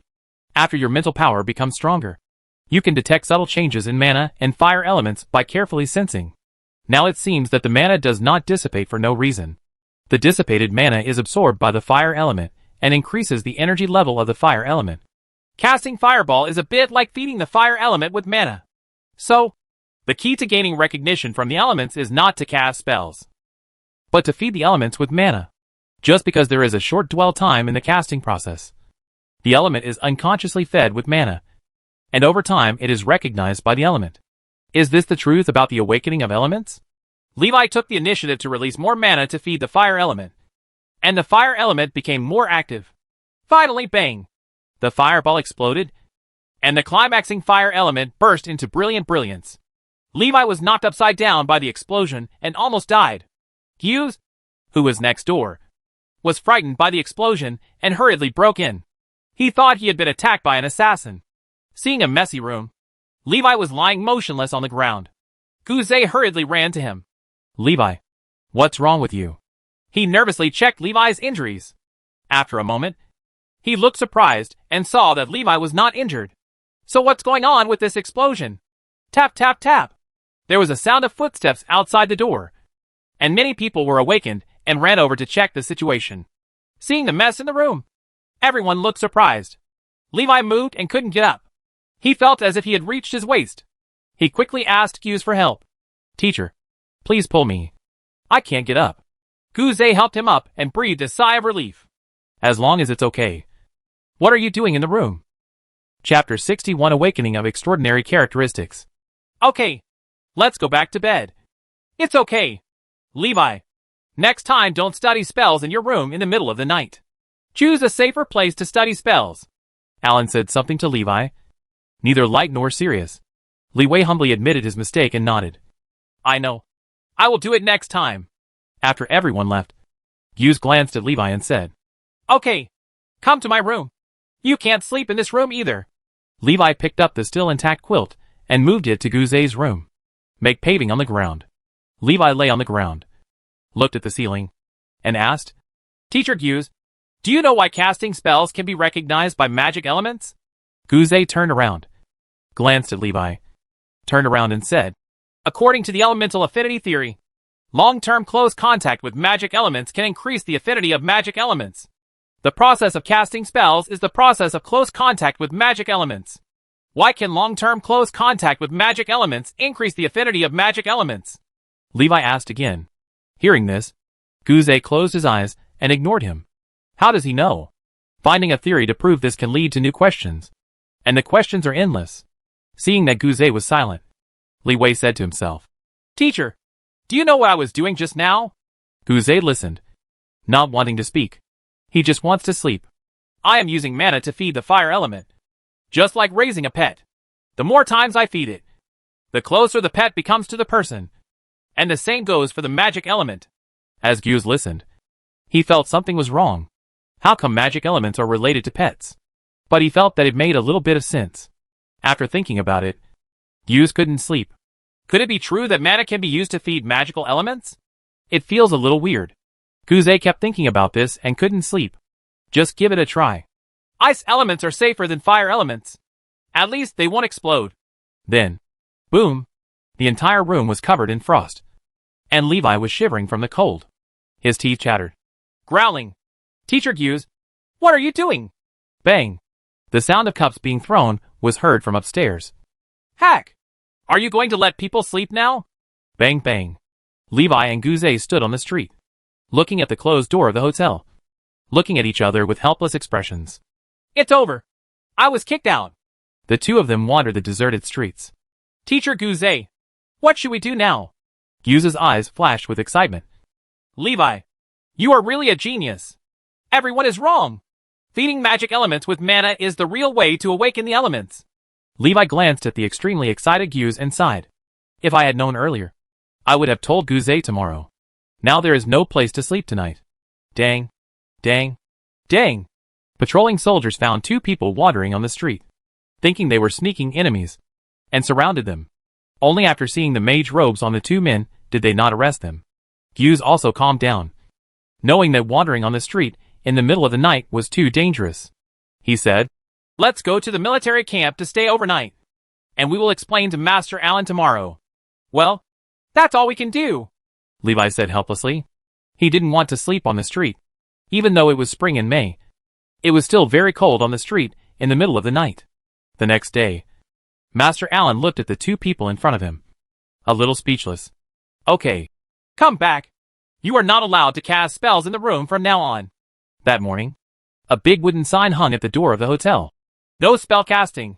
For safety reasons, Allen arranged Levi and Guz to a corner room to prevent the two habitual offenders from accidentally injuring others. Guzay got into the room and said, Feed them appropriately. Don't overfeed them and cause them to explode. If they explode again, we will really be kicked out. Don't bother me these days. I feel like I'm about to break through.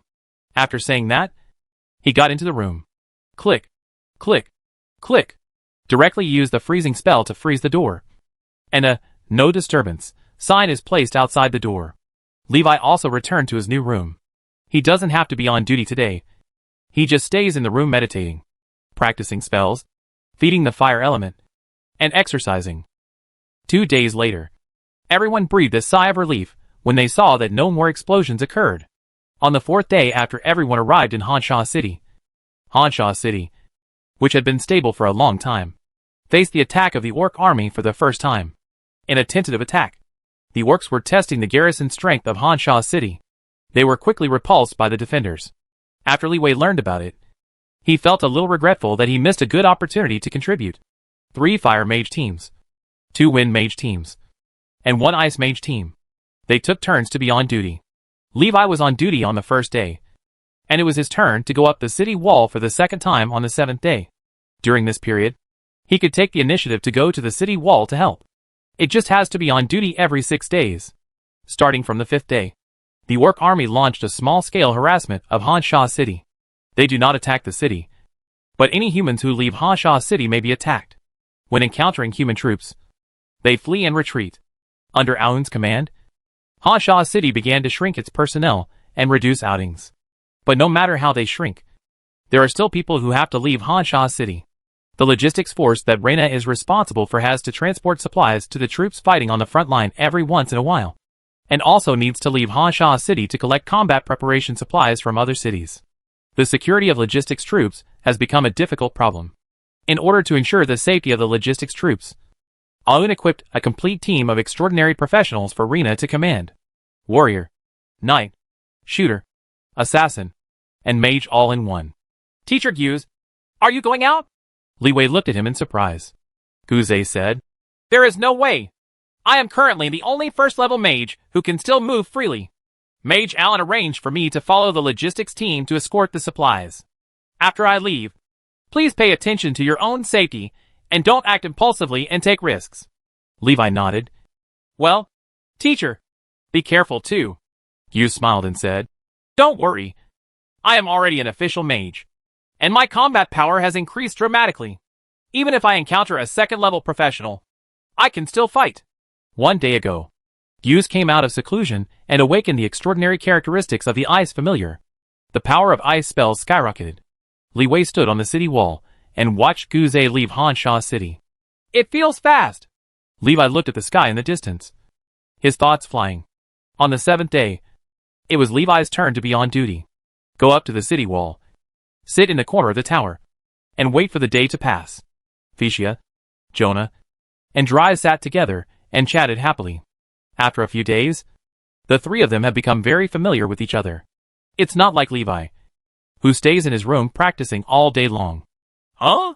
What are you doing? Lotta looked at the small fireball in Levi's hand and asked strangely. As soon as he entered the tower and sat down, he saw that Li Wei had been holding a small fireball. He didn't know what he was doing. Levi said, Exercise your magic control. Hearing this, Luo Ta shook his head and stopped paying attention. Everyone has his or her own way of cultivation, and he doesn't make any comments. Levi is actually feeding the fire element.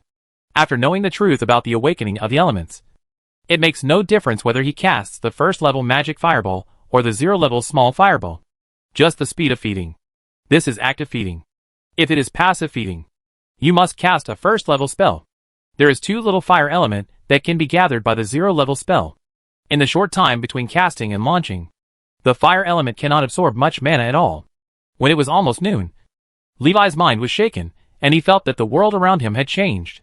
In the dark, he felt that the fire element that he had fed for a long time merged with himself.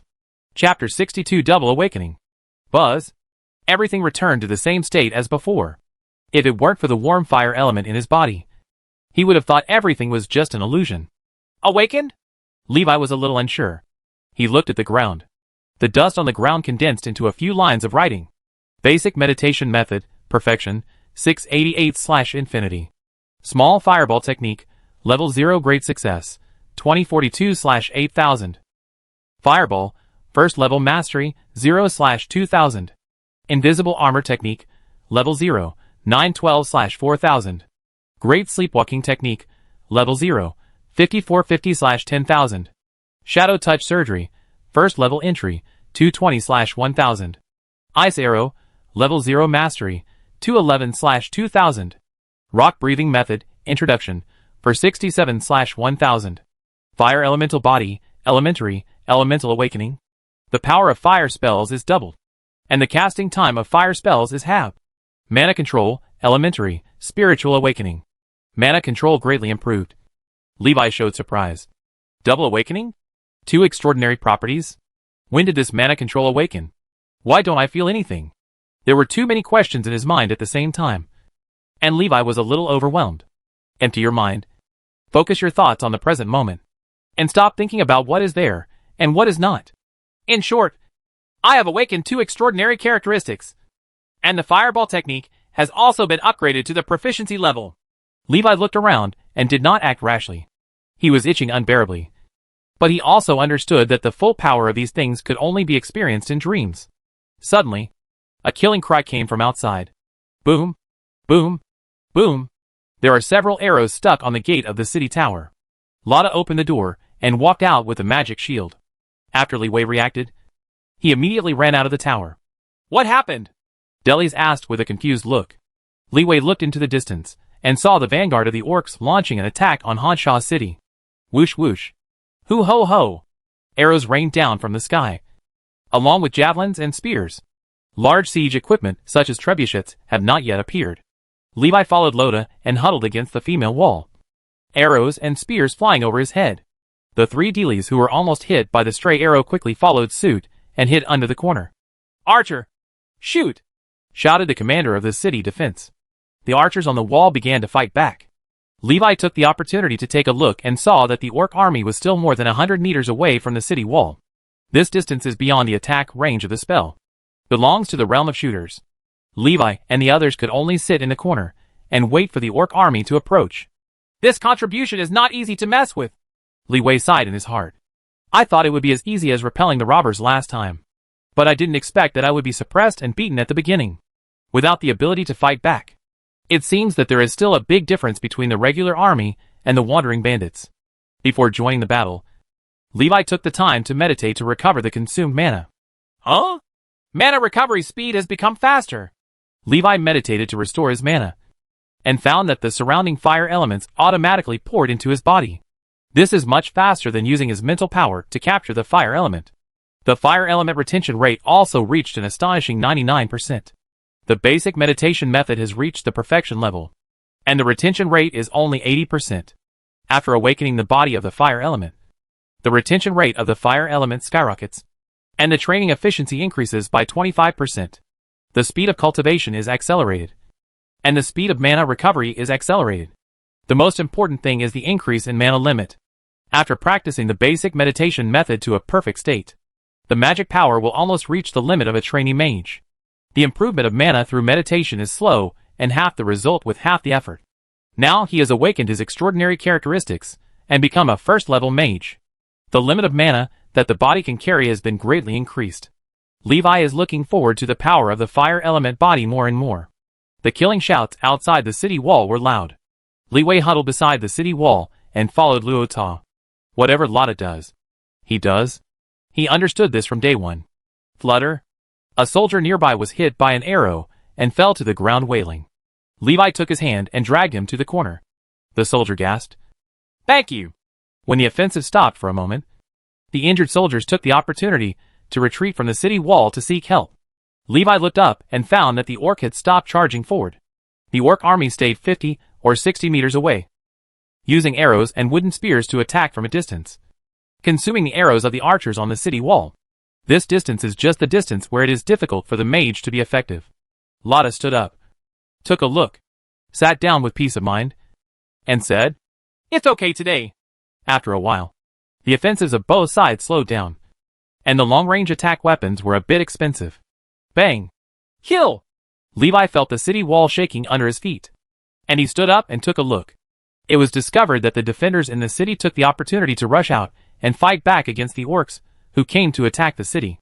The orcs turned around and ran away, successfully retreating with relatively few casualties. The battle ends quickly as it begins. Li Wei and Lotta returned to the tower, but were stopped halfway by the messenger. "Master Mage," the commander-in-chief asked all professionals who are still in Hanshaw City to gather at the military camp. "Okay, I know." The five of them walked towards the military camp, and Levi asked, "Why are we called to gather now?" Lotta said, "I don't know either. Just go and take a look and you will know." When we arrived at the military camp, more than 200 people had gathered on the playground. There were both people from Maple Leaf City and local professionals from Hanshaw City. Hanshaw City is a small city with a population of only 30 to 40,000 people. However, because it is close to the border, it has attracted many professionals to stay here. There are many disputes on the border, and there are many derived tasks. Aoun stood on a high place, glanced at everyone, and said in a deep voice, "The purpose of inviting you all to come here is to ensure the safety and stability of Hanshaw City.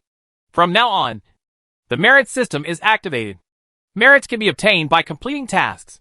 You can redeem training resources, magic items, and skills and combat skills at the military supply office. The exchange list at the military supply office has been announced. You can check it and select the items you need." The merit system is a dedicated mission system on the battlefield. Unlike the rewards given by the professional association, which are all powerful money, Meritorious deeds can only be used to exchange for items during this war.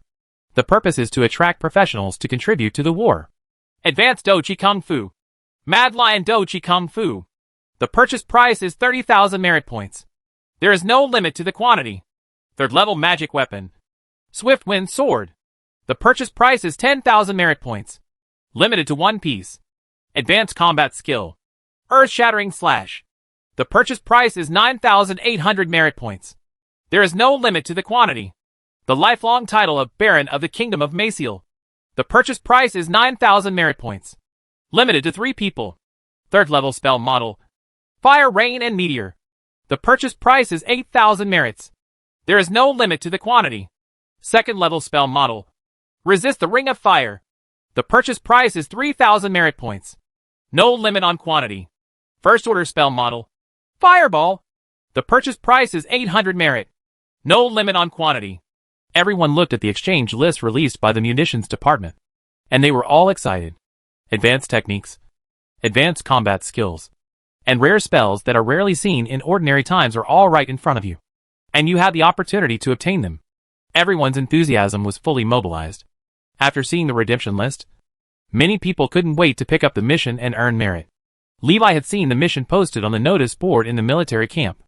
Basically, they are dangerous tasks such as going out of the city to encircle orcs, clearing out orcs, seizing supplies, and sneaking into orc military camps to cause destruction. Resisting the Ring of Fire and Fire, Rain, Meteor are both fire spells that Maple Leaf City Mage Tower does not have. Li Wei was also greedy. Chapter 63, Power comparable to second level spells. In the afternoon, Li Wei stood on the city wall and watched groups of professionals leaving Hansha City. Orcs frequently harass Hansha City, and Aun directly releases professionals to eliminate the orcs wandering nearby. Professionals can play a greater role in such small-scale battles than in wars. Li Wei stayed in the city to practice and improve his strength. He played with a fireball. The shape of the fireball kept changing in the palm of my hand, gradually turning into the shape of a small firebird. Is this the effect of primary mana control? With a thought in Li Wei's mind, mana was continuously poured into the little firebird's body. The baby flamingo expands rapidly in size. In the past, as the charging time of the fireball increased, his control over the fireball would quickly decrease. But this time, he didn't feel any loss of control. Levi, what are you doing? Puff! The firebird dissipated, turning into little sparks and disappearing into the air. Phycia looked at Levi and blinked, feeling as if she was hallucinating. She just saw a firebird appear on Levi's hand. What was that just now? Phycia asked. Levi shook his hand and said, Nothing. I thought I saw a firebird. Phycia said. You must have seen it wrong. How can there be a firebird monster here? Levi said seriously. Okay. I was probably wrong. Phycia wasn't too sure either. Phycia looked at Levi and said, Levi, let's form a team and do tasks together to earn merit. Li Wei shook his head and refused. It's too dangerous. I won't leave Hansha City. Phycia advised. Don't you want the awakening potion? The cheapest awakening potion only requires 1,800 meritorious deeds. If you get the awakening potion, you can become an official mage. Levi said. I don't want it. Phycia was immediately discouraged when she saw that Levi was not getting enough food and salt. All right. Phycia returned to Jonah and Dries. And Dries glanced at Levi and looked at Phycia. Phycia, why did you ask him to join us? He is so timid, and teaming up with us will only drag us down. Deli said. Jonah nodded and said, Yes, Dries is right. Phycia glanced at the two of them, but said nothing.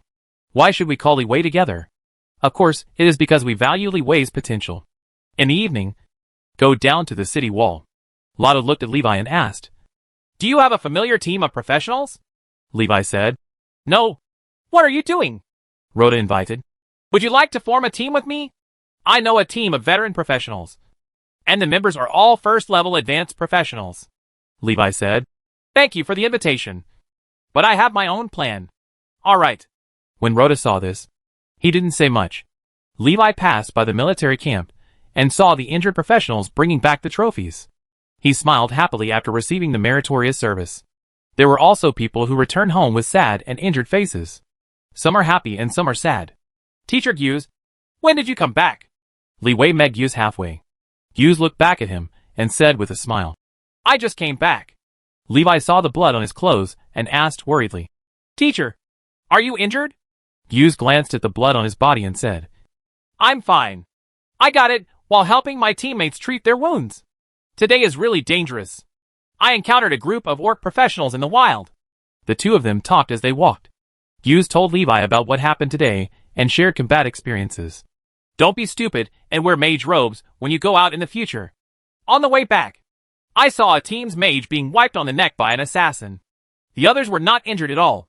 Right now, the orc assassins outside the city are eyeing the mages for assassination. You'd better be careful if you go out of the city, and you can't relax your vigilance in the city," Gouze warned.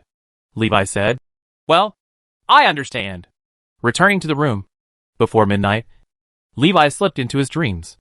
Only in dreams can he use magic unscrupulously. "Show me the power of mastery level fireball technique." Levi cast the spell. It only took 2.5 seconds to complete the spell, and an orange-red fireball appeared in front of him. In perception, the power contained in the fireball is far more powerful than the entry-level fireball technique, affected by the fire elemental body's fire spell bonus. Levi also couldn't accurately judge how much more powerful the proficient level fireball technique would be. "If the Nightmare Snow Bear is no longer good, who should I choose as my opponent?" He can simulate any enemy he fought in the dream. The extent to which the enemy can be simulated depends on how well Levi understands the enemy. His simulated enemies don't exhibit abilities he doesn't know about either. After thinking for a while, Levi selected a suitable person. The figure of Master George emerged, under Levi's control. After George cast his magic shield, he stood still and acted as a target. Call. Enhanced version of proficient fireball shooting. Boom. The fireball hit George, and the first order magic shield on his body was torn apart at the moment of explosion. A blue light emerged to block the remaining power of the fireball technique. Last time, Levi tried his best to barely break the magic shield. Levi was very satisfied with the power of the fireball technique. This kind of power is enough to threaten second-level extraordinary beings. With a wave of his hand, George disappeared, and the room returned to its original state. He casts fireball again. "This is not the limit. After possessing the extraordinary characteristics of mana control, I feel that even if I only master the master-level fireball technique, I can also use the power charging technique." Levi continued to pour mana into the fireball. The size of the fireball skyrocketed crazily. In the blink of an eye, the diameter of the fireball had expanded to nearly 1 meter. Levi poured 1/3 of all his mana into the fireball, feeling the violent elemental fluctuations inside the 1 meter diameter fireball. He couldn't help but sweat in his heart. It has reached its limit, and will explode if it continues to be injected. If it explodes, it will really be a self-destruction, and there will be no escape, Levi thought, and the room quickly became larger. He shoots the fireball in his hand into the distance. After the fireball flew 50 meters, it lost control, and the violent elemental fluctuations reached its peak in an instant. Bang!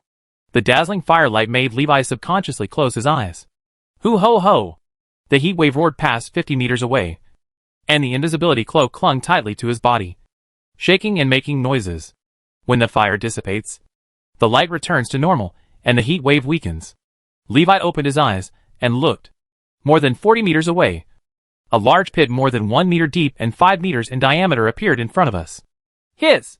The power is so terrifying. This power is comparable to Master Ael's fire snake technique.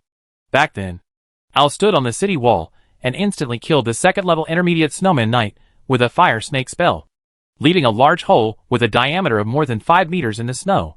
Levi showed a look of joy, and given him enough time to accumulate power, he could kill even second-level enemies. Although the power is very strong, the charging time is as long as 3 minutes. The magic wave generated when charging is very strong and cannot be concealed. It is very powerful, but if you want to use it in actual combat, the conditions are very harsh. It is impossible for the enemy to see Levi charging up his spells and still stand there stupidly waiting for him to explode. Chapter 64 Spell Machine Gun. The bonus to the extraordinary characteristics of the fire elemental body is very crude. The power of fire spells is doubled, and the casting time is halved. No need to explore too much. Levi mainly explores the improvement brought by the extraordinary characteristics of mana control. The level of mana control increases, and the control of spells becomes stronger. There was a small fire snake floating in his palm, which he pinched using the small fireball technique. The control power has been improved, and the maximum charge limit has been increased. However, Due to the spell model restrictions of the 0-level spell, 10 times the charge has reached the limit of the small fireball technique. The little fire snake turned back into a fireball, and the fireball expanded rapidly under the catalysis of mana. When the diameter expands to half a meter, it has reached its limit. The small fireball technique is charged 10 times, reaching the ultimate level of 0-level spells. Before awakening the magic power to control extraordinary characteristics, the small fireball technique will become uncontrollable if it is charged more than 7 times, and will self-destruct. Now, even after reaching 10 times the charge, Levi felt that everything was under control and was not affected by excessive mana. The self-destruction fireball technique is completely a thing of the past. Levi smiled. The small fireball with 10 times the charge is stronger than the master-level fireball, and the casting time is longer, mainly affected by the charging time. The casting time of the fire elemental body is halved, which can only have the normal casting time, but cannot have the charging time. Normal casting. Small fireball only takes 0.3 seconds, and the maximum charging time is 5 seconds. The fire elemental body has no effect on the power increasing effect of fire spells. The real power of the small fireball technique with 10 times the power is comparable to the power of 20 small fireballs exploding at the same time. It's more powerful than the proficient fireball technique. The power of the entry-level fireball technique is about the same as that of the 5 times charged small fireball technique. The basic power of proficient level fireball has been increased by about 1.5 times, but it has not yet reached double. Bang! A pit with a diameter of 2 meters appeared on the ground. After experiencing the changes in the small fireball technique, Levi experienced the changes in other spells under the influence of the extraordinary characteristics of mana control. The invisible armor spell uses the technique of charging to thicken the invisible armor and roughly double the defense power of the invisible armor. It is slightly weaker than the first-level magic shield, but it is enough to withstand the attack of first-level spells. Invisible armor is not suitable for charging, so the upper limit of charging is not high. In the ice arrow technique, Leeway easily uses 3-shot technique, and could even do 5 or 6 consecutive shots, forcibly turning a single-shot spell into a continuous spell. Levi's heart moved, and he almost forgot about the serial fireball technique. He raised his hand and cast a series of fireballs. Hoo ho ho! Fireballs continuously shot out from the palm until the mana was exhausted. Levi looked at the messy scene in front of him and was extremely surprised. Unexpectedly, Rhoda's original idea actually allowed him to achieve it. The key to doing this is to control the extraordinary characteristics of mana. At this moment, Levi deeply realized the huge difference brought about by his extraordinary characteristics, an ability that ordinary people can barely master by racking their brains. For professionals with corresponding extraordinary characteristics, it is simpler than eating and drinking. Levi took a deep breath, and his 2 extraordinary characteristics increased his strength several times. It's hard to imagine how powerful a high-level transcendental person with multiple transcendent characteristics is. The effects of extraordinary characteristics are superimposed and catalyzed, providing extremely terrifying amplification effects. Only the body of the fire element or mana can control a single extraordinary characteristic. Levi's strength will also improve a lot, but it is absolutely impossible to use the fireball technique to be as powerful as the second-level fire snake technique. This also made Levi realize the importance of subsequent awakening of extraordinary characteristics in choice. It is best to complement the 2 extraordinary characteristics of fire elemental body and mana control. Putting away his messy thoughts, Levi focused his attention on the present.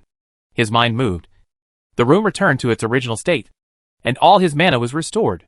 Shadow touch surgery. A thick shadow tentacle stretched out from the shadows. Spending additional mana, more tentacles of shadow reach out from the shadows.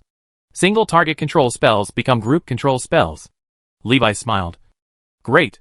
Unfortunately, the shadow tentacle spell is a shadow spell and cannot be enhanced by the fire elemental body. The power remains unchanged, but the controllability is enhanced. Exit the dream. Levi meditates to cultivate his magic power. It wasn't until late at night, after most people fell asleep, that he entered the dreamland again. Standing at the door, he took a deep breath and said, "Tonight's goal is to kill a second-level nightmare." Levi wanted to try his true strength. Hoo ho ho! Boom! Tonight's dream was particularly lively, with flaming meteors falling from the sky. That was the stone that the people of Honsha City feared. In the dream, the stone throwing became more terrifying, like meteors falling from the sky. From time to time, a shower of arrows fell from the sky. Half of Han's End City was burning in flames. Thick smoke was everywhere. and the figures of nightmare orcs were everywhere. Levi walked out and saw that the wall of the corridor was smashed by a bolide, and the street outside could be seen directly from the gap. Crackling. The bolide lying in the ruins is still burning with an unquenchable flame. The entire house was also slowly burning in flames, and thick black smoke filled the corridors. Levi waved his hand. The flames went out, and the smoke dissipated. He didn't want to find the door when he came back. Levi used the power of dreams, and was soon discovered by a nearby nightmare. Nightmare was stunned for a moment, thinking he had encountered someone of the same kind. After sensing the human aura on Levi's body, he realized that it was delicious prey. Hoo ho ho! 4 or 5 nightmares flew up and rushed towards him. Levi revealed that he could use the power of dreams, and Nightmare no longer concealed his body, directly revealing his true form. Just in time! Levi raised the corners of his mouth and raised his staff. Serial fireball technique. Whirring whirring. The fireballs on the staff flew out continuously. Under Levi's powerful control, every fireball accurately targeted its target. The fireball drew an arc in midair and hit the Nightmare, who was trying to dodge. When Nightmare was concentrated by the first fireball, his body was frustrated and stopped. Waiting for it are the second, third, and fourth fireballs, until the core of the Nightmare is destroyed. In the blink of an eye, all the nightmares that besieged Levi were defeated. Levi disappeared invisibly before other nightmares appeared. The strength of nightmares has generally become stronger, and the number of first-level intermediate and advanced nightmares has increased. He walked down the street and looked up at the sky. Nightmares are flying in the air. After the nightmare finds its prey, it will turn into something that the prey fears. Ah! Help! Levi turned around and saw several familiar figures. Phycia, Jonah, Lania, and Lisa fled in confusion. A 3-meter-tall pig-headed nightmare is chasing them. It was a second-level nightmare. Bang! The pig-headed nightmare's chain hammer slammed down hard, smashing Jonah into a pulp, which frightened the remaining 3 people and ran away in even more panic. The 0-level magic shield on Jonah's body had no effect at all. Under the attack of the second-level nightmare, it will be broken at a touch. Chapter 65. The second-level nightmare.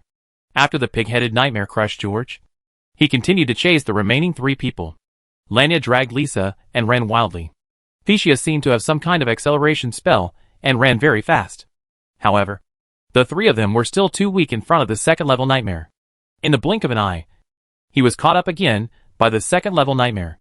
The huge chain hammer fell, and shadows covered the heads of the 3 people. Lania hurriedly pushed Lisa away and jumped to the other side. Phycia looked horrified. Bang! A burst of blue light exploded from Phycia's body, blocking an attack from the second-level nightmare. Levi was a little surprised. He didn't expect Phycia to have defensive magic items on her body. It seems that Phycia does have a background. Defensive magic items are not cheap, and Levi couldn't even afford one when he wanted to buy one. The cheapest one-time defensive magic item costs at least 50 or 60 gold coins. Phycia hurriedly took out a scroll and tore it open. Violent wind element fluctuations erupted, and in an instant, dozens of cyan wind blades shot out in front of Phycia. Levi's eyes narrowed. This is a second-level wind spell. A magic scroll? So rich. Levi sighed in his heart. The second-level magic scroll is engraved with second-level spells and is valuable. The key magic scroll is a one-time item, and few people are willing to spend money to buy the magic scroll. Phycia is really a rich woman. Unfortunately, this is a group attack spell.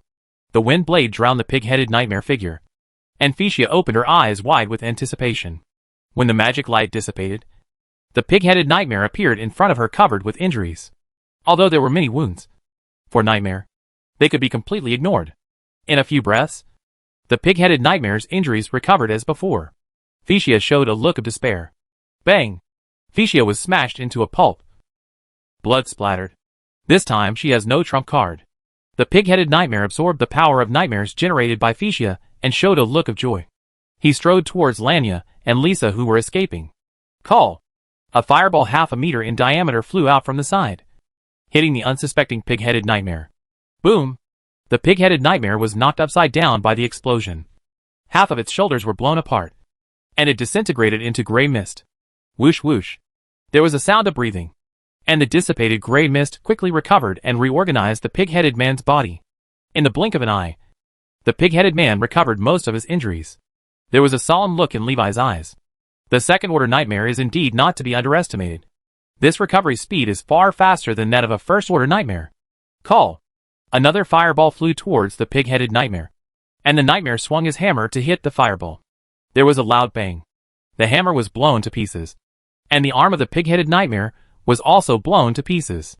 The gray mist exploded, then stopped in an instant, retreating rapidly, like going back in time. At this moment, small fireballs flew in one after another. Bang, bang, bang. Continuously bombarded by a series of fireballs. The pig-headed nightmare couldn't stop retreating. The body shape is also constantly shattered under the continuous bombardment. Being suppressed, Nightmare could not recover from his injuries for a while. Roar! The nightmare roared loudly, and revealed its true form. Gray mist billowed.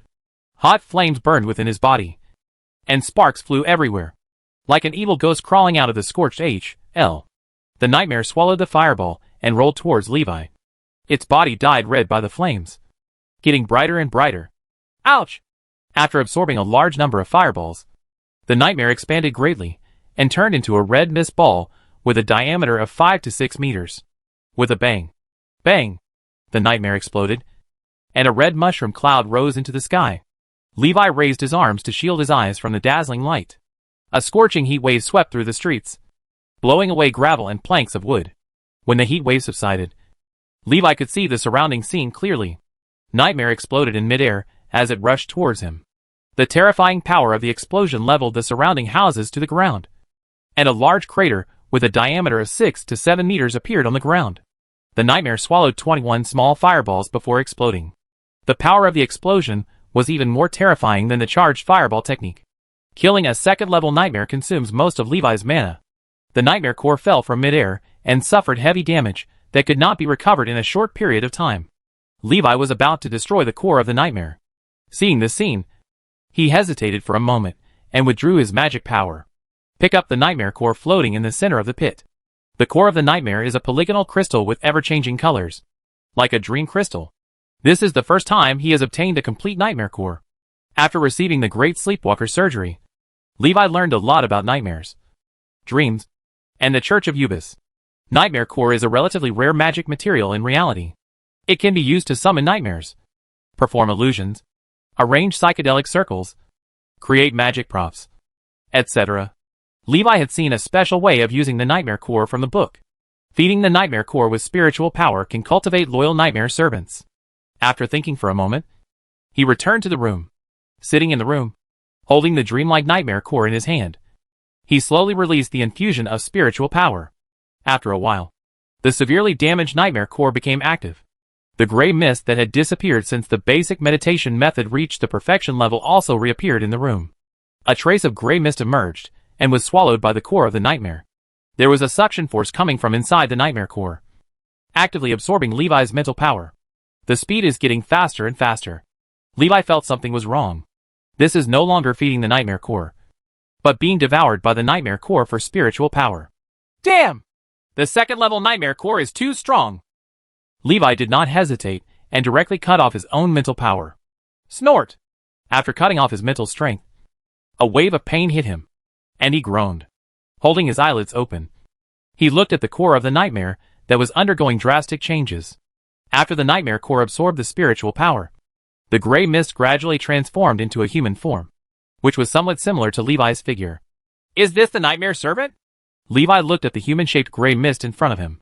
In the dark, he could sense the spiritual power swallowed up by the core of the nightmare.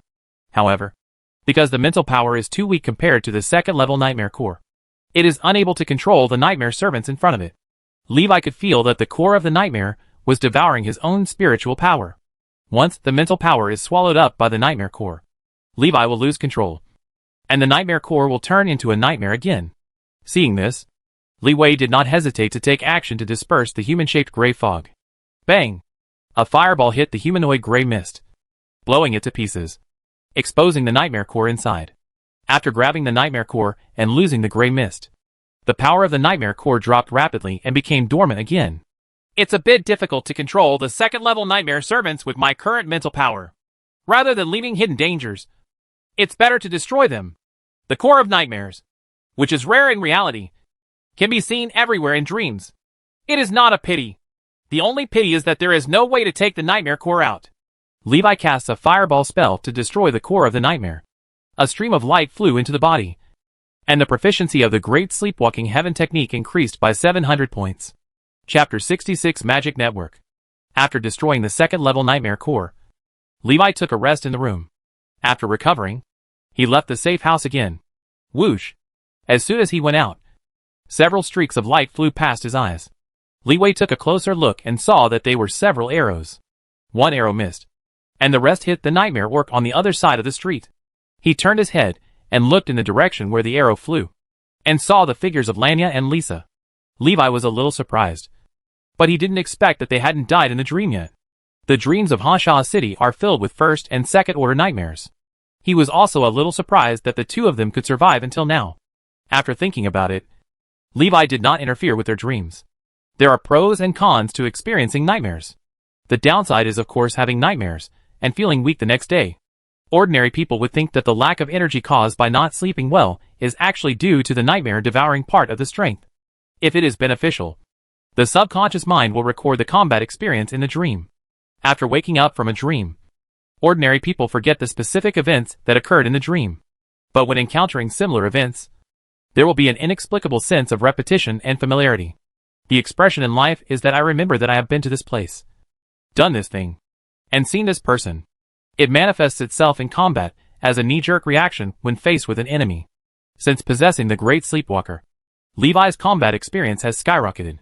He will not forget the dream, so the combat experience in the dream will not be lost. No need to rely on a flash of inspiration or a knee-jerk reaction. Levi was walking on the road, and when he encountered a lone nightmare, he used a small fireball to kill him. The double-powered Deshang's small fireball technique is enough to pose a sufficient threat to first-level low and intermediate-level nightmares. To deal with first-level advanced nightmares, you need to use fireball or small charged fireball.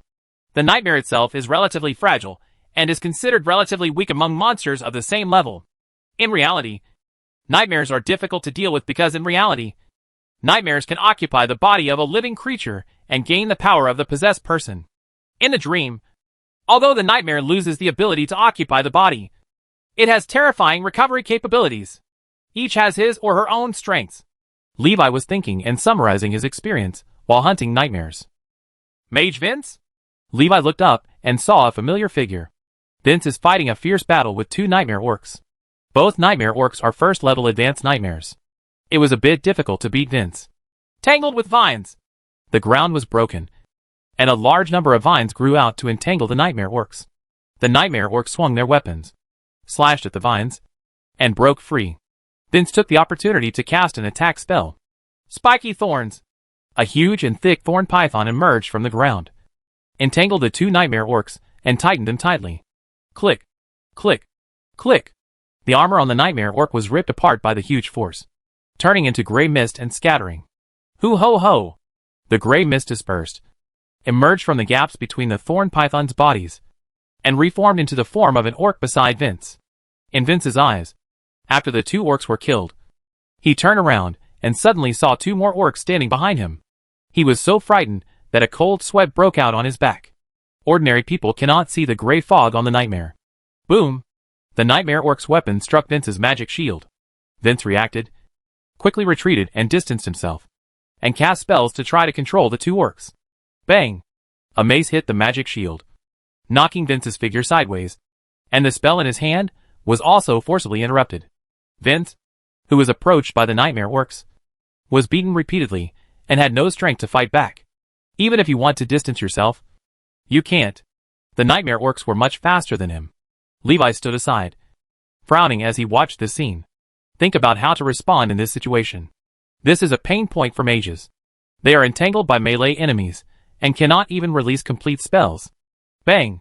Vince tore open a spell scroll, and a cold wind swept out, freezing the two nightmare orcs around him into ice. Well, using magic items is a good choice, Levi thought in his mind. Vince finally gets a chance to cast the full spell. Spiky Thorns. The thorn python crushed the two frozen orcs, and the gray mist dispersed and regrouped not far away. Levi shook his head. Vince's grass spells were tightly restrained by Nightmare. Nightmare cannot be trapped or killed. He couldn't stand it anymore and took action directly, throwing a charged fireball.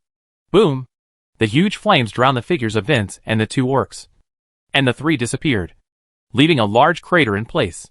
Levi picked up Vince's memory fragments and destroyed the two nightmare cores. Disappear invisible. Walking on the road, holding memory fragments to absorb memories. Huh? So this is what the magic network is like? I couldn't get the spell model from Vince's memory, because the ring mage's mastery of spell models was all at the lowest level. As long as he could use it. A very small number of ring mages take the time to practice their spells and master the more proficient spell models. After so long, Levi has almost figured out the rules. The owner of the spell model must practice to at least a minor level, so that the spell model in memory can be fully presented. Obviously, Vince did not master any minor level spells. His spells are also less powerful than those of many traditional mages. Although I didn't learn any new spells, I knew how the magic network existed and how to enter it. Levi feels he has gained a lot. The magic network relies on magic elements to exist. In theory, any area with magic elements will be covered by the magic network. However, the exchange of information on the magic network relies on the flow of magical elements. Therefore, if the magic elements in a certain area are closed and cannot be exchanged between the inside and outside, the magic network cannot enter.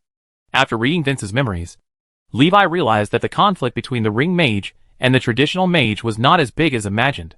In other words, the goddess of magic makes no difference between traditional mages and ring mages. All mages can enter the weave. Circle mage can do it. Traditional mage can do it too. Furthermore, the power of the magic network was used to draw the boundary between the two. Traditional mages can only transmit information in the magic network and cannot use the magic network to cast spells. After a ring mage believes in the goddess of magic, he can obtain higher level magic net permissions. The magic net permissions correspond to the spellcasting permissions of ring mages of each level. Ring mage apprentices can only unlock 0-level spellcasting permissions, and can only cast 0-level spells with the help of magic nets. A first-level ring mage can only unlock first-level spellcasting permissions, and use the magic network to cast first-level spells. And so on. In the magic network system, the strength of each level of mage is fixed and cannot be overcome. Unlike traditional mages, as long as they can learn it, a trainee mage can also release first-level spells. And a first-level mage may also release second-level spells. But just the threshold of learning magic baffles countless people. That's why so many people choose to become ring mages. Levi gets the way to enter the magic network from Vince's memory. At the same time, he also knew one thing. The Mage Tower in Maple Leaf City has actually always mastered the way to enter the magic network and become a ring mage.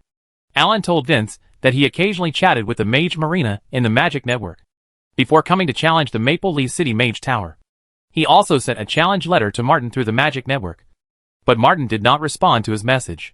I'll never use ley lines because he firmly believed they would have negative effects. Chapter 67 Shadow Waiter. Levi learned from Vince's memory that there are 3 ways to enter the magic network. The first, most common way, is to use the ley line codex. The ley line codex is a special magic book used to link the ley line. The requirements for use are very low. As long as you become a mage apprentice, you can use it. The second method is commonly used by high-level mages. The minimum threshold is the archmage, who directly uses mental power to connect to the magic network, rather than using the magic web codex, which is inconvenient to use at any time. The archmage prefers to directly use his mental power to access the magic web. The third, the rarest way, is the descendant of the goddess of magic. Become a dependent of the goddess of magic, and you can enter the magic network unconditionally anytime, anywhere. The goddess of magic had just created the magic net, and the magic net code had not yet been born. Only mages above the archmage could use the magic net. There are many young low-level mages who have become dependents of the goddess of magic. Unlike the dependents of other gods, they are subject to various restrictions and possess various powerful God-given powers. The dependent of the magic goddess is just a machine that allows you to access the internet anytime and anywhere. Later, after the birth of the magic network code, the goddess of magic rarely took the initiative to choose her dependents. Hundreds of years have passed, and the surviving relatives of the goddess of magic have become powerful mages. From this aspect, it does not disgrace the reputation of the god's relatives as representatives of the powerful. It's just that the source of power is different. The only way Levi can currently use is the first method, which is to enter the magic network through the magic network codex. There is a magic network codex in the Maple Leaf City Mage Tower. Unless you reveal that you have become a first-level mage, You will have no chance to use the Magic Network Codex. Then we can only find a way to create a Magic Network Codex. Levi remembered that there seemed to be a Magic Network code in the exchange list at the munitions office. I can't get around the level of merit even though I try to turn around. The Magic Network Codex is a physical object and cannot be obtained from dreams. Li Wei began to think seriously about earning merit. He didn't want to take risks. But the Magic Net was too attractive. There are a large number of spell models recorded in the Magic Network, almost all of which are created by mages from all over the world. The spells that Li Wei longed for to resist the Ring of Fire and the Meteor Shower were all available in the Magic Network. There are even forbidden spells. There are far more options than the spells in the Maple Leaf City Mage Tower. This may be the reason why there is also a Magic Network Codex in the Maple Leaf City Mage Tower. Spells are always the most attractive thing for mages. Any mage will want to acquire more powerful and rarer spells. Levi is no exception. Martin, Marina and others are no exception. If you go out to earn merit, you can only do it alone. If you can have a nightmare servant accompanying you, the safety factor will be much improved. In the worst case scenario, you can also let the nightmare servants drag the enemy and retreat invisibly. After Levi thought clearly, he looked for suitable nightmares in the dream and trained them into nightmare servants. After turning around, he found a newly formed first-level low-level nightmare beside the city wall. Bang! A small fireball kills the nightmare instantly and picks up the nightmare core. Levi quickly returned to the safe house. A first-level low-level nightmare should be fine, right? He carefully used his mental power to feed the nightmare core. After absorbing spiritual power, the nightmare core became active, and the surrounding gray fog gradually increased. The consumption of mental energy accelerated, and Levi's heart tightened. After a moment, take a breath. Sure enough, it was because the nightmare core was level 2 and required too much mental power. So it went out of control. The consumption of mental power accelerated several times, and it was still under Levi's control. There is no feeling of being sucked out when cultivating the second-level nightmare core. 10 minutes later, the mental power absorbed by the nightmare core was saturated. A faint gray fog figure appeared in front of Li Wei, with a figure that was roughly similar to him. The silhouettes formed by first-level low-level nightmares are much lighter than those formed by second-level nightmares. It looks looming, and the mist is so thin that you can see through it from the front to the back. Levi was worried that a gust of wind would blow away the nightmare servant in front of him. With a thought in his mind, the nightmare servant raised his hand, turned it in a circle, beat a few times, and then returned to calm. Levi smiled and said, "It's not bad. It feels a bit like playing with a remote control robot." Feel the hazy consciousness coming from the nightmare servant. Owner. Levi looked at the nightmare servant, thought for a moment, and said, "From now on, you will be called Shadow Attendant." "Yes, master." Exit the dream. Levi felt that Shadow Warrior's core was somewhere inside his body. As he thought, a faint blue shadow slowly appeared in the air. Shadow Attendant appears in reality in his dream, but the core is still in his body, or in the dream cabin. As long as the core is not destroyed, Shadow Warrior will not die. Looking at Shadow Warrior's dazzling nightmare appearance, Levi had a thought in his mind. Shadow tentacles. A shadowy tentacle reaches out from the shadows. Absorb the shadow element. Upon hearing this, Shadow Attendant reached out and touched the shadow tentacles, slowly absorbing the shadow elements. The body gradually turned gray, and then turned into a faint black, like a shadow. Levi put away his shadow tentacles and showed a satisfied smile. He got this inspiration from the exploded second-level nightmare. The effect is surprisingly good. Who dares to say that this pure shadow creature with fluctuations of shadow elements is a nightmare? Hide in my shadow, and don't come out without my order. Yes, master. The Shadow Attendant got into Levi's shadow and followed him like a shadow. After a busy night, it is already early morning. Levi had breakfast and went to the training hall of the military camp. The notice boards on the walls of the training hall are filled with various mission notices. When he came, there were already many people here. Many people want to grab a good mission as soon as possible and go out. Hunting the orcs wandering around Hansha City is valid for a long time.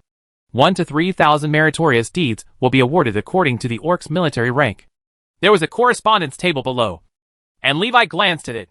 Ordinary orc soldiers will be rewarded with 1 to 2 merits. First-level orc soldiers will be rewarded with 5 to 30 merits. Second-level soldiers will be rewarded with 30 to 100 merits. And third-level soldiers will be rewarded with 100 to 500 merits. Orcs with military ranks also receive additional merit rewards. The highest reward is to kill the Orc General, a 4th level Orc, which will reward 3,000 meritorious deeds. Levi looked to other tasks. Destroy the small Orc stronghold to the west of Hanshaw City. Assassinate the Orc Captain Gomora. Assassinate the Orc Sergeant Timerad.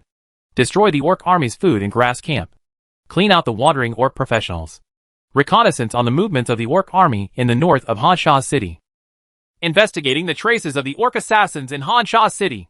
Levi walked around the training hall and came to the military supplies department. Elementary magic item. Magic Network Codex. The purchase price is 500 merit points. 2nd level magic scroll. Freezing scroll. The purchase price is 300 merit. 2nd level magic scroll. 100 split wind blade technique scroll. The purchase price is 400 merit points. Levi finds the magic scroll used by Vince and Phecia.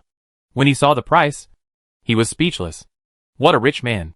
Chapter 68 Wushuang sneaks in. Assassin-style mage. Levi looked at the Magic Network Codex and thought of another thing. Previously, he was worried that the fireball technique would be exposed and cause trouble. If you have the Magic Network Codex, you can completely solve this matter. Asking is what I learned in the Magic Network. There is no need to let Master Allen take the blame. This is much safer. In this way, at least for a short period of time, you no longer have to worry about exposing the spell. When he becomes stronger, who would dare to question where he learned the spell? That is to say, the wings are not full yet, so you still need to be cautious. You must get the Magic Network Codex. As soon as Li Wei walked out of the munitions office, he met an acquaintance on the playground. Ah! Master Li Wei! Are you here too? Lisa shouted in surprise, with a look of surprise in her eyes. Lanya turned around and was a little surprised to see Levi. Levi heard the shouting, turned around, and saw 4 people from the Grass Fox team standing together, looking at Kananan and Diaz. They looked listless. He also wondered why he didn't see the 2 of them in his dream last night. It turned out that the 2 of them had been killed by the Second Order Nightmare. Levi said, "Your condition doesn't look very good. It's better to take a good rest, and don't rush to complete the task." Hearing this, Lanya nodded and said, "Thank you, Master Li Wei, for reminding me. We will pay attention." Seeing this, he didn't say much. Anyway, he just gave a casual reminder when he saw it. If you don't listen, it has nothing to do with him, Lisa said expectantly. "Can Master Levi join us on the mission?" Levi said. "Sorry, I have teammates." Lisa was disappointed. That's it. Levi didn't lie. His teammate was Shadow Warrior. After separating from Lanya and others, Li Wei left Hanshaw City with a piece of photo crystal. The photo crystal is a magic prop provided to Levi by the military camp after receiving the mission. Can be used to record task completion. For example, after destroying a stronghold, you can use the photo crystal to record the destroyed stronghold and use it to deliver tasks. Levi took on 3 missions: destroying the Orc team's stronghold, clearing out the wandering Orc soldiers, and hunting Orc professionals. In fact, he took on a mission. The latter 2 tasks are public tasks and are valid for everyone. Leaving Hanshaw City, while there was no one around, Levi activated his invisibility cloak and disappeared into the air. "Shadow Attendant, investigate the road conditions ahead," Levi whispered. Shadow Attendant emerged from the shadow and walked forward. Outside the city, there is a deserted land. Due to the influence of the Orcs, no ordinary people dare to leave the city now. Even the businessmen traveling between towns chose to protect themselves wisely and hid in the city and did not dare to come out. Only a few bold businessmen who wanted to make war fortunes dared to venture out of the city. Under the siege of the Orcs, Hanshaw City was basically cut off from material exchanges with the outside world. Only the logistics troops escorted by the Maple Leaf City Army have a chance to break through the encirclement. Even with military protection, the risk is still huge. The Orcs relied on the strongholds established around Hanshaw City to besiege the humans in the city. The Orc army relied on the intelligence provided by these strongholds to quickly encircle and suppress the humans who left the city, forming a tight blockade. Orn wants to uproot these strongholds and break the Orc blockade. These strongholds were not large and did not even have defensive buildings. It is difficult to rely on the army to push forward. Orc soldiers are very thieves. When they see too many enemies, they will abandon their stronghold and run away. Wait until the enemy leaves before returning to the stronghold. Over and over again, The army had nothing to do with these orc strongholds scattered all over the place. This kind of enemy is easiest to deal with if it is left to professionals. Under the escort of Shadow Attendant, Levi soon arrived on the hillside east of Honshaw City. I saw a simple orc stronghold built on a few large rocks. There is a human village at the bottom of the hillside. But now there is no human figure in the village. Some fled the village, while others hid, all afraid of the orcs wandering nearby. Levi was hiding more than 100 meters away from the orc stronghold. Shadow Attendant, scout the location and number of nearby orcs. Yes, master. Shadow Warrior turned into a shadow flowing on the ground, heading towards the orc stronghold more than 100 meters away. No one notices a moving shadow on the ground. Levi quietly waited for the Shadow Attendant to return. He probed the orc stronghold and saw that there was not even a single person standing guard outside. An orc stepped out and walked behind the rock. Stand for a moment, turn around and leave, leaving a trail of water on the rock. So vigilant? Levi thought in his mind. After a while, the Shadow Attendant came back. 8 enemies. 6 inside and 2 outside. Shadow Attendant stretched out his hand, and his arm turned into mist to form a crude map, with the locations of 8 people marked on the map. Levi understood it at a glance. It would be great if there was a spell that could share senses. Whatever the Shadow Warrior sees, I can see. After thinking for a while, Levi figured out how to fight. 6 people are in the light and 2 are in the dark. Let's deal with the 2 secret sentries first. Levi took another look and found the hidden orc soldiers lying on the ground. If Shadow Waiter hadn't discovered the secret whistle, he would have been discovered if he had taken action directly. He walked towards the secret sentry. Shadow tentacles. A shadow tentacle stretched out from the shadow, like a giant snake wrapped around the orc soldier. When the orc soldiers felt something was wrong, the shadow tentacles tightened suddenly. Click, click, click. The orc soldier's bones were shattered, and he died on the spot.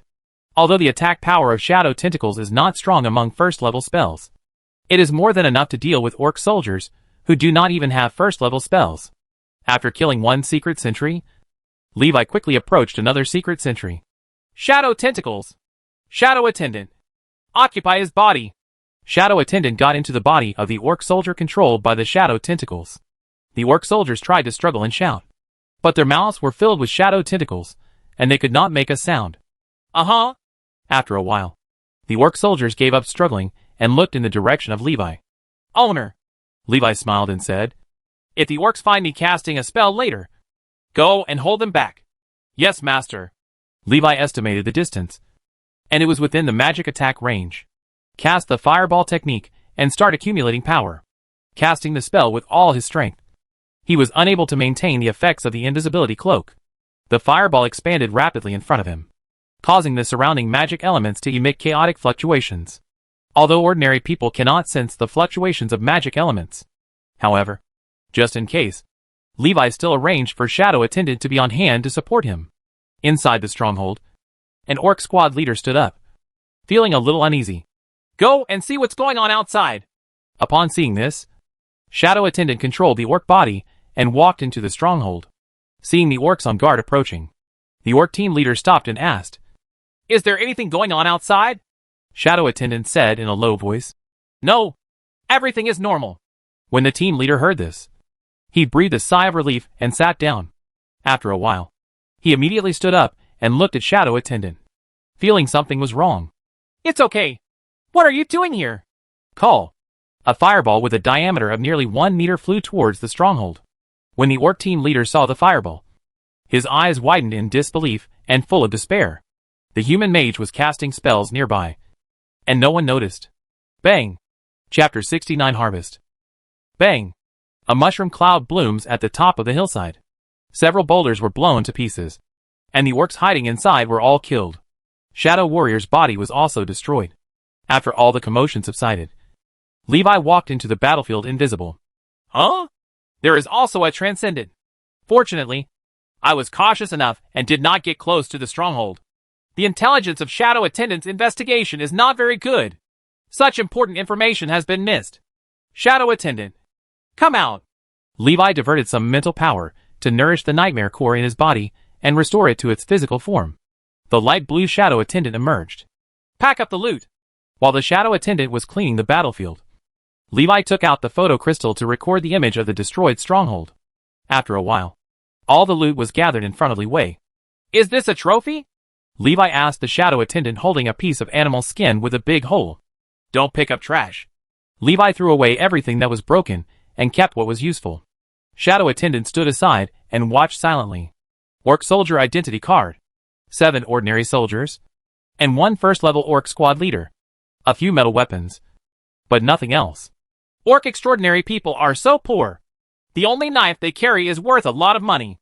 Li Wei asked Shadow Attendant to take the things and return to Honsha City. Bang! Shadow Warrior took 2 knives, but couldn't pick up the 3rd knife. Levi looked at Shadow Waiter, who looked at him with an innocent look on his face. Lin Dayu is stronger than you. Levi complained that he was going to throw away these things. But since Shadow Attendant couldn't take them away, he didn't bother to take them. Suddenly, he had a flash of inspiration. The Shadow Warrior is too weak because it lacks a host body and cannot exert the power of the nightmare. If we create a boarding body for Shadow Warrior, wouldn't this problem be solved? Invisible armor. Levi uses the invisible armor spell on Shadow Warrior. Shadow Warrior's body flashed with magical light and was covered with a layer of invisible armor. Pick it up.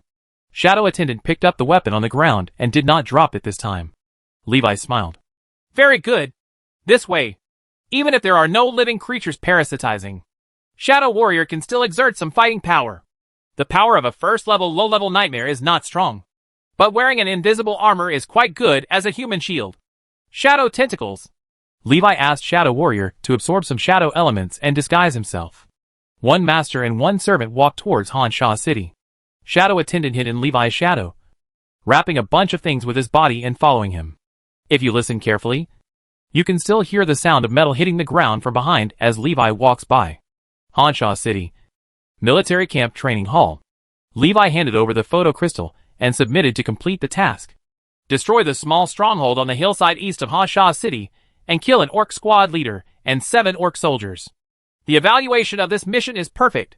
Get 50 merits and get an additional 17 merits for killing. Levi got a magic card with 67 written on it. Magic playing cards and magic text scrolls are the same kind of magic props. Magic playing cards can only rewrite content, while magic text scrolls can rewrite and transmit content. The evaluation of the task of destroying strongholds is from low to high, failed, qualified, good, excellent, and perfect. There is no reward for failure. Destroy the stronghold without killing the garrisoned orc soldiers to qualify, and receive 40% reward. Destroy the stronghold and kill orc soldiers as good, and get 60% reward. Destroy the stronghold, kill the orc soldiers, and kill the first-level squad leader to be considered excellent, and get 80% reward. Destroy the stronghold and kill all the garrisoned orc soldiers to achieve perfection, and get 100% reward. After putting away the magic cards that recorded his achievements, Levi took Shadow Attendant to the grocery store in Honsha City. Bang! A pile of weapons was thrown in front of the grocery store owner. Levi asked, Boss, do you want to put away your weapons? The grocery store owner nodded quickly. I'll accept it. Of course I'll accept it. He inspected it and said, These are all ordinary weapons. This one is a little more sophisticated. These are probably weapons captured from the orcs. Right. Only the weapons made by the orc blacksmiths are so rough. The boss held the orc squad leader's knife and made comments. Putting down the knife in his hand, he said, The purchase price of ordinary weapons is 1 silver coin, and the purchase price of sophisticated weapons is 5 silver coins. A total of 12 silver coins. Selling? Sell. The boss took out 12 silver coins and handed them to Li Wei. Levi put away the silver coins and glanced at the products in the grocery store. During the war, the price of all supplies increased. The soothing incense that usually costs 10 silver coins apiece is now sold for 20 silver coins apiece. Doubled. Boss, buy 5 soothing incense sticks. Phecia walked into the grocery store and shouted. Levi, are you here to buy something too? Phecia walked in and said unexpectedly when she saw Levi. Levi said, I'm here to sell things. Selling something? Phecia looked at him doubtfully. Selling what? Some useless junk. Seeing that Levi was unwilling to say more, Phecia did not continue to ask. She took out a gold coin and handed it to the boss, and took away 5 packaged incense sticks. The 2 of them walked out of the shop one after another. Levi glanced at Phecia and sighed in his heart. Rich woman. Phecia has a defensive magic item on her body. A 2nd-level magic scroll. coupled with the fact that he was wearing a fine mage robe and holding a staff in his hand. He was extremely rich. You're going back too? What a coincidence. Phoecia looked at Levi walking together and smiled. Levi, if he doesn't go back, where will he go? Phoecia did not give up persuading Levi to join the city lord's palace, and kept talking along the way. Hansha City is not that big, so I quickly returned to the door of the hotel. Seeing the hotel, Levi breathed a sigh of relief. Finally feeling clean, Phoecia stood at the top of the stairs and said, Levi, if you have time, you can come to my room. I live in 204. If nothing happens late at night, we can discuss the secrets of magic. Phoecia gave Levi a look, smiled knowingly, turned and walked towards the second floor. Levi looked at Phoecia's back, paused for a moment, then turned and went upstairs. He knows this is a honey trap. Phoecia is also pretty good looking and has a good figure. She is considered a natural beauty. It's a pity that Levi didn't think anything wrong about her. Returned to the room. As soon as Levi sat down, he felt the magic badge vibrate. When I took it out and looked at it, I found that the contribution was a little more. Complete a mission. Contribution +1. Levi smiled and put away the magic badge. Contribution is money, and naturally the more the better. In the afternoon, Levi stayed in the city to practice magic liver experience. After gaining the extraordinary characteristic of mana control, the attack power has far exceeded the current level. The defense is limited by unable to charge, and has not improved much. Now he has the offensive power of a second-level mage and the defensive power of a first-level mage. Levi planned to upgrade the level of the invisible armor spell first to enhance its defense. If there was too little room for subsequent improvement in the invisible armor's defense power, he might as well find a new defensive spell as soon as possible. After 6 hours of meditation practice, Levi opened his eyes, and it was already night. There's not enough time. Shadow attendant brought food for Levi to eat. Levi was eating dinner and thinking about planning time. Chapter 70 Deshang Level Invisible Armor. Levi finished his meal and thought. After awakening extraordinary special effects and becoming a first-level mage, the upper limit of mana his body can hold increases. Mana is the foundation of a mage, and mana cultivation is the top priority. The importance is still above the liver-exploding spell, but there are only 24 hours in a day, and magic training plus sleeping will take up most of the day. As the mage's mental power gradually increases, the amount of sleep required each day gradually decreases. Occasionally staying up all night can still stay awake with strong mental strength, but sleep and rest are still indispensable. Sleep is an important way to restore mental strength. The meaning of sleep is not only to restore mental strength, but dreams are equally important. Dream? Levi's heart moved, and he seemed to think of a solution. After eating, he practiced the rock breathing technique for a while to exercise. After practicing the breathing method, it can also promote gastrointestinal digestion. Half an hour later, Levi finished taking a shower and lay on the bed. The great sleepwalking technique. The consciousness keeps sinking into the dream world. Levi shows up at the safe house. As soon as I thought about it, a proficiency list appeared in front of my eyes. Memorize the values for the invisible armor spell. Levi began to practice the invisible armor spell in his dream. Practice it a few times, and look at the proficiency list again with a smile on your face. Sure enough, even practicing spells in a dream can increase your proficiency. There is no magic element in the dream, so you can't practice magic. The dream is completely controlled by me. I can spend mana to practice spells without any scruples. On the contrary, I can gain proficiency in spells faster and easier than in reality. It turns out that this is the correct way to use dreams. Absorbing memory fragments increases spell proficiency, and is only applicable to general spells. As spell mastery levels get higher and higher, it becomes harder and harder to find a suitable partner. This is not a long-term solution. Only liver experience is the best plan. Levi's explosive invisible armor spell. When his mana is exhausted, he is resurrected with full health and mana with a thought. Late at night, several hours after his liver attack, Levi was exhausted both physically and mentally, and planned to go out for a walk. Leave the safe house with Shadow attendant. The dreamland of Hansha City still looks like a broken state. Fireballs and rockets kept raining in the sky, and the city was full of collapsed houses and people fleeing. Levi walked invisible on the street, and saw the houses that were flattened by the last explosion restored to their original state. Boom! A bolide crashed down, shattering the roof and causing the fire to explode. Maybe. This is life. This house was not destined to remain intact. Levi bypassed the burning house and walked towards several first-order nightmares. The nightmare has just killed the dreamer and is fighting for the power of the nightmare that was born. Shadow Warrior moved slightly, expressing desire. After Li Wei sensed it, his heart moved and he intended to train Shadow Attendant. Raise your hand to cast a series of fireballs. Hoo ho ho! Several fireballs flew out, blowing up several nightmares and knocking them off their feet. After a series of bombings, only 3 nightmare cores were left floating in the air. Go! Shadow Waiter rushed out impatiently. Call! Shadow Warrior swallowed 3 nightmare cores in one gulp, and Levi froze on the spot. He extinguished the fireball in his palm and looked at the Shadow Warrior with a surprised expression. Just now, he thought that Shadow Warrior wanted to devour the remaining power of nightmares. But he didn't expect that it was the core of nightmares that coveted other nightmares. 3 nightmare cores rushed left and right in Shadow Warrior's body, and Shadow Warrior's figure kept changing.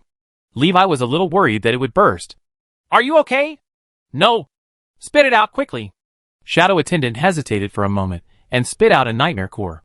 After a while, another nightmare core was spit out. Only 1 nightmare core was left to slowly digest. Levi looked at Shadow Attendant, speechless in his heart. It was difficult to digest even 1 nightmare core, yet he dared to swallow 3 in one breath. He was not surprised that the core of the nightmare that created Shadow Attendant was the core of the newly born nightmare. Therefore, Shadow Warrior's strength is pitifully weak. An hour later, Shadow Warrior digested a first-level low-level nightmare core. Levi hunts down first-level nightmares, obtains the core of nightmares, and feeds Shadow Warrior to increase his strength. Half an hour later, Shadow Warrior digested another first-level low-level nightmare core. Digestion speed increased, and Levi continued to hunt suitable nightmares to feed the Shadow Attendant. After absorbing 3 first-level low-level nightmare cores, Shadow Warrior was promoted to the first-level intermediate level. Shadow Attendant's figure became more solid. The strength improved so quickly. Levi sighed as he looked at the Shadow Warrior who had become stronger. He took out a first-level intermediate nightmare core and fed it to Shadow Warrior. Let's go back. Tonight, no suitable memory fragments were harvested. Back in the safe house, Shadow Waiter stayed in the corner and slowly digested the first-level intermediate nightmare core. Levi continued to use his invisible armor spell. After a few hours, he felt that it was almost dawn, so he exited the dream. Before leaving, he took a look at the progress of his training. Invisible armor technique, level 0, 1854 of 4000. Levi smiled and improved his proficiency by nearly 1,000 points in one night, which was amazing. In the past, it took 10 days of hard work to achieve this result. There are still great advantages in practicing spells in dreams. Make persistent efforts. In the morning, Li Wei went out on a mission to earn merit. Usually you can return to Hansha City before noon. After the Shadow Warrior's strength is improved, he can play a greater role. He can directly control ordinary orc soldiers without Li Wei's help. In the afternoon, Levi stayed in his room meditating and practicing his magic. The perfection level basic meditation method is temporarily used, and Levi has no better meditation method. In the short term, it is unlikely to obtain the crystal meditation method, and the only hope is to burst out of the dream. There is a meditation method that can be redeemed at the military supplies department, but the problem is that the price is too high. Advanced meditation method. Starlight meditation method. The purchase price is 8,000 merit. The Starlight meditation method is an advanced meditation method of the military mage system, focusing on improving the stability and resonance of mana. The higher the resonance, the higher the mana compatibility between mages. When casting spells at the same time, the influence on each other can be reduced and the power of spells can be increased. To put it simply, it is a meditation method suitable for group combat mages. Levi couldn't afford it and didn't want it. Crystal meditation is more suitable for him. Anyway, basic meditation methods can also increase mana, so Levi is not in a hurry. There's no point in being anxious. 3 days later, Levi was practicing magic in his dream. Suddenly, my mind was shaken and I had some realization. Breakthrough? Invisible armor, level 0, 0/8000. Li Wei carefully realized the feelings in his heart. The invisible armor spell has been upgraded to the Deshang level, but the defense has not been improved. The defensive power of the invisible armor has already reached the limit of the 0-level spell and is difficult to increase. But, awesome! That's it! The creator of the invisible armor spell is really a genius. He can do this. Li Wei was deeply moved. 0-level spells are limited by themselves. Unless the spell circuit is added, the limit cannot be exceeded. The defensive power of the invisible armor is already the limit of the 0-level spell. Only after receiving the blessing of extraordinary characteristics can one transcend the limit. But in the eyes of the creator of the invisible armor spell, this limit is not the real limit. He used a method that subverted the thinking of conventional mages and broke the defense limit of 0-level spells. Chapter 71 Unlimited Shield System. The creators of invisible armor break the mold with disruptive thinking. One thing any mage knows is that there can only be one magic shield. Magic shields cannot be layered one upon another.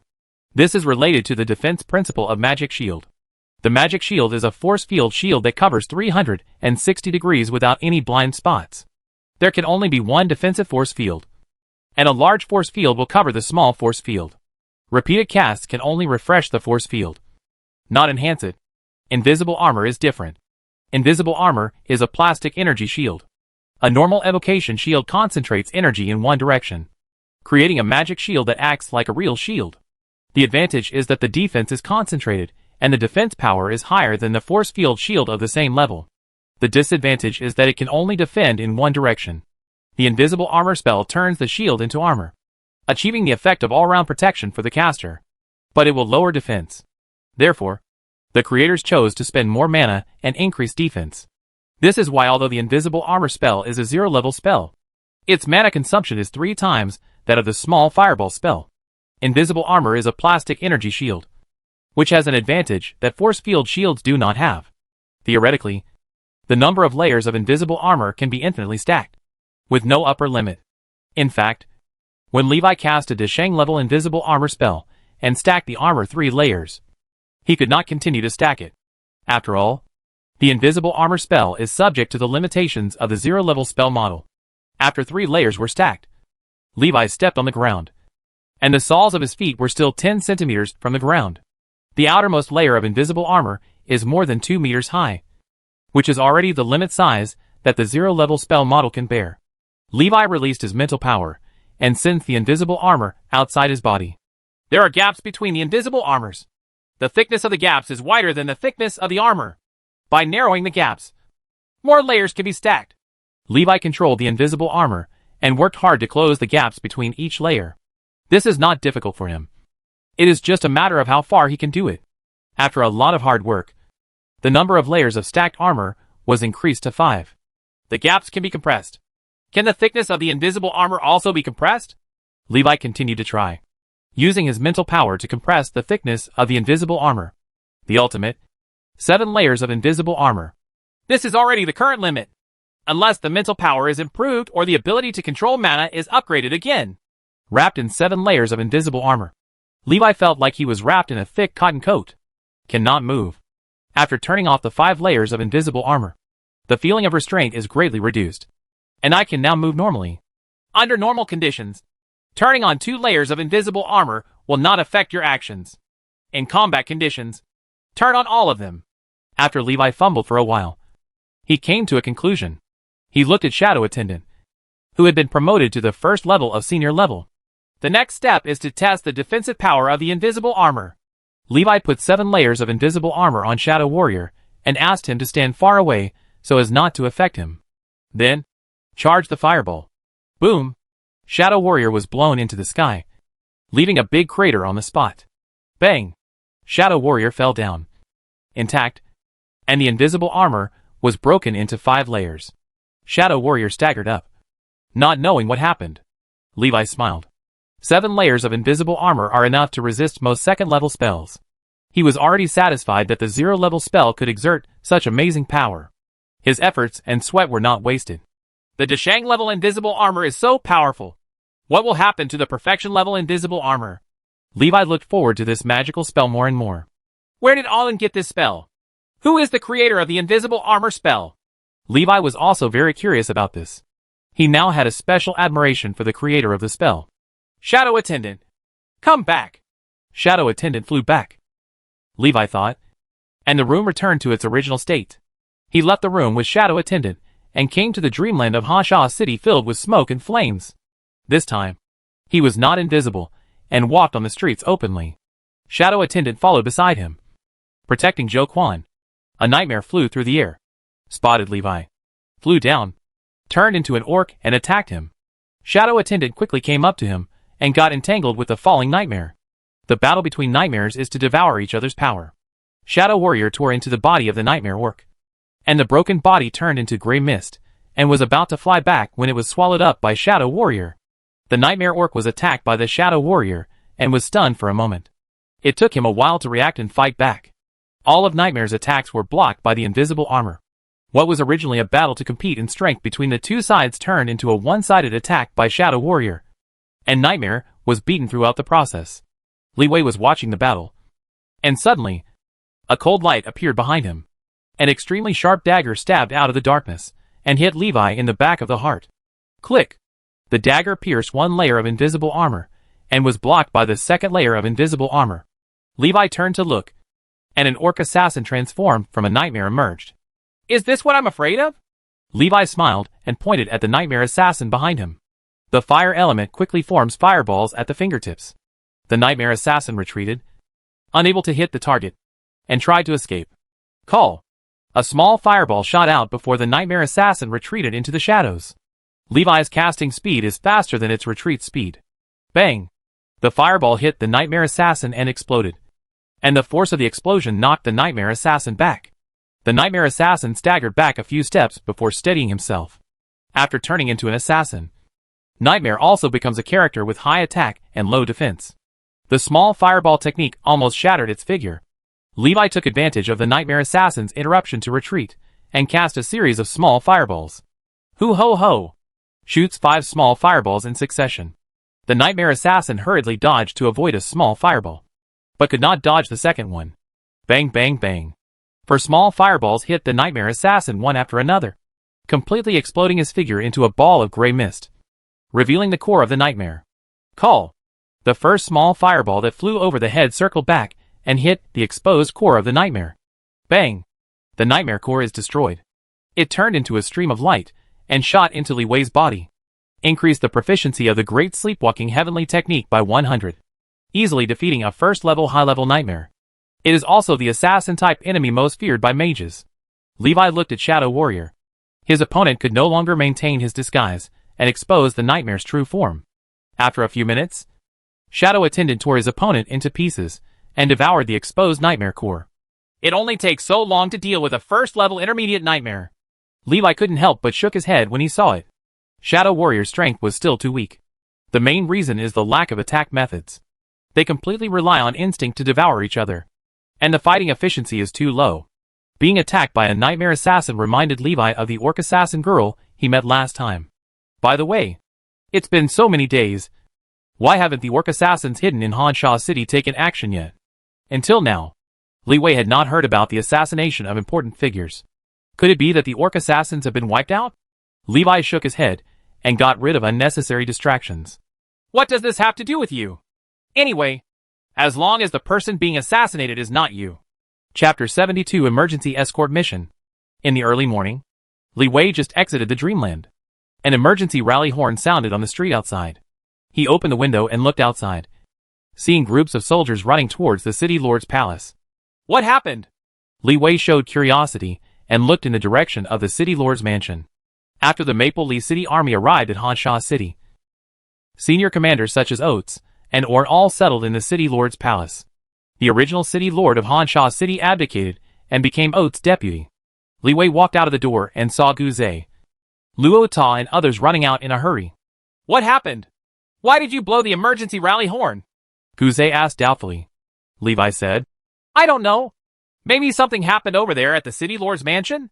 I saw many soldiers running that way. Let's go and have a look. Everyone hurried to the city lord's mansion. Arriving outside the city lord's mansion, I saw that the city lord's mansion had been surrounded by armored soldiers on 3 levels inside and 3 levels outside. What happened? Everyone stood outside and looked around, hoping to see the scene inside the city lord's palace. Unfortunately, the gate of the city lord's mansion was closed tightly, and there were soldiers all around to prevent others from getting close. Even the mage wouldn't let him get close.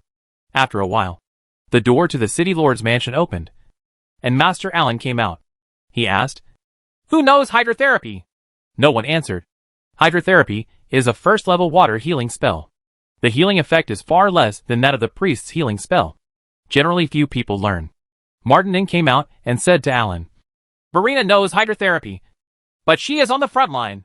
The two looked at each other, walked back to the city lord's mansion, and closed the door. I'm afraid it's difficult to cure the city lord's injury with water therapy. You have to find a priest. First use the life recovery potion for a few days, and then send someone to ask the priest to come to Hanshaw City. Priests are clergy who spend most of their time praying in temples. Hanshaw City is too small, and has no temple. The kingdom of Makir was remote, and had few noble clergy. Unlike Middle-earth, temples supporting clergy can be seen everywhere. Within the Maciel kingdom, only a few cities have temples. Alan said, The nearest temple is in Lufeng City, which is 70 kilometers away from Hanshaw City. A 2-day round trip should be enough. Martin said, The city lord may not be able to persist for that long. What's more, you also know the arrogance of those clergy. They may not be willing to leave the temple for the city lord. Aun walked out with a calm expression and said, Have someone escort the city lord to the Lufeng City temple for treatment. When the two heard this, they looked at each other. Alan said, But is this risk too great? 2 of the assassins who assassinated the city lord escaped. If they pass the news back to the orcs will definitely find ways to intercept the convoy, which will make it even more dangerous. Aun said, I will arrange this matter. Don't worry. Gather the professionals. Aun ordered. The professionals standing outside the city lord's mansion were finally let in, and everyone gathered in the city lord's mansion compound. Levi looked around and found traces of the battle on the wall. Think of Master Alan asking who knows hydrotherapy. There is no doubt that assassins entered the city lord's palace, and someone was injured. Aun walked out, glanced at everyone, and said, There is a very important task for you now. You are asked to escort an important person to Lufeng City. After hearing this, everyone looked at him, wondering who he wanted to escort to Lufeng City. Orn then pulled out a list and announced the escorts. Blaze, Jonard, Jack, Mia, and Goran are an escort team. Lanya, Kunin, Lisa, Diaz, and Levi form an escort team. Aun announced the names of 50 people in a row to form 10 escort teams. Levi was a little surprised. He didn't expect that he would also be selected. He felt someone was looking at him. Turned around and saw Lanya and the others.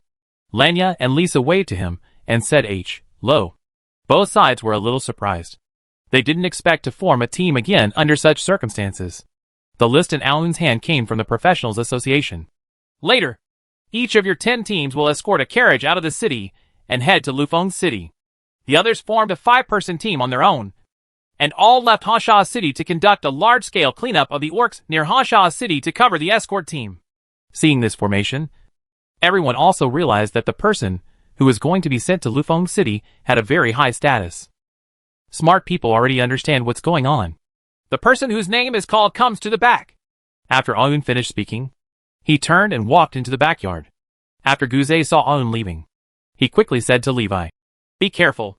This mission may be very dangerous. He whispered, If you feel you are in irresistible danger, just run away without hesitation. The escort in the carriage is most likely City Lord Oates. He is going to Lufeng City to seek treatment from the temple priest in Lufeng City. The priest needs treatment. The City Lord's injury must be very serious.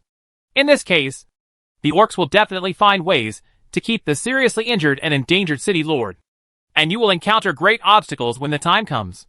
When in danger, save your life first. Leave the people in the carriage alone. Levi saw the nervous look on Guzay's face, nodded and responded, Yes, I know. He patted the invisibility cloak on his body and said, With this invisibility cloak, I can escape even if I encounter the worst situation.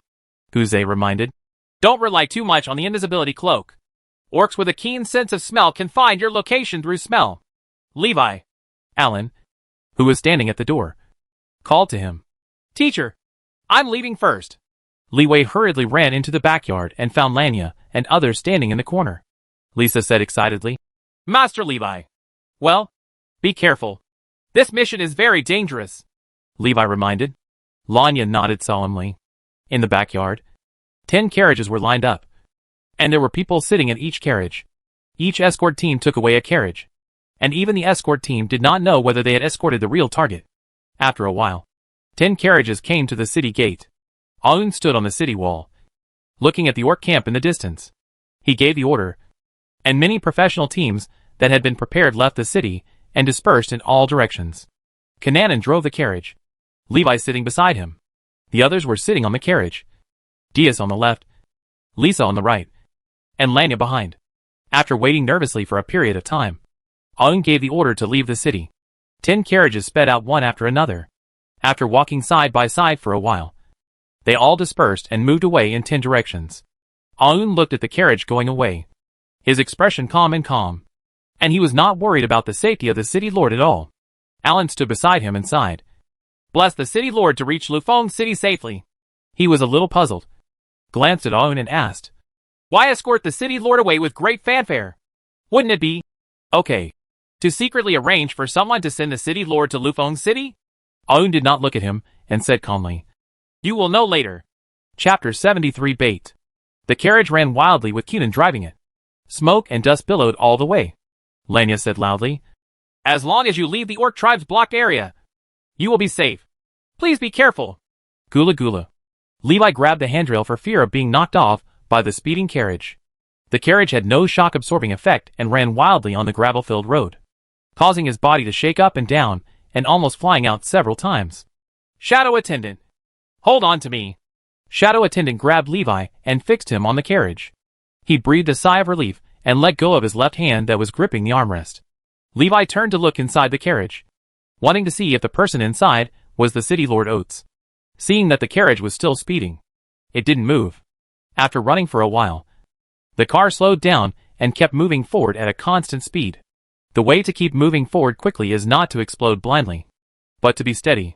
Kunin knows how to drive a carriage and understands that he cannot let the horse burst out of strength all the time. Otherwise it will soon exhaust itself. Dias looked around, breathed a sigh of relief and said, luckily, I haven't seen the enemy after running for so long. As soon as he finished speaking, a group of orc soldiers appeared in front. Lisa cursed. Crow mouth. Dias, can you stop talking? Dias said innocently. Can you blame me? Lanya looked over and saw the situation in front of her and said, stop arguing and get ready to fight. Kunin began to slow down, but Levi shouted, speed up and rush over directly. I will deal with the enemy. Hearing this, Kunin hesitated for a moment. Lanya shouted, listen to Li Wei. Kunin no longer hesitated. Waved the reins. Drive! The carriage accelerated again and rushed towards the group of orc soldiers. Levi stood up and leaned on the carriage. Shadow Attendant grabbed his body to prevent him from falling. Raise your staff and pretend to cast a spell for a while. Wait until the enemy enters attack range. Serial small fireball technique. Hoo ho ho. Small fireballs flew out at neither fast nor slow speed, and shot towards the place where the orc soldiers gathered. Bang bang bang. The continuous spell bombardment quickly caused the orc soldiers to break up and turn around and run away. They thought they had encountered a group of mages. Call. The carriage circled the battlefield and sped away. Lisa's eyes widened and she couldn't close her jaw. It's amazing! Lanya was also shocked. She didn't expect that after a month of not seeing each other, Li Wei would become so powerful. One person could easily defeat a group of orc soldiers. Not to mention one person. Even a team of professionals would have to spend a lot of effort to deal with so many orcs. After defeating a group of orcs, everyone ran peacefully for a while. Suddenly, a black line appeared in front of him. Levi tried to see what was ahead. Lisa shouted in horror. Orcs! So many orcs! We are surrounded! Lanya's heart skipped a beat. Oh no! Could it be that Levi had struck too hard just now, making the orcs think he was escorting the real target? She didn't think the real target was in the car. Orn will definitely choose the strongest team to escort him. The Grass Fox team plus Levi were only in the middle and lower reaches among the 10 teams. Among the 10 teams, there are many strong teams whose captains and members are second-level professionals. She is now afraid that the orcs will misunderstand and surround the Grass Fox team with all their strength, which will probably lead to death. Kunanen! Turn! Lanya shouted. She didn't need to remind him that Kunin had already turned away from the orc army that appeared in the distance. After several consecutive changes of direction, everyone was helpless to find that there were a large number of orcs in any direction. Dias wailed. It's over! I'm really surrounded! Kunin hesitated for a moment and asked, return to Hanshaw City? I don't know who he asked, Levi said. It's useless. I was blocked from behind. We can only run in one direction now.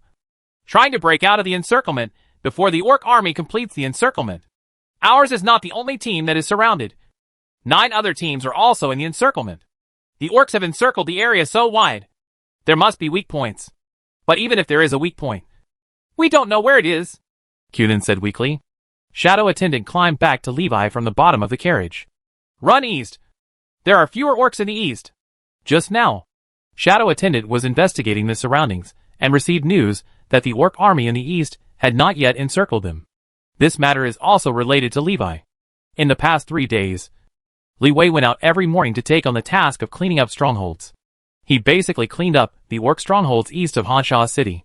The orc strongholds to the east suffered continuous devastating blows, always being destroyed, and no one was spared. As a result, the nearby orcs did not dare to get too close to Honshaw City, afraid of meeting the terrifying human mage. Leeway is quite famous among the orc tribe's stronghold east of Honshaw City. Explosion Mage and Ghost Mage are all nicknames given to Levi by the orcs. This directly resulted in that when the orc army launched an encirclement, the orc soldiers to the east were half a beat slower, leaving a blank area. People who didn't know the truth thought this was a tactic used by the orcs to surround 3 people, but one was missing. Levi kept sending shadow attendants to inquire about the surrounding intelligence, and directed Cunin to steer away from the enemy, running wildly all the way. They gradually became the escort team running at the front. Seeing this, the other escort teams also followed him. Seeing this scene, Lanya secretly thought something was wrong. If all the escort teams ran in one direction, wouldn't the effect of separating and disrupting the enemy's sight and hearing be lost? When she was worried about this, she suddenly heard a shocking shout coming from a distance. A group of human soldiers rushed out and surrounded the orc army that was chasing everyone. The orc soldiers who were killed were caught off guard and fell on their backs. Killing cries were heard everywhere, and Levi turned his head to look around, feeling shocked. After thinking for a moment, he seemed to understand something. Aun actually used the city lord as bait to lure the enemy into the encirclement. In order to encircle and intercept the carriage escorting the city lord to leave, the orcs dispersed their troops to surround a large area of Honshaw City. This resulted in the orc army being unable to provide timely support when it was besieged by the human army. When Levi saw the human soldiers rushing out from all directions, he realized that Orn had already planned it. Otherwise, how could there be human soldiers lurking in such a wilderness? The radiance of water magic bloomed in the distance, and Levi looked into the distance. 3rd level water spell. Currently, within the scope of Honshaw City, only Master Marina can release 3rd level water spells, although she is a 2nd level mage. As a traditional mage, as long as she learns 3rd level spells, she can use magic materials to assist in spell casting. There is no doubt that Aun has been carefully preparing for this battle for a long time. Otherwise, Marina, who should have appeared on the frontline battlefield, would not have appeared here by such a coincidence. Although he was far away, Levi could still see the scene of the 3rd level water spell destroying the orc army.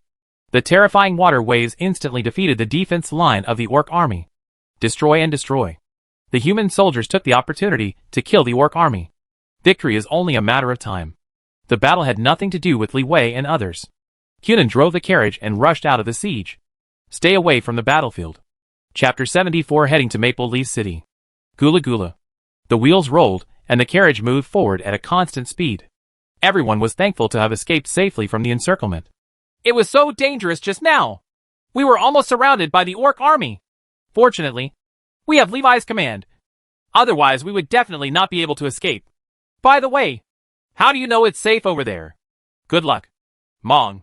After it was safe, Levi looked at the car behind him, wondering who was inside.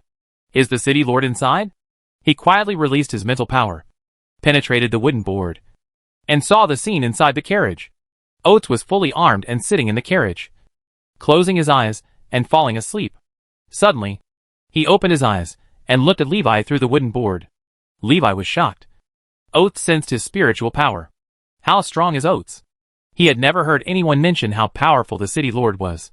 When most people saw Oates, they first noticed his status as city lord, and then his title of earl. But their own strength was ignored. It's not that becoming a city lord doesn't require strength. Just because Oates is too low-key and has never publicized how strong he is, most people don't know his true strength. Just like now, Levi doesn't even know what Oates' profession is. After Levi withdrew his mental power, Oates closed his eyes and remained motionless without speaking. He wondered what Oates' occupation was. Mages can sense psychic powers, but Oates often appears in armor, so he shouldn't be a mage. In addition to mages, other professions with high enough levels can also perceive spiritual power. After walking for an hour, we came to a fork in the road. Oates suddenly said, "Go to Maple Leaf City." When Lanya and others heard this, they were shocked. They quickly stopped the carriage, saluted and shouted, "Your Majesty the City Lord." Levi glanced at a few people and felt that they were making a fuss out of a molehill. "Well, let's go to Maple Leaf City." "Yes." Cunin got into the car and drove the carriage carefully, not daring to race any more. Lanya, Lisa, and Dia stopped picking up the carriage and got out of the car and trotted after the carriage. Levi sat on the carriage as if nothing had happened. After looking at the reserved expressions of Lanya, Cunin and others, I felt a little twisted. He knocked on the car with his staff. "Please open the door." Hearing this, Cunin looked at him in shock. There was a look of astonishment on his face, as if he was saying, "Levi gone is a demon?" The key is, Oates really opened the door for him. Kula. The car door opened. Levi got up and got in, closing the door. Oates looked at Levi with interest. "Aren't you afraid of me?" Levi asked.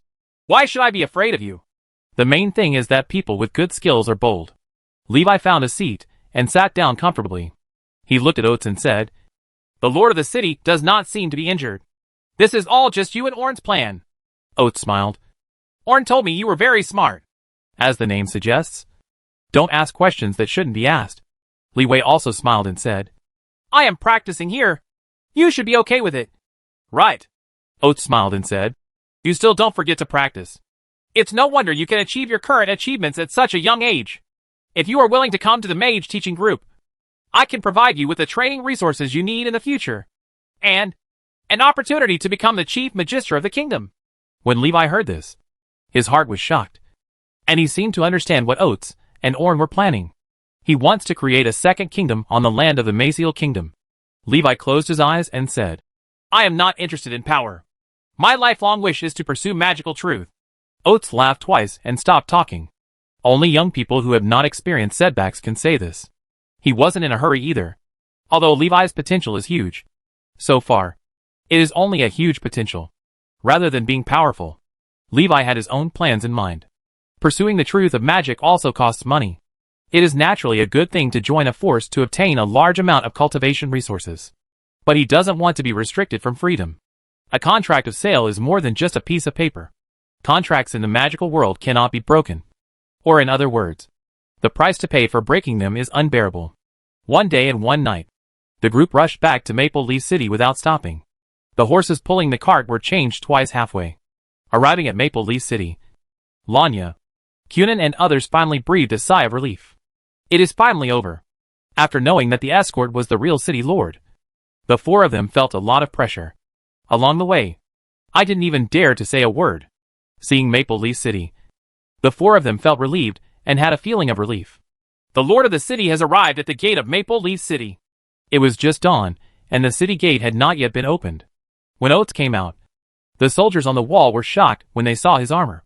The soldiers quickly found the general, who was guarding the city. When the general saw it was the city lord, he hurriedly shouted, "Open the door! Open the door quickly! The city lord is back!" After Levi and others set off, Aun sent a message to the generals in Maple Leaf City through a magic text scroll. The general who defended the city hurriedly ran to the city gate. "Welcome the lord of the city to return." Oates walked towards the city, the armor on his body clanking. "Arrange for them to rest and call all the commanders for a meeting at the city lord's mansion." "As you command?" Oates left, and the general who defended the city arranged for Li Wei and others to rest in the tower. Logically speaking, Oates wouldn't care about a few people at all. But Oates specifically warned about this matter, and the generals who defended the city quickly understood what the city lord meant. Li Wei and others stayed in the tower, and were entertained with delicious food and drinks. Lanya and the other two fell asleep directly from exhaustion, after rushing all the way back to Maple Leaf City. Even Cunin, who was driving the carriage, felt extremely tired. Levi glanced at the soldiers standing at the door, and understood that they were under house arrest. Oates' secret return to Maple Leaf City must have something important going on. This matter may be related to Oates' talk about establishing a kingdom. Although he felt very unhappy, Levi could only endure it. As his strength improves, Levi's treatment also changes. From Alan's warning at the beginning, to Oates taking the initiative to leak the secret to him and extend an invitation to him. Levi had to lament that strength is the most important thing. Talent is king. If he had stronger strength, he might not even be under house arrest. Levi closed his eyes and dived into the dream world. Seize every moment to use explosive spells to increase your strength, continuing to explode the invisible armor spell. He wanted to see how powerful the perfect level invisible armor spell was.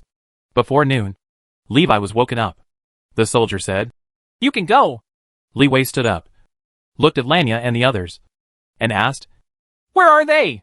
The soldier said, "The city wants them to stay." Levi looked at the few people who were still sleeping, hesitated for a moment, and gave up on waking them up to say goodbye. He can't do anything. Can't change the fate of several people. When Oates got into the carriage, the fate of the 4 people was already sealed. Levi understood that they would not die. They would just disappear like Susan, until the secrets hidden by Oates and Orn are revealed to the world. Let's go! Chapter 75 Magic Network Codex. Levi left the tower and walked towards the Mage Tower. The lively streets made him feel like he was reunited after a long absence. Because of the war in Haja City, there were almost no people on the streets, and people were afraid and hiding in their homes. The years are quiet, or it's time to move forward with a heavy load. Levi sighed. Mr. Levi? Jimmy shouted in surprise when he saw Levi. You're back? The war is over, Jimmy asked. Levi shook his head and said, Not yet. I just came back early for some special reasons. Jimmy was stunned and asked quickly, Then will Mr. Levi leave? Levi said, Probably won't leave. Oates' intention was obvious. Let him stay in Maple Leaf City and not run around. Otherwise, he would be allowed to stay with Lanya and the others. Levi really didn't want to go out. He wanted to be alone for some time. Everything that happened in the past half-month needs to be digested. When Jimmy heard that Levi said he wouldn't leave, he said happily, Mr. Levi is back safely. Director Gus will definitely be very happy. In the past few days since you left, Director Gus has been looking forward to your safe return every day. Levi smiled and said, Then thank Director Gus for me. Well, I will deliver this month's manuscript as scheduled, so Director Gus doesn't have to worry. Jimmy heard this and smiled. That's really great. Levi took out 54 silver coins and handed them to Jimmy and said, Take them back to Director Gus for me. I borrowed the extra royalties he gave me last time. Please give me a word of thanks. Mr. Levi says thank you. Jimmy stood in front of Gus. Gus looked at the money bag on the table and was stunned for a long time. He didn't expect Levi to remember this. He paid for these 54 silver coins himself and never thought of getting them back. Gus Rue put the money bag away as a treasure. This was not just 54 silver coins, but also the friendship of a mage. Significance? Gus looked at Jimmy with a smile and asked, Didn't you ask Mr. Levi if he had time? Let's give him a break, Jimmy replied. I asked, and he said he just came back, was a little tired, and wanted to rest for a few days.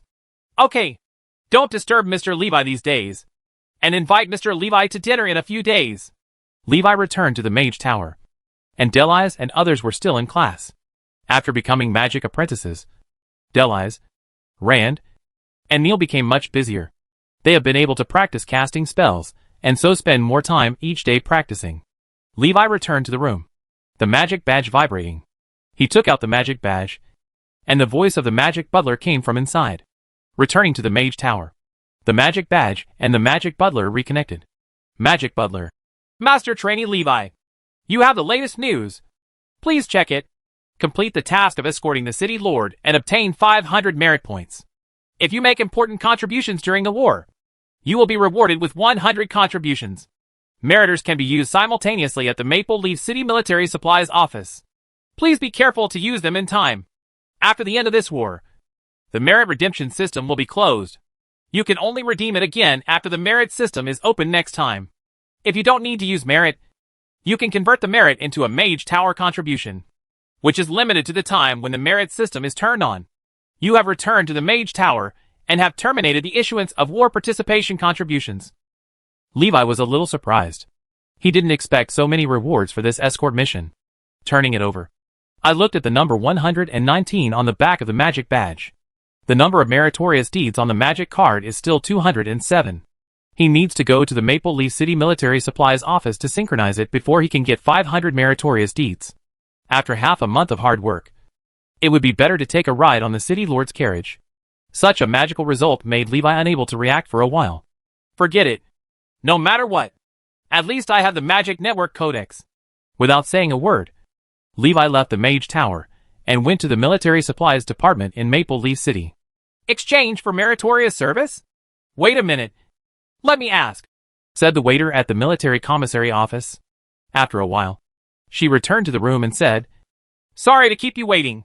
How is it? Can I exchange it? Levi asked. The waiter said, Yes, but after the exchange, it will take some time for the items to arrive in Maple Leaf City. You can leave your address, and when the items arrive, we will arrange for them to be delivered to you. Well, that's troublesome. Levi exchanged a copy of the Magic Network Codex and left his address. After returning to the Mage Tower, he converted all the remaining merits into contributions. 207 merit conversions resulted in 82.8 contributions.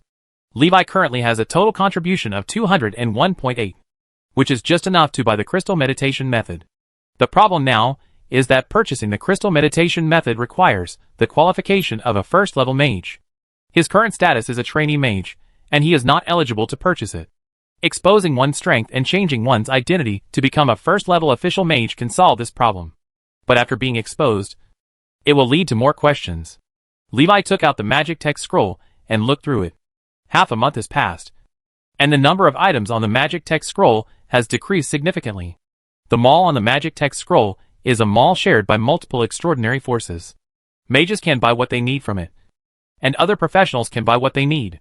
Especially those potions and magic equipment sold at a discount are very popular. Levi rummaged around for a while, and found that the Crystal Meditation Method of the Mage Tower was also among them. There is no discount on Crystal Meditation. Huh? The Mage Association also has a Crystal Meditation Method? More importantly, the Masters Association has no restrictions on purchase qualifications. In the past, the contribution from the Mage Tower could only be used in the Mage Tower, and could not be exchanged for gold coins. Levi saw that the Mage Association was selling the Crystal Meditation Method, and was helpless. However, now it happens that multiple forces share the combat store. The contribution from the Mage Tower can be used equivalently in the Mage Association. Levi's heart moved. He thought for a moment, then took the things and ran towards the Mage Association. Hello! I would like to purchase a copy of Crystal Meditation. Okay. Just a second. After a while, the young girl from the Mage Association took out a Crystal Meditation Method and handed it to him. After deducting 200 contribution from this consumption, you still have 1.8 contribution left. Welcome to visit next time. A young girl wearing a mage's apprentice robe watched Levi leave the gate of the Mage Association. What a young apprentice mage! Levi walked out of the Mage Association, feeling happy. Finally got Crystal Meditation. The Magic Network Codex will also be available in a few days. This time it can be considered a fruitful return. It's Lanya and the others.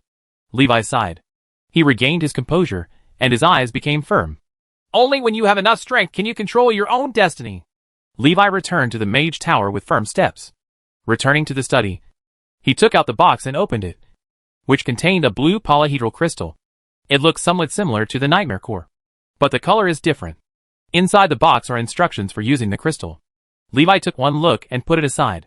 He has long understood the Crystal Meditation Method and knows how to use it. Take out the crystal and stick it on your forehead, and use your mental power to activate the crystal. The information stored in the crystal flooded into my mind. Chapter 76 Crystal Meditation Method. Levi was sitting in the study, holding a blue crystal in his hand, and putting it on his forehead. Close your eyes and meditate. He absorbs and digests the information within the blue crystal. Levi also understood why the Mage Tower stipulated that only first-level mages could purchase the Crystal Meditation Method. Because learning Crystal Meditation is a threshold. The mental power is not strong enough to digest the information in the blue crystal. On the contrary, you may be overwhelmed by the information and have brain problems. To be on the safe side, it is safest for a first-level mage to learn Crystal Meditation. Once you practice the basic meditation method to great perfection, your mental strength will also reach the threshold of learning the Crystal Meditation Method. However, there are too few trainee mages who can practice basic meditation methods to great perfection. Just do it across the board and save trouble. Levi slowly opened his eyes and put down the blue crystal in his hand, leaving a crystal visualization of the human body in his mind. The blue crystal's luster disappeared and turned into an ordinary crystal. The shadow attendant came over and brought lunch. Levi had lunch, took a short break, and then tried to practice crystal meditation for the first time. He lit an incense stick.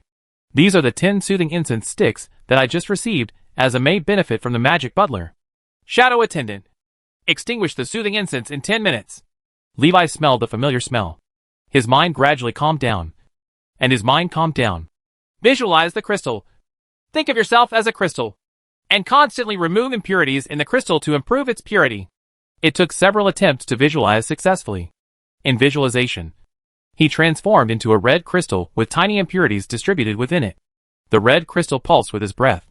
When inhaling, the spiritual power absorbs the surrounding magical elements and enters the crystal. When exhaling, the spiritual force expels the subtle impurities in the crystal and purifies the mana. With each breath, the magic power becomes deeper and purer.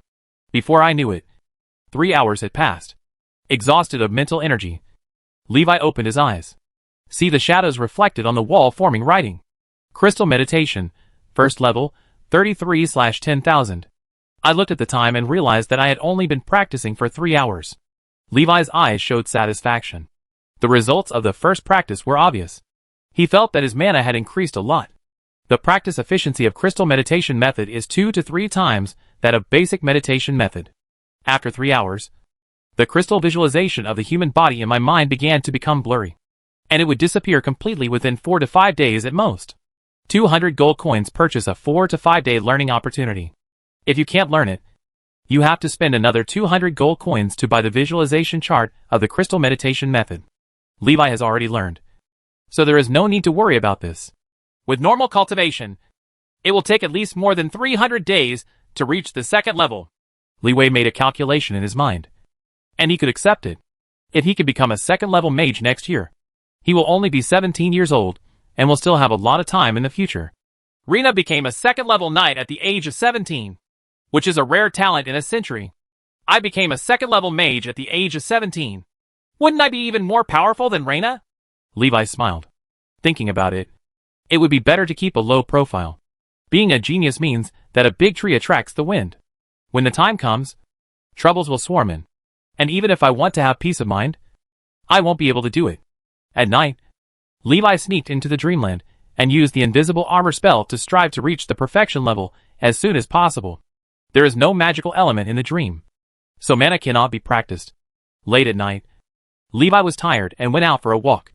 Opening the door, there was a fog outside. After walking out, the fog receded to 11 or 12 meters away. He took a few steps and returned to the safe house. The dreams in Maple Leaf City are quite stable, and there is no large-scale dream gluing. Most of the wizards in the wizard tower were gone. For a while, it was difficult for Levi to find a dream bubble. He was too lazy to go deep into the fog and look for dream bubbles further away. Go back to the room and entertain yourself by manipulating dreams. After relaxing, continue the liver-exploding spell. For several days, Levi stayed in the Mage Tower to practice, until the magic butler sent him a message. Magic butler. Master Trainee Levi. Master Gu sent you a message. Levi, are you okay? Only then did Levi remember that he had forgotten to report to Guze that he was safe. Now maybe Guze thought he was missing. He quickly sent a message to Guze through the magic butler. Teacher, I'm fine. I have returned to the Maple Leaf City Mage Tower safely. Looking at the magic badge in his hand, Levi fell into deep thought. Suddenly, he asked, Magic butler, can you connect to the magic network? Magic butler. Insufficient authority to answer. Levi smiled and understood. After a while, the magic badge vibrated. Guze. As long as everything is fine, just stay in the Mage Tower to practice without any worries. And don't come out. Levi. Well, teacher, be careful with yourself. Guze. Don't worry about me. We are currently in the upper hand and have a great chance of winning. Guze. By the way, why did you return to Maple Leaf City? Didn't you escort the city lord to Lufeng City? Levi. The city lord is fine. He pretended to be injured to lure the orcs to send troops to attack. This was all Orn's plan. Guze. That's strange. If the city lord is okay, Why did the city lord of Hanshaw City die at the hands of an assassin? Levi looked at the magic badge and was silent for a moment. Did the lord of Hanshaw City really die at the hands of an assassin? He doesn't know either. Li Wei. The city lord has gone back? Gu Zhe. I'm back. 2 days ago, Commander Orn led the army to attack the orc camp. The city lord led a group of soldiers and horses to attack the orc army from behind. The orc army was caught off guard and defeated. Victory is in sight. Levi thought for a moment, and did not tell Gyuz that Oates was preparing to establish a kingdom. If Gyuz knew, it might not be a good thing. However, Levi still gave a sideways reminder. Li Wei. The city lord has a long-term strategy. This time he defeated the orc army in one fell swoop. With outstanding military achievements, he may have the opportunity to become a marquis. Gyuz paused for a moment when he saw the news. He felt something strange, thinking of the troops led by Oates. It was like they appeared out of thin air. He couldn't help but wonder if Oates had been prepared. Otherwise, Maple Leaf City would only have a total of more than 5,000 troops. 3,000 troops have been taken away to join the battle. Where did the troops led by Oates come from? The number of soldiers and horses in that team was not less than that of the army led by Orn. Even if Maple Leaf City is completely wiped out, it will not be able to squeeze out so many troops. What's more, it is impossible for Oates to leave no men to garrison Maple Leaf City and send out all the troops. Realizing that Oates had secretly cultivated a group of soldiers, Gyuz already had some suspicions in his mind. Seeing that Li Wei didn't make it clear, he didn't ask on the magic text scroll. Gyuz? Yes, I understand. Levi smiled when he saw this. It seems that Mr. Furusawa also hinted at something. No matter what, as long as you don't know nothing, there will always be a way to deal with it. By now, Li Wei almost knew where the food that disappeared in winter went.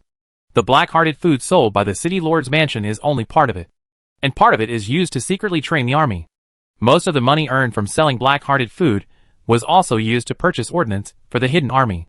Otherwise, a team of soldiers would appear out of nowhere, without Gyuz telling him.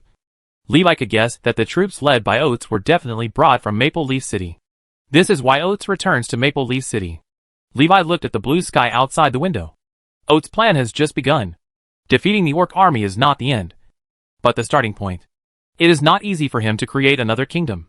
If the Maziel kingdom were aware of his plot, they would definitely try their best to stop it. They won't even take care of the orcs that invade the kingdom. The orcs invaded the Maziel kingdom and lost at most a few cities and some land. If Oates successfully establishes his country, the kingdom of Maziel will face the threat of a new kingdom that is just around the corner. At that time, there will be a wolf in front and a tiger in the back, sandwiched between the orc kingdom and the new kingdom. The Maziel kingdom will be very passive. The Maziel kingdom will never allow this to happen. Chapter 77, Entering the Demonic Network for the first time. May 20th. The Magic Network Codex redeemed by Levi was finally delivered to Maple Leaf City. Master Li Wei, please sign for it. Sign for it from a soldier, and get the box containing the Magic Web Codex. Thanks. Go back to the study and open the wooden box. There is a Magic Network Codex inside. The Lay Codex is a book, but it only has 2 pages. The cover is a moon ring surrounding the sun, with several stars scattered on the moon ring. Represents the ring mage profession. The back cover is covered with dense magic runes, and a magical light flashes from time to time. Levi poured mana into the Magic Network Codex, and the magic runes emitted a dazzling light. After a while, the light faded. Only the magic runes left were flowing with colorful magic light. Levi opened the Magic Network Codex and felt an attraction coming from the Magic Network Codex. Without rejection, the Magic Network Code attracted spiritual power, and Levi's mind was fully invested in it.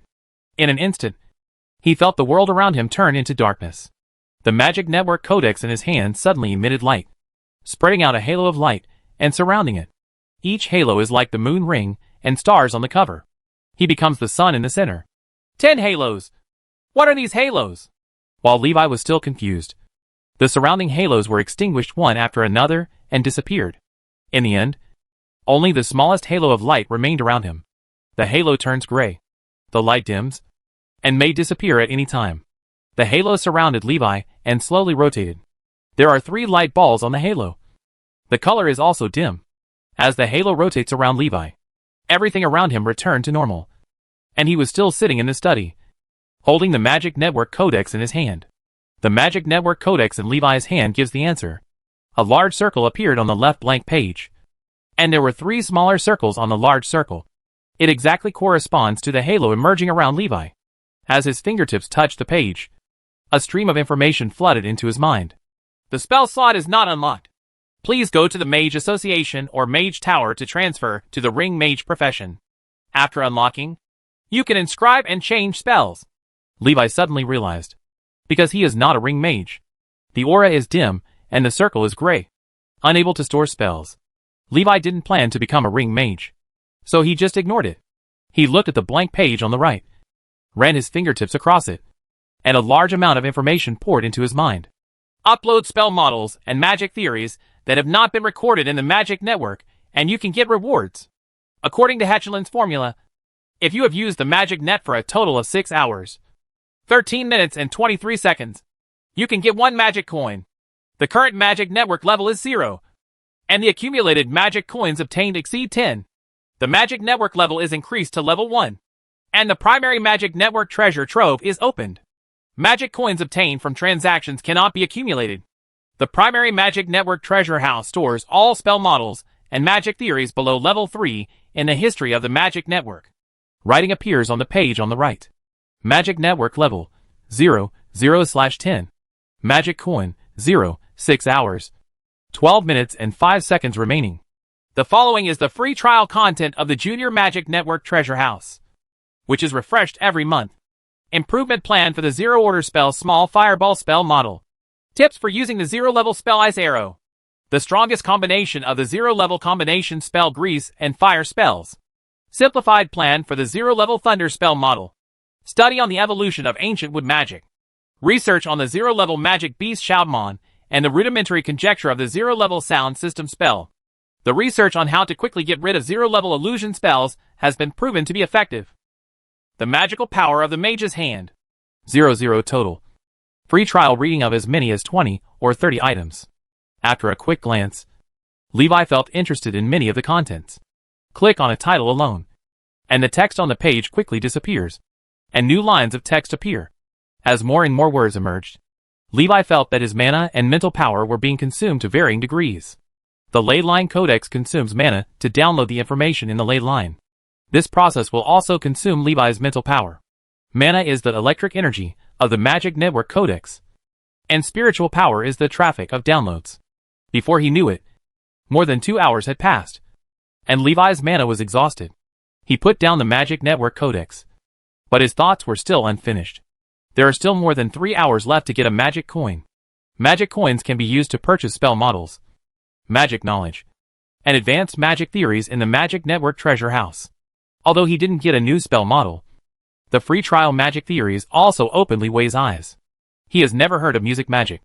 Some people have already begun research to create a zero-order phonetic spell model to make up for the lack of zero-order phonetic spells. He has never seen magic spells before, but he knew in advance a way to deal with zero-level illusion spells. Great gains. Leewaydu couldn't wait to open the primary Magic Network Treasure House, looking forward to the countless treasures and knowledge in it. If you want to quickly improve the level of the Magic Network, you can only upload your own research results and created spell models. Thinking of this, Levi suddenly woke up. Is this the purpose of the magic net? Or is it the purpose of the goddess of magic? She is absorbing the wisdom of all mages. Forget it. What does this have to do with me? Even if the sky falls, there will be someone tall to hold it up. I'm just a first-level mage. I think about all these things every day. I might as well find a way to get more magic coins and upgrade the level of the magic network. Although he thought this way, Levi also knew in his heart that magic knowledge involving his own core strength must not be uploaded to the magic network. Otherwise, you might become the enemy's tool to deal with you next time. Don't be in a hurry. Let's observe for a while. Anyway, we have plenty of time now. Levi put down the Magic Network Codex. The Magic Network Codex lay on the desk, and the cover flashed with a magical light, showing its mystery. Practice as usual. In the afternoon, Jimmy came to the Mage Tower to find Levi.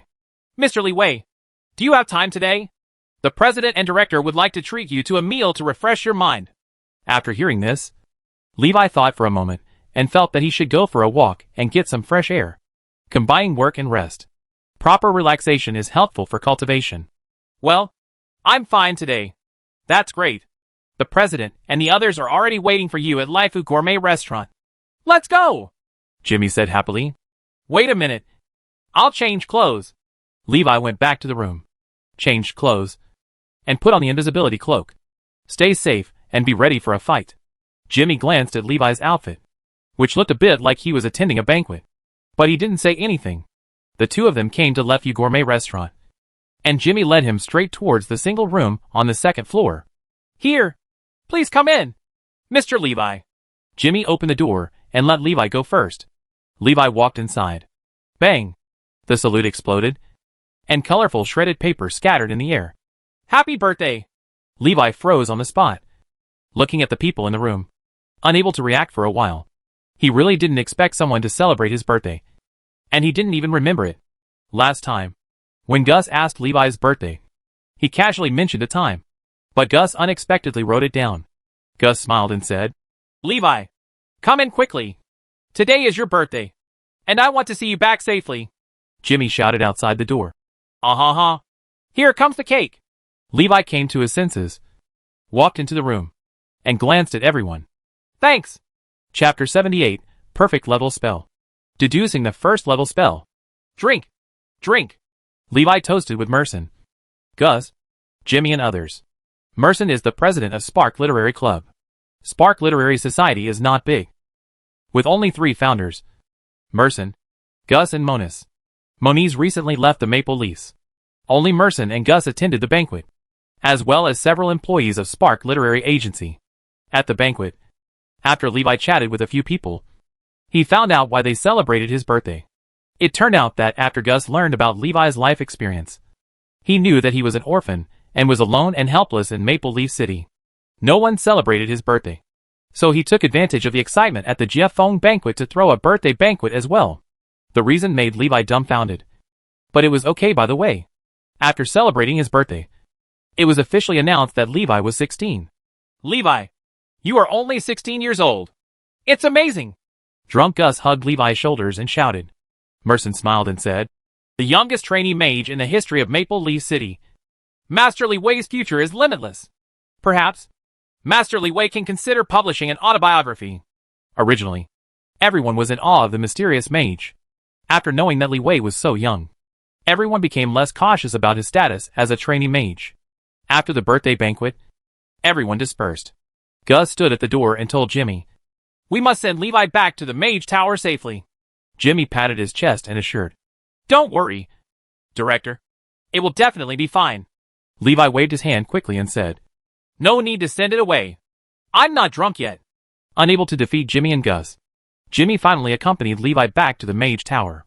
Okay, I'm here. You should go back early. Okay, Mr. Levi. Bye. Levi turned and watched Jimmy leave. The corners of his mouth raised slightly. It was my first birthday with a stranger, and it turned out surprisingly well. Levi never thought that anyone would remember his birthday. Although it was a casual mention of his birthday, it still touched his heart. For the first time, I felt warmth in a different world. Director Gus, you are such a good person. In the next few days, Li Wei practiced in the Mage Tower. When you are tired of practicing, go to the library and read a book, or read the free trial content in the Magic Network Codex. After eating, take some time to write some manuscripts. At night, I stayed in the safe house to practice spells, working hard to practice the invisible armor spell. When you are tired, you use dreams to create scenes of leisure and entertainment. Compared to various exciting scenes, Levi prefers to lie quietly on the beach and bask in the sun and blow the sea breeze after getting tired. The shadow attendant brought him the nostalgic happy water. Shake the crystal glass and listen to the sound of ice cubes colliding and bubbles popping. After drinking the ice-cold happy water, Levi suddenly felt energetic. It's a pity that dreams are illusions and false excitement after all. Levi stood up, threw away the cup, waved his hand, and the lively beach turned into a study. Shadow Waiter, who was wearing beach pants, also returned to normal. After releasing his fatigue, Levi continued to perform liver magic. Unconsciously, the darkness and fog outside the window began to fade. Levi knew that it was almost dawn. He wants to wake up.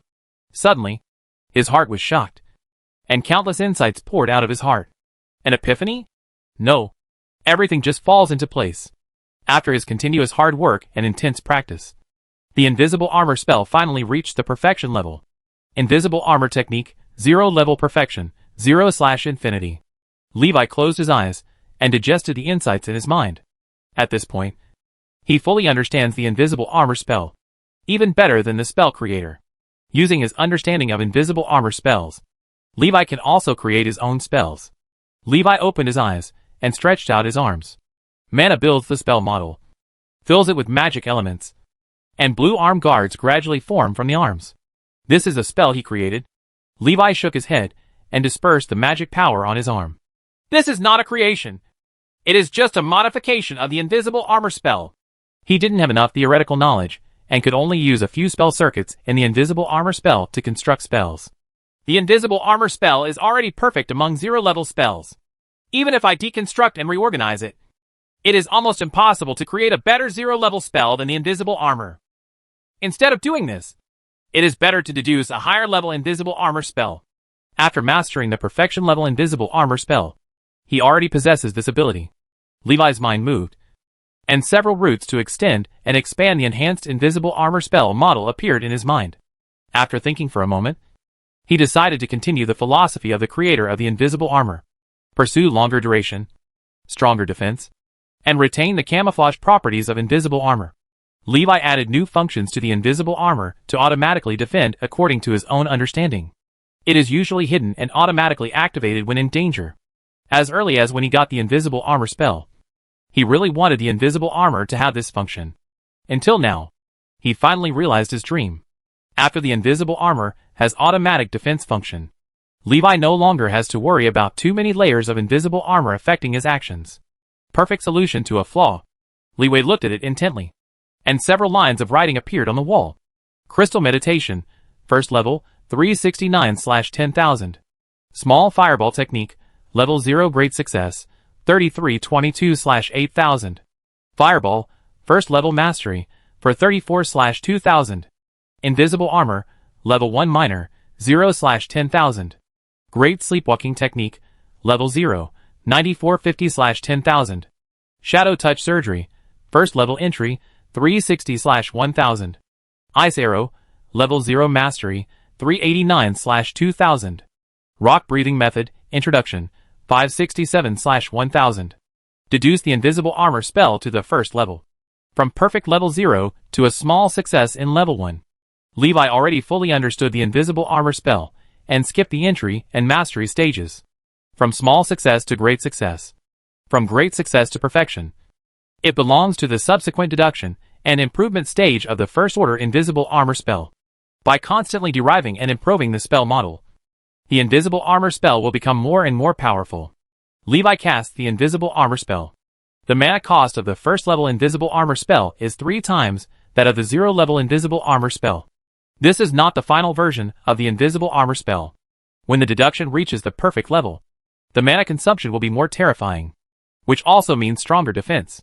After testing, the defensive power of the first level invisible armor is twice that of the 0 level invisible armor.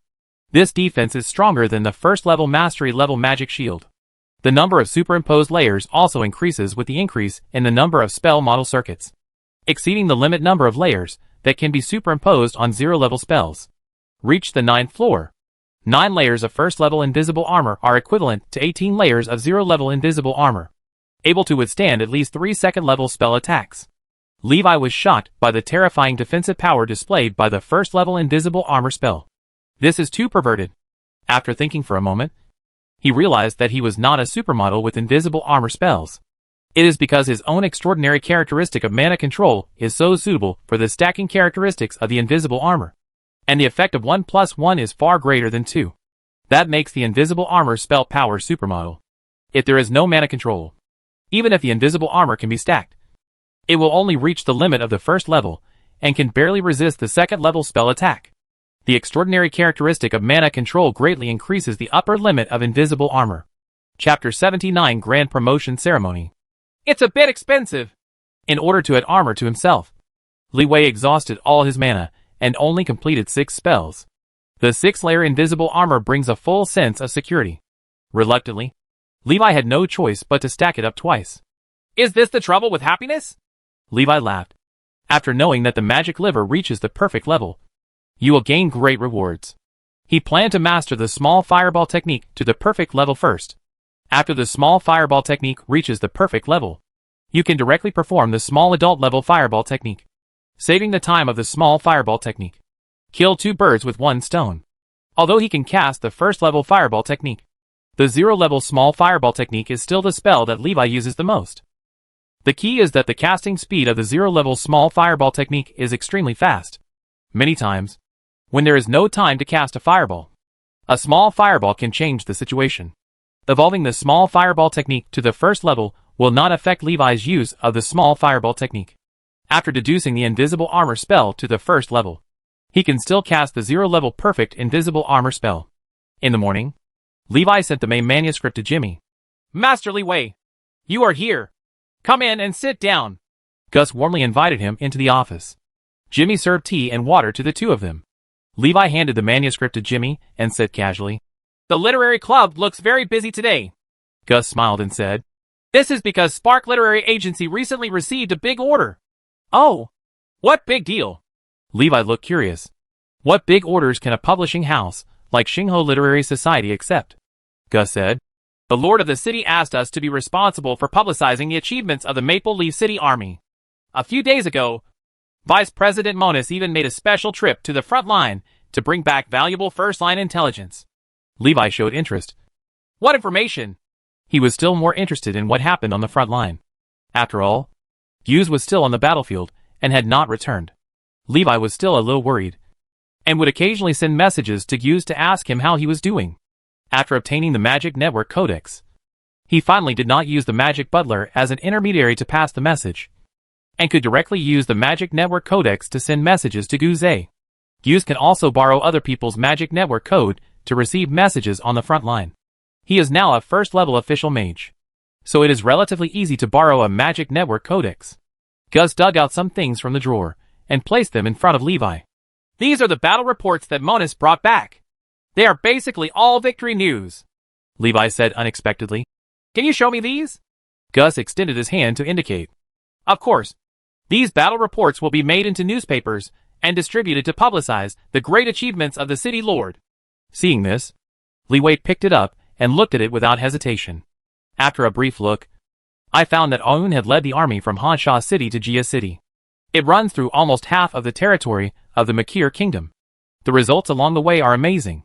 From the initial 3,000 soldiers and horses, after joining the more than 4,000 people led by Oates, the team grew all the way. The more you fight, the braver you become, recruiting remnants and defeated generals along the way. The team has grown to 15,000 people. Completely drive the 3 orc armies on the eastern front out of the territory of the Maciel Kingdom. The army led by Aoun has won many battles, which is an obvious contrast to the army of the Kingdom of Makir. The army of the Maciel Kingdom has been entangled with the army of the Orc Kingdom for 2 months. It cannot be said that they are retreating steadily, but they are always at a disadvantage. Otherwise, the war call-up would not have been issued. Nowadays, many people with lofty ideals in the Kingdom of Makir want to join Aoun's army, want to join the war to fight the orcs who invaded their homeland. Orn's war knights and generals' reputations are well known in war areas. Gus saw Levi put down the battle report and said, The decisive battle is coming soon. Mona said that Generalissimo Aoun has gathered all the troops on the front line of Jia City and is preparing for a decisive battle with the Orc Kingdom's main army on the eastern front. If we win this battle, we can end the war early. Levi nodded, feeling a little emotional. I didn't expect that such a big change would occur just a few days after leaving the front line. Jia City? Levi's heart moved. He remembered that Jia City was the northernmost human city in the Kingdom of Maciel. He looked at Gus and asked, Do you have a map of the Maciel Kingdom? Have. He pulled out a map from the bookshelf. Levi unfolded the map and looked north from Maple Leaf City, and found that Orn's battle route directly divided the Maciel Kingdom in half, divided into east and west sides. It was a coincidence that all the cities belonging to the Makir Kingdom were divided to the west, he mused, after knowing that Oates wanted to build a kingdom. He almost understood Orn's intention. Forced to surrender, the number of troops gathered around Aoun has exceeded the strength of all independent cities several times. After defeating the Eastern Front army of the Orc Kingdom, on his way back to Maple Leaf City, Orn can conquer several cities along the way. Conquer the weak cities first, and then separates several powerful cities from the Maciel kingdom. In this way, even if the city lords are unwilling to surrender to Oates, they cannot ask for help from the Maciel kingdom. Oates also had enough time to make them surrender one by one. Finally, complete your plan to build a kingdom. Whether they can successfully defeat the Eastern Front army of the Orc Kingdom is the key. More importantly, Orn must win a crushing victory. As long as there is a slight decline, it will be extremely difficult to conquer other cities in the future. Only by showing overwhelming power can the weak city lord surrender decisively. Levi raised his head and looked at the distant sky outside the window. What other trump cards do you have? Today, the strength of the Orcs' Eastern Front army has exceeded 40,000. The 3 Orc armies defeated by Orn were all integrated into the Eastern Front army. The Orcs' military strength is 3 times that of the humans. In this case, it is simply impossible to achieve a crushing victory. Outside Gia City, soldiers gathered densely on the frozen ground covered with frost and snow. Many soldiers coming from the south could not bear the cold in Gia City and were shivering. You know, it's May now, and it's almost June. But it was still snowing outside Gia City, and it was extremely cold. Orn stood in the crowd and delivered a pre-battle speech, activating the aura of fighting spirit of the war knight. The soldiers listened to his pre-battle speech, and their minds were affected by the aura of fighting spirit. Their mood became higher and higher, and they even forgot about the cold. Aoun's voice fell. Everyone raised their weapons and roared so loudly that the snowflakes were frightened and fled from the sky. Fight! Fight! Fight! Drive all the orcs out! Protect our home! Boom! The wind and snow were rolling in, and the Orc army appeared on the horizon. A legion of tens of thousands of people stretched as far as the eye could see. Attack! Aoun gave an order, and all the soldiers moved towards the Orcs. He was riding a dragon-blooded war horse, wearing black armor, and holding a 2-meter-long dragon spear, walking in the middle of the crowd. In this battle, he will take part in person. In previous times, he was also in the army, but this time is different. He will fight in person. In the blink of an eye, the 2 armies handed over. Orn uses all his strength to activate all auras. In an instant, everyone felt a surge in strength, fearless, and moved forward indomitably. Bang, bang, bang. Countless people collided together. Flesh against flesh. Flesh against weapons and shields. The screams, wails, roars, and shouts were chaotic and disorderly. Orcs and humans were crowded together, making it difficult to tell them apart. Suddenly, everyone's minds were drawn in one direction. Break! Aoun roared angrily, held the dragon spear, and charged on his horse. The fighting spirit condensed into a giant spear tens of meters long, piercing the orcs' unbreakable defense line. Bang, bang, bang. Countless orc soldiers were thrown away. Orn tore a hole, and the cavalry following behind quickly expanded the results, tearing the orc camp apart and dividing the orc soldiers. Orn led a group of cavalry to rampage through the orc army. Unstoppable. Seeing this scene, everyone firmly believed that Aoun could lead them to victory. A wave of faith condensed on Aoun, forming a faint halo. Bang! More than 20 giant beasts 7 to 8 meters tall appeared on the battlefield. The giant beast throws rocks as powerful as a trebuchet, and is a great threat. Even if a first-level professional is accidentally hit, there is a high chance of death. The giant beast appears, and the human side soon suffers a large number of casualties. Upon seeing this, Aoun directly drove his war horse to kill the giant beast behind the orc army. Along the way, orc professionals kept trying to snipe and kill him. All were killed by Orn. War stampede! The war horse under Aoun leaped up, jumped more than 10 meters high, fell hard and trampled a giant beast. Bang! In an instant, the giant beast was crushed to pieces by the iron hooves of the dragon-blooded horse. The terrifying force crushed all the orc soldiers within more than 10 meters around. When everyone saw this, they all cheered. The aura around Orn solidified. Kill! Aoun killed several giant beasts in succession. The orc generals were so frightened that they quickly withdrew the beasts and sent strong men to surround and kill him. Aoun killed several 4th-level orc extraordinary beings, returned to the human camp, and lead the army to tear apart the ranks of the orc army. 7 in and 7 out. Orn led the cavalry and completely tore apart the orc legion's defensive line. Everyone looked at Aoun with admiration in their eyes. All united. Faith creates the soul of war. The aura around Orn condensed and took shape. He raised the dragon gun high, and the halo expanded rapidly, covering the battlefield. All enemies feel a wave of fear. The morale of all friendly forces is high and has reached its peak. Kill! A soldier roared and charged at the enemy, slashing the enemy's neck with a knife. He was stabbed twice by the enemy. As if he didn't feel any pain, he killed the orc who stabbed him with his backhand. Even if the arm is broken, the enemy's neck must be bitten with teeth. Not just one person, but everyone. The orcs were frightened by the sight before them. The first orc dropped his weapon and ran away.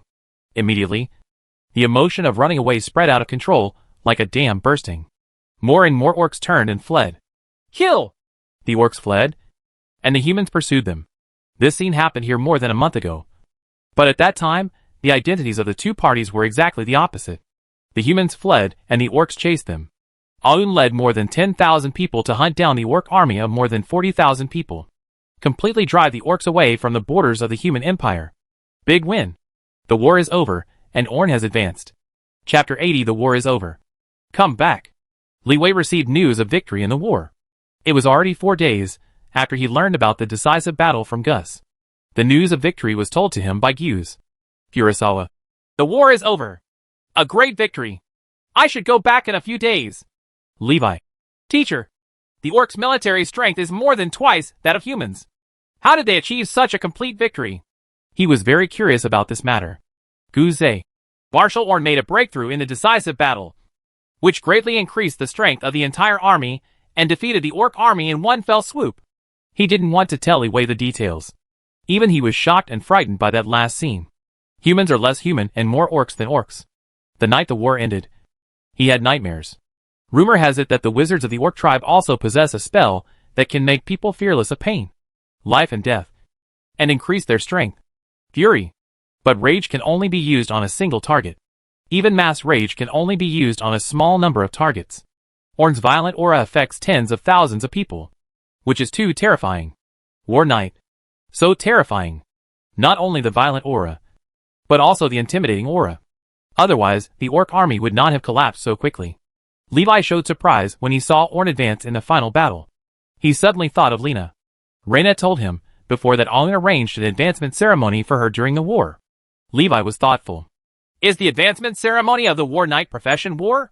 He seemed to understand why Orn wanted to help Oates build a kingdom. I see. Spark Literary Society has not yet received news of a complete victory in the decisive battle on the front lines. They are also publishing a large number of books to promote the great achievements of the city Lord Otzi. Newspapers are distributed free to the public and posted on notice boards. They also paid bards to adapt the stories and tell them to illiterate people for free. Not only Maple Leaf City, but also Spark Literary Society mobilized various relationships to distribute newspapers promoting Otzi's great achievements to various places. Anyway, everything is paid for by the City Lord's Palace. Xingho Literary Society only needs to vigorously promote and carry out the important tasks assigned to them by the City Lord. The newspaper has spread to the towns under the Makir Kingdom. The king's first reaction when he heard the news was to laugh at Oates for spreading the word about his slight achievements. Just like a country bumpkin who had never seen the world. At first, he watched the newspapers proclaiming Oates' exploits as if he were watching a monkey show. He and the ministers around him laughed at Maple Leaf City for exaggerating its achievements, and ridiculed Oates for being so happy with his achievements. After a few days, he realized something was wrong. It seems that the people in the kingdom are beginning to support the hero who drove away the orcs. The king immediately ordered all newspapers and leaflets to be confiscated, and it was forbidden to publicize Oates' achievements. The news from the front line made the king feel so happy that he temporarily forgot about the newspaper. The orcs' Western Front army took the initiative to retreat on the third day after the Eastern Front army was defeated by Orn. The orc kingdom is afraid of being attacked from both sides. On the other hand, I was also frightened by Orn's record. The news of the orcs' retreat made the king happy for a while, and the whole country celebrated. Originally, he should have invited the city lords who responded to the call in this war to come to the royal city to gather together to participate in the celebration banquet, and then commend the city lords with the most outstanding contributions as a reward. But because of the newspaper incident, the king had a grudge and suspicion towards Oates, the lord of Maple Leaf City. Oates was not invited. The city lords, who had made the most outstanding contributions, were not invited, and the king did not want to invite anyone else. After all, this time it was entirely thanks to Oates' victory on the Eastern Front that the Mayseal Kingdom repelled the invasion of the Orc Kingdom. The king did not have the shame to brag about the achievements of the Maziel kingdom to other city lords. There is no point in inviting others to the celebration party. When the king held a celebration banquet, Oates and Orn met. Oates looked at Aun and smiled. "Congratulations on your successful advancement."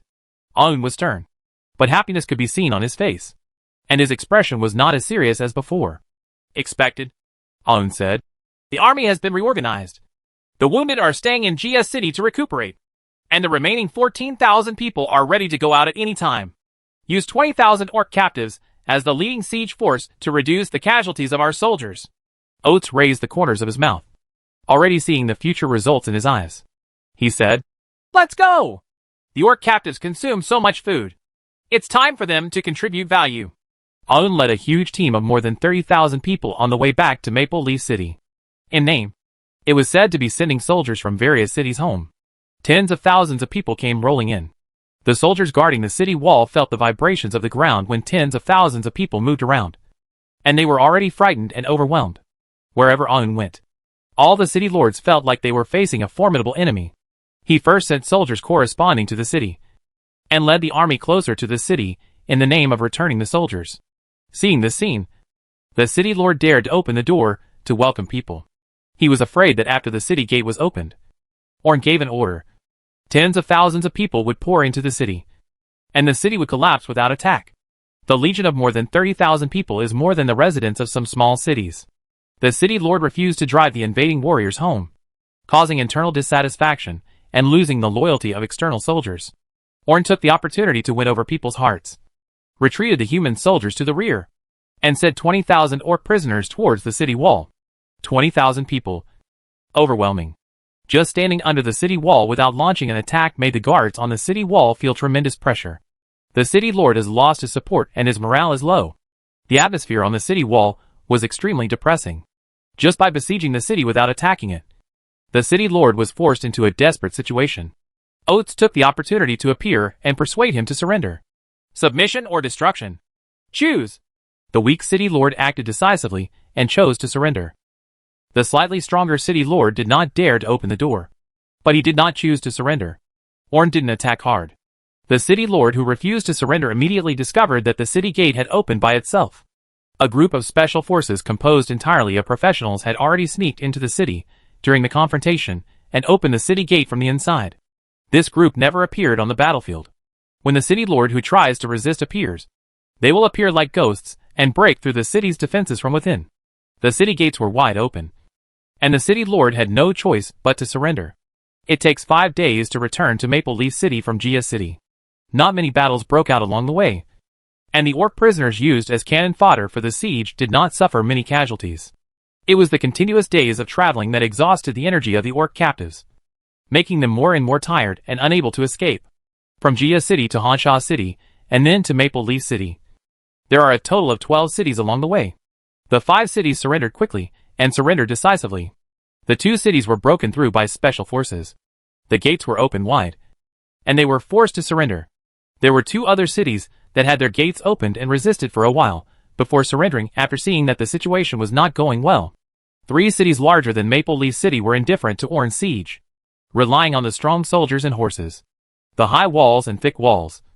They are not afraid of attacking the city at all. After Orn besieged the city for a day, seeing that there was no chance, he took the initiative to retreat. In addition, GS City, which originally supported the founding of Oates, was the first to take control of Honshaw City. Oates already controls 12 cities and occupies most of the eastern territory of the Maziel Kingdom. The 3 powerful cities were firmly separated from the Kingdom of Maziel. Thanks to the vigorous publicity of Spark Literary Society, people in various cities did not have much resistance after learning that their immediate boss had become the heroic city lord Otzi. Instead, they were happy to tell each other and celebrate. On the second day of the conquest, the Makir Kingdom received news, trying to send troops to stop it. After learning that Aun had more than 30,000 troops, the army that was already on the way immediately turned around and returned. It was too late to mobilize troops from the front line, so they could only watch Oates return to Maple Leaf City. On this day, Li Wei was waiting on the city wall early for everyone to return. He looked into the distance and saw an endless stream of soldiers and horses slowly walking towards Maple Leaf City. Return with great victory.